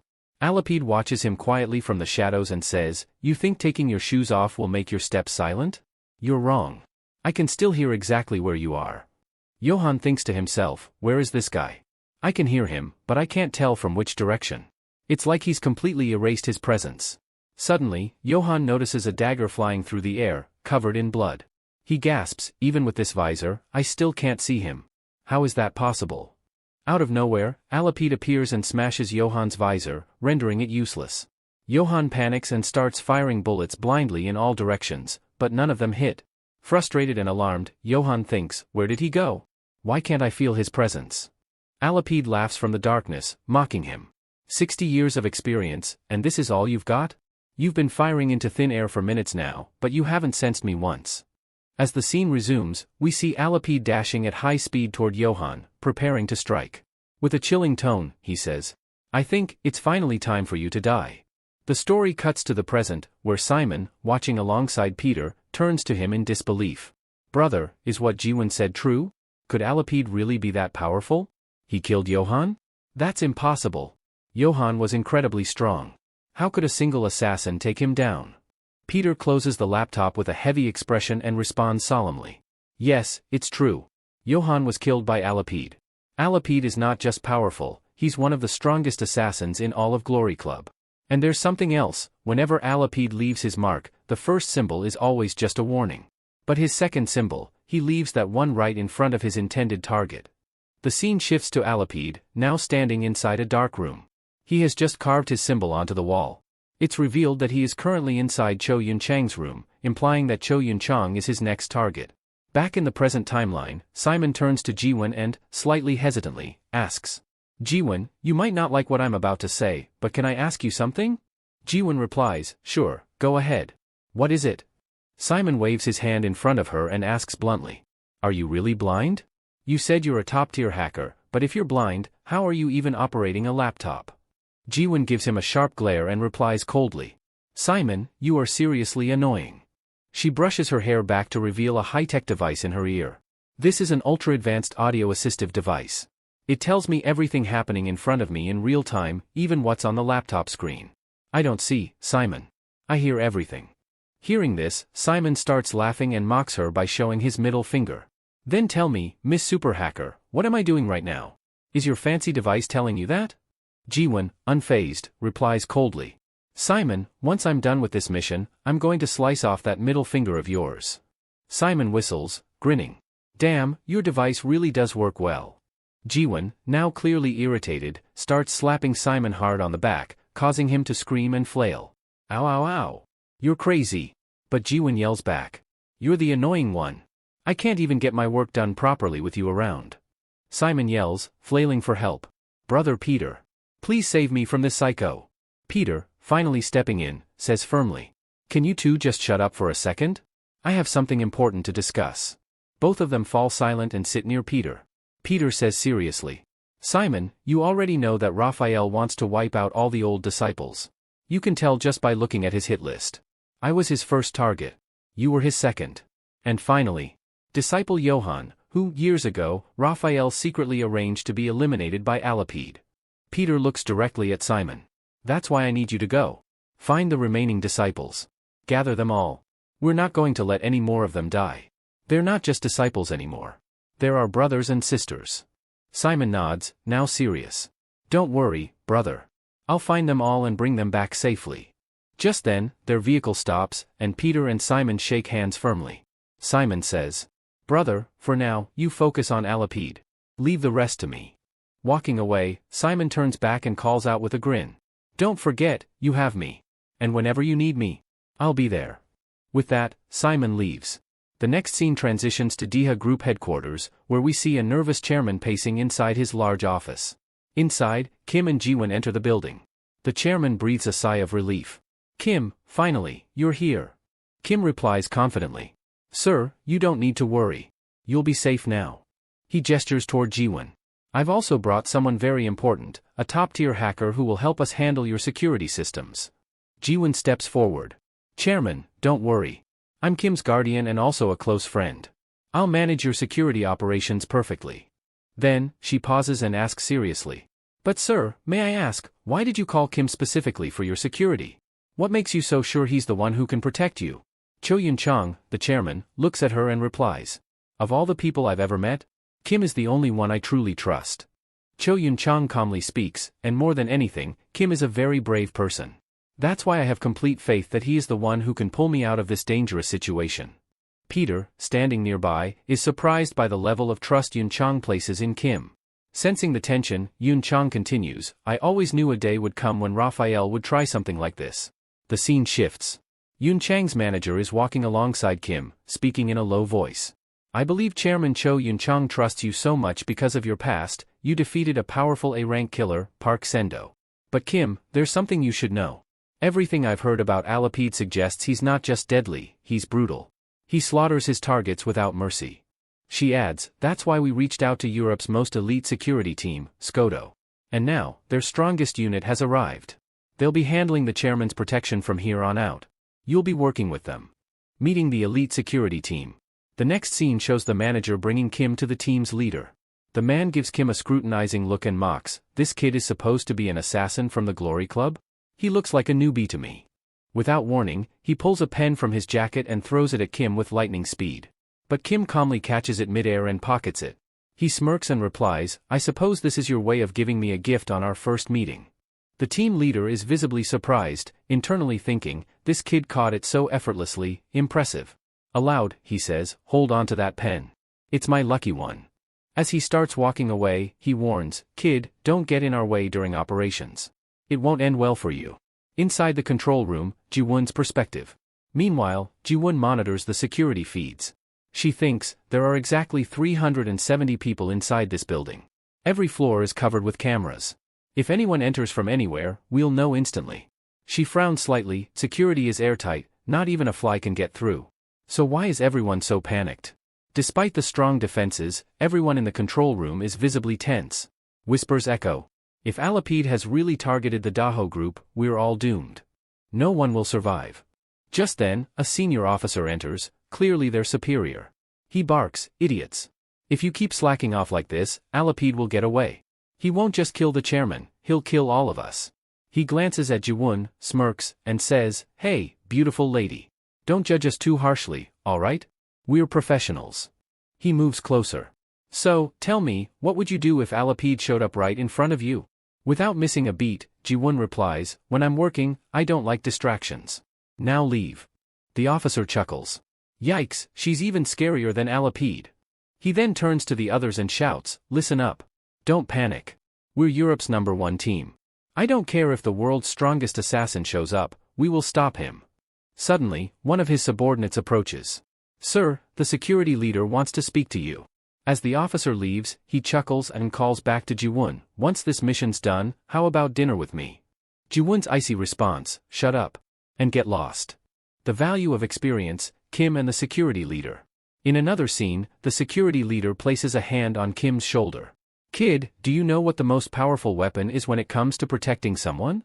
Kim looks curious. It's experience. With enough of it, you can defeat any opponent, no matter how powerful. Kim thinks to himself, he's right. Experience can overcome strength. But what if Alapid already has something more terrifying, a method that keeps him invisible until it's too late? I need to think like Alapid. If I do that, maybe I can predict where he is. Sudden attack, panic unleashed. Suddenly, the building echoes with gunfire. Screams follow. Alarms blare. Everyone rushes toward the source. A bald man, who had been with Marco earlier, stumbles upon a corpse. Sir! There's a body here. The security leader rushes over. Whose body is it? The man stammers, I don't recognize him. Someone decapitated him. Shock ripples through the team. The ID badge reveals, it's Captain Ko. The leader's eyes widen. Impossible. No one entered the building. All personnel inside are ours. Then who? Kim speaks up, grim and certain, we came here to catch Alapid, but someone has already killed one of our own. Peter's insight. We then see Peter. He mutters, just as I suspected. Alapid is already inside the building. He turns to the security team. Everyone's wondering who the killer is, but you don't need to worry. That man was killed by no one else but Alapid. Gasps fill the room. The security leader blurts, are you saying he managed to enter despite all this security? Kim responds, no. I'm saying he didn't enter in front of us. He was already inside from the beginning. The realization hits them like a thunderclap. Everyone is stunned. A sinister recording. Just then, every member's phone buzzes with a message alert. They open it, and watch a CCTV recording. The video shows Marco running frantically through a corridor, clearly terrified. Then, a shadowy figure grabs his legs and drags him into darkness. In the pitch-black room, someone emerged from the shadows, holding something in his hand. It was a severed head. Marco's head. On his forehead was carved a chilling message.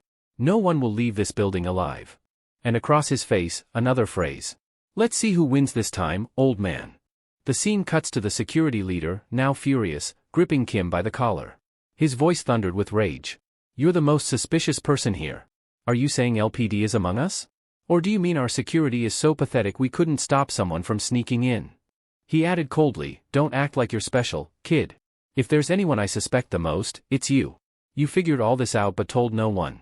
Prove you're not a traitor right now, or I'll kill you myself." The leader silently thought to himself. "This kid isn't normal. He's strong. But if he lays a single hand on me, I won't let it go unpunished." Kim, already seething, clenched his fist, ready to strike the leader, but suddenly, Choi Yun-chang's manager stepped in. She rushed between them, halting the fight. "There's no need to doubt Kim," she said sternly. "He's the president's most trusted person." Turning to Kim, she continued, "If LPD is really among us, this is a major problem. He could strike the president at any time." Kim nodded, his tone calm but resolved. "Don't worry. I know exactly how to solve this." Meanwhile, inside the security room, the atmosphere was tense. Staff members were panicking. "We're all going to die," one screamed. "No one will make it out alive if LPD is really after us." Someone else muttered, "Marco went with Satch. What if Satch killed him?" "I doubt it," his colleague replied. "Satch has been with us for years. Why would he kill the captain? This has to be LPD. He'll kill again soon." Jivan stood quietly, observing. "They're panicking, and they should be. LPD is a docile, after all," she thought. "We've checked every camera, and we still have no clue how he got inside." Suddenly, someone shouted, "Everyone look at this. Is this LPD?" On one of the screens, LPD stood in front of two security guards. "Who are you? Identify yourself," they shouted. "Or we'll shoot." They fired. The man dropped instantly. "He's down." "Is he dead?" one of them asked.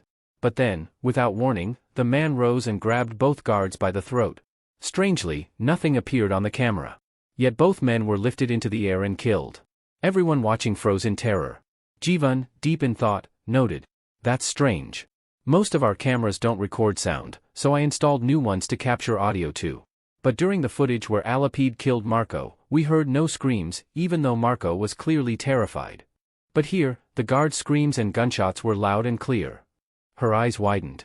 "Does that mean that video wasn't from today? It was an old recording. And LPD deliberately played it for us now." The next scene shows Jivan rushing down a hallway, speaking urgently to Peter. "Senior, I've discovered something. LPD has been trying to send me signals for a while, but I didn't understand them, until now. That CCTV footage of Marco's death, it's old. LPD wanted us to see it today. Don't you see what this means? He's been playing with us from the beginning." Suddenly, someone rushed past her, without making a single sound. But Jivan smirked. "You think I won't sense you just because you move like the wind?" she whispered. Peter's voice came through the comm. "Jivan.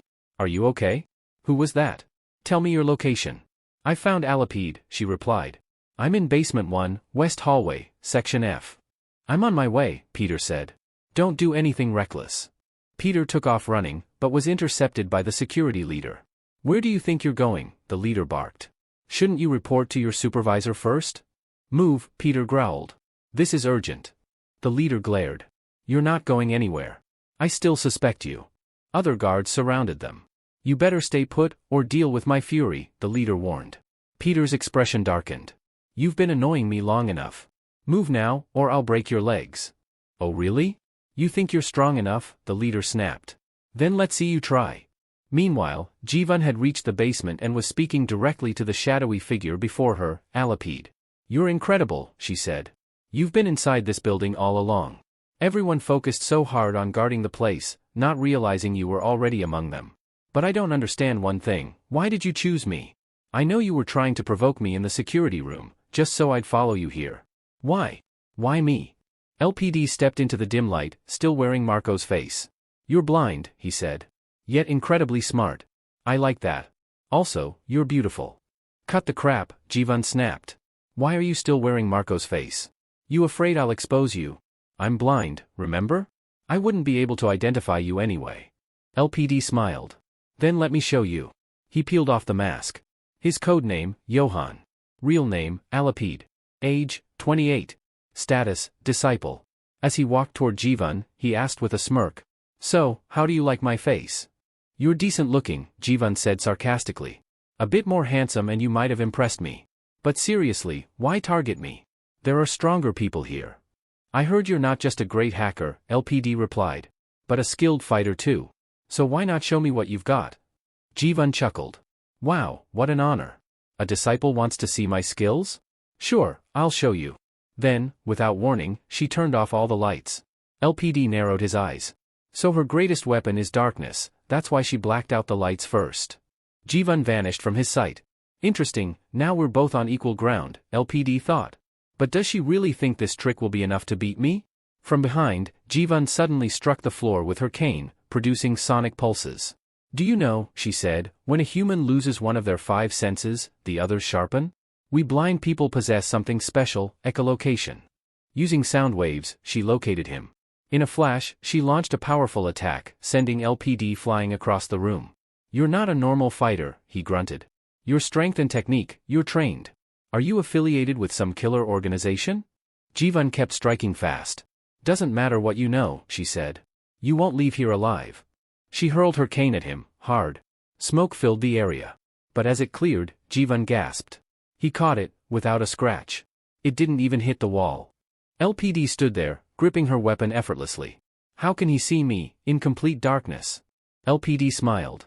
You're probably wondering how I stopped your attack so easily, right? In pitch dark. He paused, then added. Want to know something interesting? I've been blind since the day I was born. Jivan's eyes widened. What? That echolocation trick of yours? Alapid said. If you upgrade it further, you'll realize how powerful it can be. He activated his own echolocation skill. Now, even in darkness, he sensed everything in the room. You're strong, Jivan admitted. But again, why me? Why are you so fixated on me when there are so many others? Alapid smirked. If I'm being honest, I don't really like blind people. He stepped forward, his voice dark and amused. Let's restart this fight. I have a feeling this round will be much more fun. And with that, Alapid lunged at her, like a phantom striking from the void. Peter was visibly furious with the security leader. Glaring at him, he said coldly, I warned you, so don't say I didn't. And in the next moment, he launched a powerful attack toward the leader. The sudden speed and intensity of the move left the security leader stunned. This attack, it's too fast. I can't block it, he thought in shock. But just when it seemed like Peter was about to strike him, he did something unexpected. Instead of landing a blow, Peter grabbed the leader by the shoulder, using the grip as leverage to vault over him and escape swiftly. The move happened so fast, the security leader stood frozen, wide-eyed. How did he do that? He muttered to himself, astonished. This guy, he's no ordinary agent.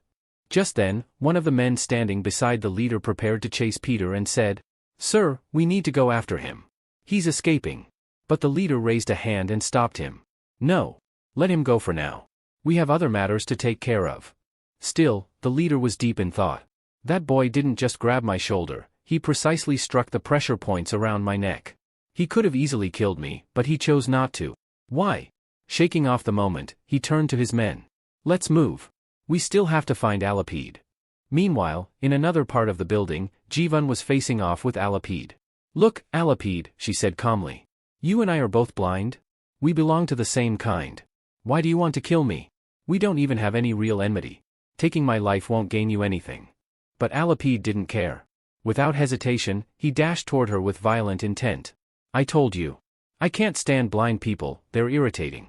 That's reason enough for you to die. With incredible speed, he struck Jivan, sending her flying back with tremendous force. Crashing against the floor, she winced in pain and thought. He's too strong? I can't match him. But how can a blind person use echolocation at such an advanced level? That's nearly impossible. Suddenly, a memory surfaced, a flashback from her training days. In the memory, her trainer was praising her. Ma'am Jivan, I've never met anyone like you. You've mastered echolocation nearly to an advanced level. Curious, Jivan had asked. What do you mean by nearly? Has anyone taken it even further? The trainer nodded solemnly. Yes.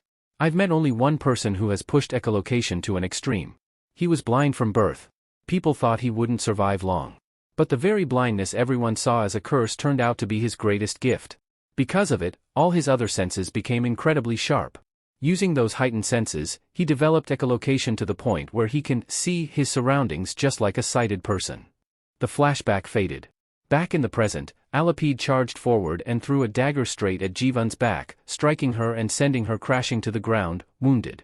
It's impossible to beat him, she thought grimly. His senses are sharper than mine. He can sense everything around him as if he's watching with his eyes. I need to come up with something that will tip the scales in my favor. She took a deep breath and remembered something important. Super sharp senses could also mean supersensitive weaknesses. Just then, Alapide began walking toward her. Jivan, he said with a twisted grin, among all the blind people I've encountered, you're the most impressive. All the others I've killed, none of them ever fought back like you. This is going to be fun.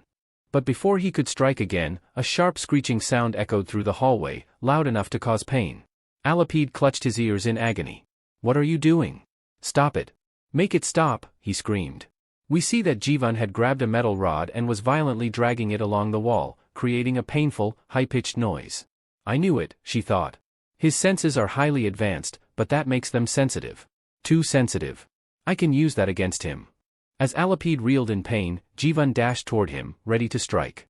But just when she thought she had the upper hand, she froze. Alapide was smiling. What's wrong? Surprised, he mocked. Did you really think your little trick would work on me? Before she could react, he hurled 2 daggers. Both blades struck her hands, pinning her in place. Jivan gasped in pain and shock. He's not just strong. He knows exactly how to use every single one of his senses like a weapon. Alapide closed the distance between them in an instant and delivered a devastating kick, sending her sprawling to the ground again. You're truly talented, Jivan, he said, pulling out his dagger, but I have to kill Choi Chang next, and before I leave, you must die. He approached her, dagger raised. Any last words? He asked. Glaring at him despite the pain, Jivan spat back. Shut up, you bastard. You're not going to make it out either. Alapide laughed. Even at death's door, you won't shut your mouth? Fine. I'll shut it for you. Just as he brought his dagger down in a final attack. A powerful kick smashed into his face, sending him flying across the room. Jivan heard the familiar sound and gasped. Who is that? Is that Senior? A voice echoed back to her. Don't worry, Jivan. I'm here now. It was Peter. He had arrived. As Peter reassured her, he said calmly. You're safe now. Nothing will happen to you. Hearing those words, Jivan, lying on the ground and injured, looked up with teary eyes and said weakly. Senior? I really thought I was going to die. But you saved me. She gathered some strength and pointed ahead.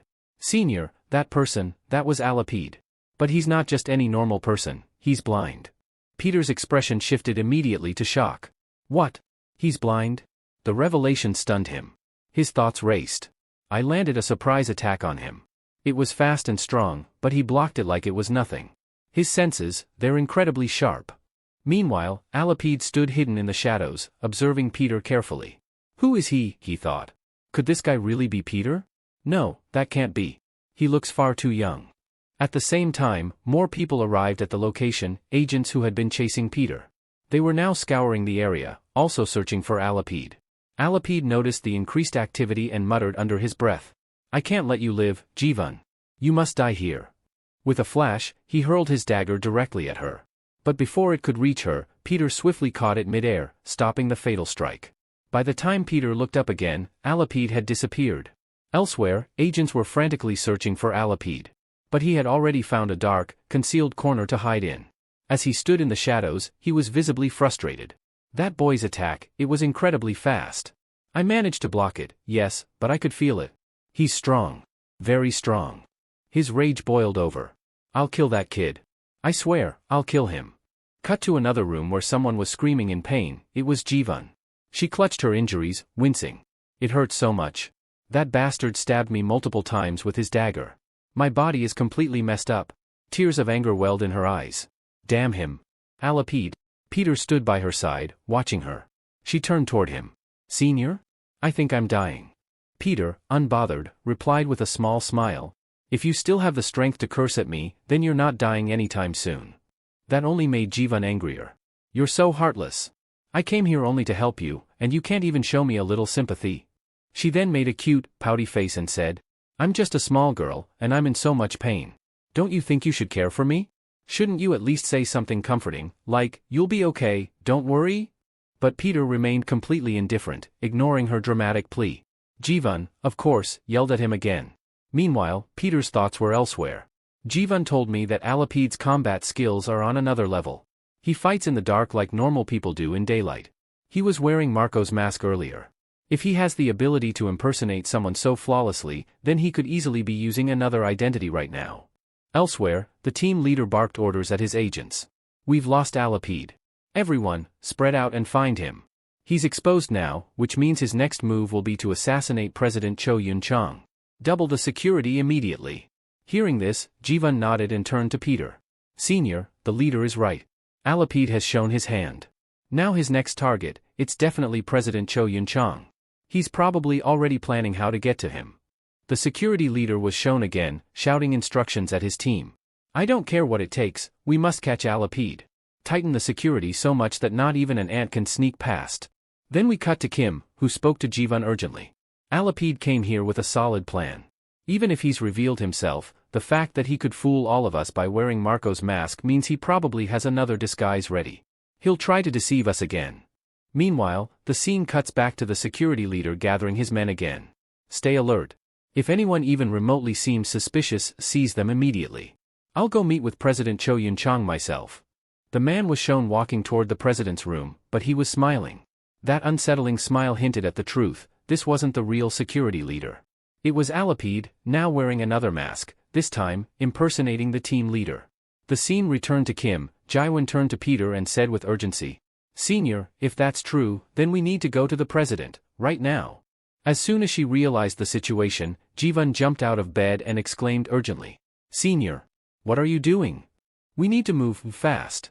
We must go and protect the president. But Kim remained calm and replied, Don't worry, Jivan. I've already made arrangements. Alapid won't be able to enter the president's room.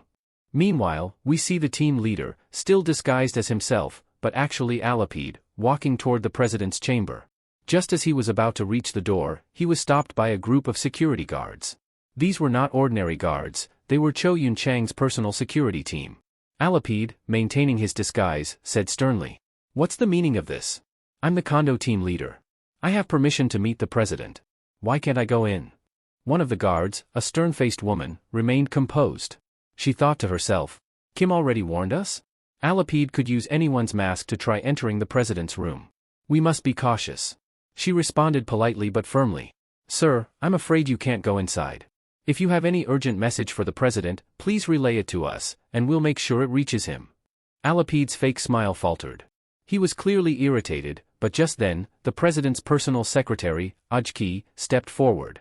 Please don't be upset, sir, she said smoothly. If there's something you need to deliver, I'll take it. I'm the president's personal secretary, I'll ensure the message reaches him. The disguised Alapid handed her his bag and said, This contains highly important documents. Make sure the president checks them immediately. And remember, do not open this bag. The contents are confidential and extremely sensitive. After giving her the bag, he walked away. We shift scenes to Kim, who was walking toward the president's room, talking to Jivan on the phone. Jivan, still worried, warned him again. Senior, I'm telling you, don't underestimate Alapid. He's far smarter than he looks. Kim replied with a gentle voice, Don't worry about me, Jivan. Just focus on staying safe. Alapid might still come for you. He paused, then added curiously, Also, I think we'll soon discover a new body, someone else whose face Alapid is currently using. And I'm really curious to find out who it is. Some nearby bodyguards overheard Kim's cryptic words and looked at each other, confused and suspicious. Kim reached the elevator and waited. At the same time, Jivan turned to Peter and said, Senior? I'm genuinely worried about you. You never listen, but please, be careful. Alapid is definitely wearing someone's face again, and we don't know who it is this time. Just then, the elevator opened, and standing inside was the condo team leader, still Alapid in disguise. Kim calmly told Jivan, Don't worry. I'll handle things from here. I'll call you later, there are some matters I need to settle first. That scent? It's him. He's the one who attacked me earlier. But he's so young. How can someone this young be such a powerful assassin? Inside the elevator, Kim and the fake leader stood in silence. Kim eventually broke the silence. "You're coming from the president's room, right? What business did you have there?" The imposter responded casually. "Just some important documents I needed to deliver." "Why? Is there a problem? Why are you so curious?" Kim replied with a relaxed smile. "No, not really. Just making conversation." At the same time, Alapid secretly activated his echolocation skill, silently scanning Kim's body. His thoughts churned. "According to the intel I was given, this guy is just a D-rank killer. But based on my own analysis, he's stronger than even an A rank." His expression stayed calm, but his mind was racing. "My analysis is never wrong. So why does Glory Club list him so low? Has he been hiding his true strength on purpose?" The fake leader then tried to redirect the conversation. "Hey, do you know about Peter? I've heard he's not just Glory Club's top assassin, but the strongest killer in the entire world. No one's ever beaten him. He's never failed a mission. Honestly, I'd love to meet him someday. See how strong he really is." Kim kept a straight face. "Sir, I'm just a D rank. I doubt I'll ever get to meet someone like the legendary Peter." Then he smoothly changed the topic. "But I did find something strange about Alapid. Did you know he's actually a European citizen?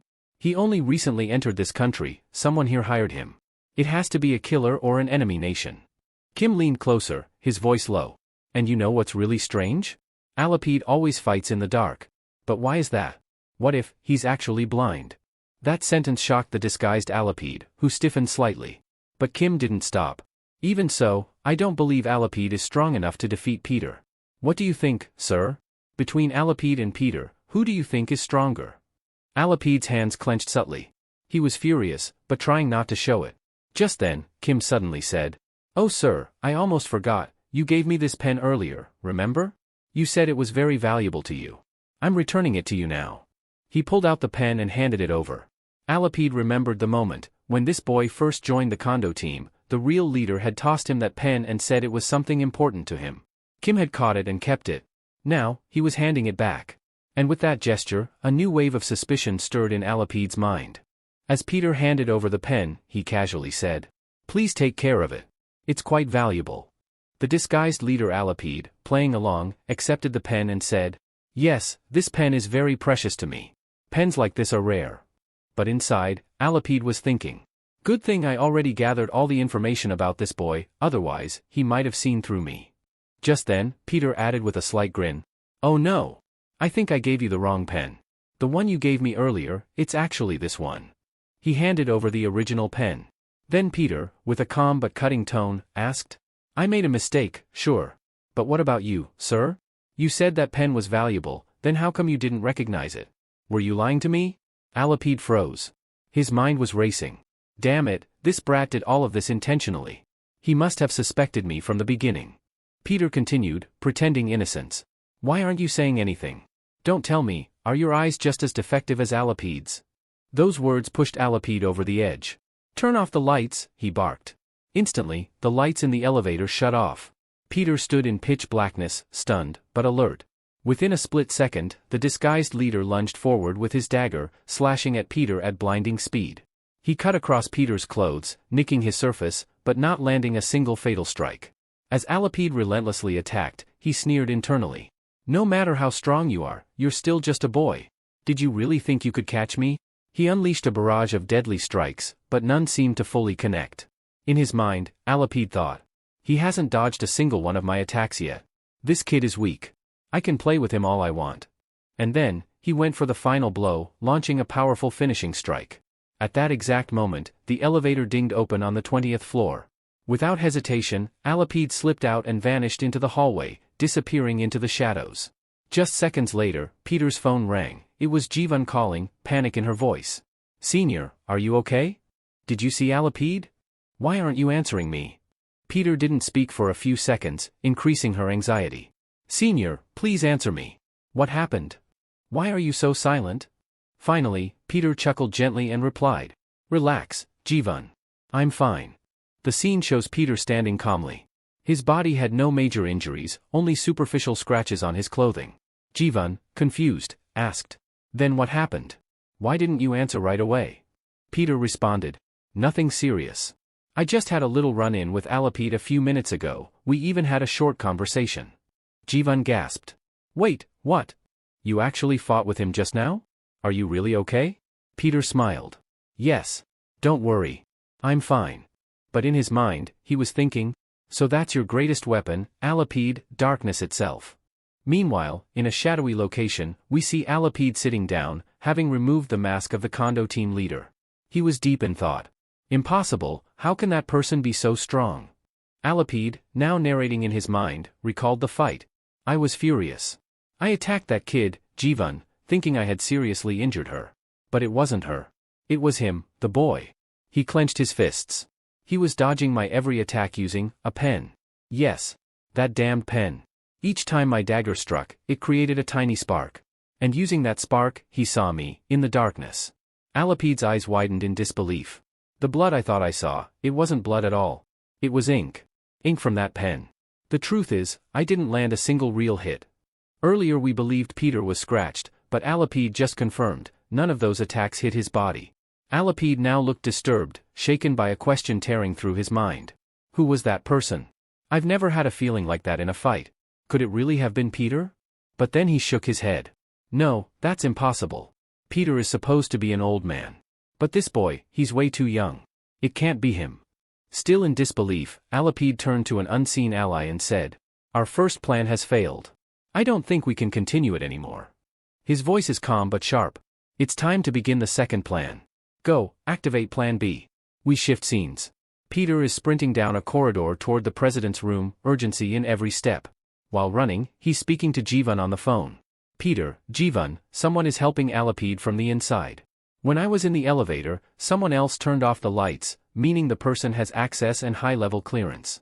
It's someone with serious authority. Hearing this, Jivan's eyes widen. Jivan, what? That's possible? Who could it be? Peter, I'm not entirely sure, but I suspect it's someone very close to President Choi. Jivan gasps again, realization dawning. Jivan, Senior, don't tell me, you mean that woman, right? Peter nods grimly.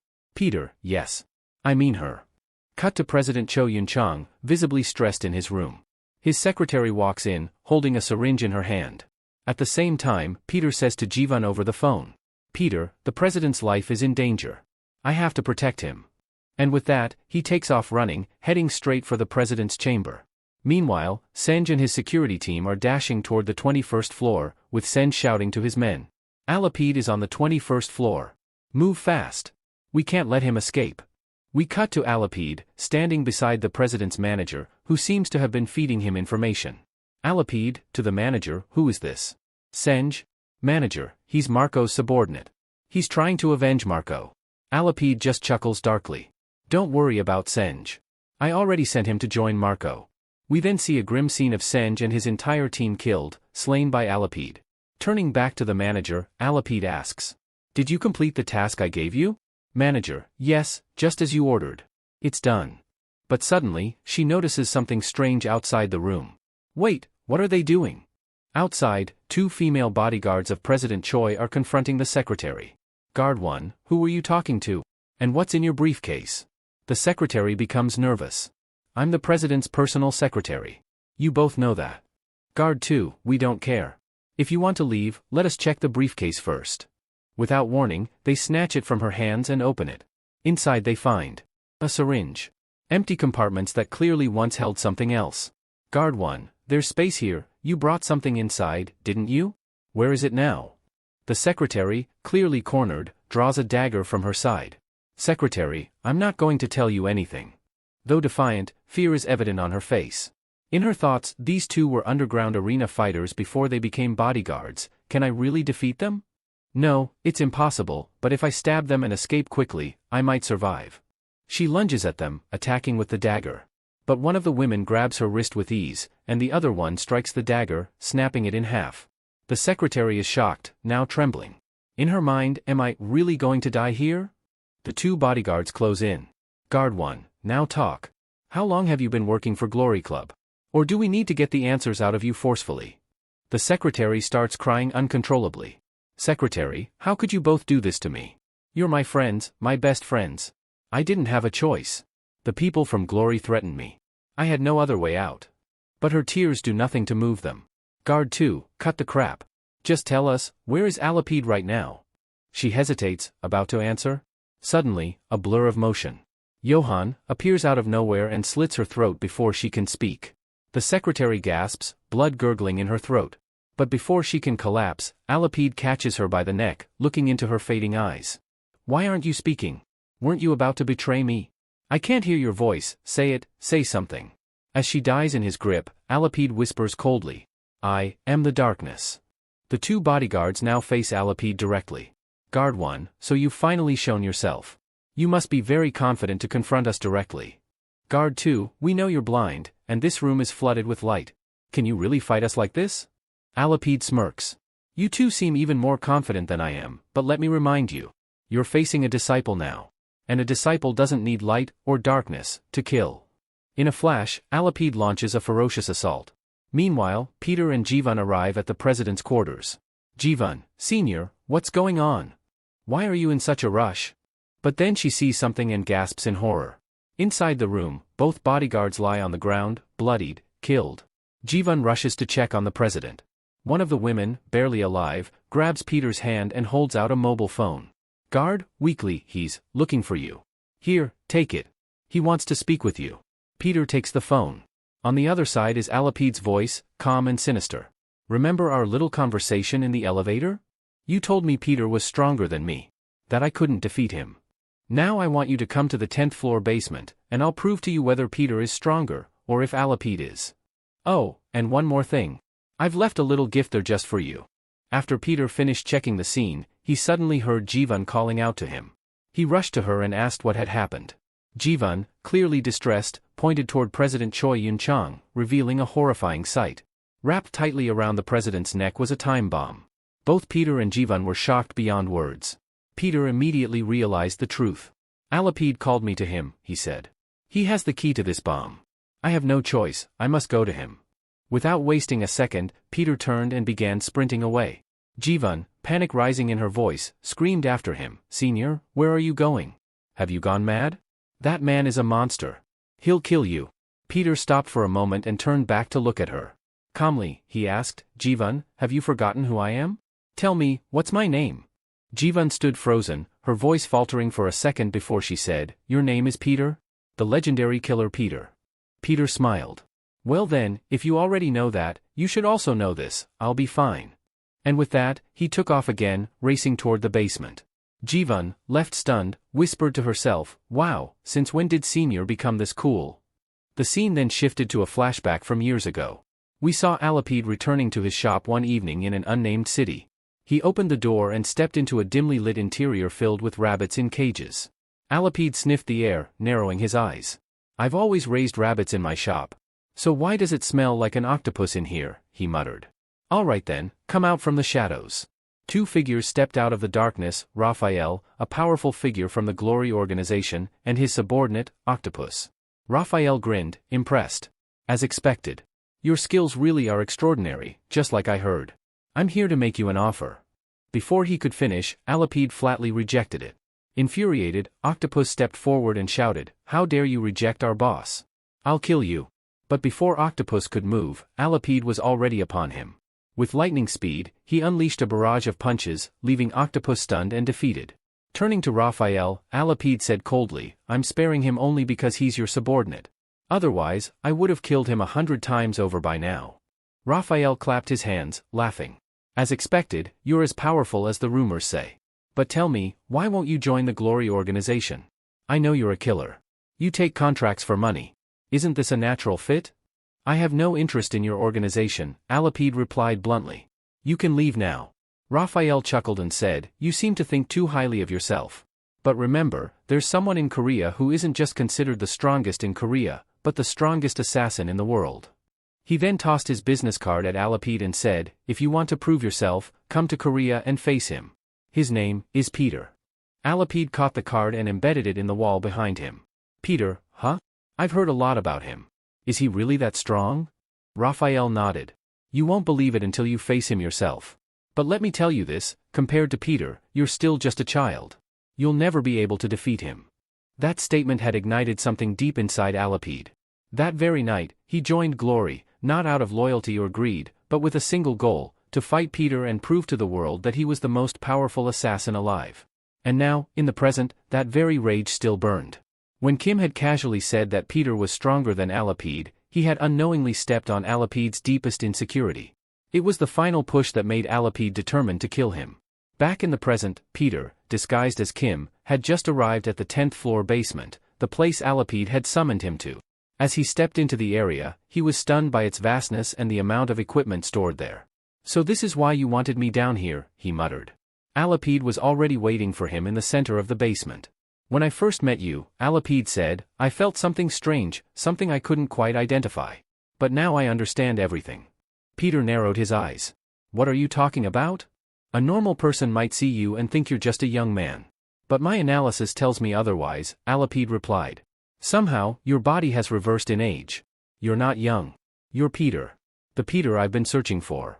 Peter was shocked. So this kid, he actually figured it out. Alapid then pulled out a remote, holding it up for Peter to see. "You know what this is, right? It's the trigger for the bomb around your president's neck. If I press this button, boom, his head will be gone." Peter clenched his fists, his voice cold. "If you do that, Alapid, I swear, I'll make you disappear from this world." Alapid simply smiled. "That's the rage I wanted to see on your face. Now, things are going to be interesting." And then, he pressed the button. Cut to the president's room, where emergency personnel were still trying to defuse the time bomb. Suddenly, alarms blared. The bomb activated itself, shocking everyone in the room. "What's going on?" "We didn't touch anything," one of them shouted. Outside the building, the moment of horror arrived. A massive explosion erupted, shaking the ground and sending shockwaves through the city. After the explosion, the scene returns to Alapid.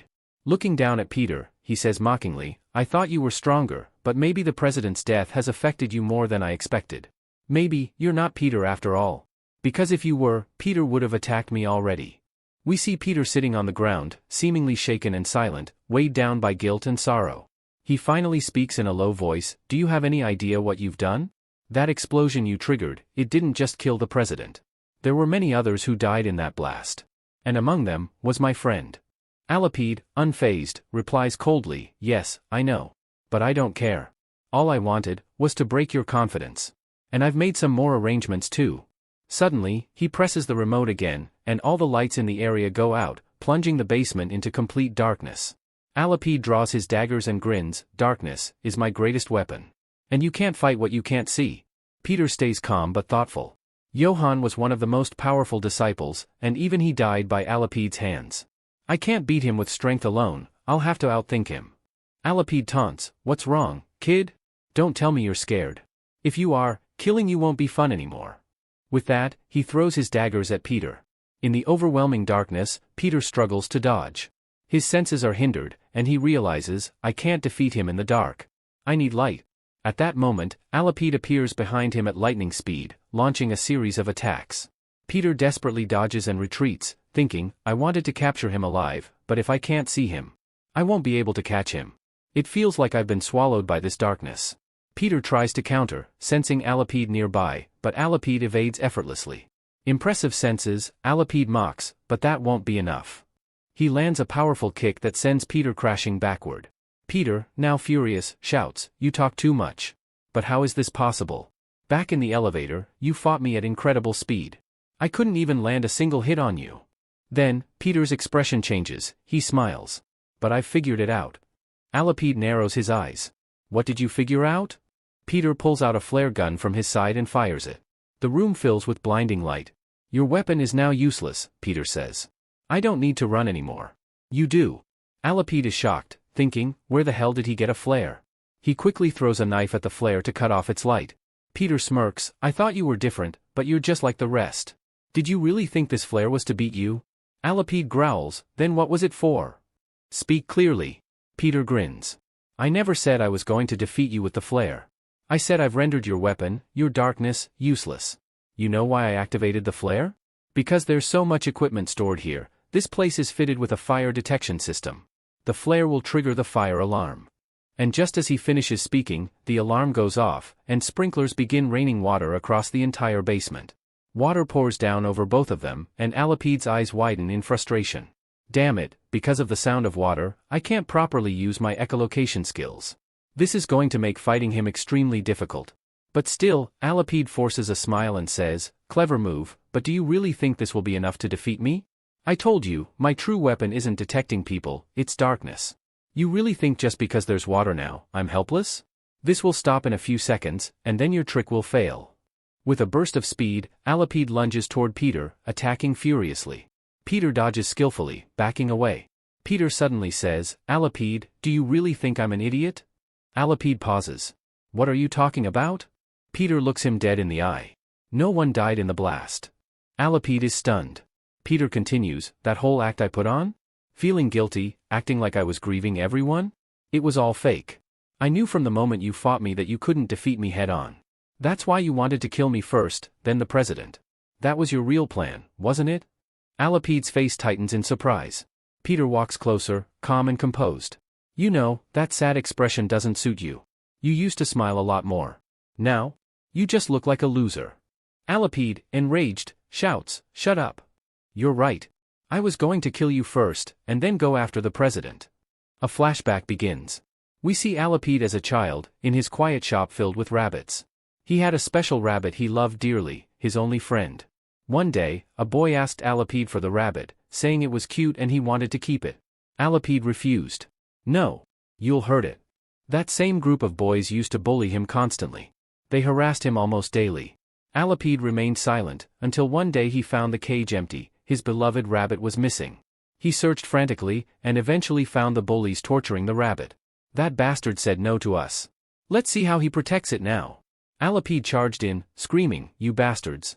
How dare you touch my rabbit?" He bit one of the boys in rage like a feral dog. "Ah! Get him off me! He's biting like an animal." The boys beat Alapide brutally, but he fought through the pain and managed to recover his rabbit, only to discover it was already dead. He broke down sobbing, holding its lifeless body in his arms. That night, rain poured heavily, and the lights went out due to a power failure. In the pitch dark, the bullies tried to leave the room. But for Alapide, it was the perfect opportunity. He could see clearly in the dark. They couldn't. He attacked them savagely, getting revenge for his rabbit. He beat them relentlessly. One of the boys screamed, "Please. I won't bully you again. Let me go." Just then, a teacher entered with a flashlight. "Kids? Are you in here? Don't worry, I've brought light."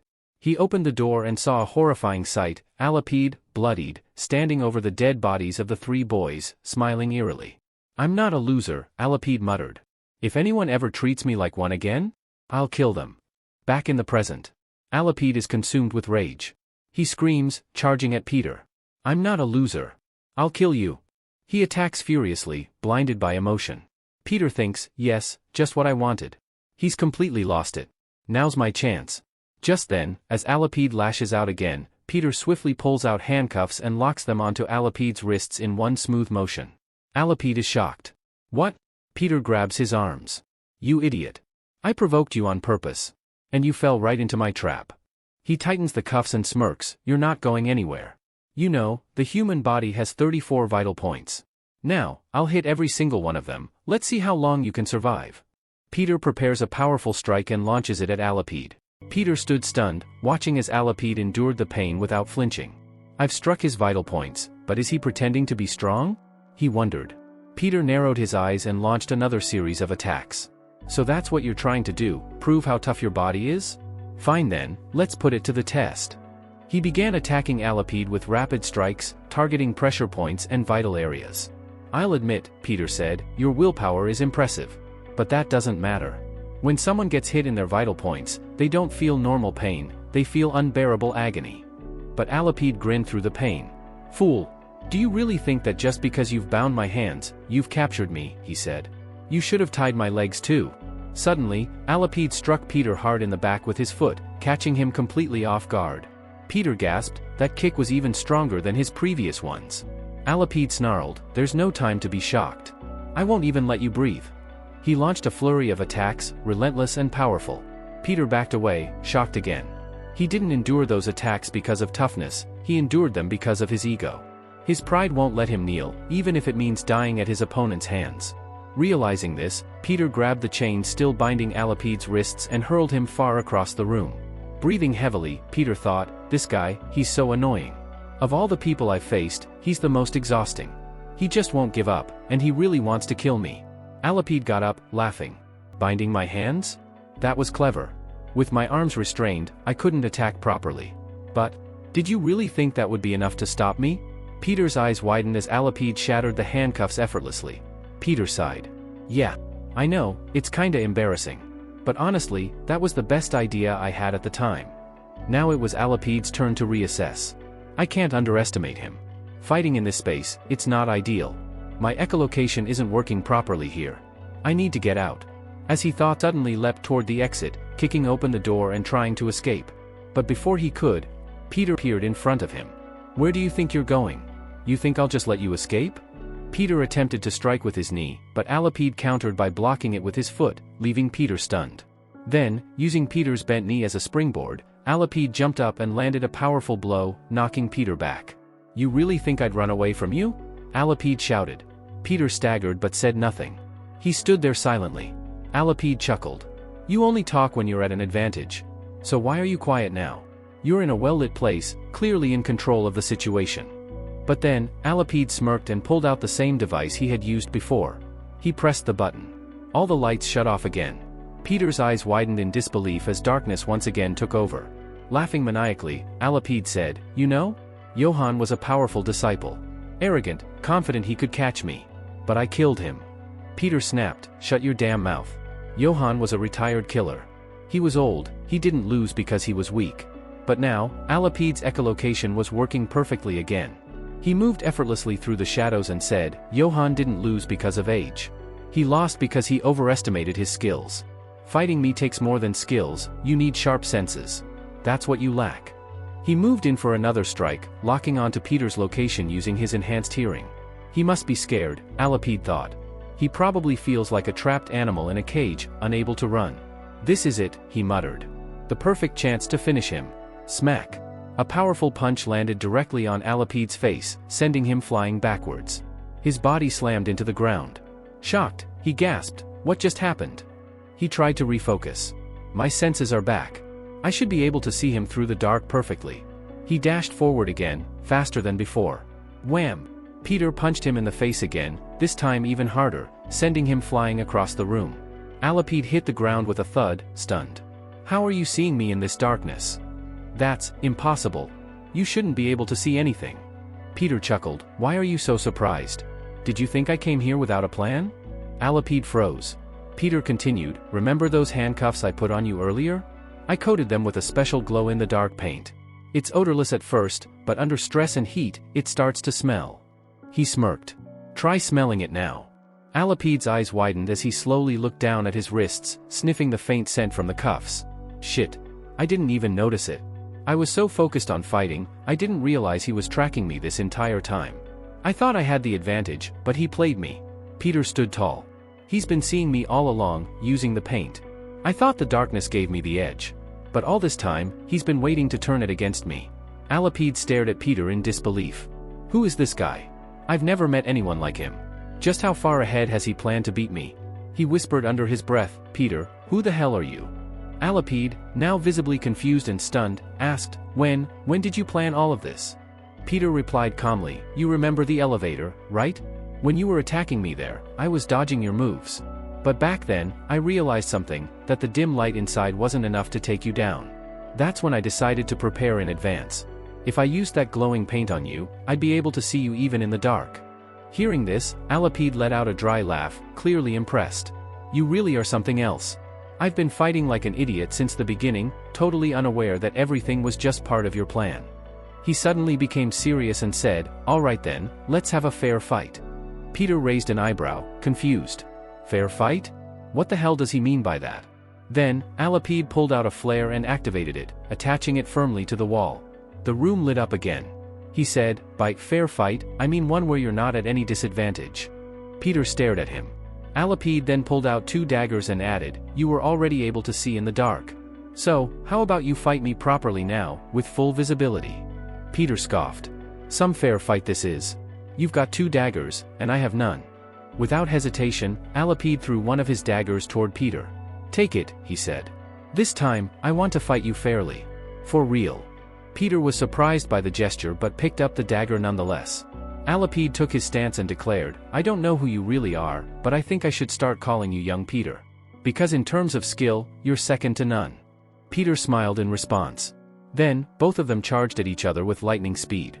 As Alapid ran, he used his echolocation skill to determine Peter's exact position. He sensed Peter was directly ahead of him, but Peter was moving so quickly that Alapid couldn't gauge how long it would take for him to reach him. Suddenly, Peter closed the distance in an instant and launched a rapid attack. Alapid managed to react and retaliate, and the two clashed violently in a fast-paced battle. Both exchanged blows, slashing and striking with precise aggression.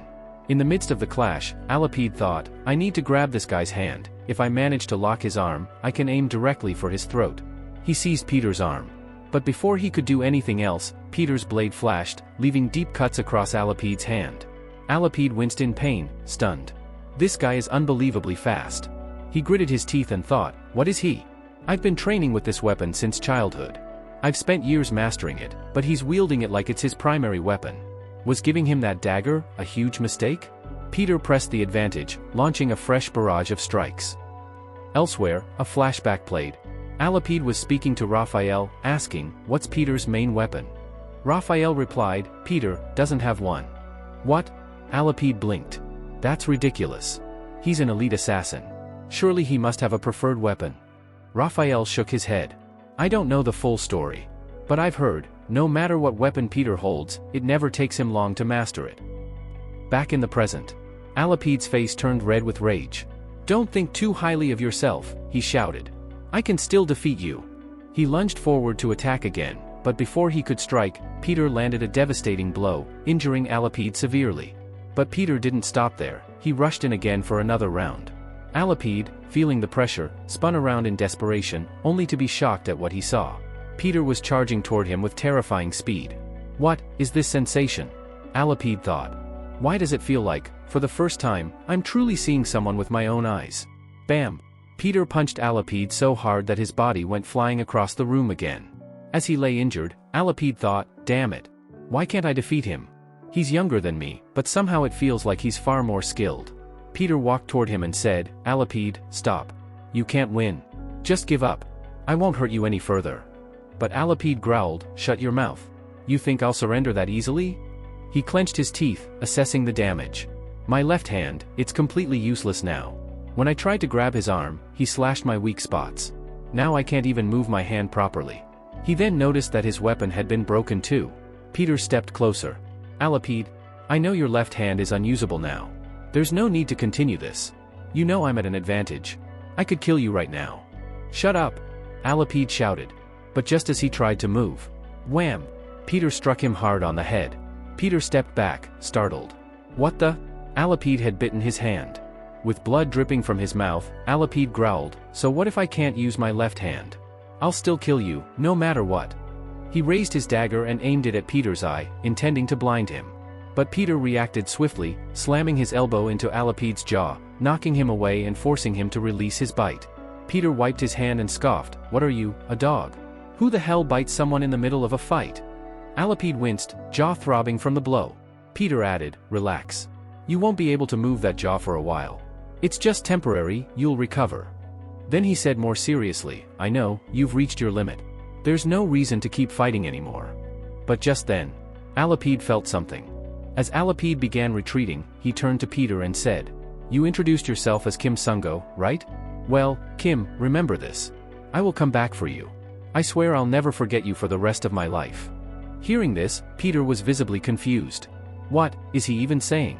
But before Peter could make sense of it, Alapid slashed through the flare, plunging the room into complete darkness again.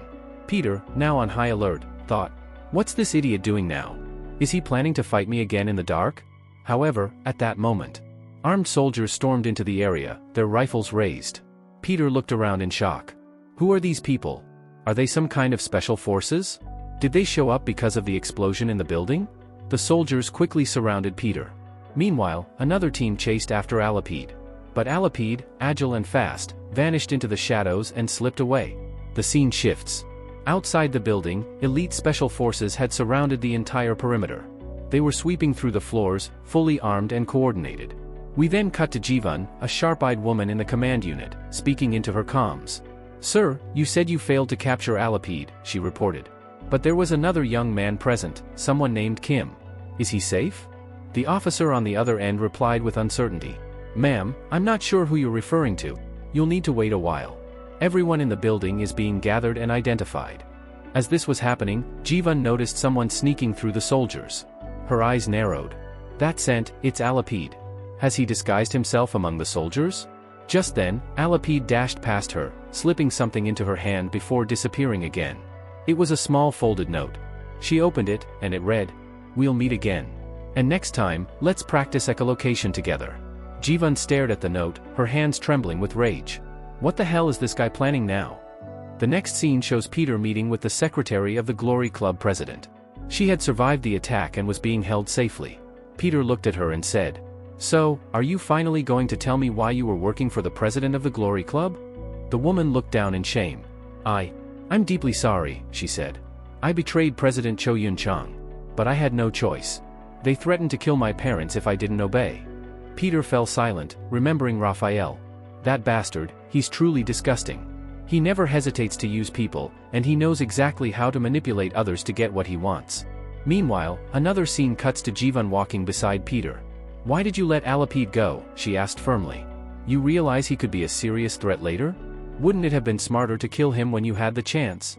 Peter replied calmly. "Don't worry, Jivan. Alapide will be very useful to me in the future. I know exactly how to use him. Just wait and see what happens next." We then move to a dark, gritty scene. Raphael is standing shirtless, holding a bottle of alcohol in one hand and doing one-arm exercises with the other. Suddenly, Alapide enters the room. Raphael stops mid-rep and says, "Well, that was fast. You're back already? Good, now tell me the good news. You've killed Cho Yun-chang, right?" But Alapide replied, "No. I wasn't able to kill Cho Yun-chang." Raphael raised an eyebrow in disbelief. "Wait, don't tell me, did you run into Peter?" Alapide paused, then said, "No, it wasn't Peter." But even as he said that, another agent entered the room, laughing mockingly. Well, the man chuckled, "Are you actually telling me that our strongest assassin got beat up by some kid?" Alapide's jaw clenched. "Shut your damn mouth. If you don't, I'll cut out your tongue." The man waved his hand in mock surrender. "Whoa, relax, Alapide. I'm just messing around. You're so uptight, it's just a joke." Then the man grinned. "But come on, don't you think it's kind of embarrassing? You couldn't even finish such a simple mission." That was the final straw. Alapide's eyes narrowed in fury, and without hesitation, he threw his dagger straight at the guy. As Alapide gritted his teeth in fury, he growled, "That was your final warning. If you don't shut your damn mouth right now, I swear, I'll kill you." But just then, the man he'd thrown his dagger at caught it effortlessly, his grip steady and calm. "You really think you could kill me?" the man said with a casual smirk. "Why don't you go ahead and try?" This man's name was revealed to be Thaddeus, one of the strongest martial arts masters in the world and also a disciple. A prodigy who had achieved elite status in martial arts at an incredibly young age, Thaddeus was known for being calm, lethal, and untouchable in close combat. Raphael, watching from the side, smirked with amusement. "Interesting. Alapide is strong, but I wonder, what would happen if he had to fight Thaddeus seriously? Could he actually beat him?" Thaddeus twirled the dagger once before tossing it aside and taunting Alapide. "Well, Alapide? What are you waiting for? Don't tell me you're afraid that I might actually beat you."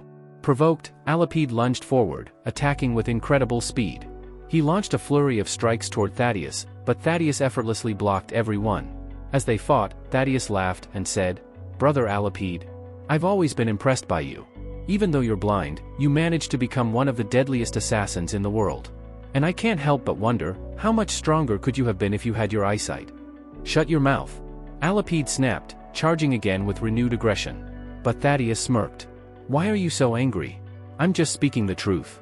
Again, Alapide tried to land a powerful blow. But Thaddeus dodged it with ease, dancing around every move like it was child's play.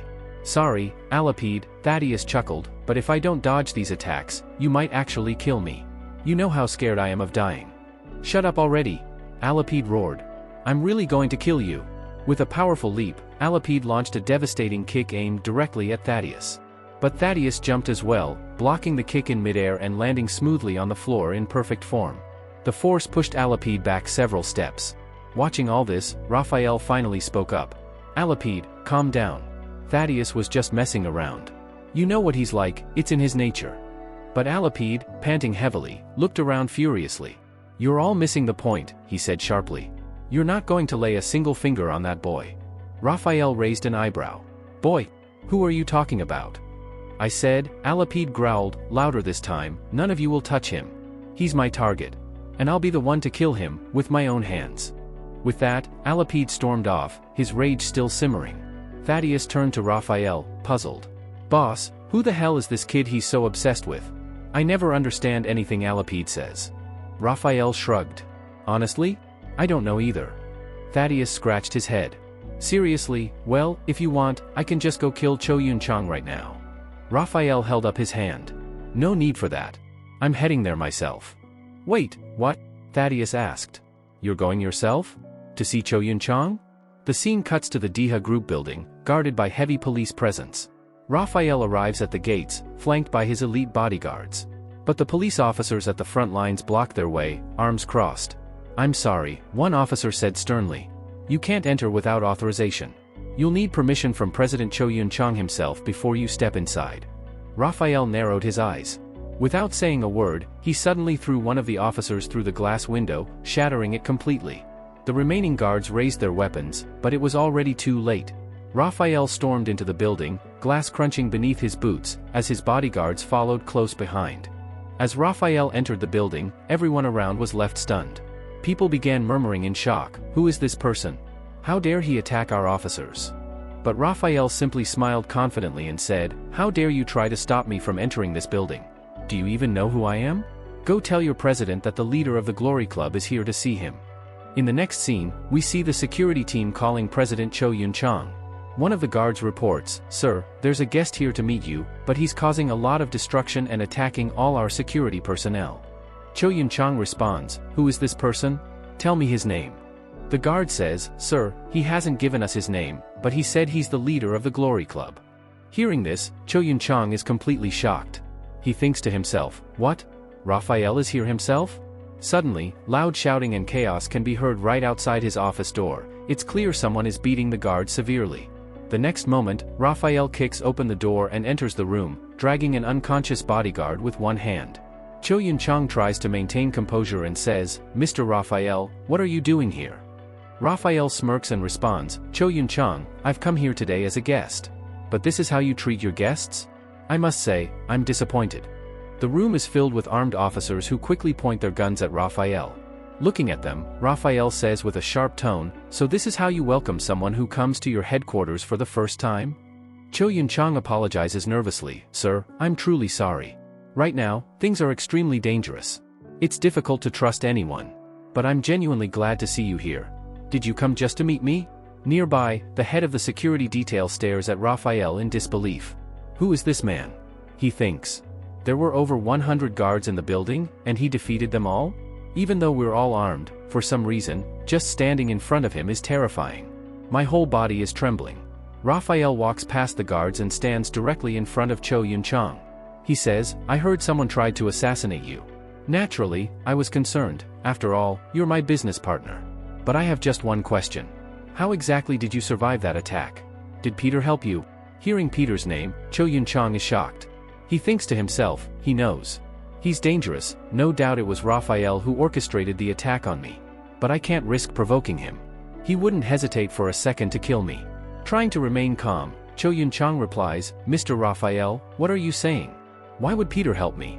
If he had been here, we would have captured him immediately, and of course, you would have been the first person I told. Raphael nods slowly, yes. I know you wouldn't lie to me. I'm glad to hear you're unharmed. Suddenly, Raphael grabs Cho Yun-chang's tie and adjusts it with a tight grip. He comments, your tie is awfully loose. You should keep it tighter. It reflects your maturity and seriousness. Cho Yun-chang stands frozen in fear as Raphael tightens his tie.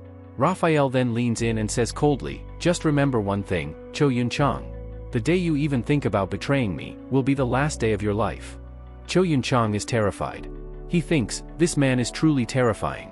I've never seen death in someone's eyes the way I see it in his right now. He's the most dangerous person I've ever encountered. With trembling lips, Cho Yun-chang says, Mr. Raphael, how can you even think I would betray you? Don't worry, if I get even the slightest information about Peter, I will tell you first. Raphael replies with a grin, good. That's what I like to hear. Anyway, I should get going. I only came to check on you. As Raphael walks away, he casually says, oh, and about the soup you had last night, don't you think it was a bit bland? Not enough chili. The flavor wasn't exactly impressive. Cho Yun-chang is stunned and thinks, how does he even know what I had for dinner? Raphael glances back with a sinister look in his eyes and says, don't worry, I'm just letting you know how interested I am in you. I keep tabs on every moment of your life. Just remember, Cho Yun-chang, the day you betray me will be your last. In the next scene, we see Kim entering the room.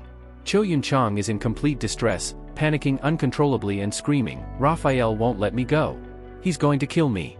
Doctors are trying to calm him down, but it's clear that Cho Yun-chang is mentally breaking down. Also in the room is Jaiwoo, who is shocked to see the president in such a terrified state. She turns to Kim and says, what happened to the president? Why is he so panicked? If this continues, it could seriously affect his mental health. Just then, Kim notices something and says in surprise, Jaiwoo, what's in your hand? We see that she is holding a cap. Jaiwoo says, the president's secretary gave it to me and said he always keeps this cap with him. Whenever the president has this cap with him, he feels extremely relaxed. Hearing this, Peter is quite surprised. Then Peter calmly turns to everyone in the room and says, I'd like to speak with the president alone for a moment. Could you all please step outside? Everyone, including the doctor and Sanak, is stunned by this request. The doctor protests, what are you saying? The president's condition is very serious. We can't just leave him alone right now. But Ji-won gently holds the doctor's arm and says, don't worry. This young man is more capable than you think. He might actually be a better doctor than you. He knows exactly what he's doing. Reluctantly, everyone leaves the room, and Peter is left alone with President Cho Yun-chang. Peter gently reassures him, sir, you don't need to worry anymore. As long as I'm here, I won't let anyone harm you. You're safe. I've already identified every spy within the Diha group. But Cho Yun-chang is clearly shaken. His voice trembling, he says, Kim, please leave. I can't trust anyone anymore. Raphael has eyes on my every move. They won't let me live. They'll kill me. Peter suddenly raises his voice and snaps, what are you doing right now? You've disappointed me today. You promised me that when we met again, you wouldn't let me see such a pitiful look on your face. Hearing this, Cho Yun-chang is stunned. Suddenly, a memory from the past flashes in his mind, taking us back to a scene from 1978. We see the same train where Peter once saved Cho Yun-chang's life. Back then, Peter was telling him, what are you doing? Don't you want to come back? We need to leave this place now. Hearing this, young Cho Yun-chang had started running alongside Peter, trying to escape. But Peter suddenly stopped him and said, sit down here for a moment. Cover your ears tightly with my cap. That way, you won't hear any of the noise outside. Cho Yun-chang had followed his instructions.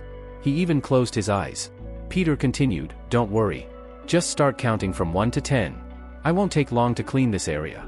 As this was happening, we see that two armed men were actually hiding nearby, waiting to ambush Peter. One of them whispered, don't worry. We have guns. We'll attack him together and shoot him dead. They launched a surprise attack, but were immediately shocked. Peter was no longer in front of them. Where did he go?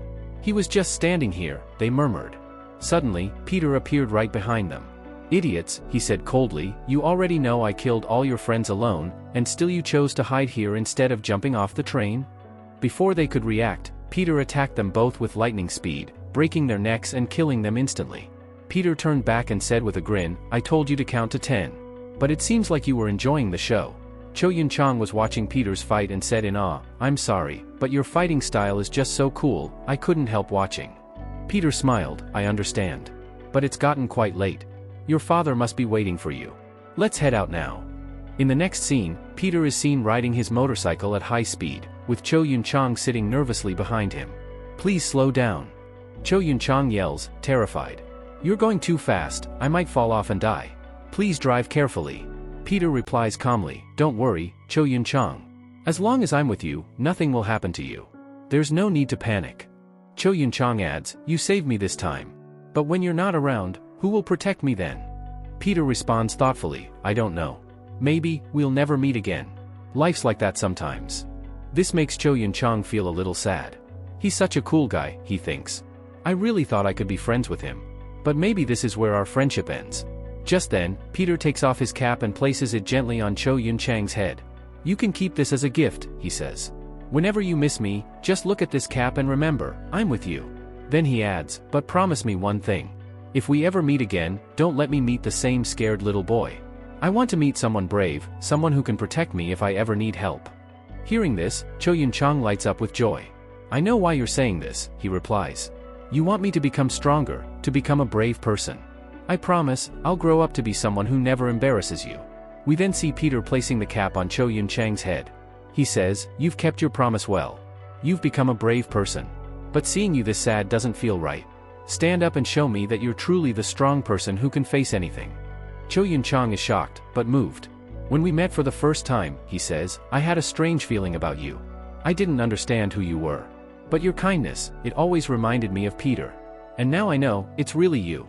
I could never bring myself to say it before. But I've always wanted to meet you again. My friend, how are you, Peter? At that moment, Cho Yun-chang breaks down into tears, though he's smiling too, finally able to release the emotions he'd been holding back for years. Peter says softly, I'm doing just fine. And I think you are too. Now let's go outside. There are so many people here worried about you. In the next scene, Cho Yun-chang steps out of the room, and everyone is shocked to see him up and walking. He addresses them, I'm so sorry for worrying you all. I'm doing fine now. There's no need to be concerned anymore. Nearby, Ji-won turns to Peter and asks, Senior, what did you say to him? What did you do that made him recover so quickly? Peter smiles and says, oh, nothing much. I just reminded him of a few old memories. Then the scene cuts to Glory High School, where we see Jay and Sun running up to Peter. Hey, man. Where have you been all this time? Jay asks. We thought you quit being a killer. Peter laughs, quit my job? Of course not. Why would I leave something this fun? Just then, Yuna runs in, panting. Guys, she yells. We're in big trouble. Sun looks confused and asks, Yuna, what happened? Why are you so panicked? Jay and Hyung tried to calm Yuna down. Don't worry, Jay said. You can tell us everything. We'll help you however we can. But Yuna held up her hand and said sharply, idiots. At least let me finish first. She took a breath and delivered the shocking news, Glory Organization is planning to fire all D-rank killers. Both Hyung and Jay froze. What? They shouted in unison. What did you just say? Yuna continued, our teacher told me that in a few days, they're conducting an assessment test. Only the top 100 ranked fighters will be allowed to keep their jobs. Anyone below that will be terminated. Peter, who had been quietly listening, was stunned too. I've never heard of such a test before, he thought. Could this be another one of Raphael's traps? Is he planning something new to catch me? Meanwhile, Hong and Jay were both growing agitated. This is insane. Jay snapped. How do they expect us to rank in the top 100? We just became D-rankers. Our stats are at the bottom. Song nodded in frustration. There's no way we'll pass this kind of test. Just then, one of them noticed Kim standing off to the side, calm and composed. Look at Kim, Hong muttered. He doesn't even seem the slightest bit worried. What's up with him? Kim smirked and said, you guys don't have to panic. We actually have a way to pass this test easily. Jay looked confused. What do you mean? What way? Peter stepped forward. I've hired an incredibly powerful fighter. Starting today, he'll be training us personally.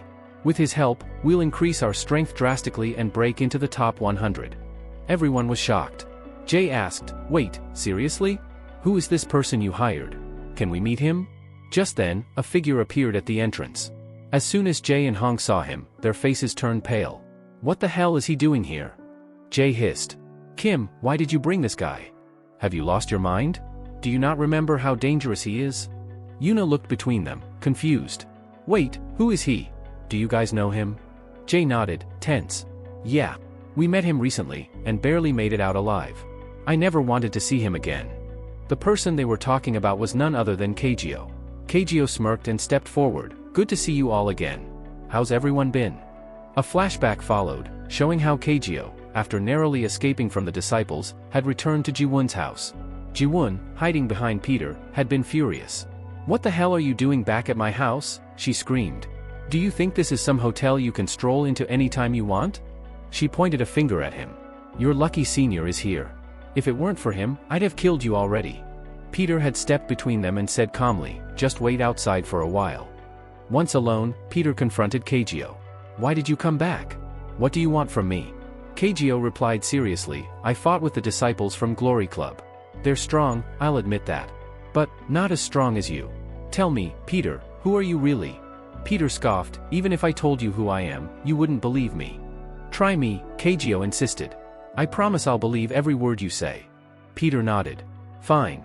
If you're ready to risk your life, I'll tell you, I'm Peter. Kageo went rigid. What did you just say? You're Peter? Impossible.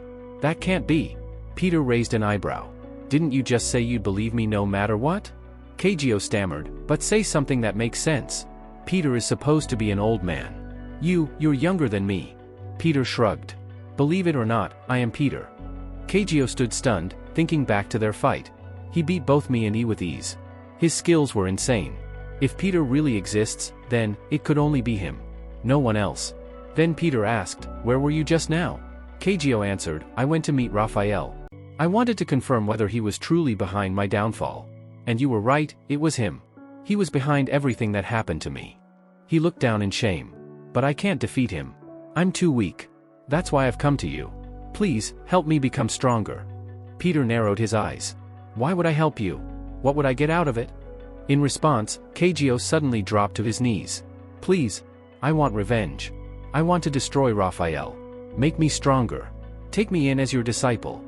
Peter was taken aback. What kind of nonsense are you spouting now? Stand up. I'm not doing any such thing. But Kageo remained kneeling, unmoving.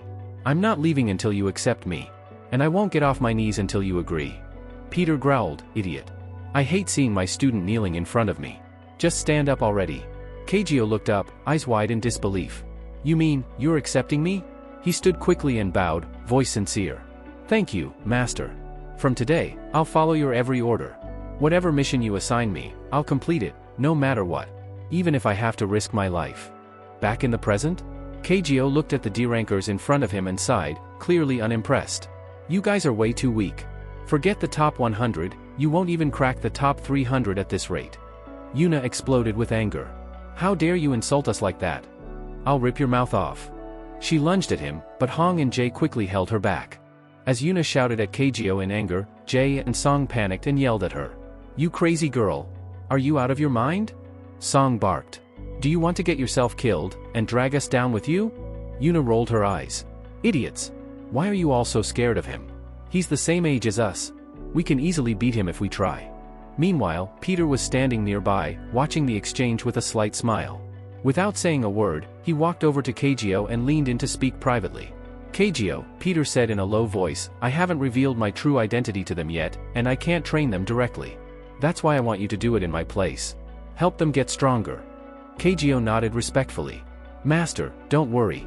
If that's your command, I'll do exactly as you say. He turned to the group and raised his voice. All right, everyone. Get ready. We're starting your training today. Yuna looked unimpressed. Seriously? You're going to train us? I highly doubt your training will make any difference. We've already completed far more difficult training before. Kageo's smirk widened. That's good to hear. But let's see if you can complete my training as well. Next scene, training on the mountain. We cut to a towering mountain, where the group is climbing steep slopes. Huge boulders are tied to their waists, weighing them down with every step. Song shouted in frustration, what kind of insane training is this? Is he trying to kill us? If we fall from here, we won't even have bones left, we'll be torn to pieces. Yuna, panting, added, I thought it'd be tough training, but I didn't think it'd be deadly. This guy's clearly trying to finish us off. At the base of the cliff, Kageo shouted up at them. What are you all doing? Do you really want to become stronger or not? You only have 1 minute, get to the top of the mountain now. Scene shift, Glory Organization Headquarters. Inside the headquarters, we see Raphael talking to someone. It's strange, isn't it, he said, frowning. First the Glory Hospital, then Sword Ghost Ship, and now the Daho Group building. Peter has appeared at all 3 locations, and yet no one has been able to track him. He narrowed his eyes. How is that possible? Peter is among us, yet no one can find him. Suddenly, a chilling thought crossed his mind. Wait, what if Peter has already infiltrated the Glory Organization itself, and we just haven't realized it yet? The person standing with Raphael shook his head. But that's impossible. Peter is an old man.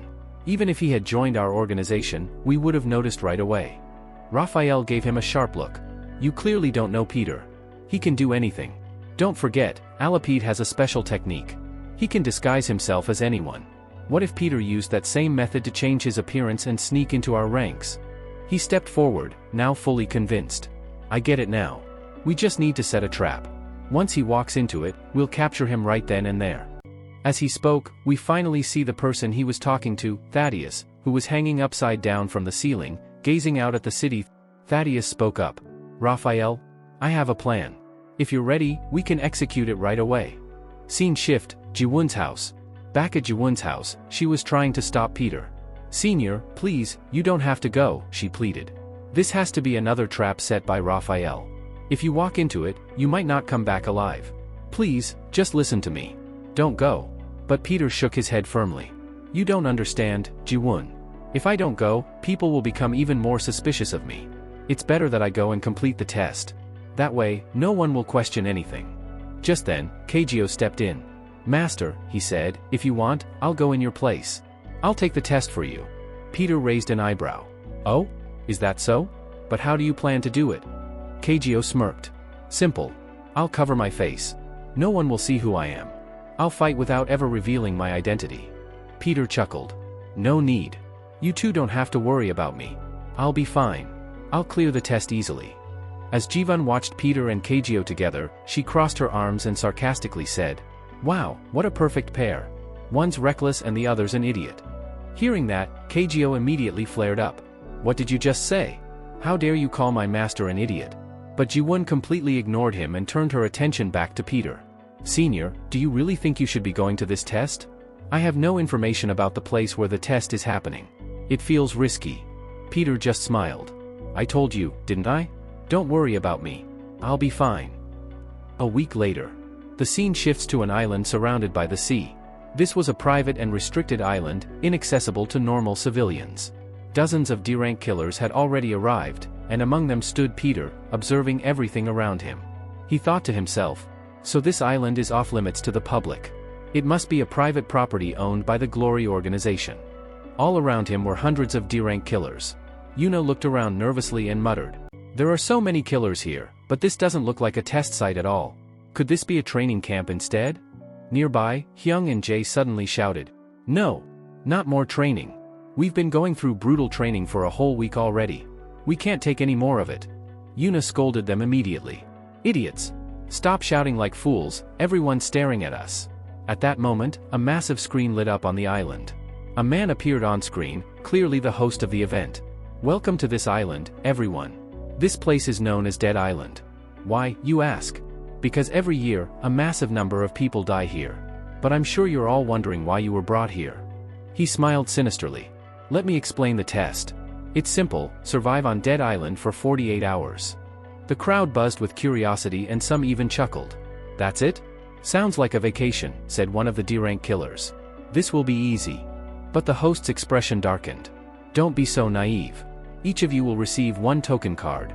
To pass the test, you need to fight other killers and collect their tokens. After 48 hours, only the top 100 killers with the most tokens will be considered to have passed. He continued, You are free to fight anyone. You can steal from your teammates if you like. Injuring opponents is allowed, just don't kill them. Let's see how many of you D-rank hunters manage to survive on Dead Island. Peter and his friends had changed into their designated outfits. Each outfit had their individual ranks printed on it. Peter examined his closely and thought, Our ranks are displayed on our clothes? This could be a problem. The higher-ranked killers will probably target the low-ranked ones first for easy wins. And unfortunately, I have the lowest rank here. He clenched his fist. There are surveillance cameras all over this island too. I can't freely use my abilities, or the Glory organization will figure out who I really am. This is going to be a major problem. Meanwhile, Jae was pointing out outfits to Hyung. Hey Hyung, check this out. Look at these weird outfits, one guy's wearing a clown mask, and another has a pumpkin on his head. Hyung, eyes locked on a girl nearby, nudged Jae. Forget that. Look at her. She's gorgeous. I bet she's a model. What's someone like her doing in a killer organization? Their gaze then landed on an elderly man standing nearby. Jae snorted. Seriously? This old guy is still a D-rank hunter? At this age? Hyung added mockingly. Peter became a disciple at that age. Hearing this, Peter smirked internally. Idiots. I did become a disciple when I was young, not old. These guys don't know anything about me. He began walking, surveying the area. There are way too many killers here, and I'm ranked the lowest. That means I'm going to be a prime target. They'll come for me first to get easy tokens. Peter's eyes narrowed at the many cameras installed across the island. With this kind of surveillance, I won't be able to use my powers freely. If I slip up, the Glory organization will recognize me. I have to be extremely careful. Suddenly, a voice rang out over the crowd. A young man walked forward and addressed everyone. Everyone, I know we're about to begin the test, but before that, I'd like to say a few words. The crowd fell silent. Hyung scowled. What's with this guy? Does he think he's our leader or something? The camera then panned to the speaker's face. And the host said, this participant is one of the most feared killers in Tyriot. Peter, standing amongst the crowd, watched silently as the killer continued speaking. Inside his thoughts, Peter mused. It's possible that he's one of them.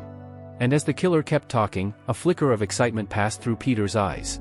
If someone like him is here, then it's very likely that I'm not the only one hiding their identity on this island. He narrowed his gaze.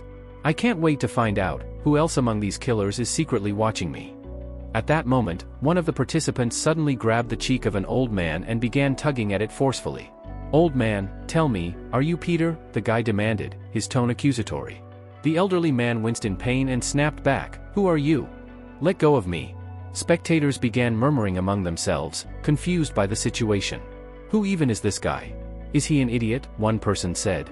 Or is he just trying to provoke everyone on purpose? Another questioned. But the man doing the cheek pulling, Thaddeus, turned to the others and calmly said, no, I'm not trying to provoke anyone. I just want to check whether Peter is among us or not. Meanwhile, Peter was watching from a distance, silently analyzing the situation. Just a glance at Thaddeus had been enough to tell him, this person wasn't just some D-rank killer. He must have been sent by Raphael, Peter thought.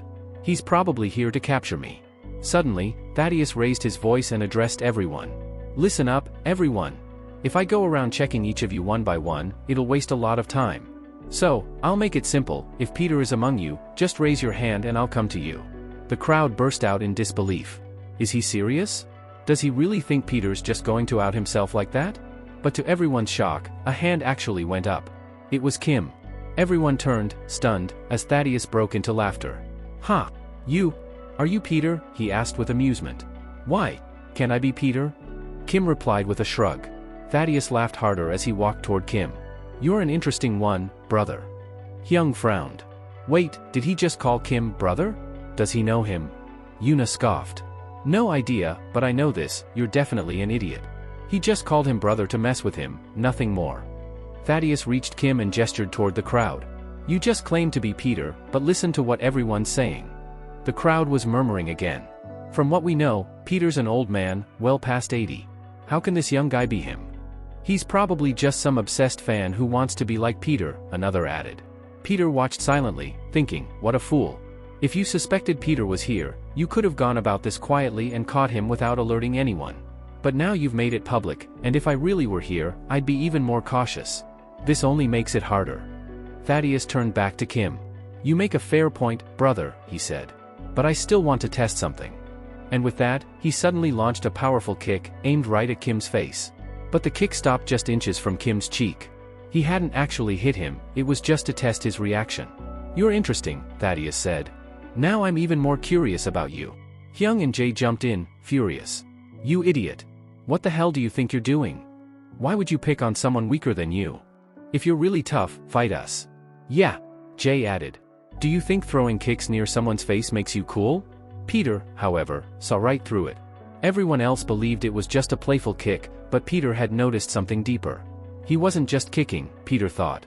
He twisted his body and pulled the kick back at the very last second. That's not something a D-rank can do.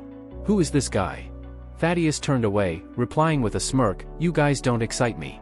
I'll pass on the fight. He then turned back to Kim and teased, pulling his cheek once more.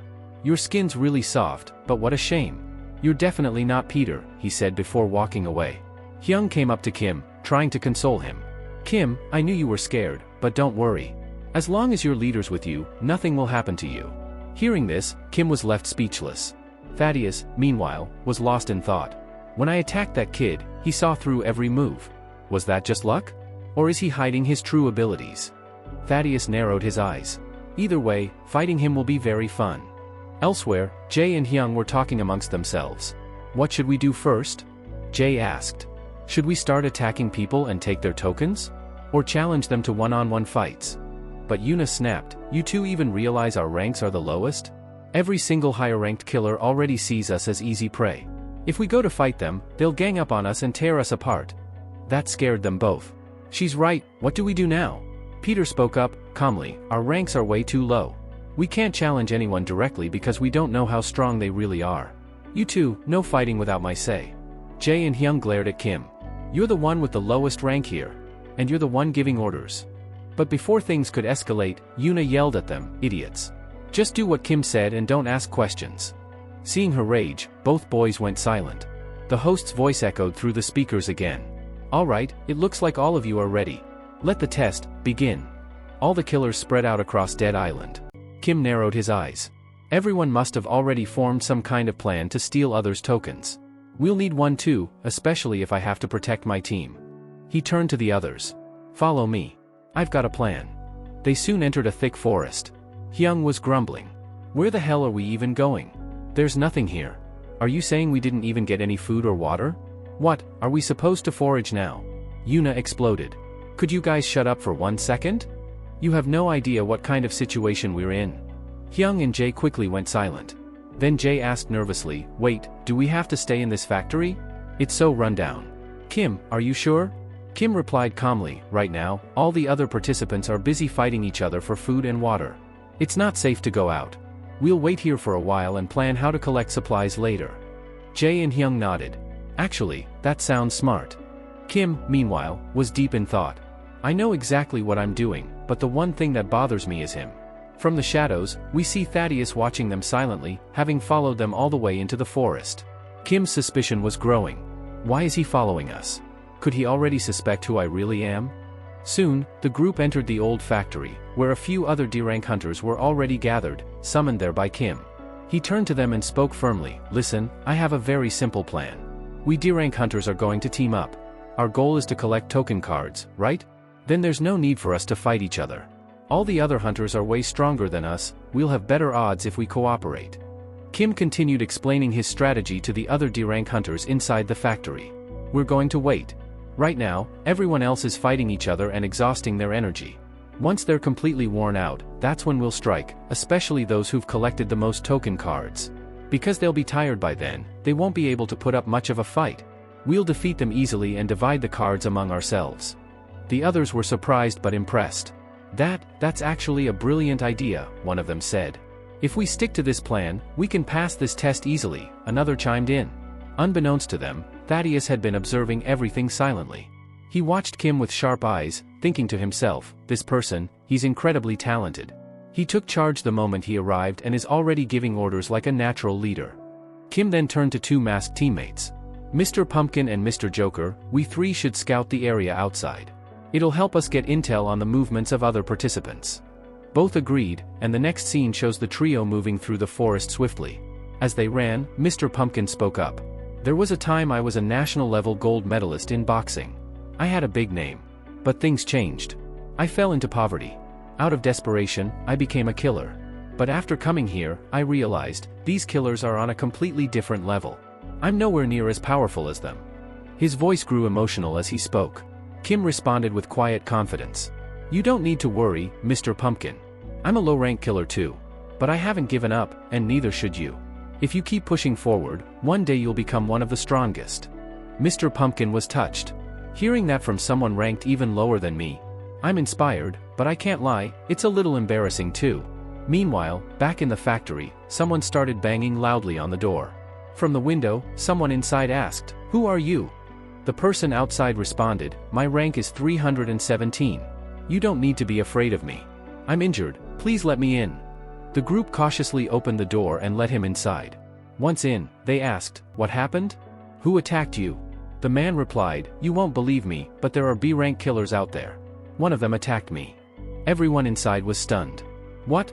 That's impossible. This test is supposed to be for D-rank killers only." "I know," the man said. "But we have to lock all the doors now, or the B-rankers will find us." Just then, someone stabbed him in the back. A voice behind him said, "You don't have to worry about them coming. They're already here." The stabbed man screamed as his attacker tore off his outer shirt, which had the number 328 printed on it. Underneath, a different shirt revealed the number 2. "I know you're confused," he said, smirking. "But don't think too hard about it. Just hand over your tokens. Then, another man stepped out and ripped off his own shirt, revealing the number 3. He, too, was a B-rank killer. Watching all of this unfold from afar, Thaddeus muttered, I expected them to appear later, but they're already here. Looks like Raphael's in a hurry to catch Peter. Yuna was equally confused and concerned. What are these B-rank killers doing here? The last time we fought B-rankers, we were utterly defeated. Can we win this time? Just then, Kim, still out in the forest, heard a loud scream coming from the factory. Mr. Pumpkin turned to Kim. Something's wrong. I think someone attacked our team inside. Should we go help? But Mr. Joker started backing away. I don't care what happens to them. I'm going to protect myself. If you want to help, go ahead, but I'm out of here. And with that, he ran off. Mr. Pumpkin looked worried. 336, what now? We're in serious trouble. Do you have a plan? The scene then shifts back to the factory. Hyung is confronting the B-rank killers. What are you doing? You killed someone. Don't you know the rules? You're not allowed to kill here. One of the B-rankers laughed. Rules? You're killers. Your job is to kill. Rules don't apply to people like us. Meanwhile, Thaddeus, watching from a distance, grinned with excitement. This is going to be fun. Let's see if these D-rankers can survive against B-rank killers, or if they all get slaughtered. Yuna thought to herself, we've trained hard over the past week, but are we strong enough to fight B-rankers now? If Kim were here, he could easily defeat them. But he can't reveal his skills, or he'll be in trouble too. Hyung turned to Jae. Looks like we'll have to fight. Guess I'll see you in heaven. Jae nodded, resolute. Alright, bro. Let's take them on together. One of the B-rank killers sneered. So there are 5 of you. That's 5 tokens for me. He leapt into the air with incredible speed, aiming straight for Yuna. If I'm going to start, I might as well start with this pretty one, he snarled. But just before he could land the blow, someone punched him across the face with tremendous force, sending him flying back. Everyone was stunned. Who is that guy? Jae gasped. Is he another B-ranker? Yuna's heart skipped a beat. No way, was that Kim? Did he come to save us? No. He'll get exposed. But as she turned, she was shocked to see the masked man. The others stared in disbelief. But what they didn't know was that it was Kim. He had deliberately taken Mr. Pumpkin with him to get the mask, and now, wearing it, he could finally fight freely without revealing his identity. Kim thought to himself, that's why I brought Mr. Pumpkin with me, to take his mask. Now that I have it, I can fight without blowing my cover. Jae blinked. Wasn't that masked guy much shorter before? How did he suddenly get so tall? Kim, staying in character, responded smoothly, it's a special technique I use. It enhances my muscle structure and increases my strength. Jae and Hyung were blown away. Whoa! That's so cool. Can you teach us too, brother? Yuna, standing behind them, was silently screaming inside. I can't believe these 2 idiots are on my team. Do they seriously not realize that the person standing in front of them is Kim? Meanwhile, the B-rank killer who had been punched got back on his feet and walked toward Kim. I don't care how many tricks you use. You're still a D-ranker. Do you really think you can beat me? Kim responded calmly and firmly, don't underestimate me. I'm Mr. Pumpkin, a national gold medalist in boxing. And trust me, defeating you will be easy. Even though Kim had managed to knock out a B-rank killer, it wasn't enough to end the threat. Thaddeus, observing everything, was deep in thought. What is this guy even doing here? I thought number 336 would show up to save his teammates. His skills seemed far superior. But this was completely unexpected. Pumpkin's punch was perfect, he knocked that guy out in one blow. Honestly, a fight between Pumpkin and an B-rank killer would be exciting to watch. We see Peter, hiding behind a mask. I've put on this mask, so no one will recognize me. But there's a problem, the person I'm about to fight is an B-rank killer. And the person whose identity I've taken, was only a D-rank. That might be an issue. The B-rank killer facing Peter smirked. So, you're a boxer, huh? And you say you've won a national tournament? That still won't be enough to beat me. I won't even need to use a weapon. I can crush you with my bare fists. He charged at Peter with a barrage of punches. Meanwhile, we shift to Yuna. She began to panic. If Kim actually defeats this B-rank killer, everyone will get suspicious. No one will believe that a D-rank killer could defeat an B-ranker. If he wins, it could blow his cover. Back in the fight, the B-rank killer slammed a devastating punch into Peter's face, sending him flying backward. The killer growled. I expected more from you. I thought you'd give me a good show, but you're just trash. He lunged again and began brutally pummeling Peter with punch after punch. Watching from the sidelines, Jae and Hyung were stunned. Shit, Hyung muttered. We really thought Mr. Pumpkin would beat this guy. But he's getting destroyed. Yuna, still watching carefully, thought. Wait, he's doing this on purpose. He's letting himself get beaten so no one suspects his true identity. But at this rate, Kim might actually get seriously injured. Diaz, still observing from a distance, was impressed. I thought Pumpkin was a good fighter, but I didn't realize he was such a good actor. His skill, it's incredible. Even the B-rank killer began to notice something strange. Why do I feel like my punches aren't landing properly? It's like I'm not hitting him at all. Something's off. We switched to heads, silently watching and grinning. He's pretending to get hit, but not a single punch has actually landed. He's dodging every strike with perfect speed. He's doing this on purpose, so no one realizes how strong he really is. Meanwhile, the B-rank killer was getting tired. Damn it. Why can't I hit this guy? I've landed so many punches, and yet he's still not down? He launched another attack, rushing toward Kim with everything he had. Kim, internally calculating, thought, this is a good chance. I need to make it look like I won by pure luck. As the killer charged in, Kim subtly placed his foot in front of the attackers. The B-ranker stumbled, about to fall. At the same time, Kim pretended to trip as well, making it look accidental. His elbow accidentally slammed into the killer's face. The blow knocked the B-rank killer out cold. Kim, acting surprised, said loudly, "Shit. That was close. I almost died. I was just really lucky." Everyone nearby stared in disbelief. Jay shouted, "What the hell just happened? Did he really defeat that A-rank killer? Or was that just luck?" Hyung added, "I don't get it either." Thaddeus, watching from afar, smiled again. "He's incredible? That hit was perfectly timed. He knocked out that A-ranker in one clean strike." As this was happening, another A-rank killer who had been unconscious nearby suddenly regained consciousness. Terrified, he got up and ran off without saying a word. Meanwhile, Kim checked the unconscious killer's body and found a huge stash of ID cards. Surprised, he muttered, There are so many D-rank IDs. This guy killed a lot of people. But why? What are they doing with all these IDs?" Just then, Jay and Hyung came over, excited. "Wow, you're seriously lucky, Mr. Pumpkin. You got all those cards in one go. We haven't found a single one yet." Kim smiled and handed them a few ID cards. Both of them lit up with joy. "Thank you so much. If you weren't here, we'd be dead for sure." Kim then turned and offered a card to Thaddeus, but Thaddeus declined. "No, Mr. Pumpkin. I don't want your card. I want something else." Kim looked surprised. "What do you want?" Thaddeus smirked. "I want to fight you." Jay and Hyung were shocked. "Wait, what? Why? Dude, we shouldn't be fighting each other, we still need to collect more ID cards." Thaddeus replied, "I know ID cards are our biggest concern here. But don't worry, if you manage to touch even a hair on my head during our fight, I'll give you my ID. Simple as that." Kim thought for a moment. "Interesting bet. But do you really think I can't even touch you once? I think it's more likely that you won't be able to touch me at all."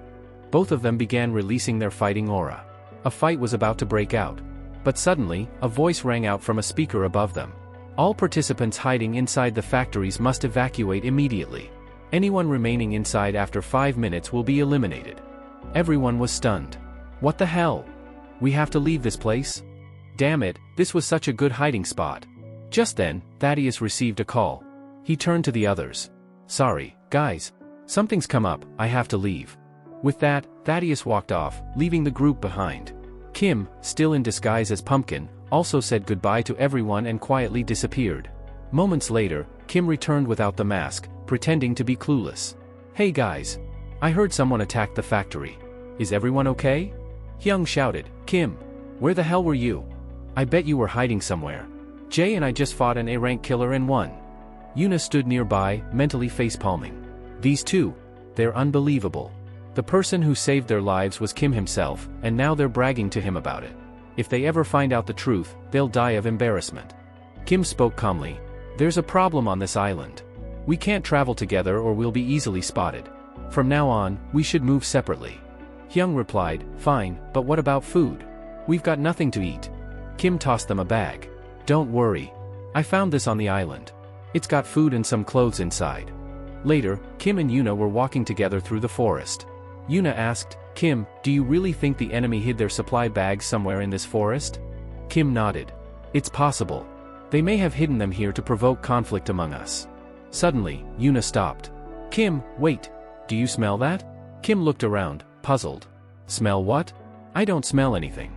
Yuna stepped ahead and pulled a bag from the bushes. Idiot. I was talking about this, she said. That's it for today. Thank you so much for watching. If you enjoyed the video, don't forget to hit that like button and subscribe for more. We'll see you in the next one.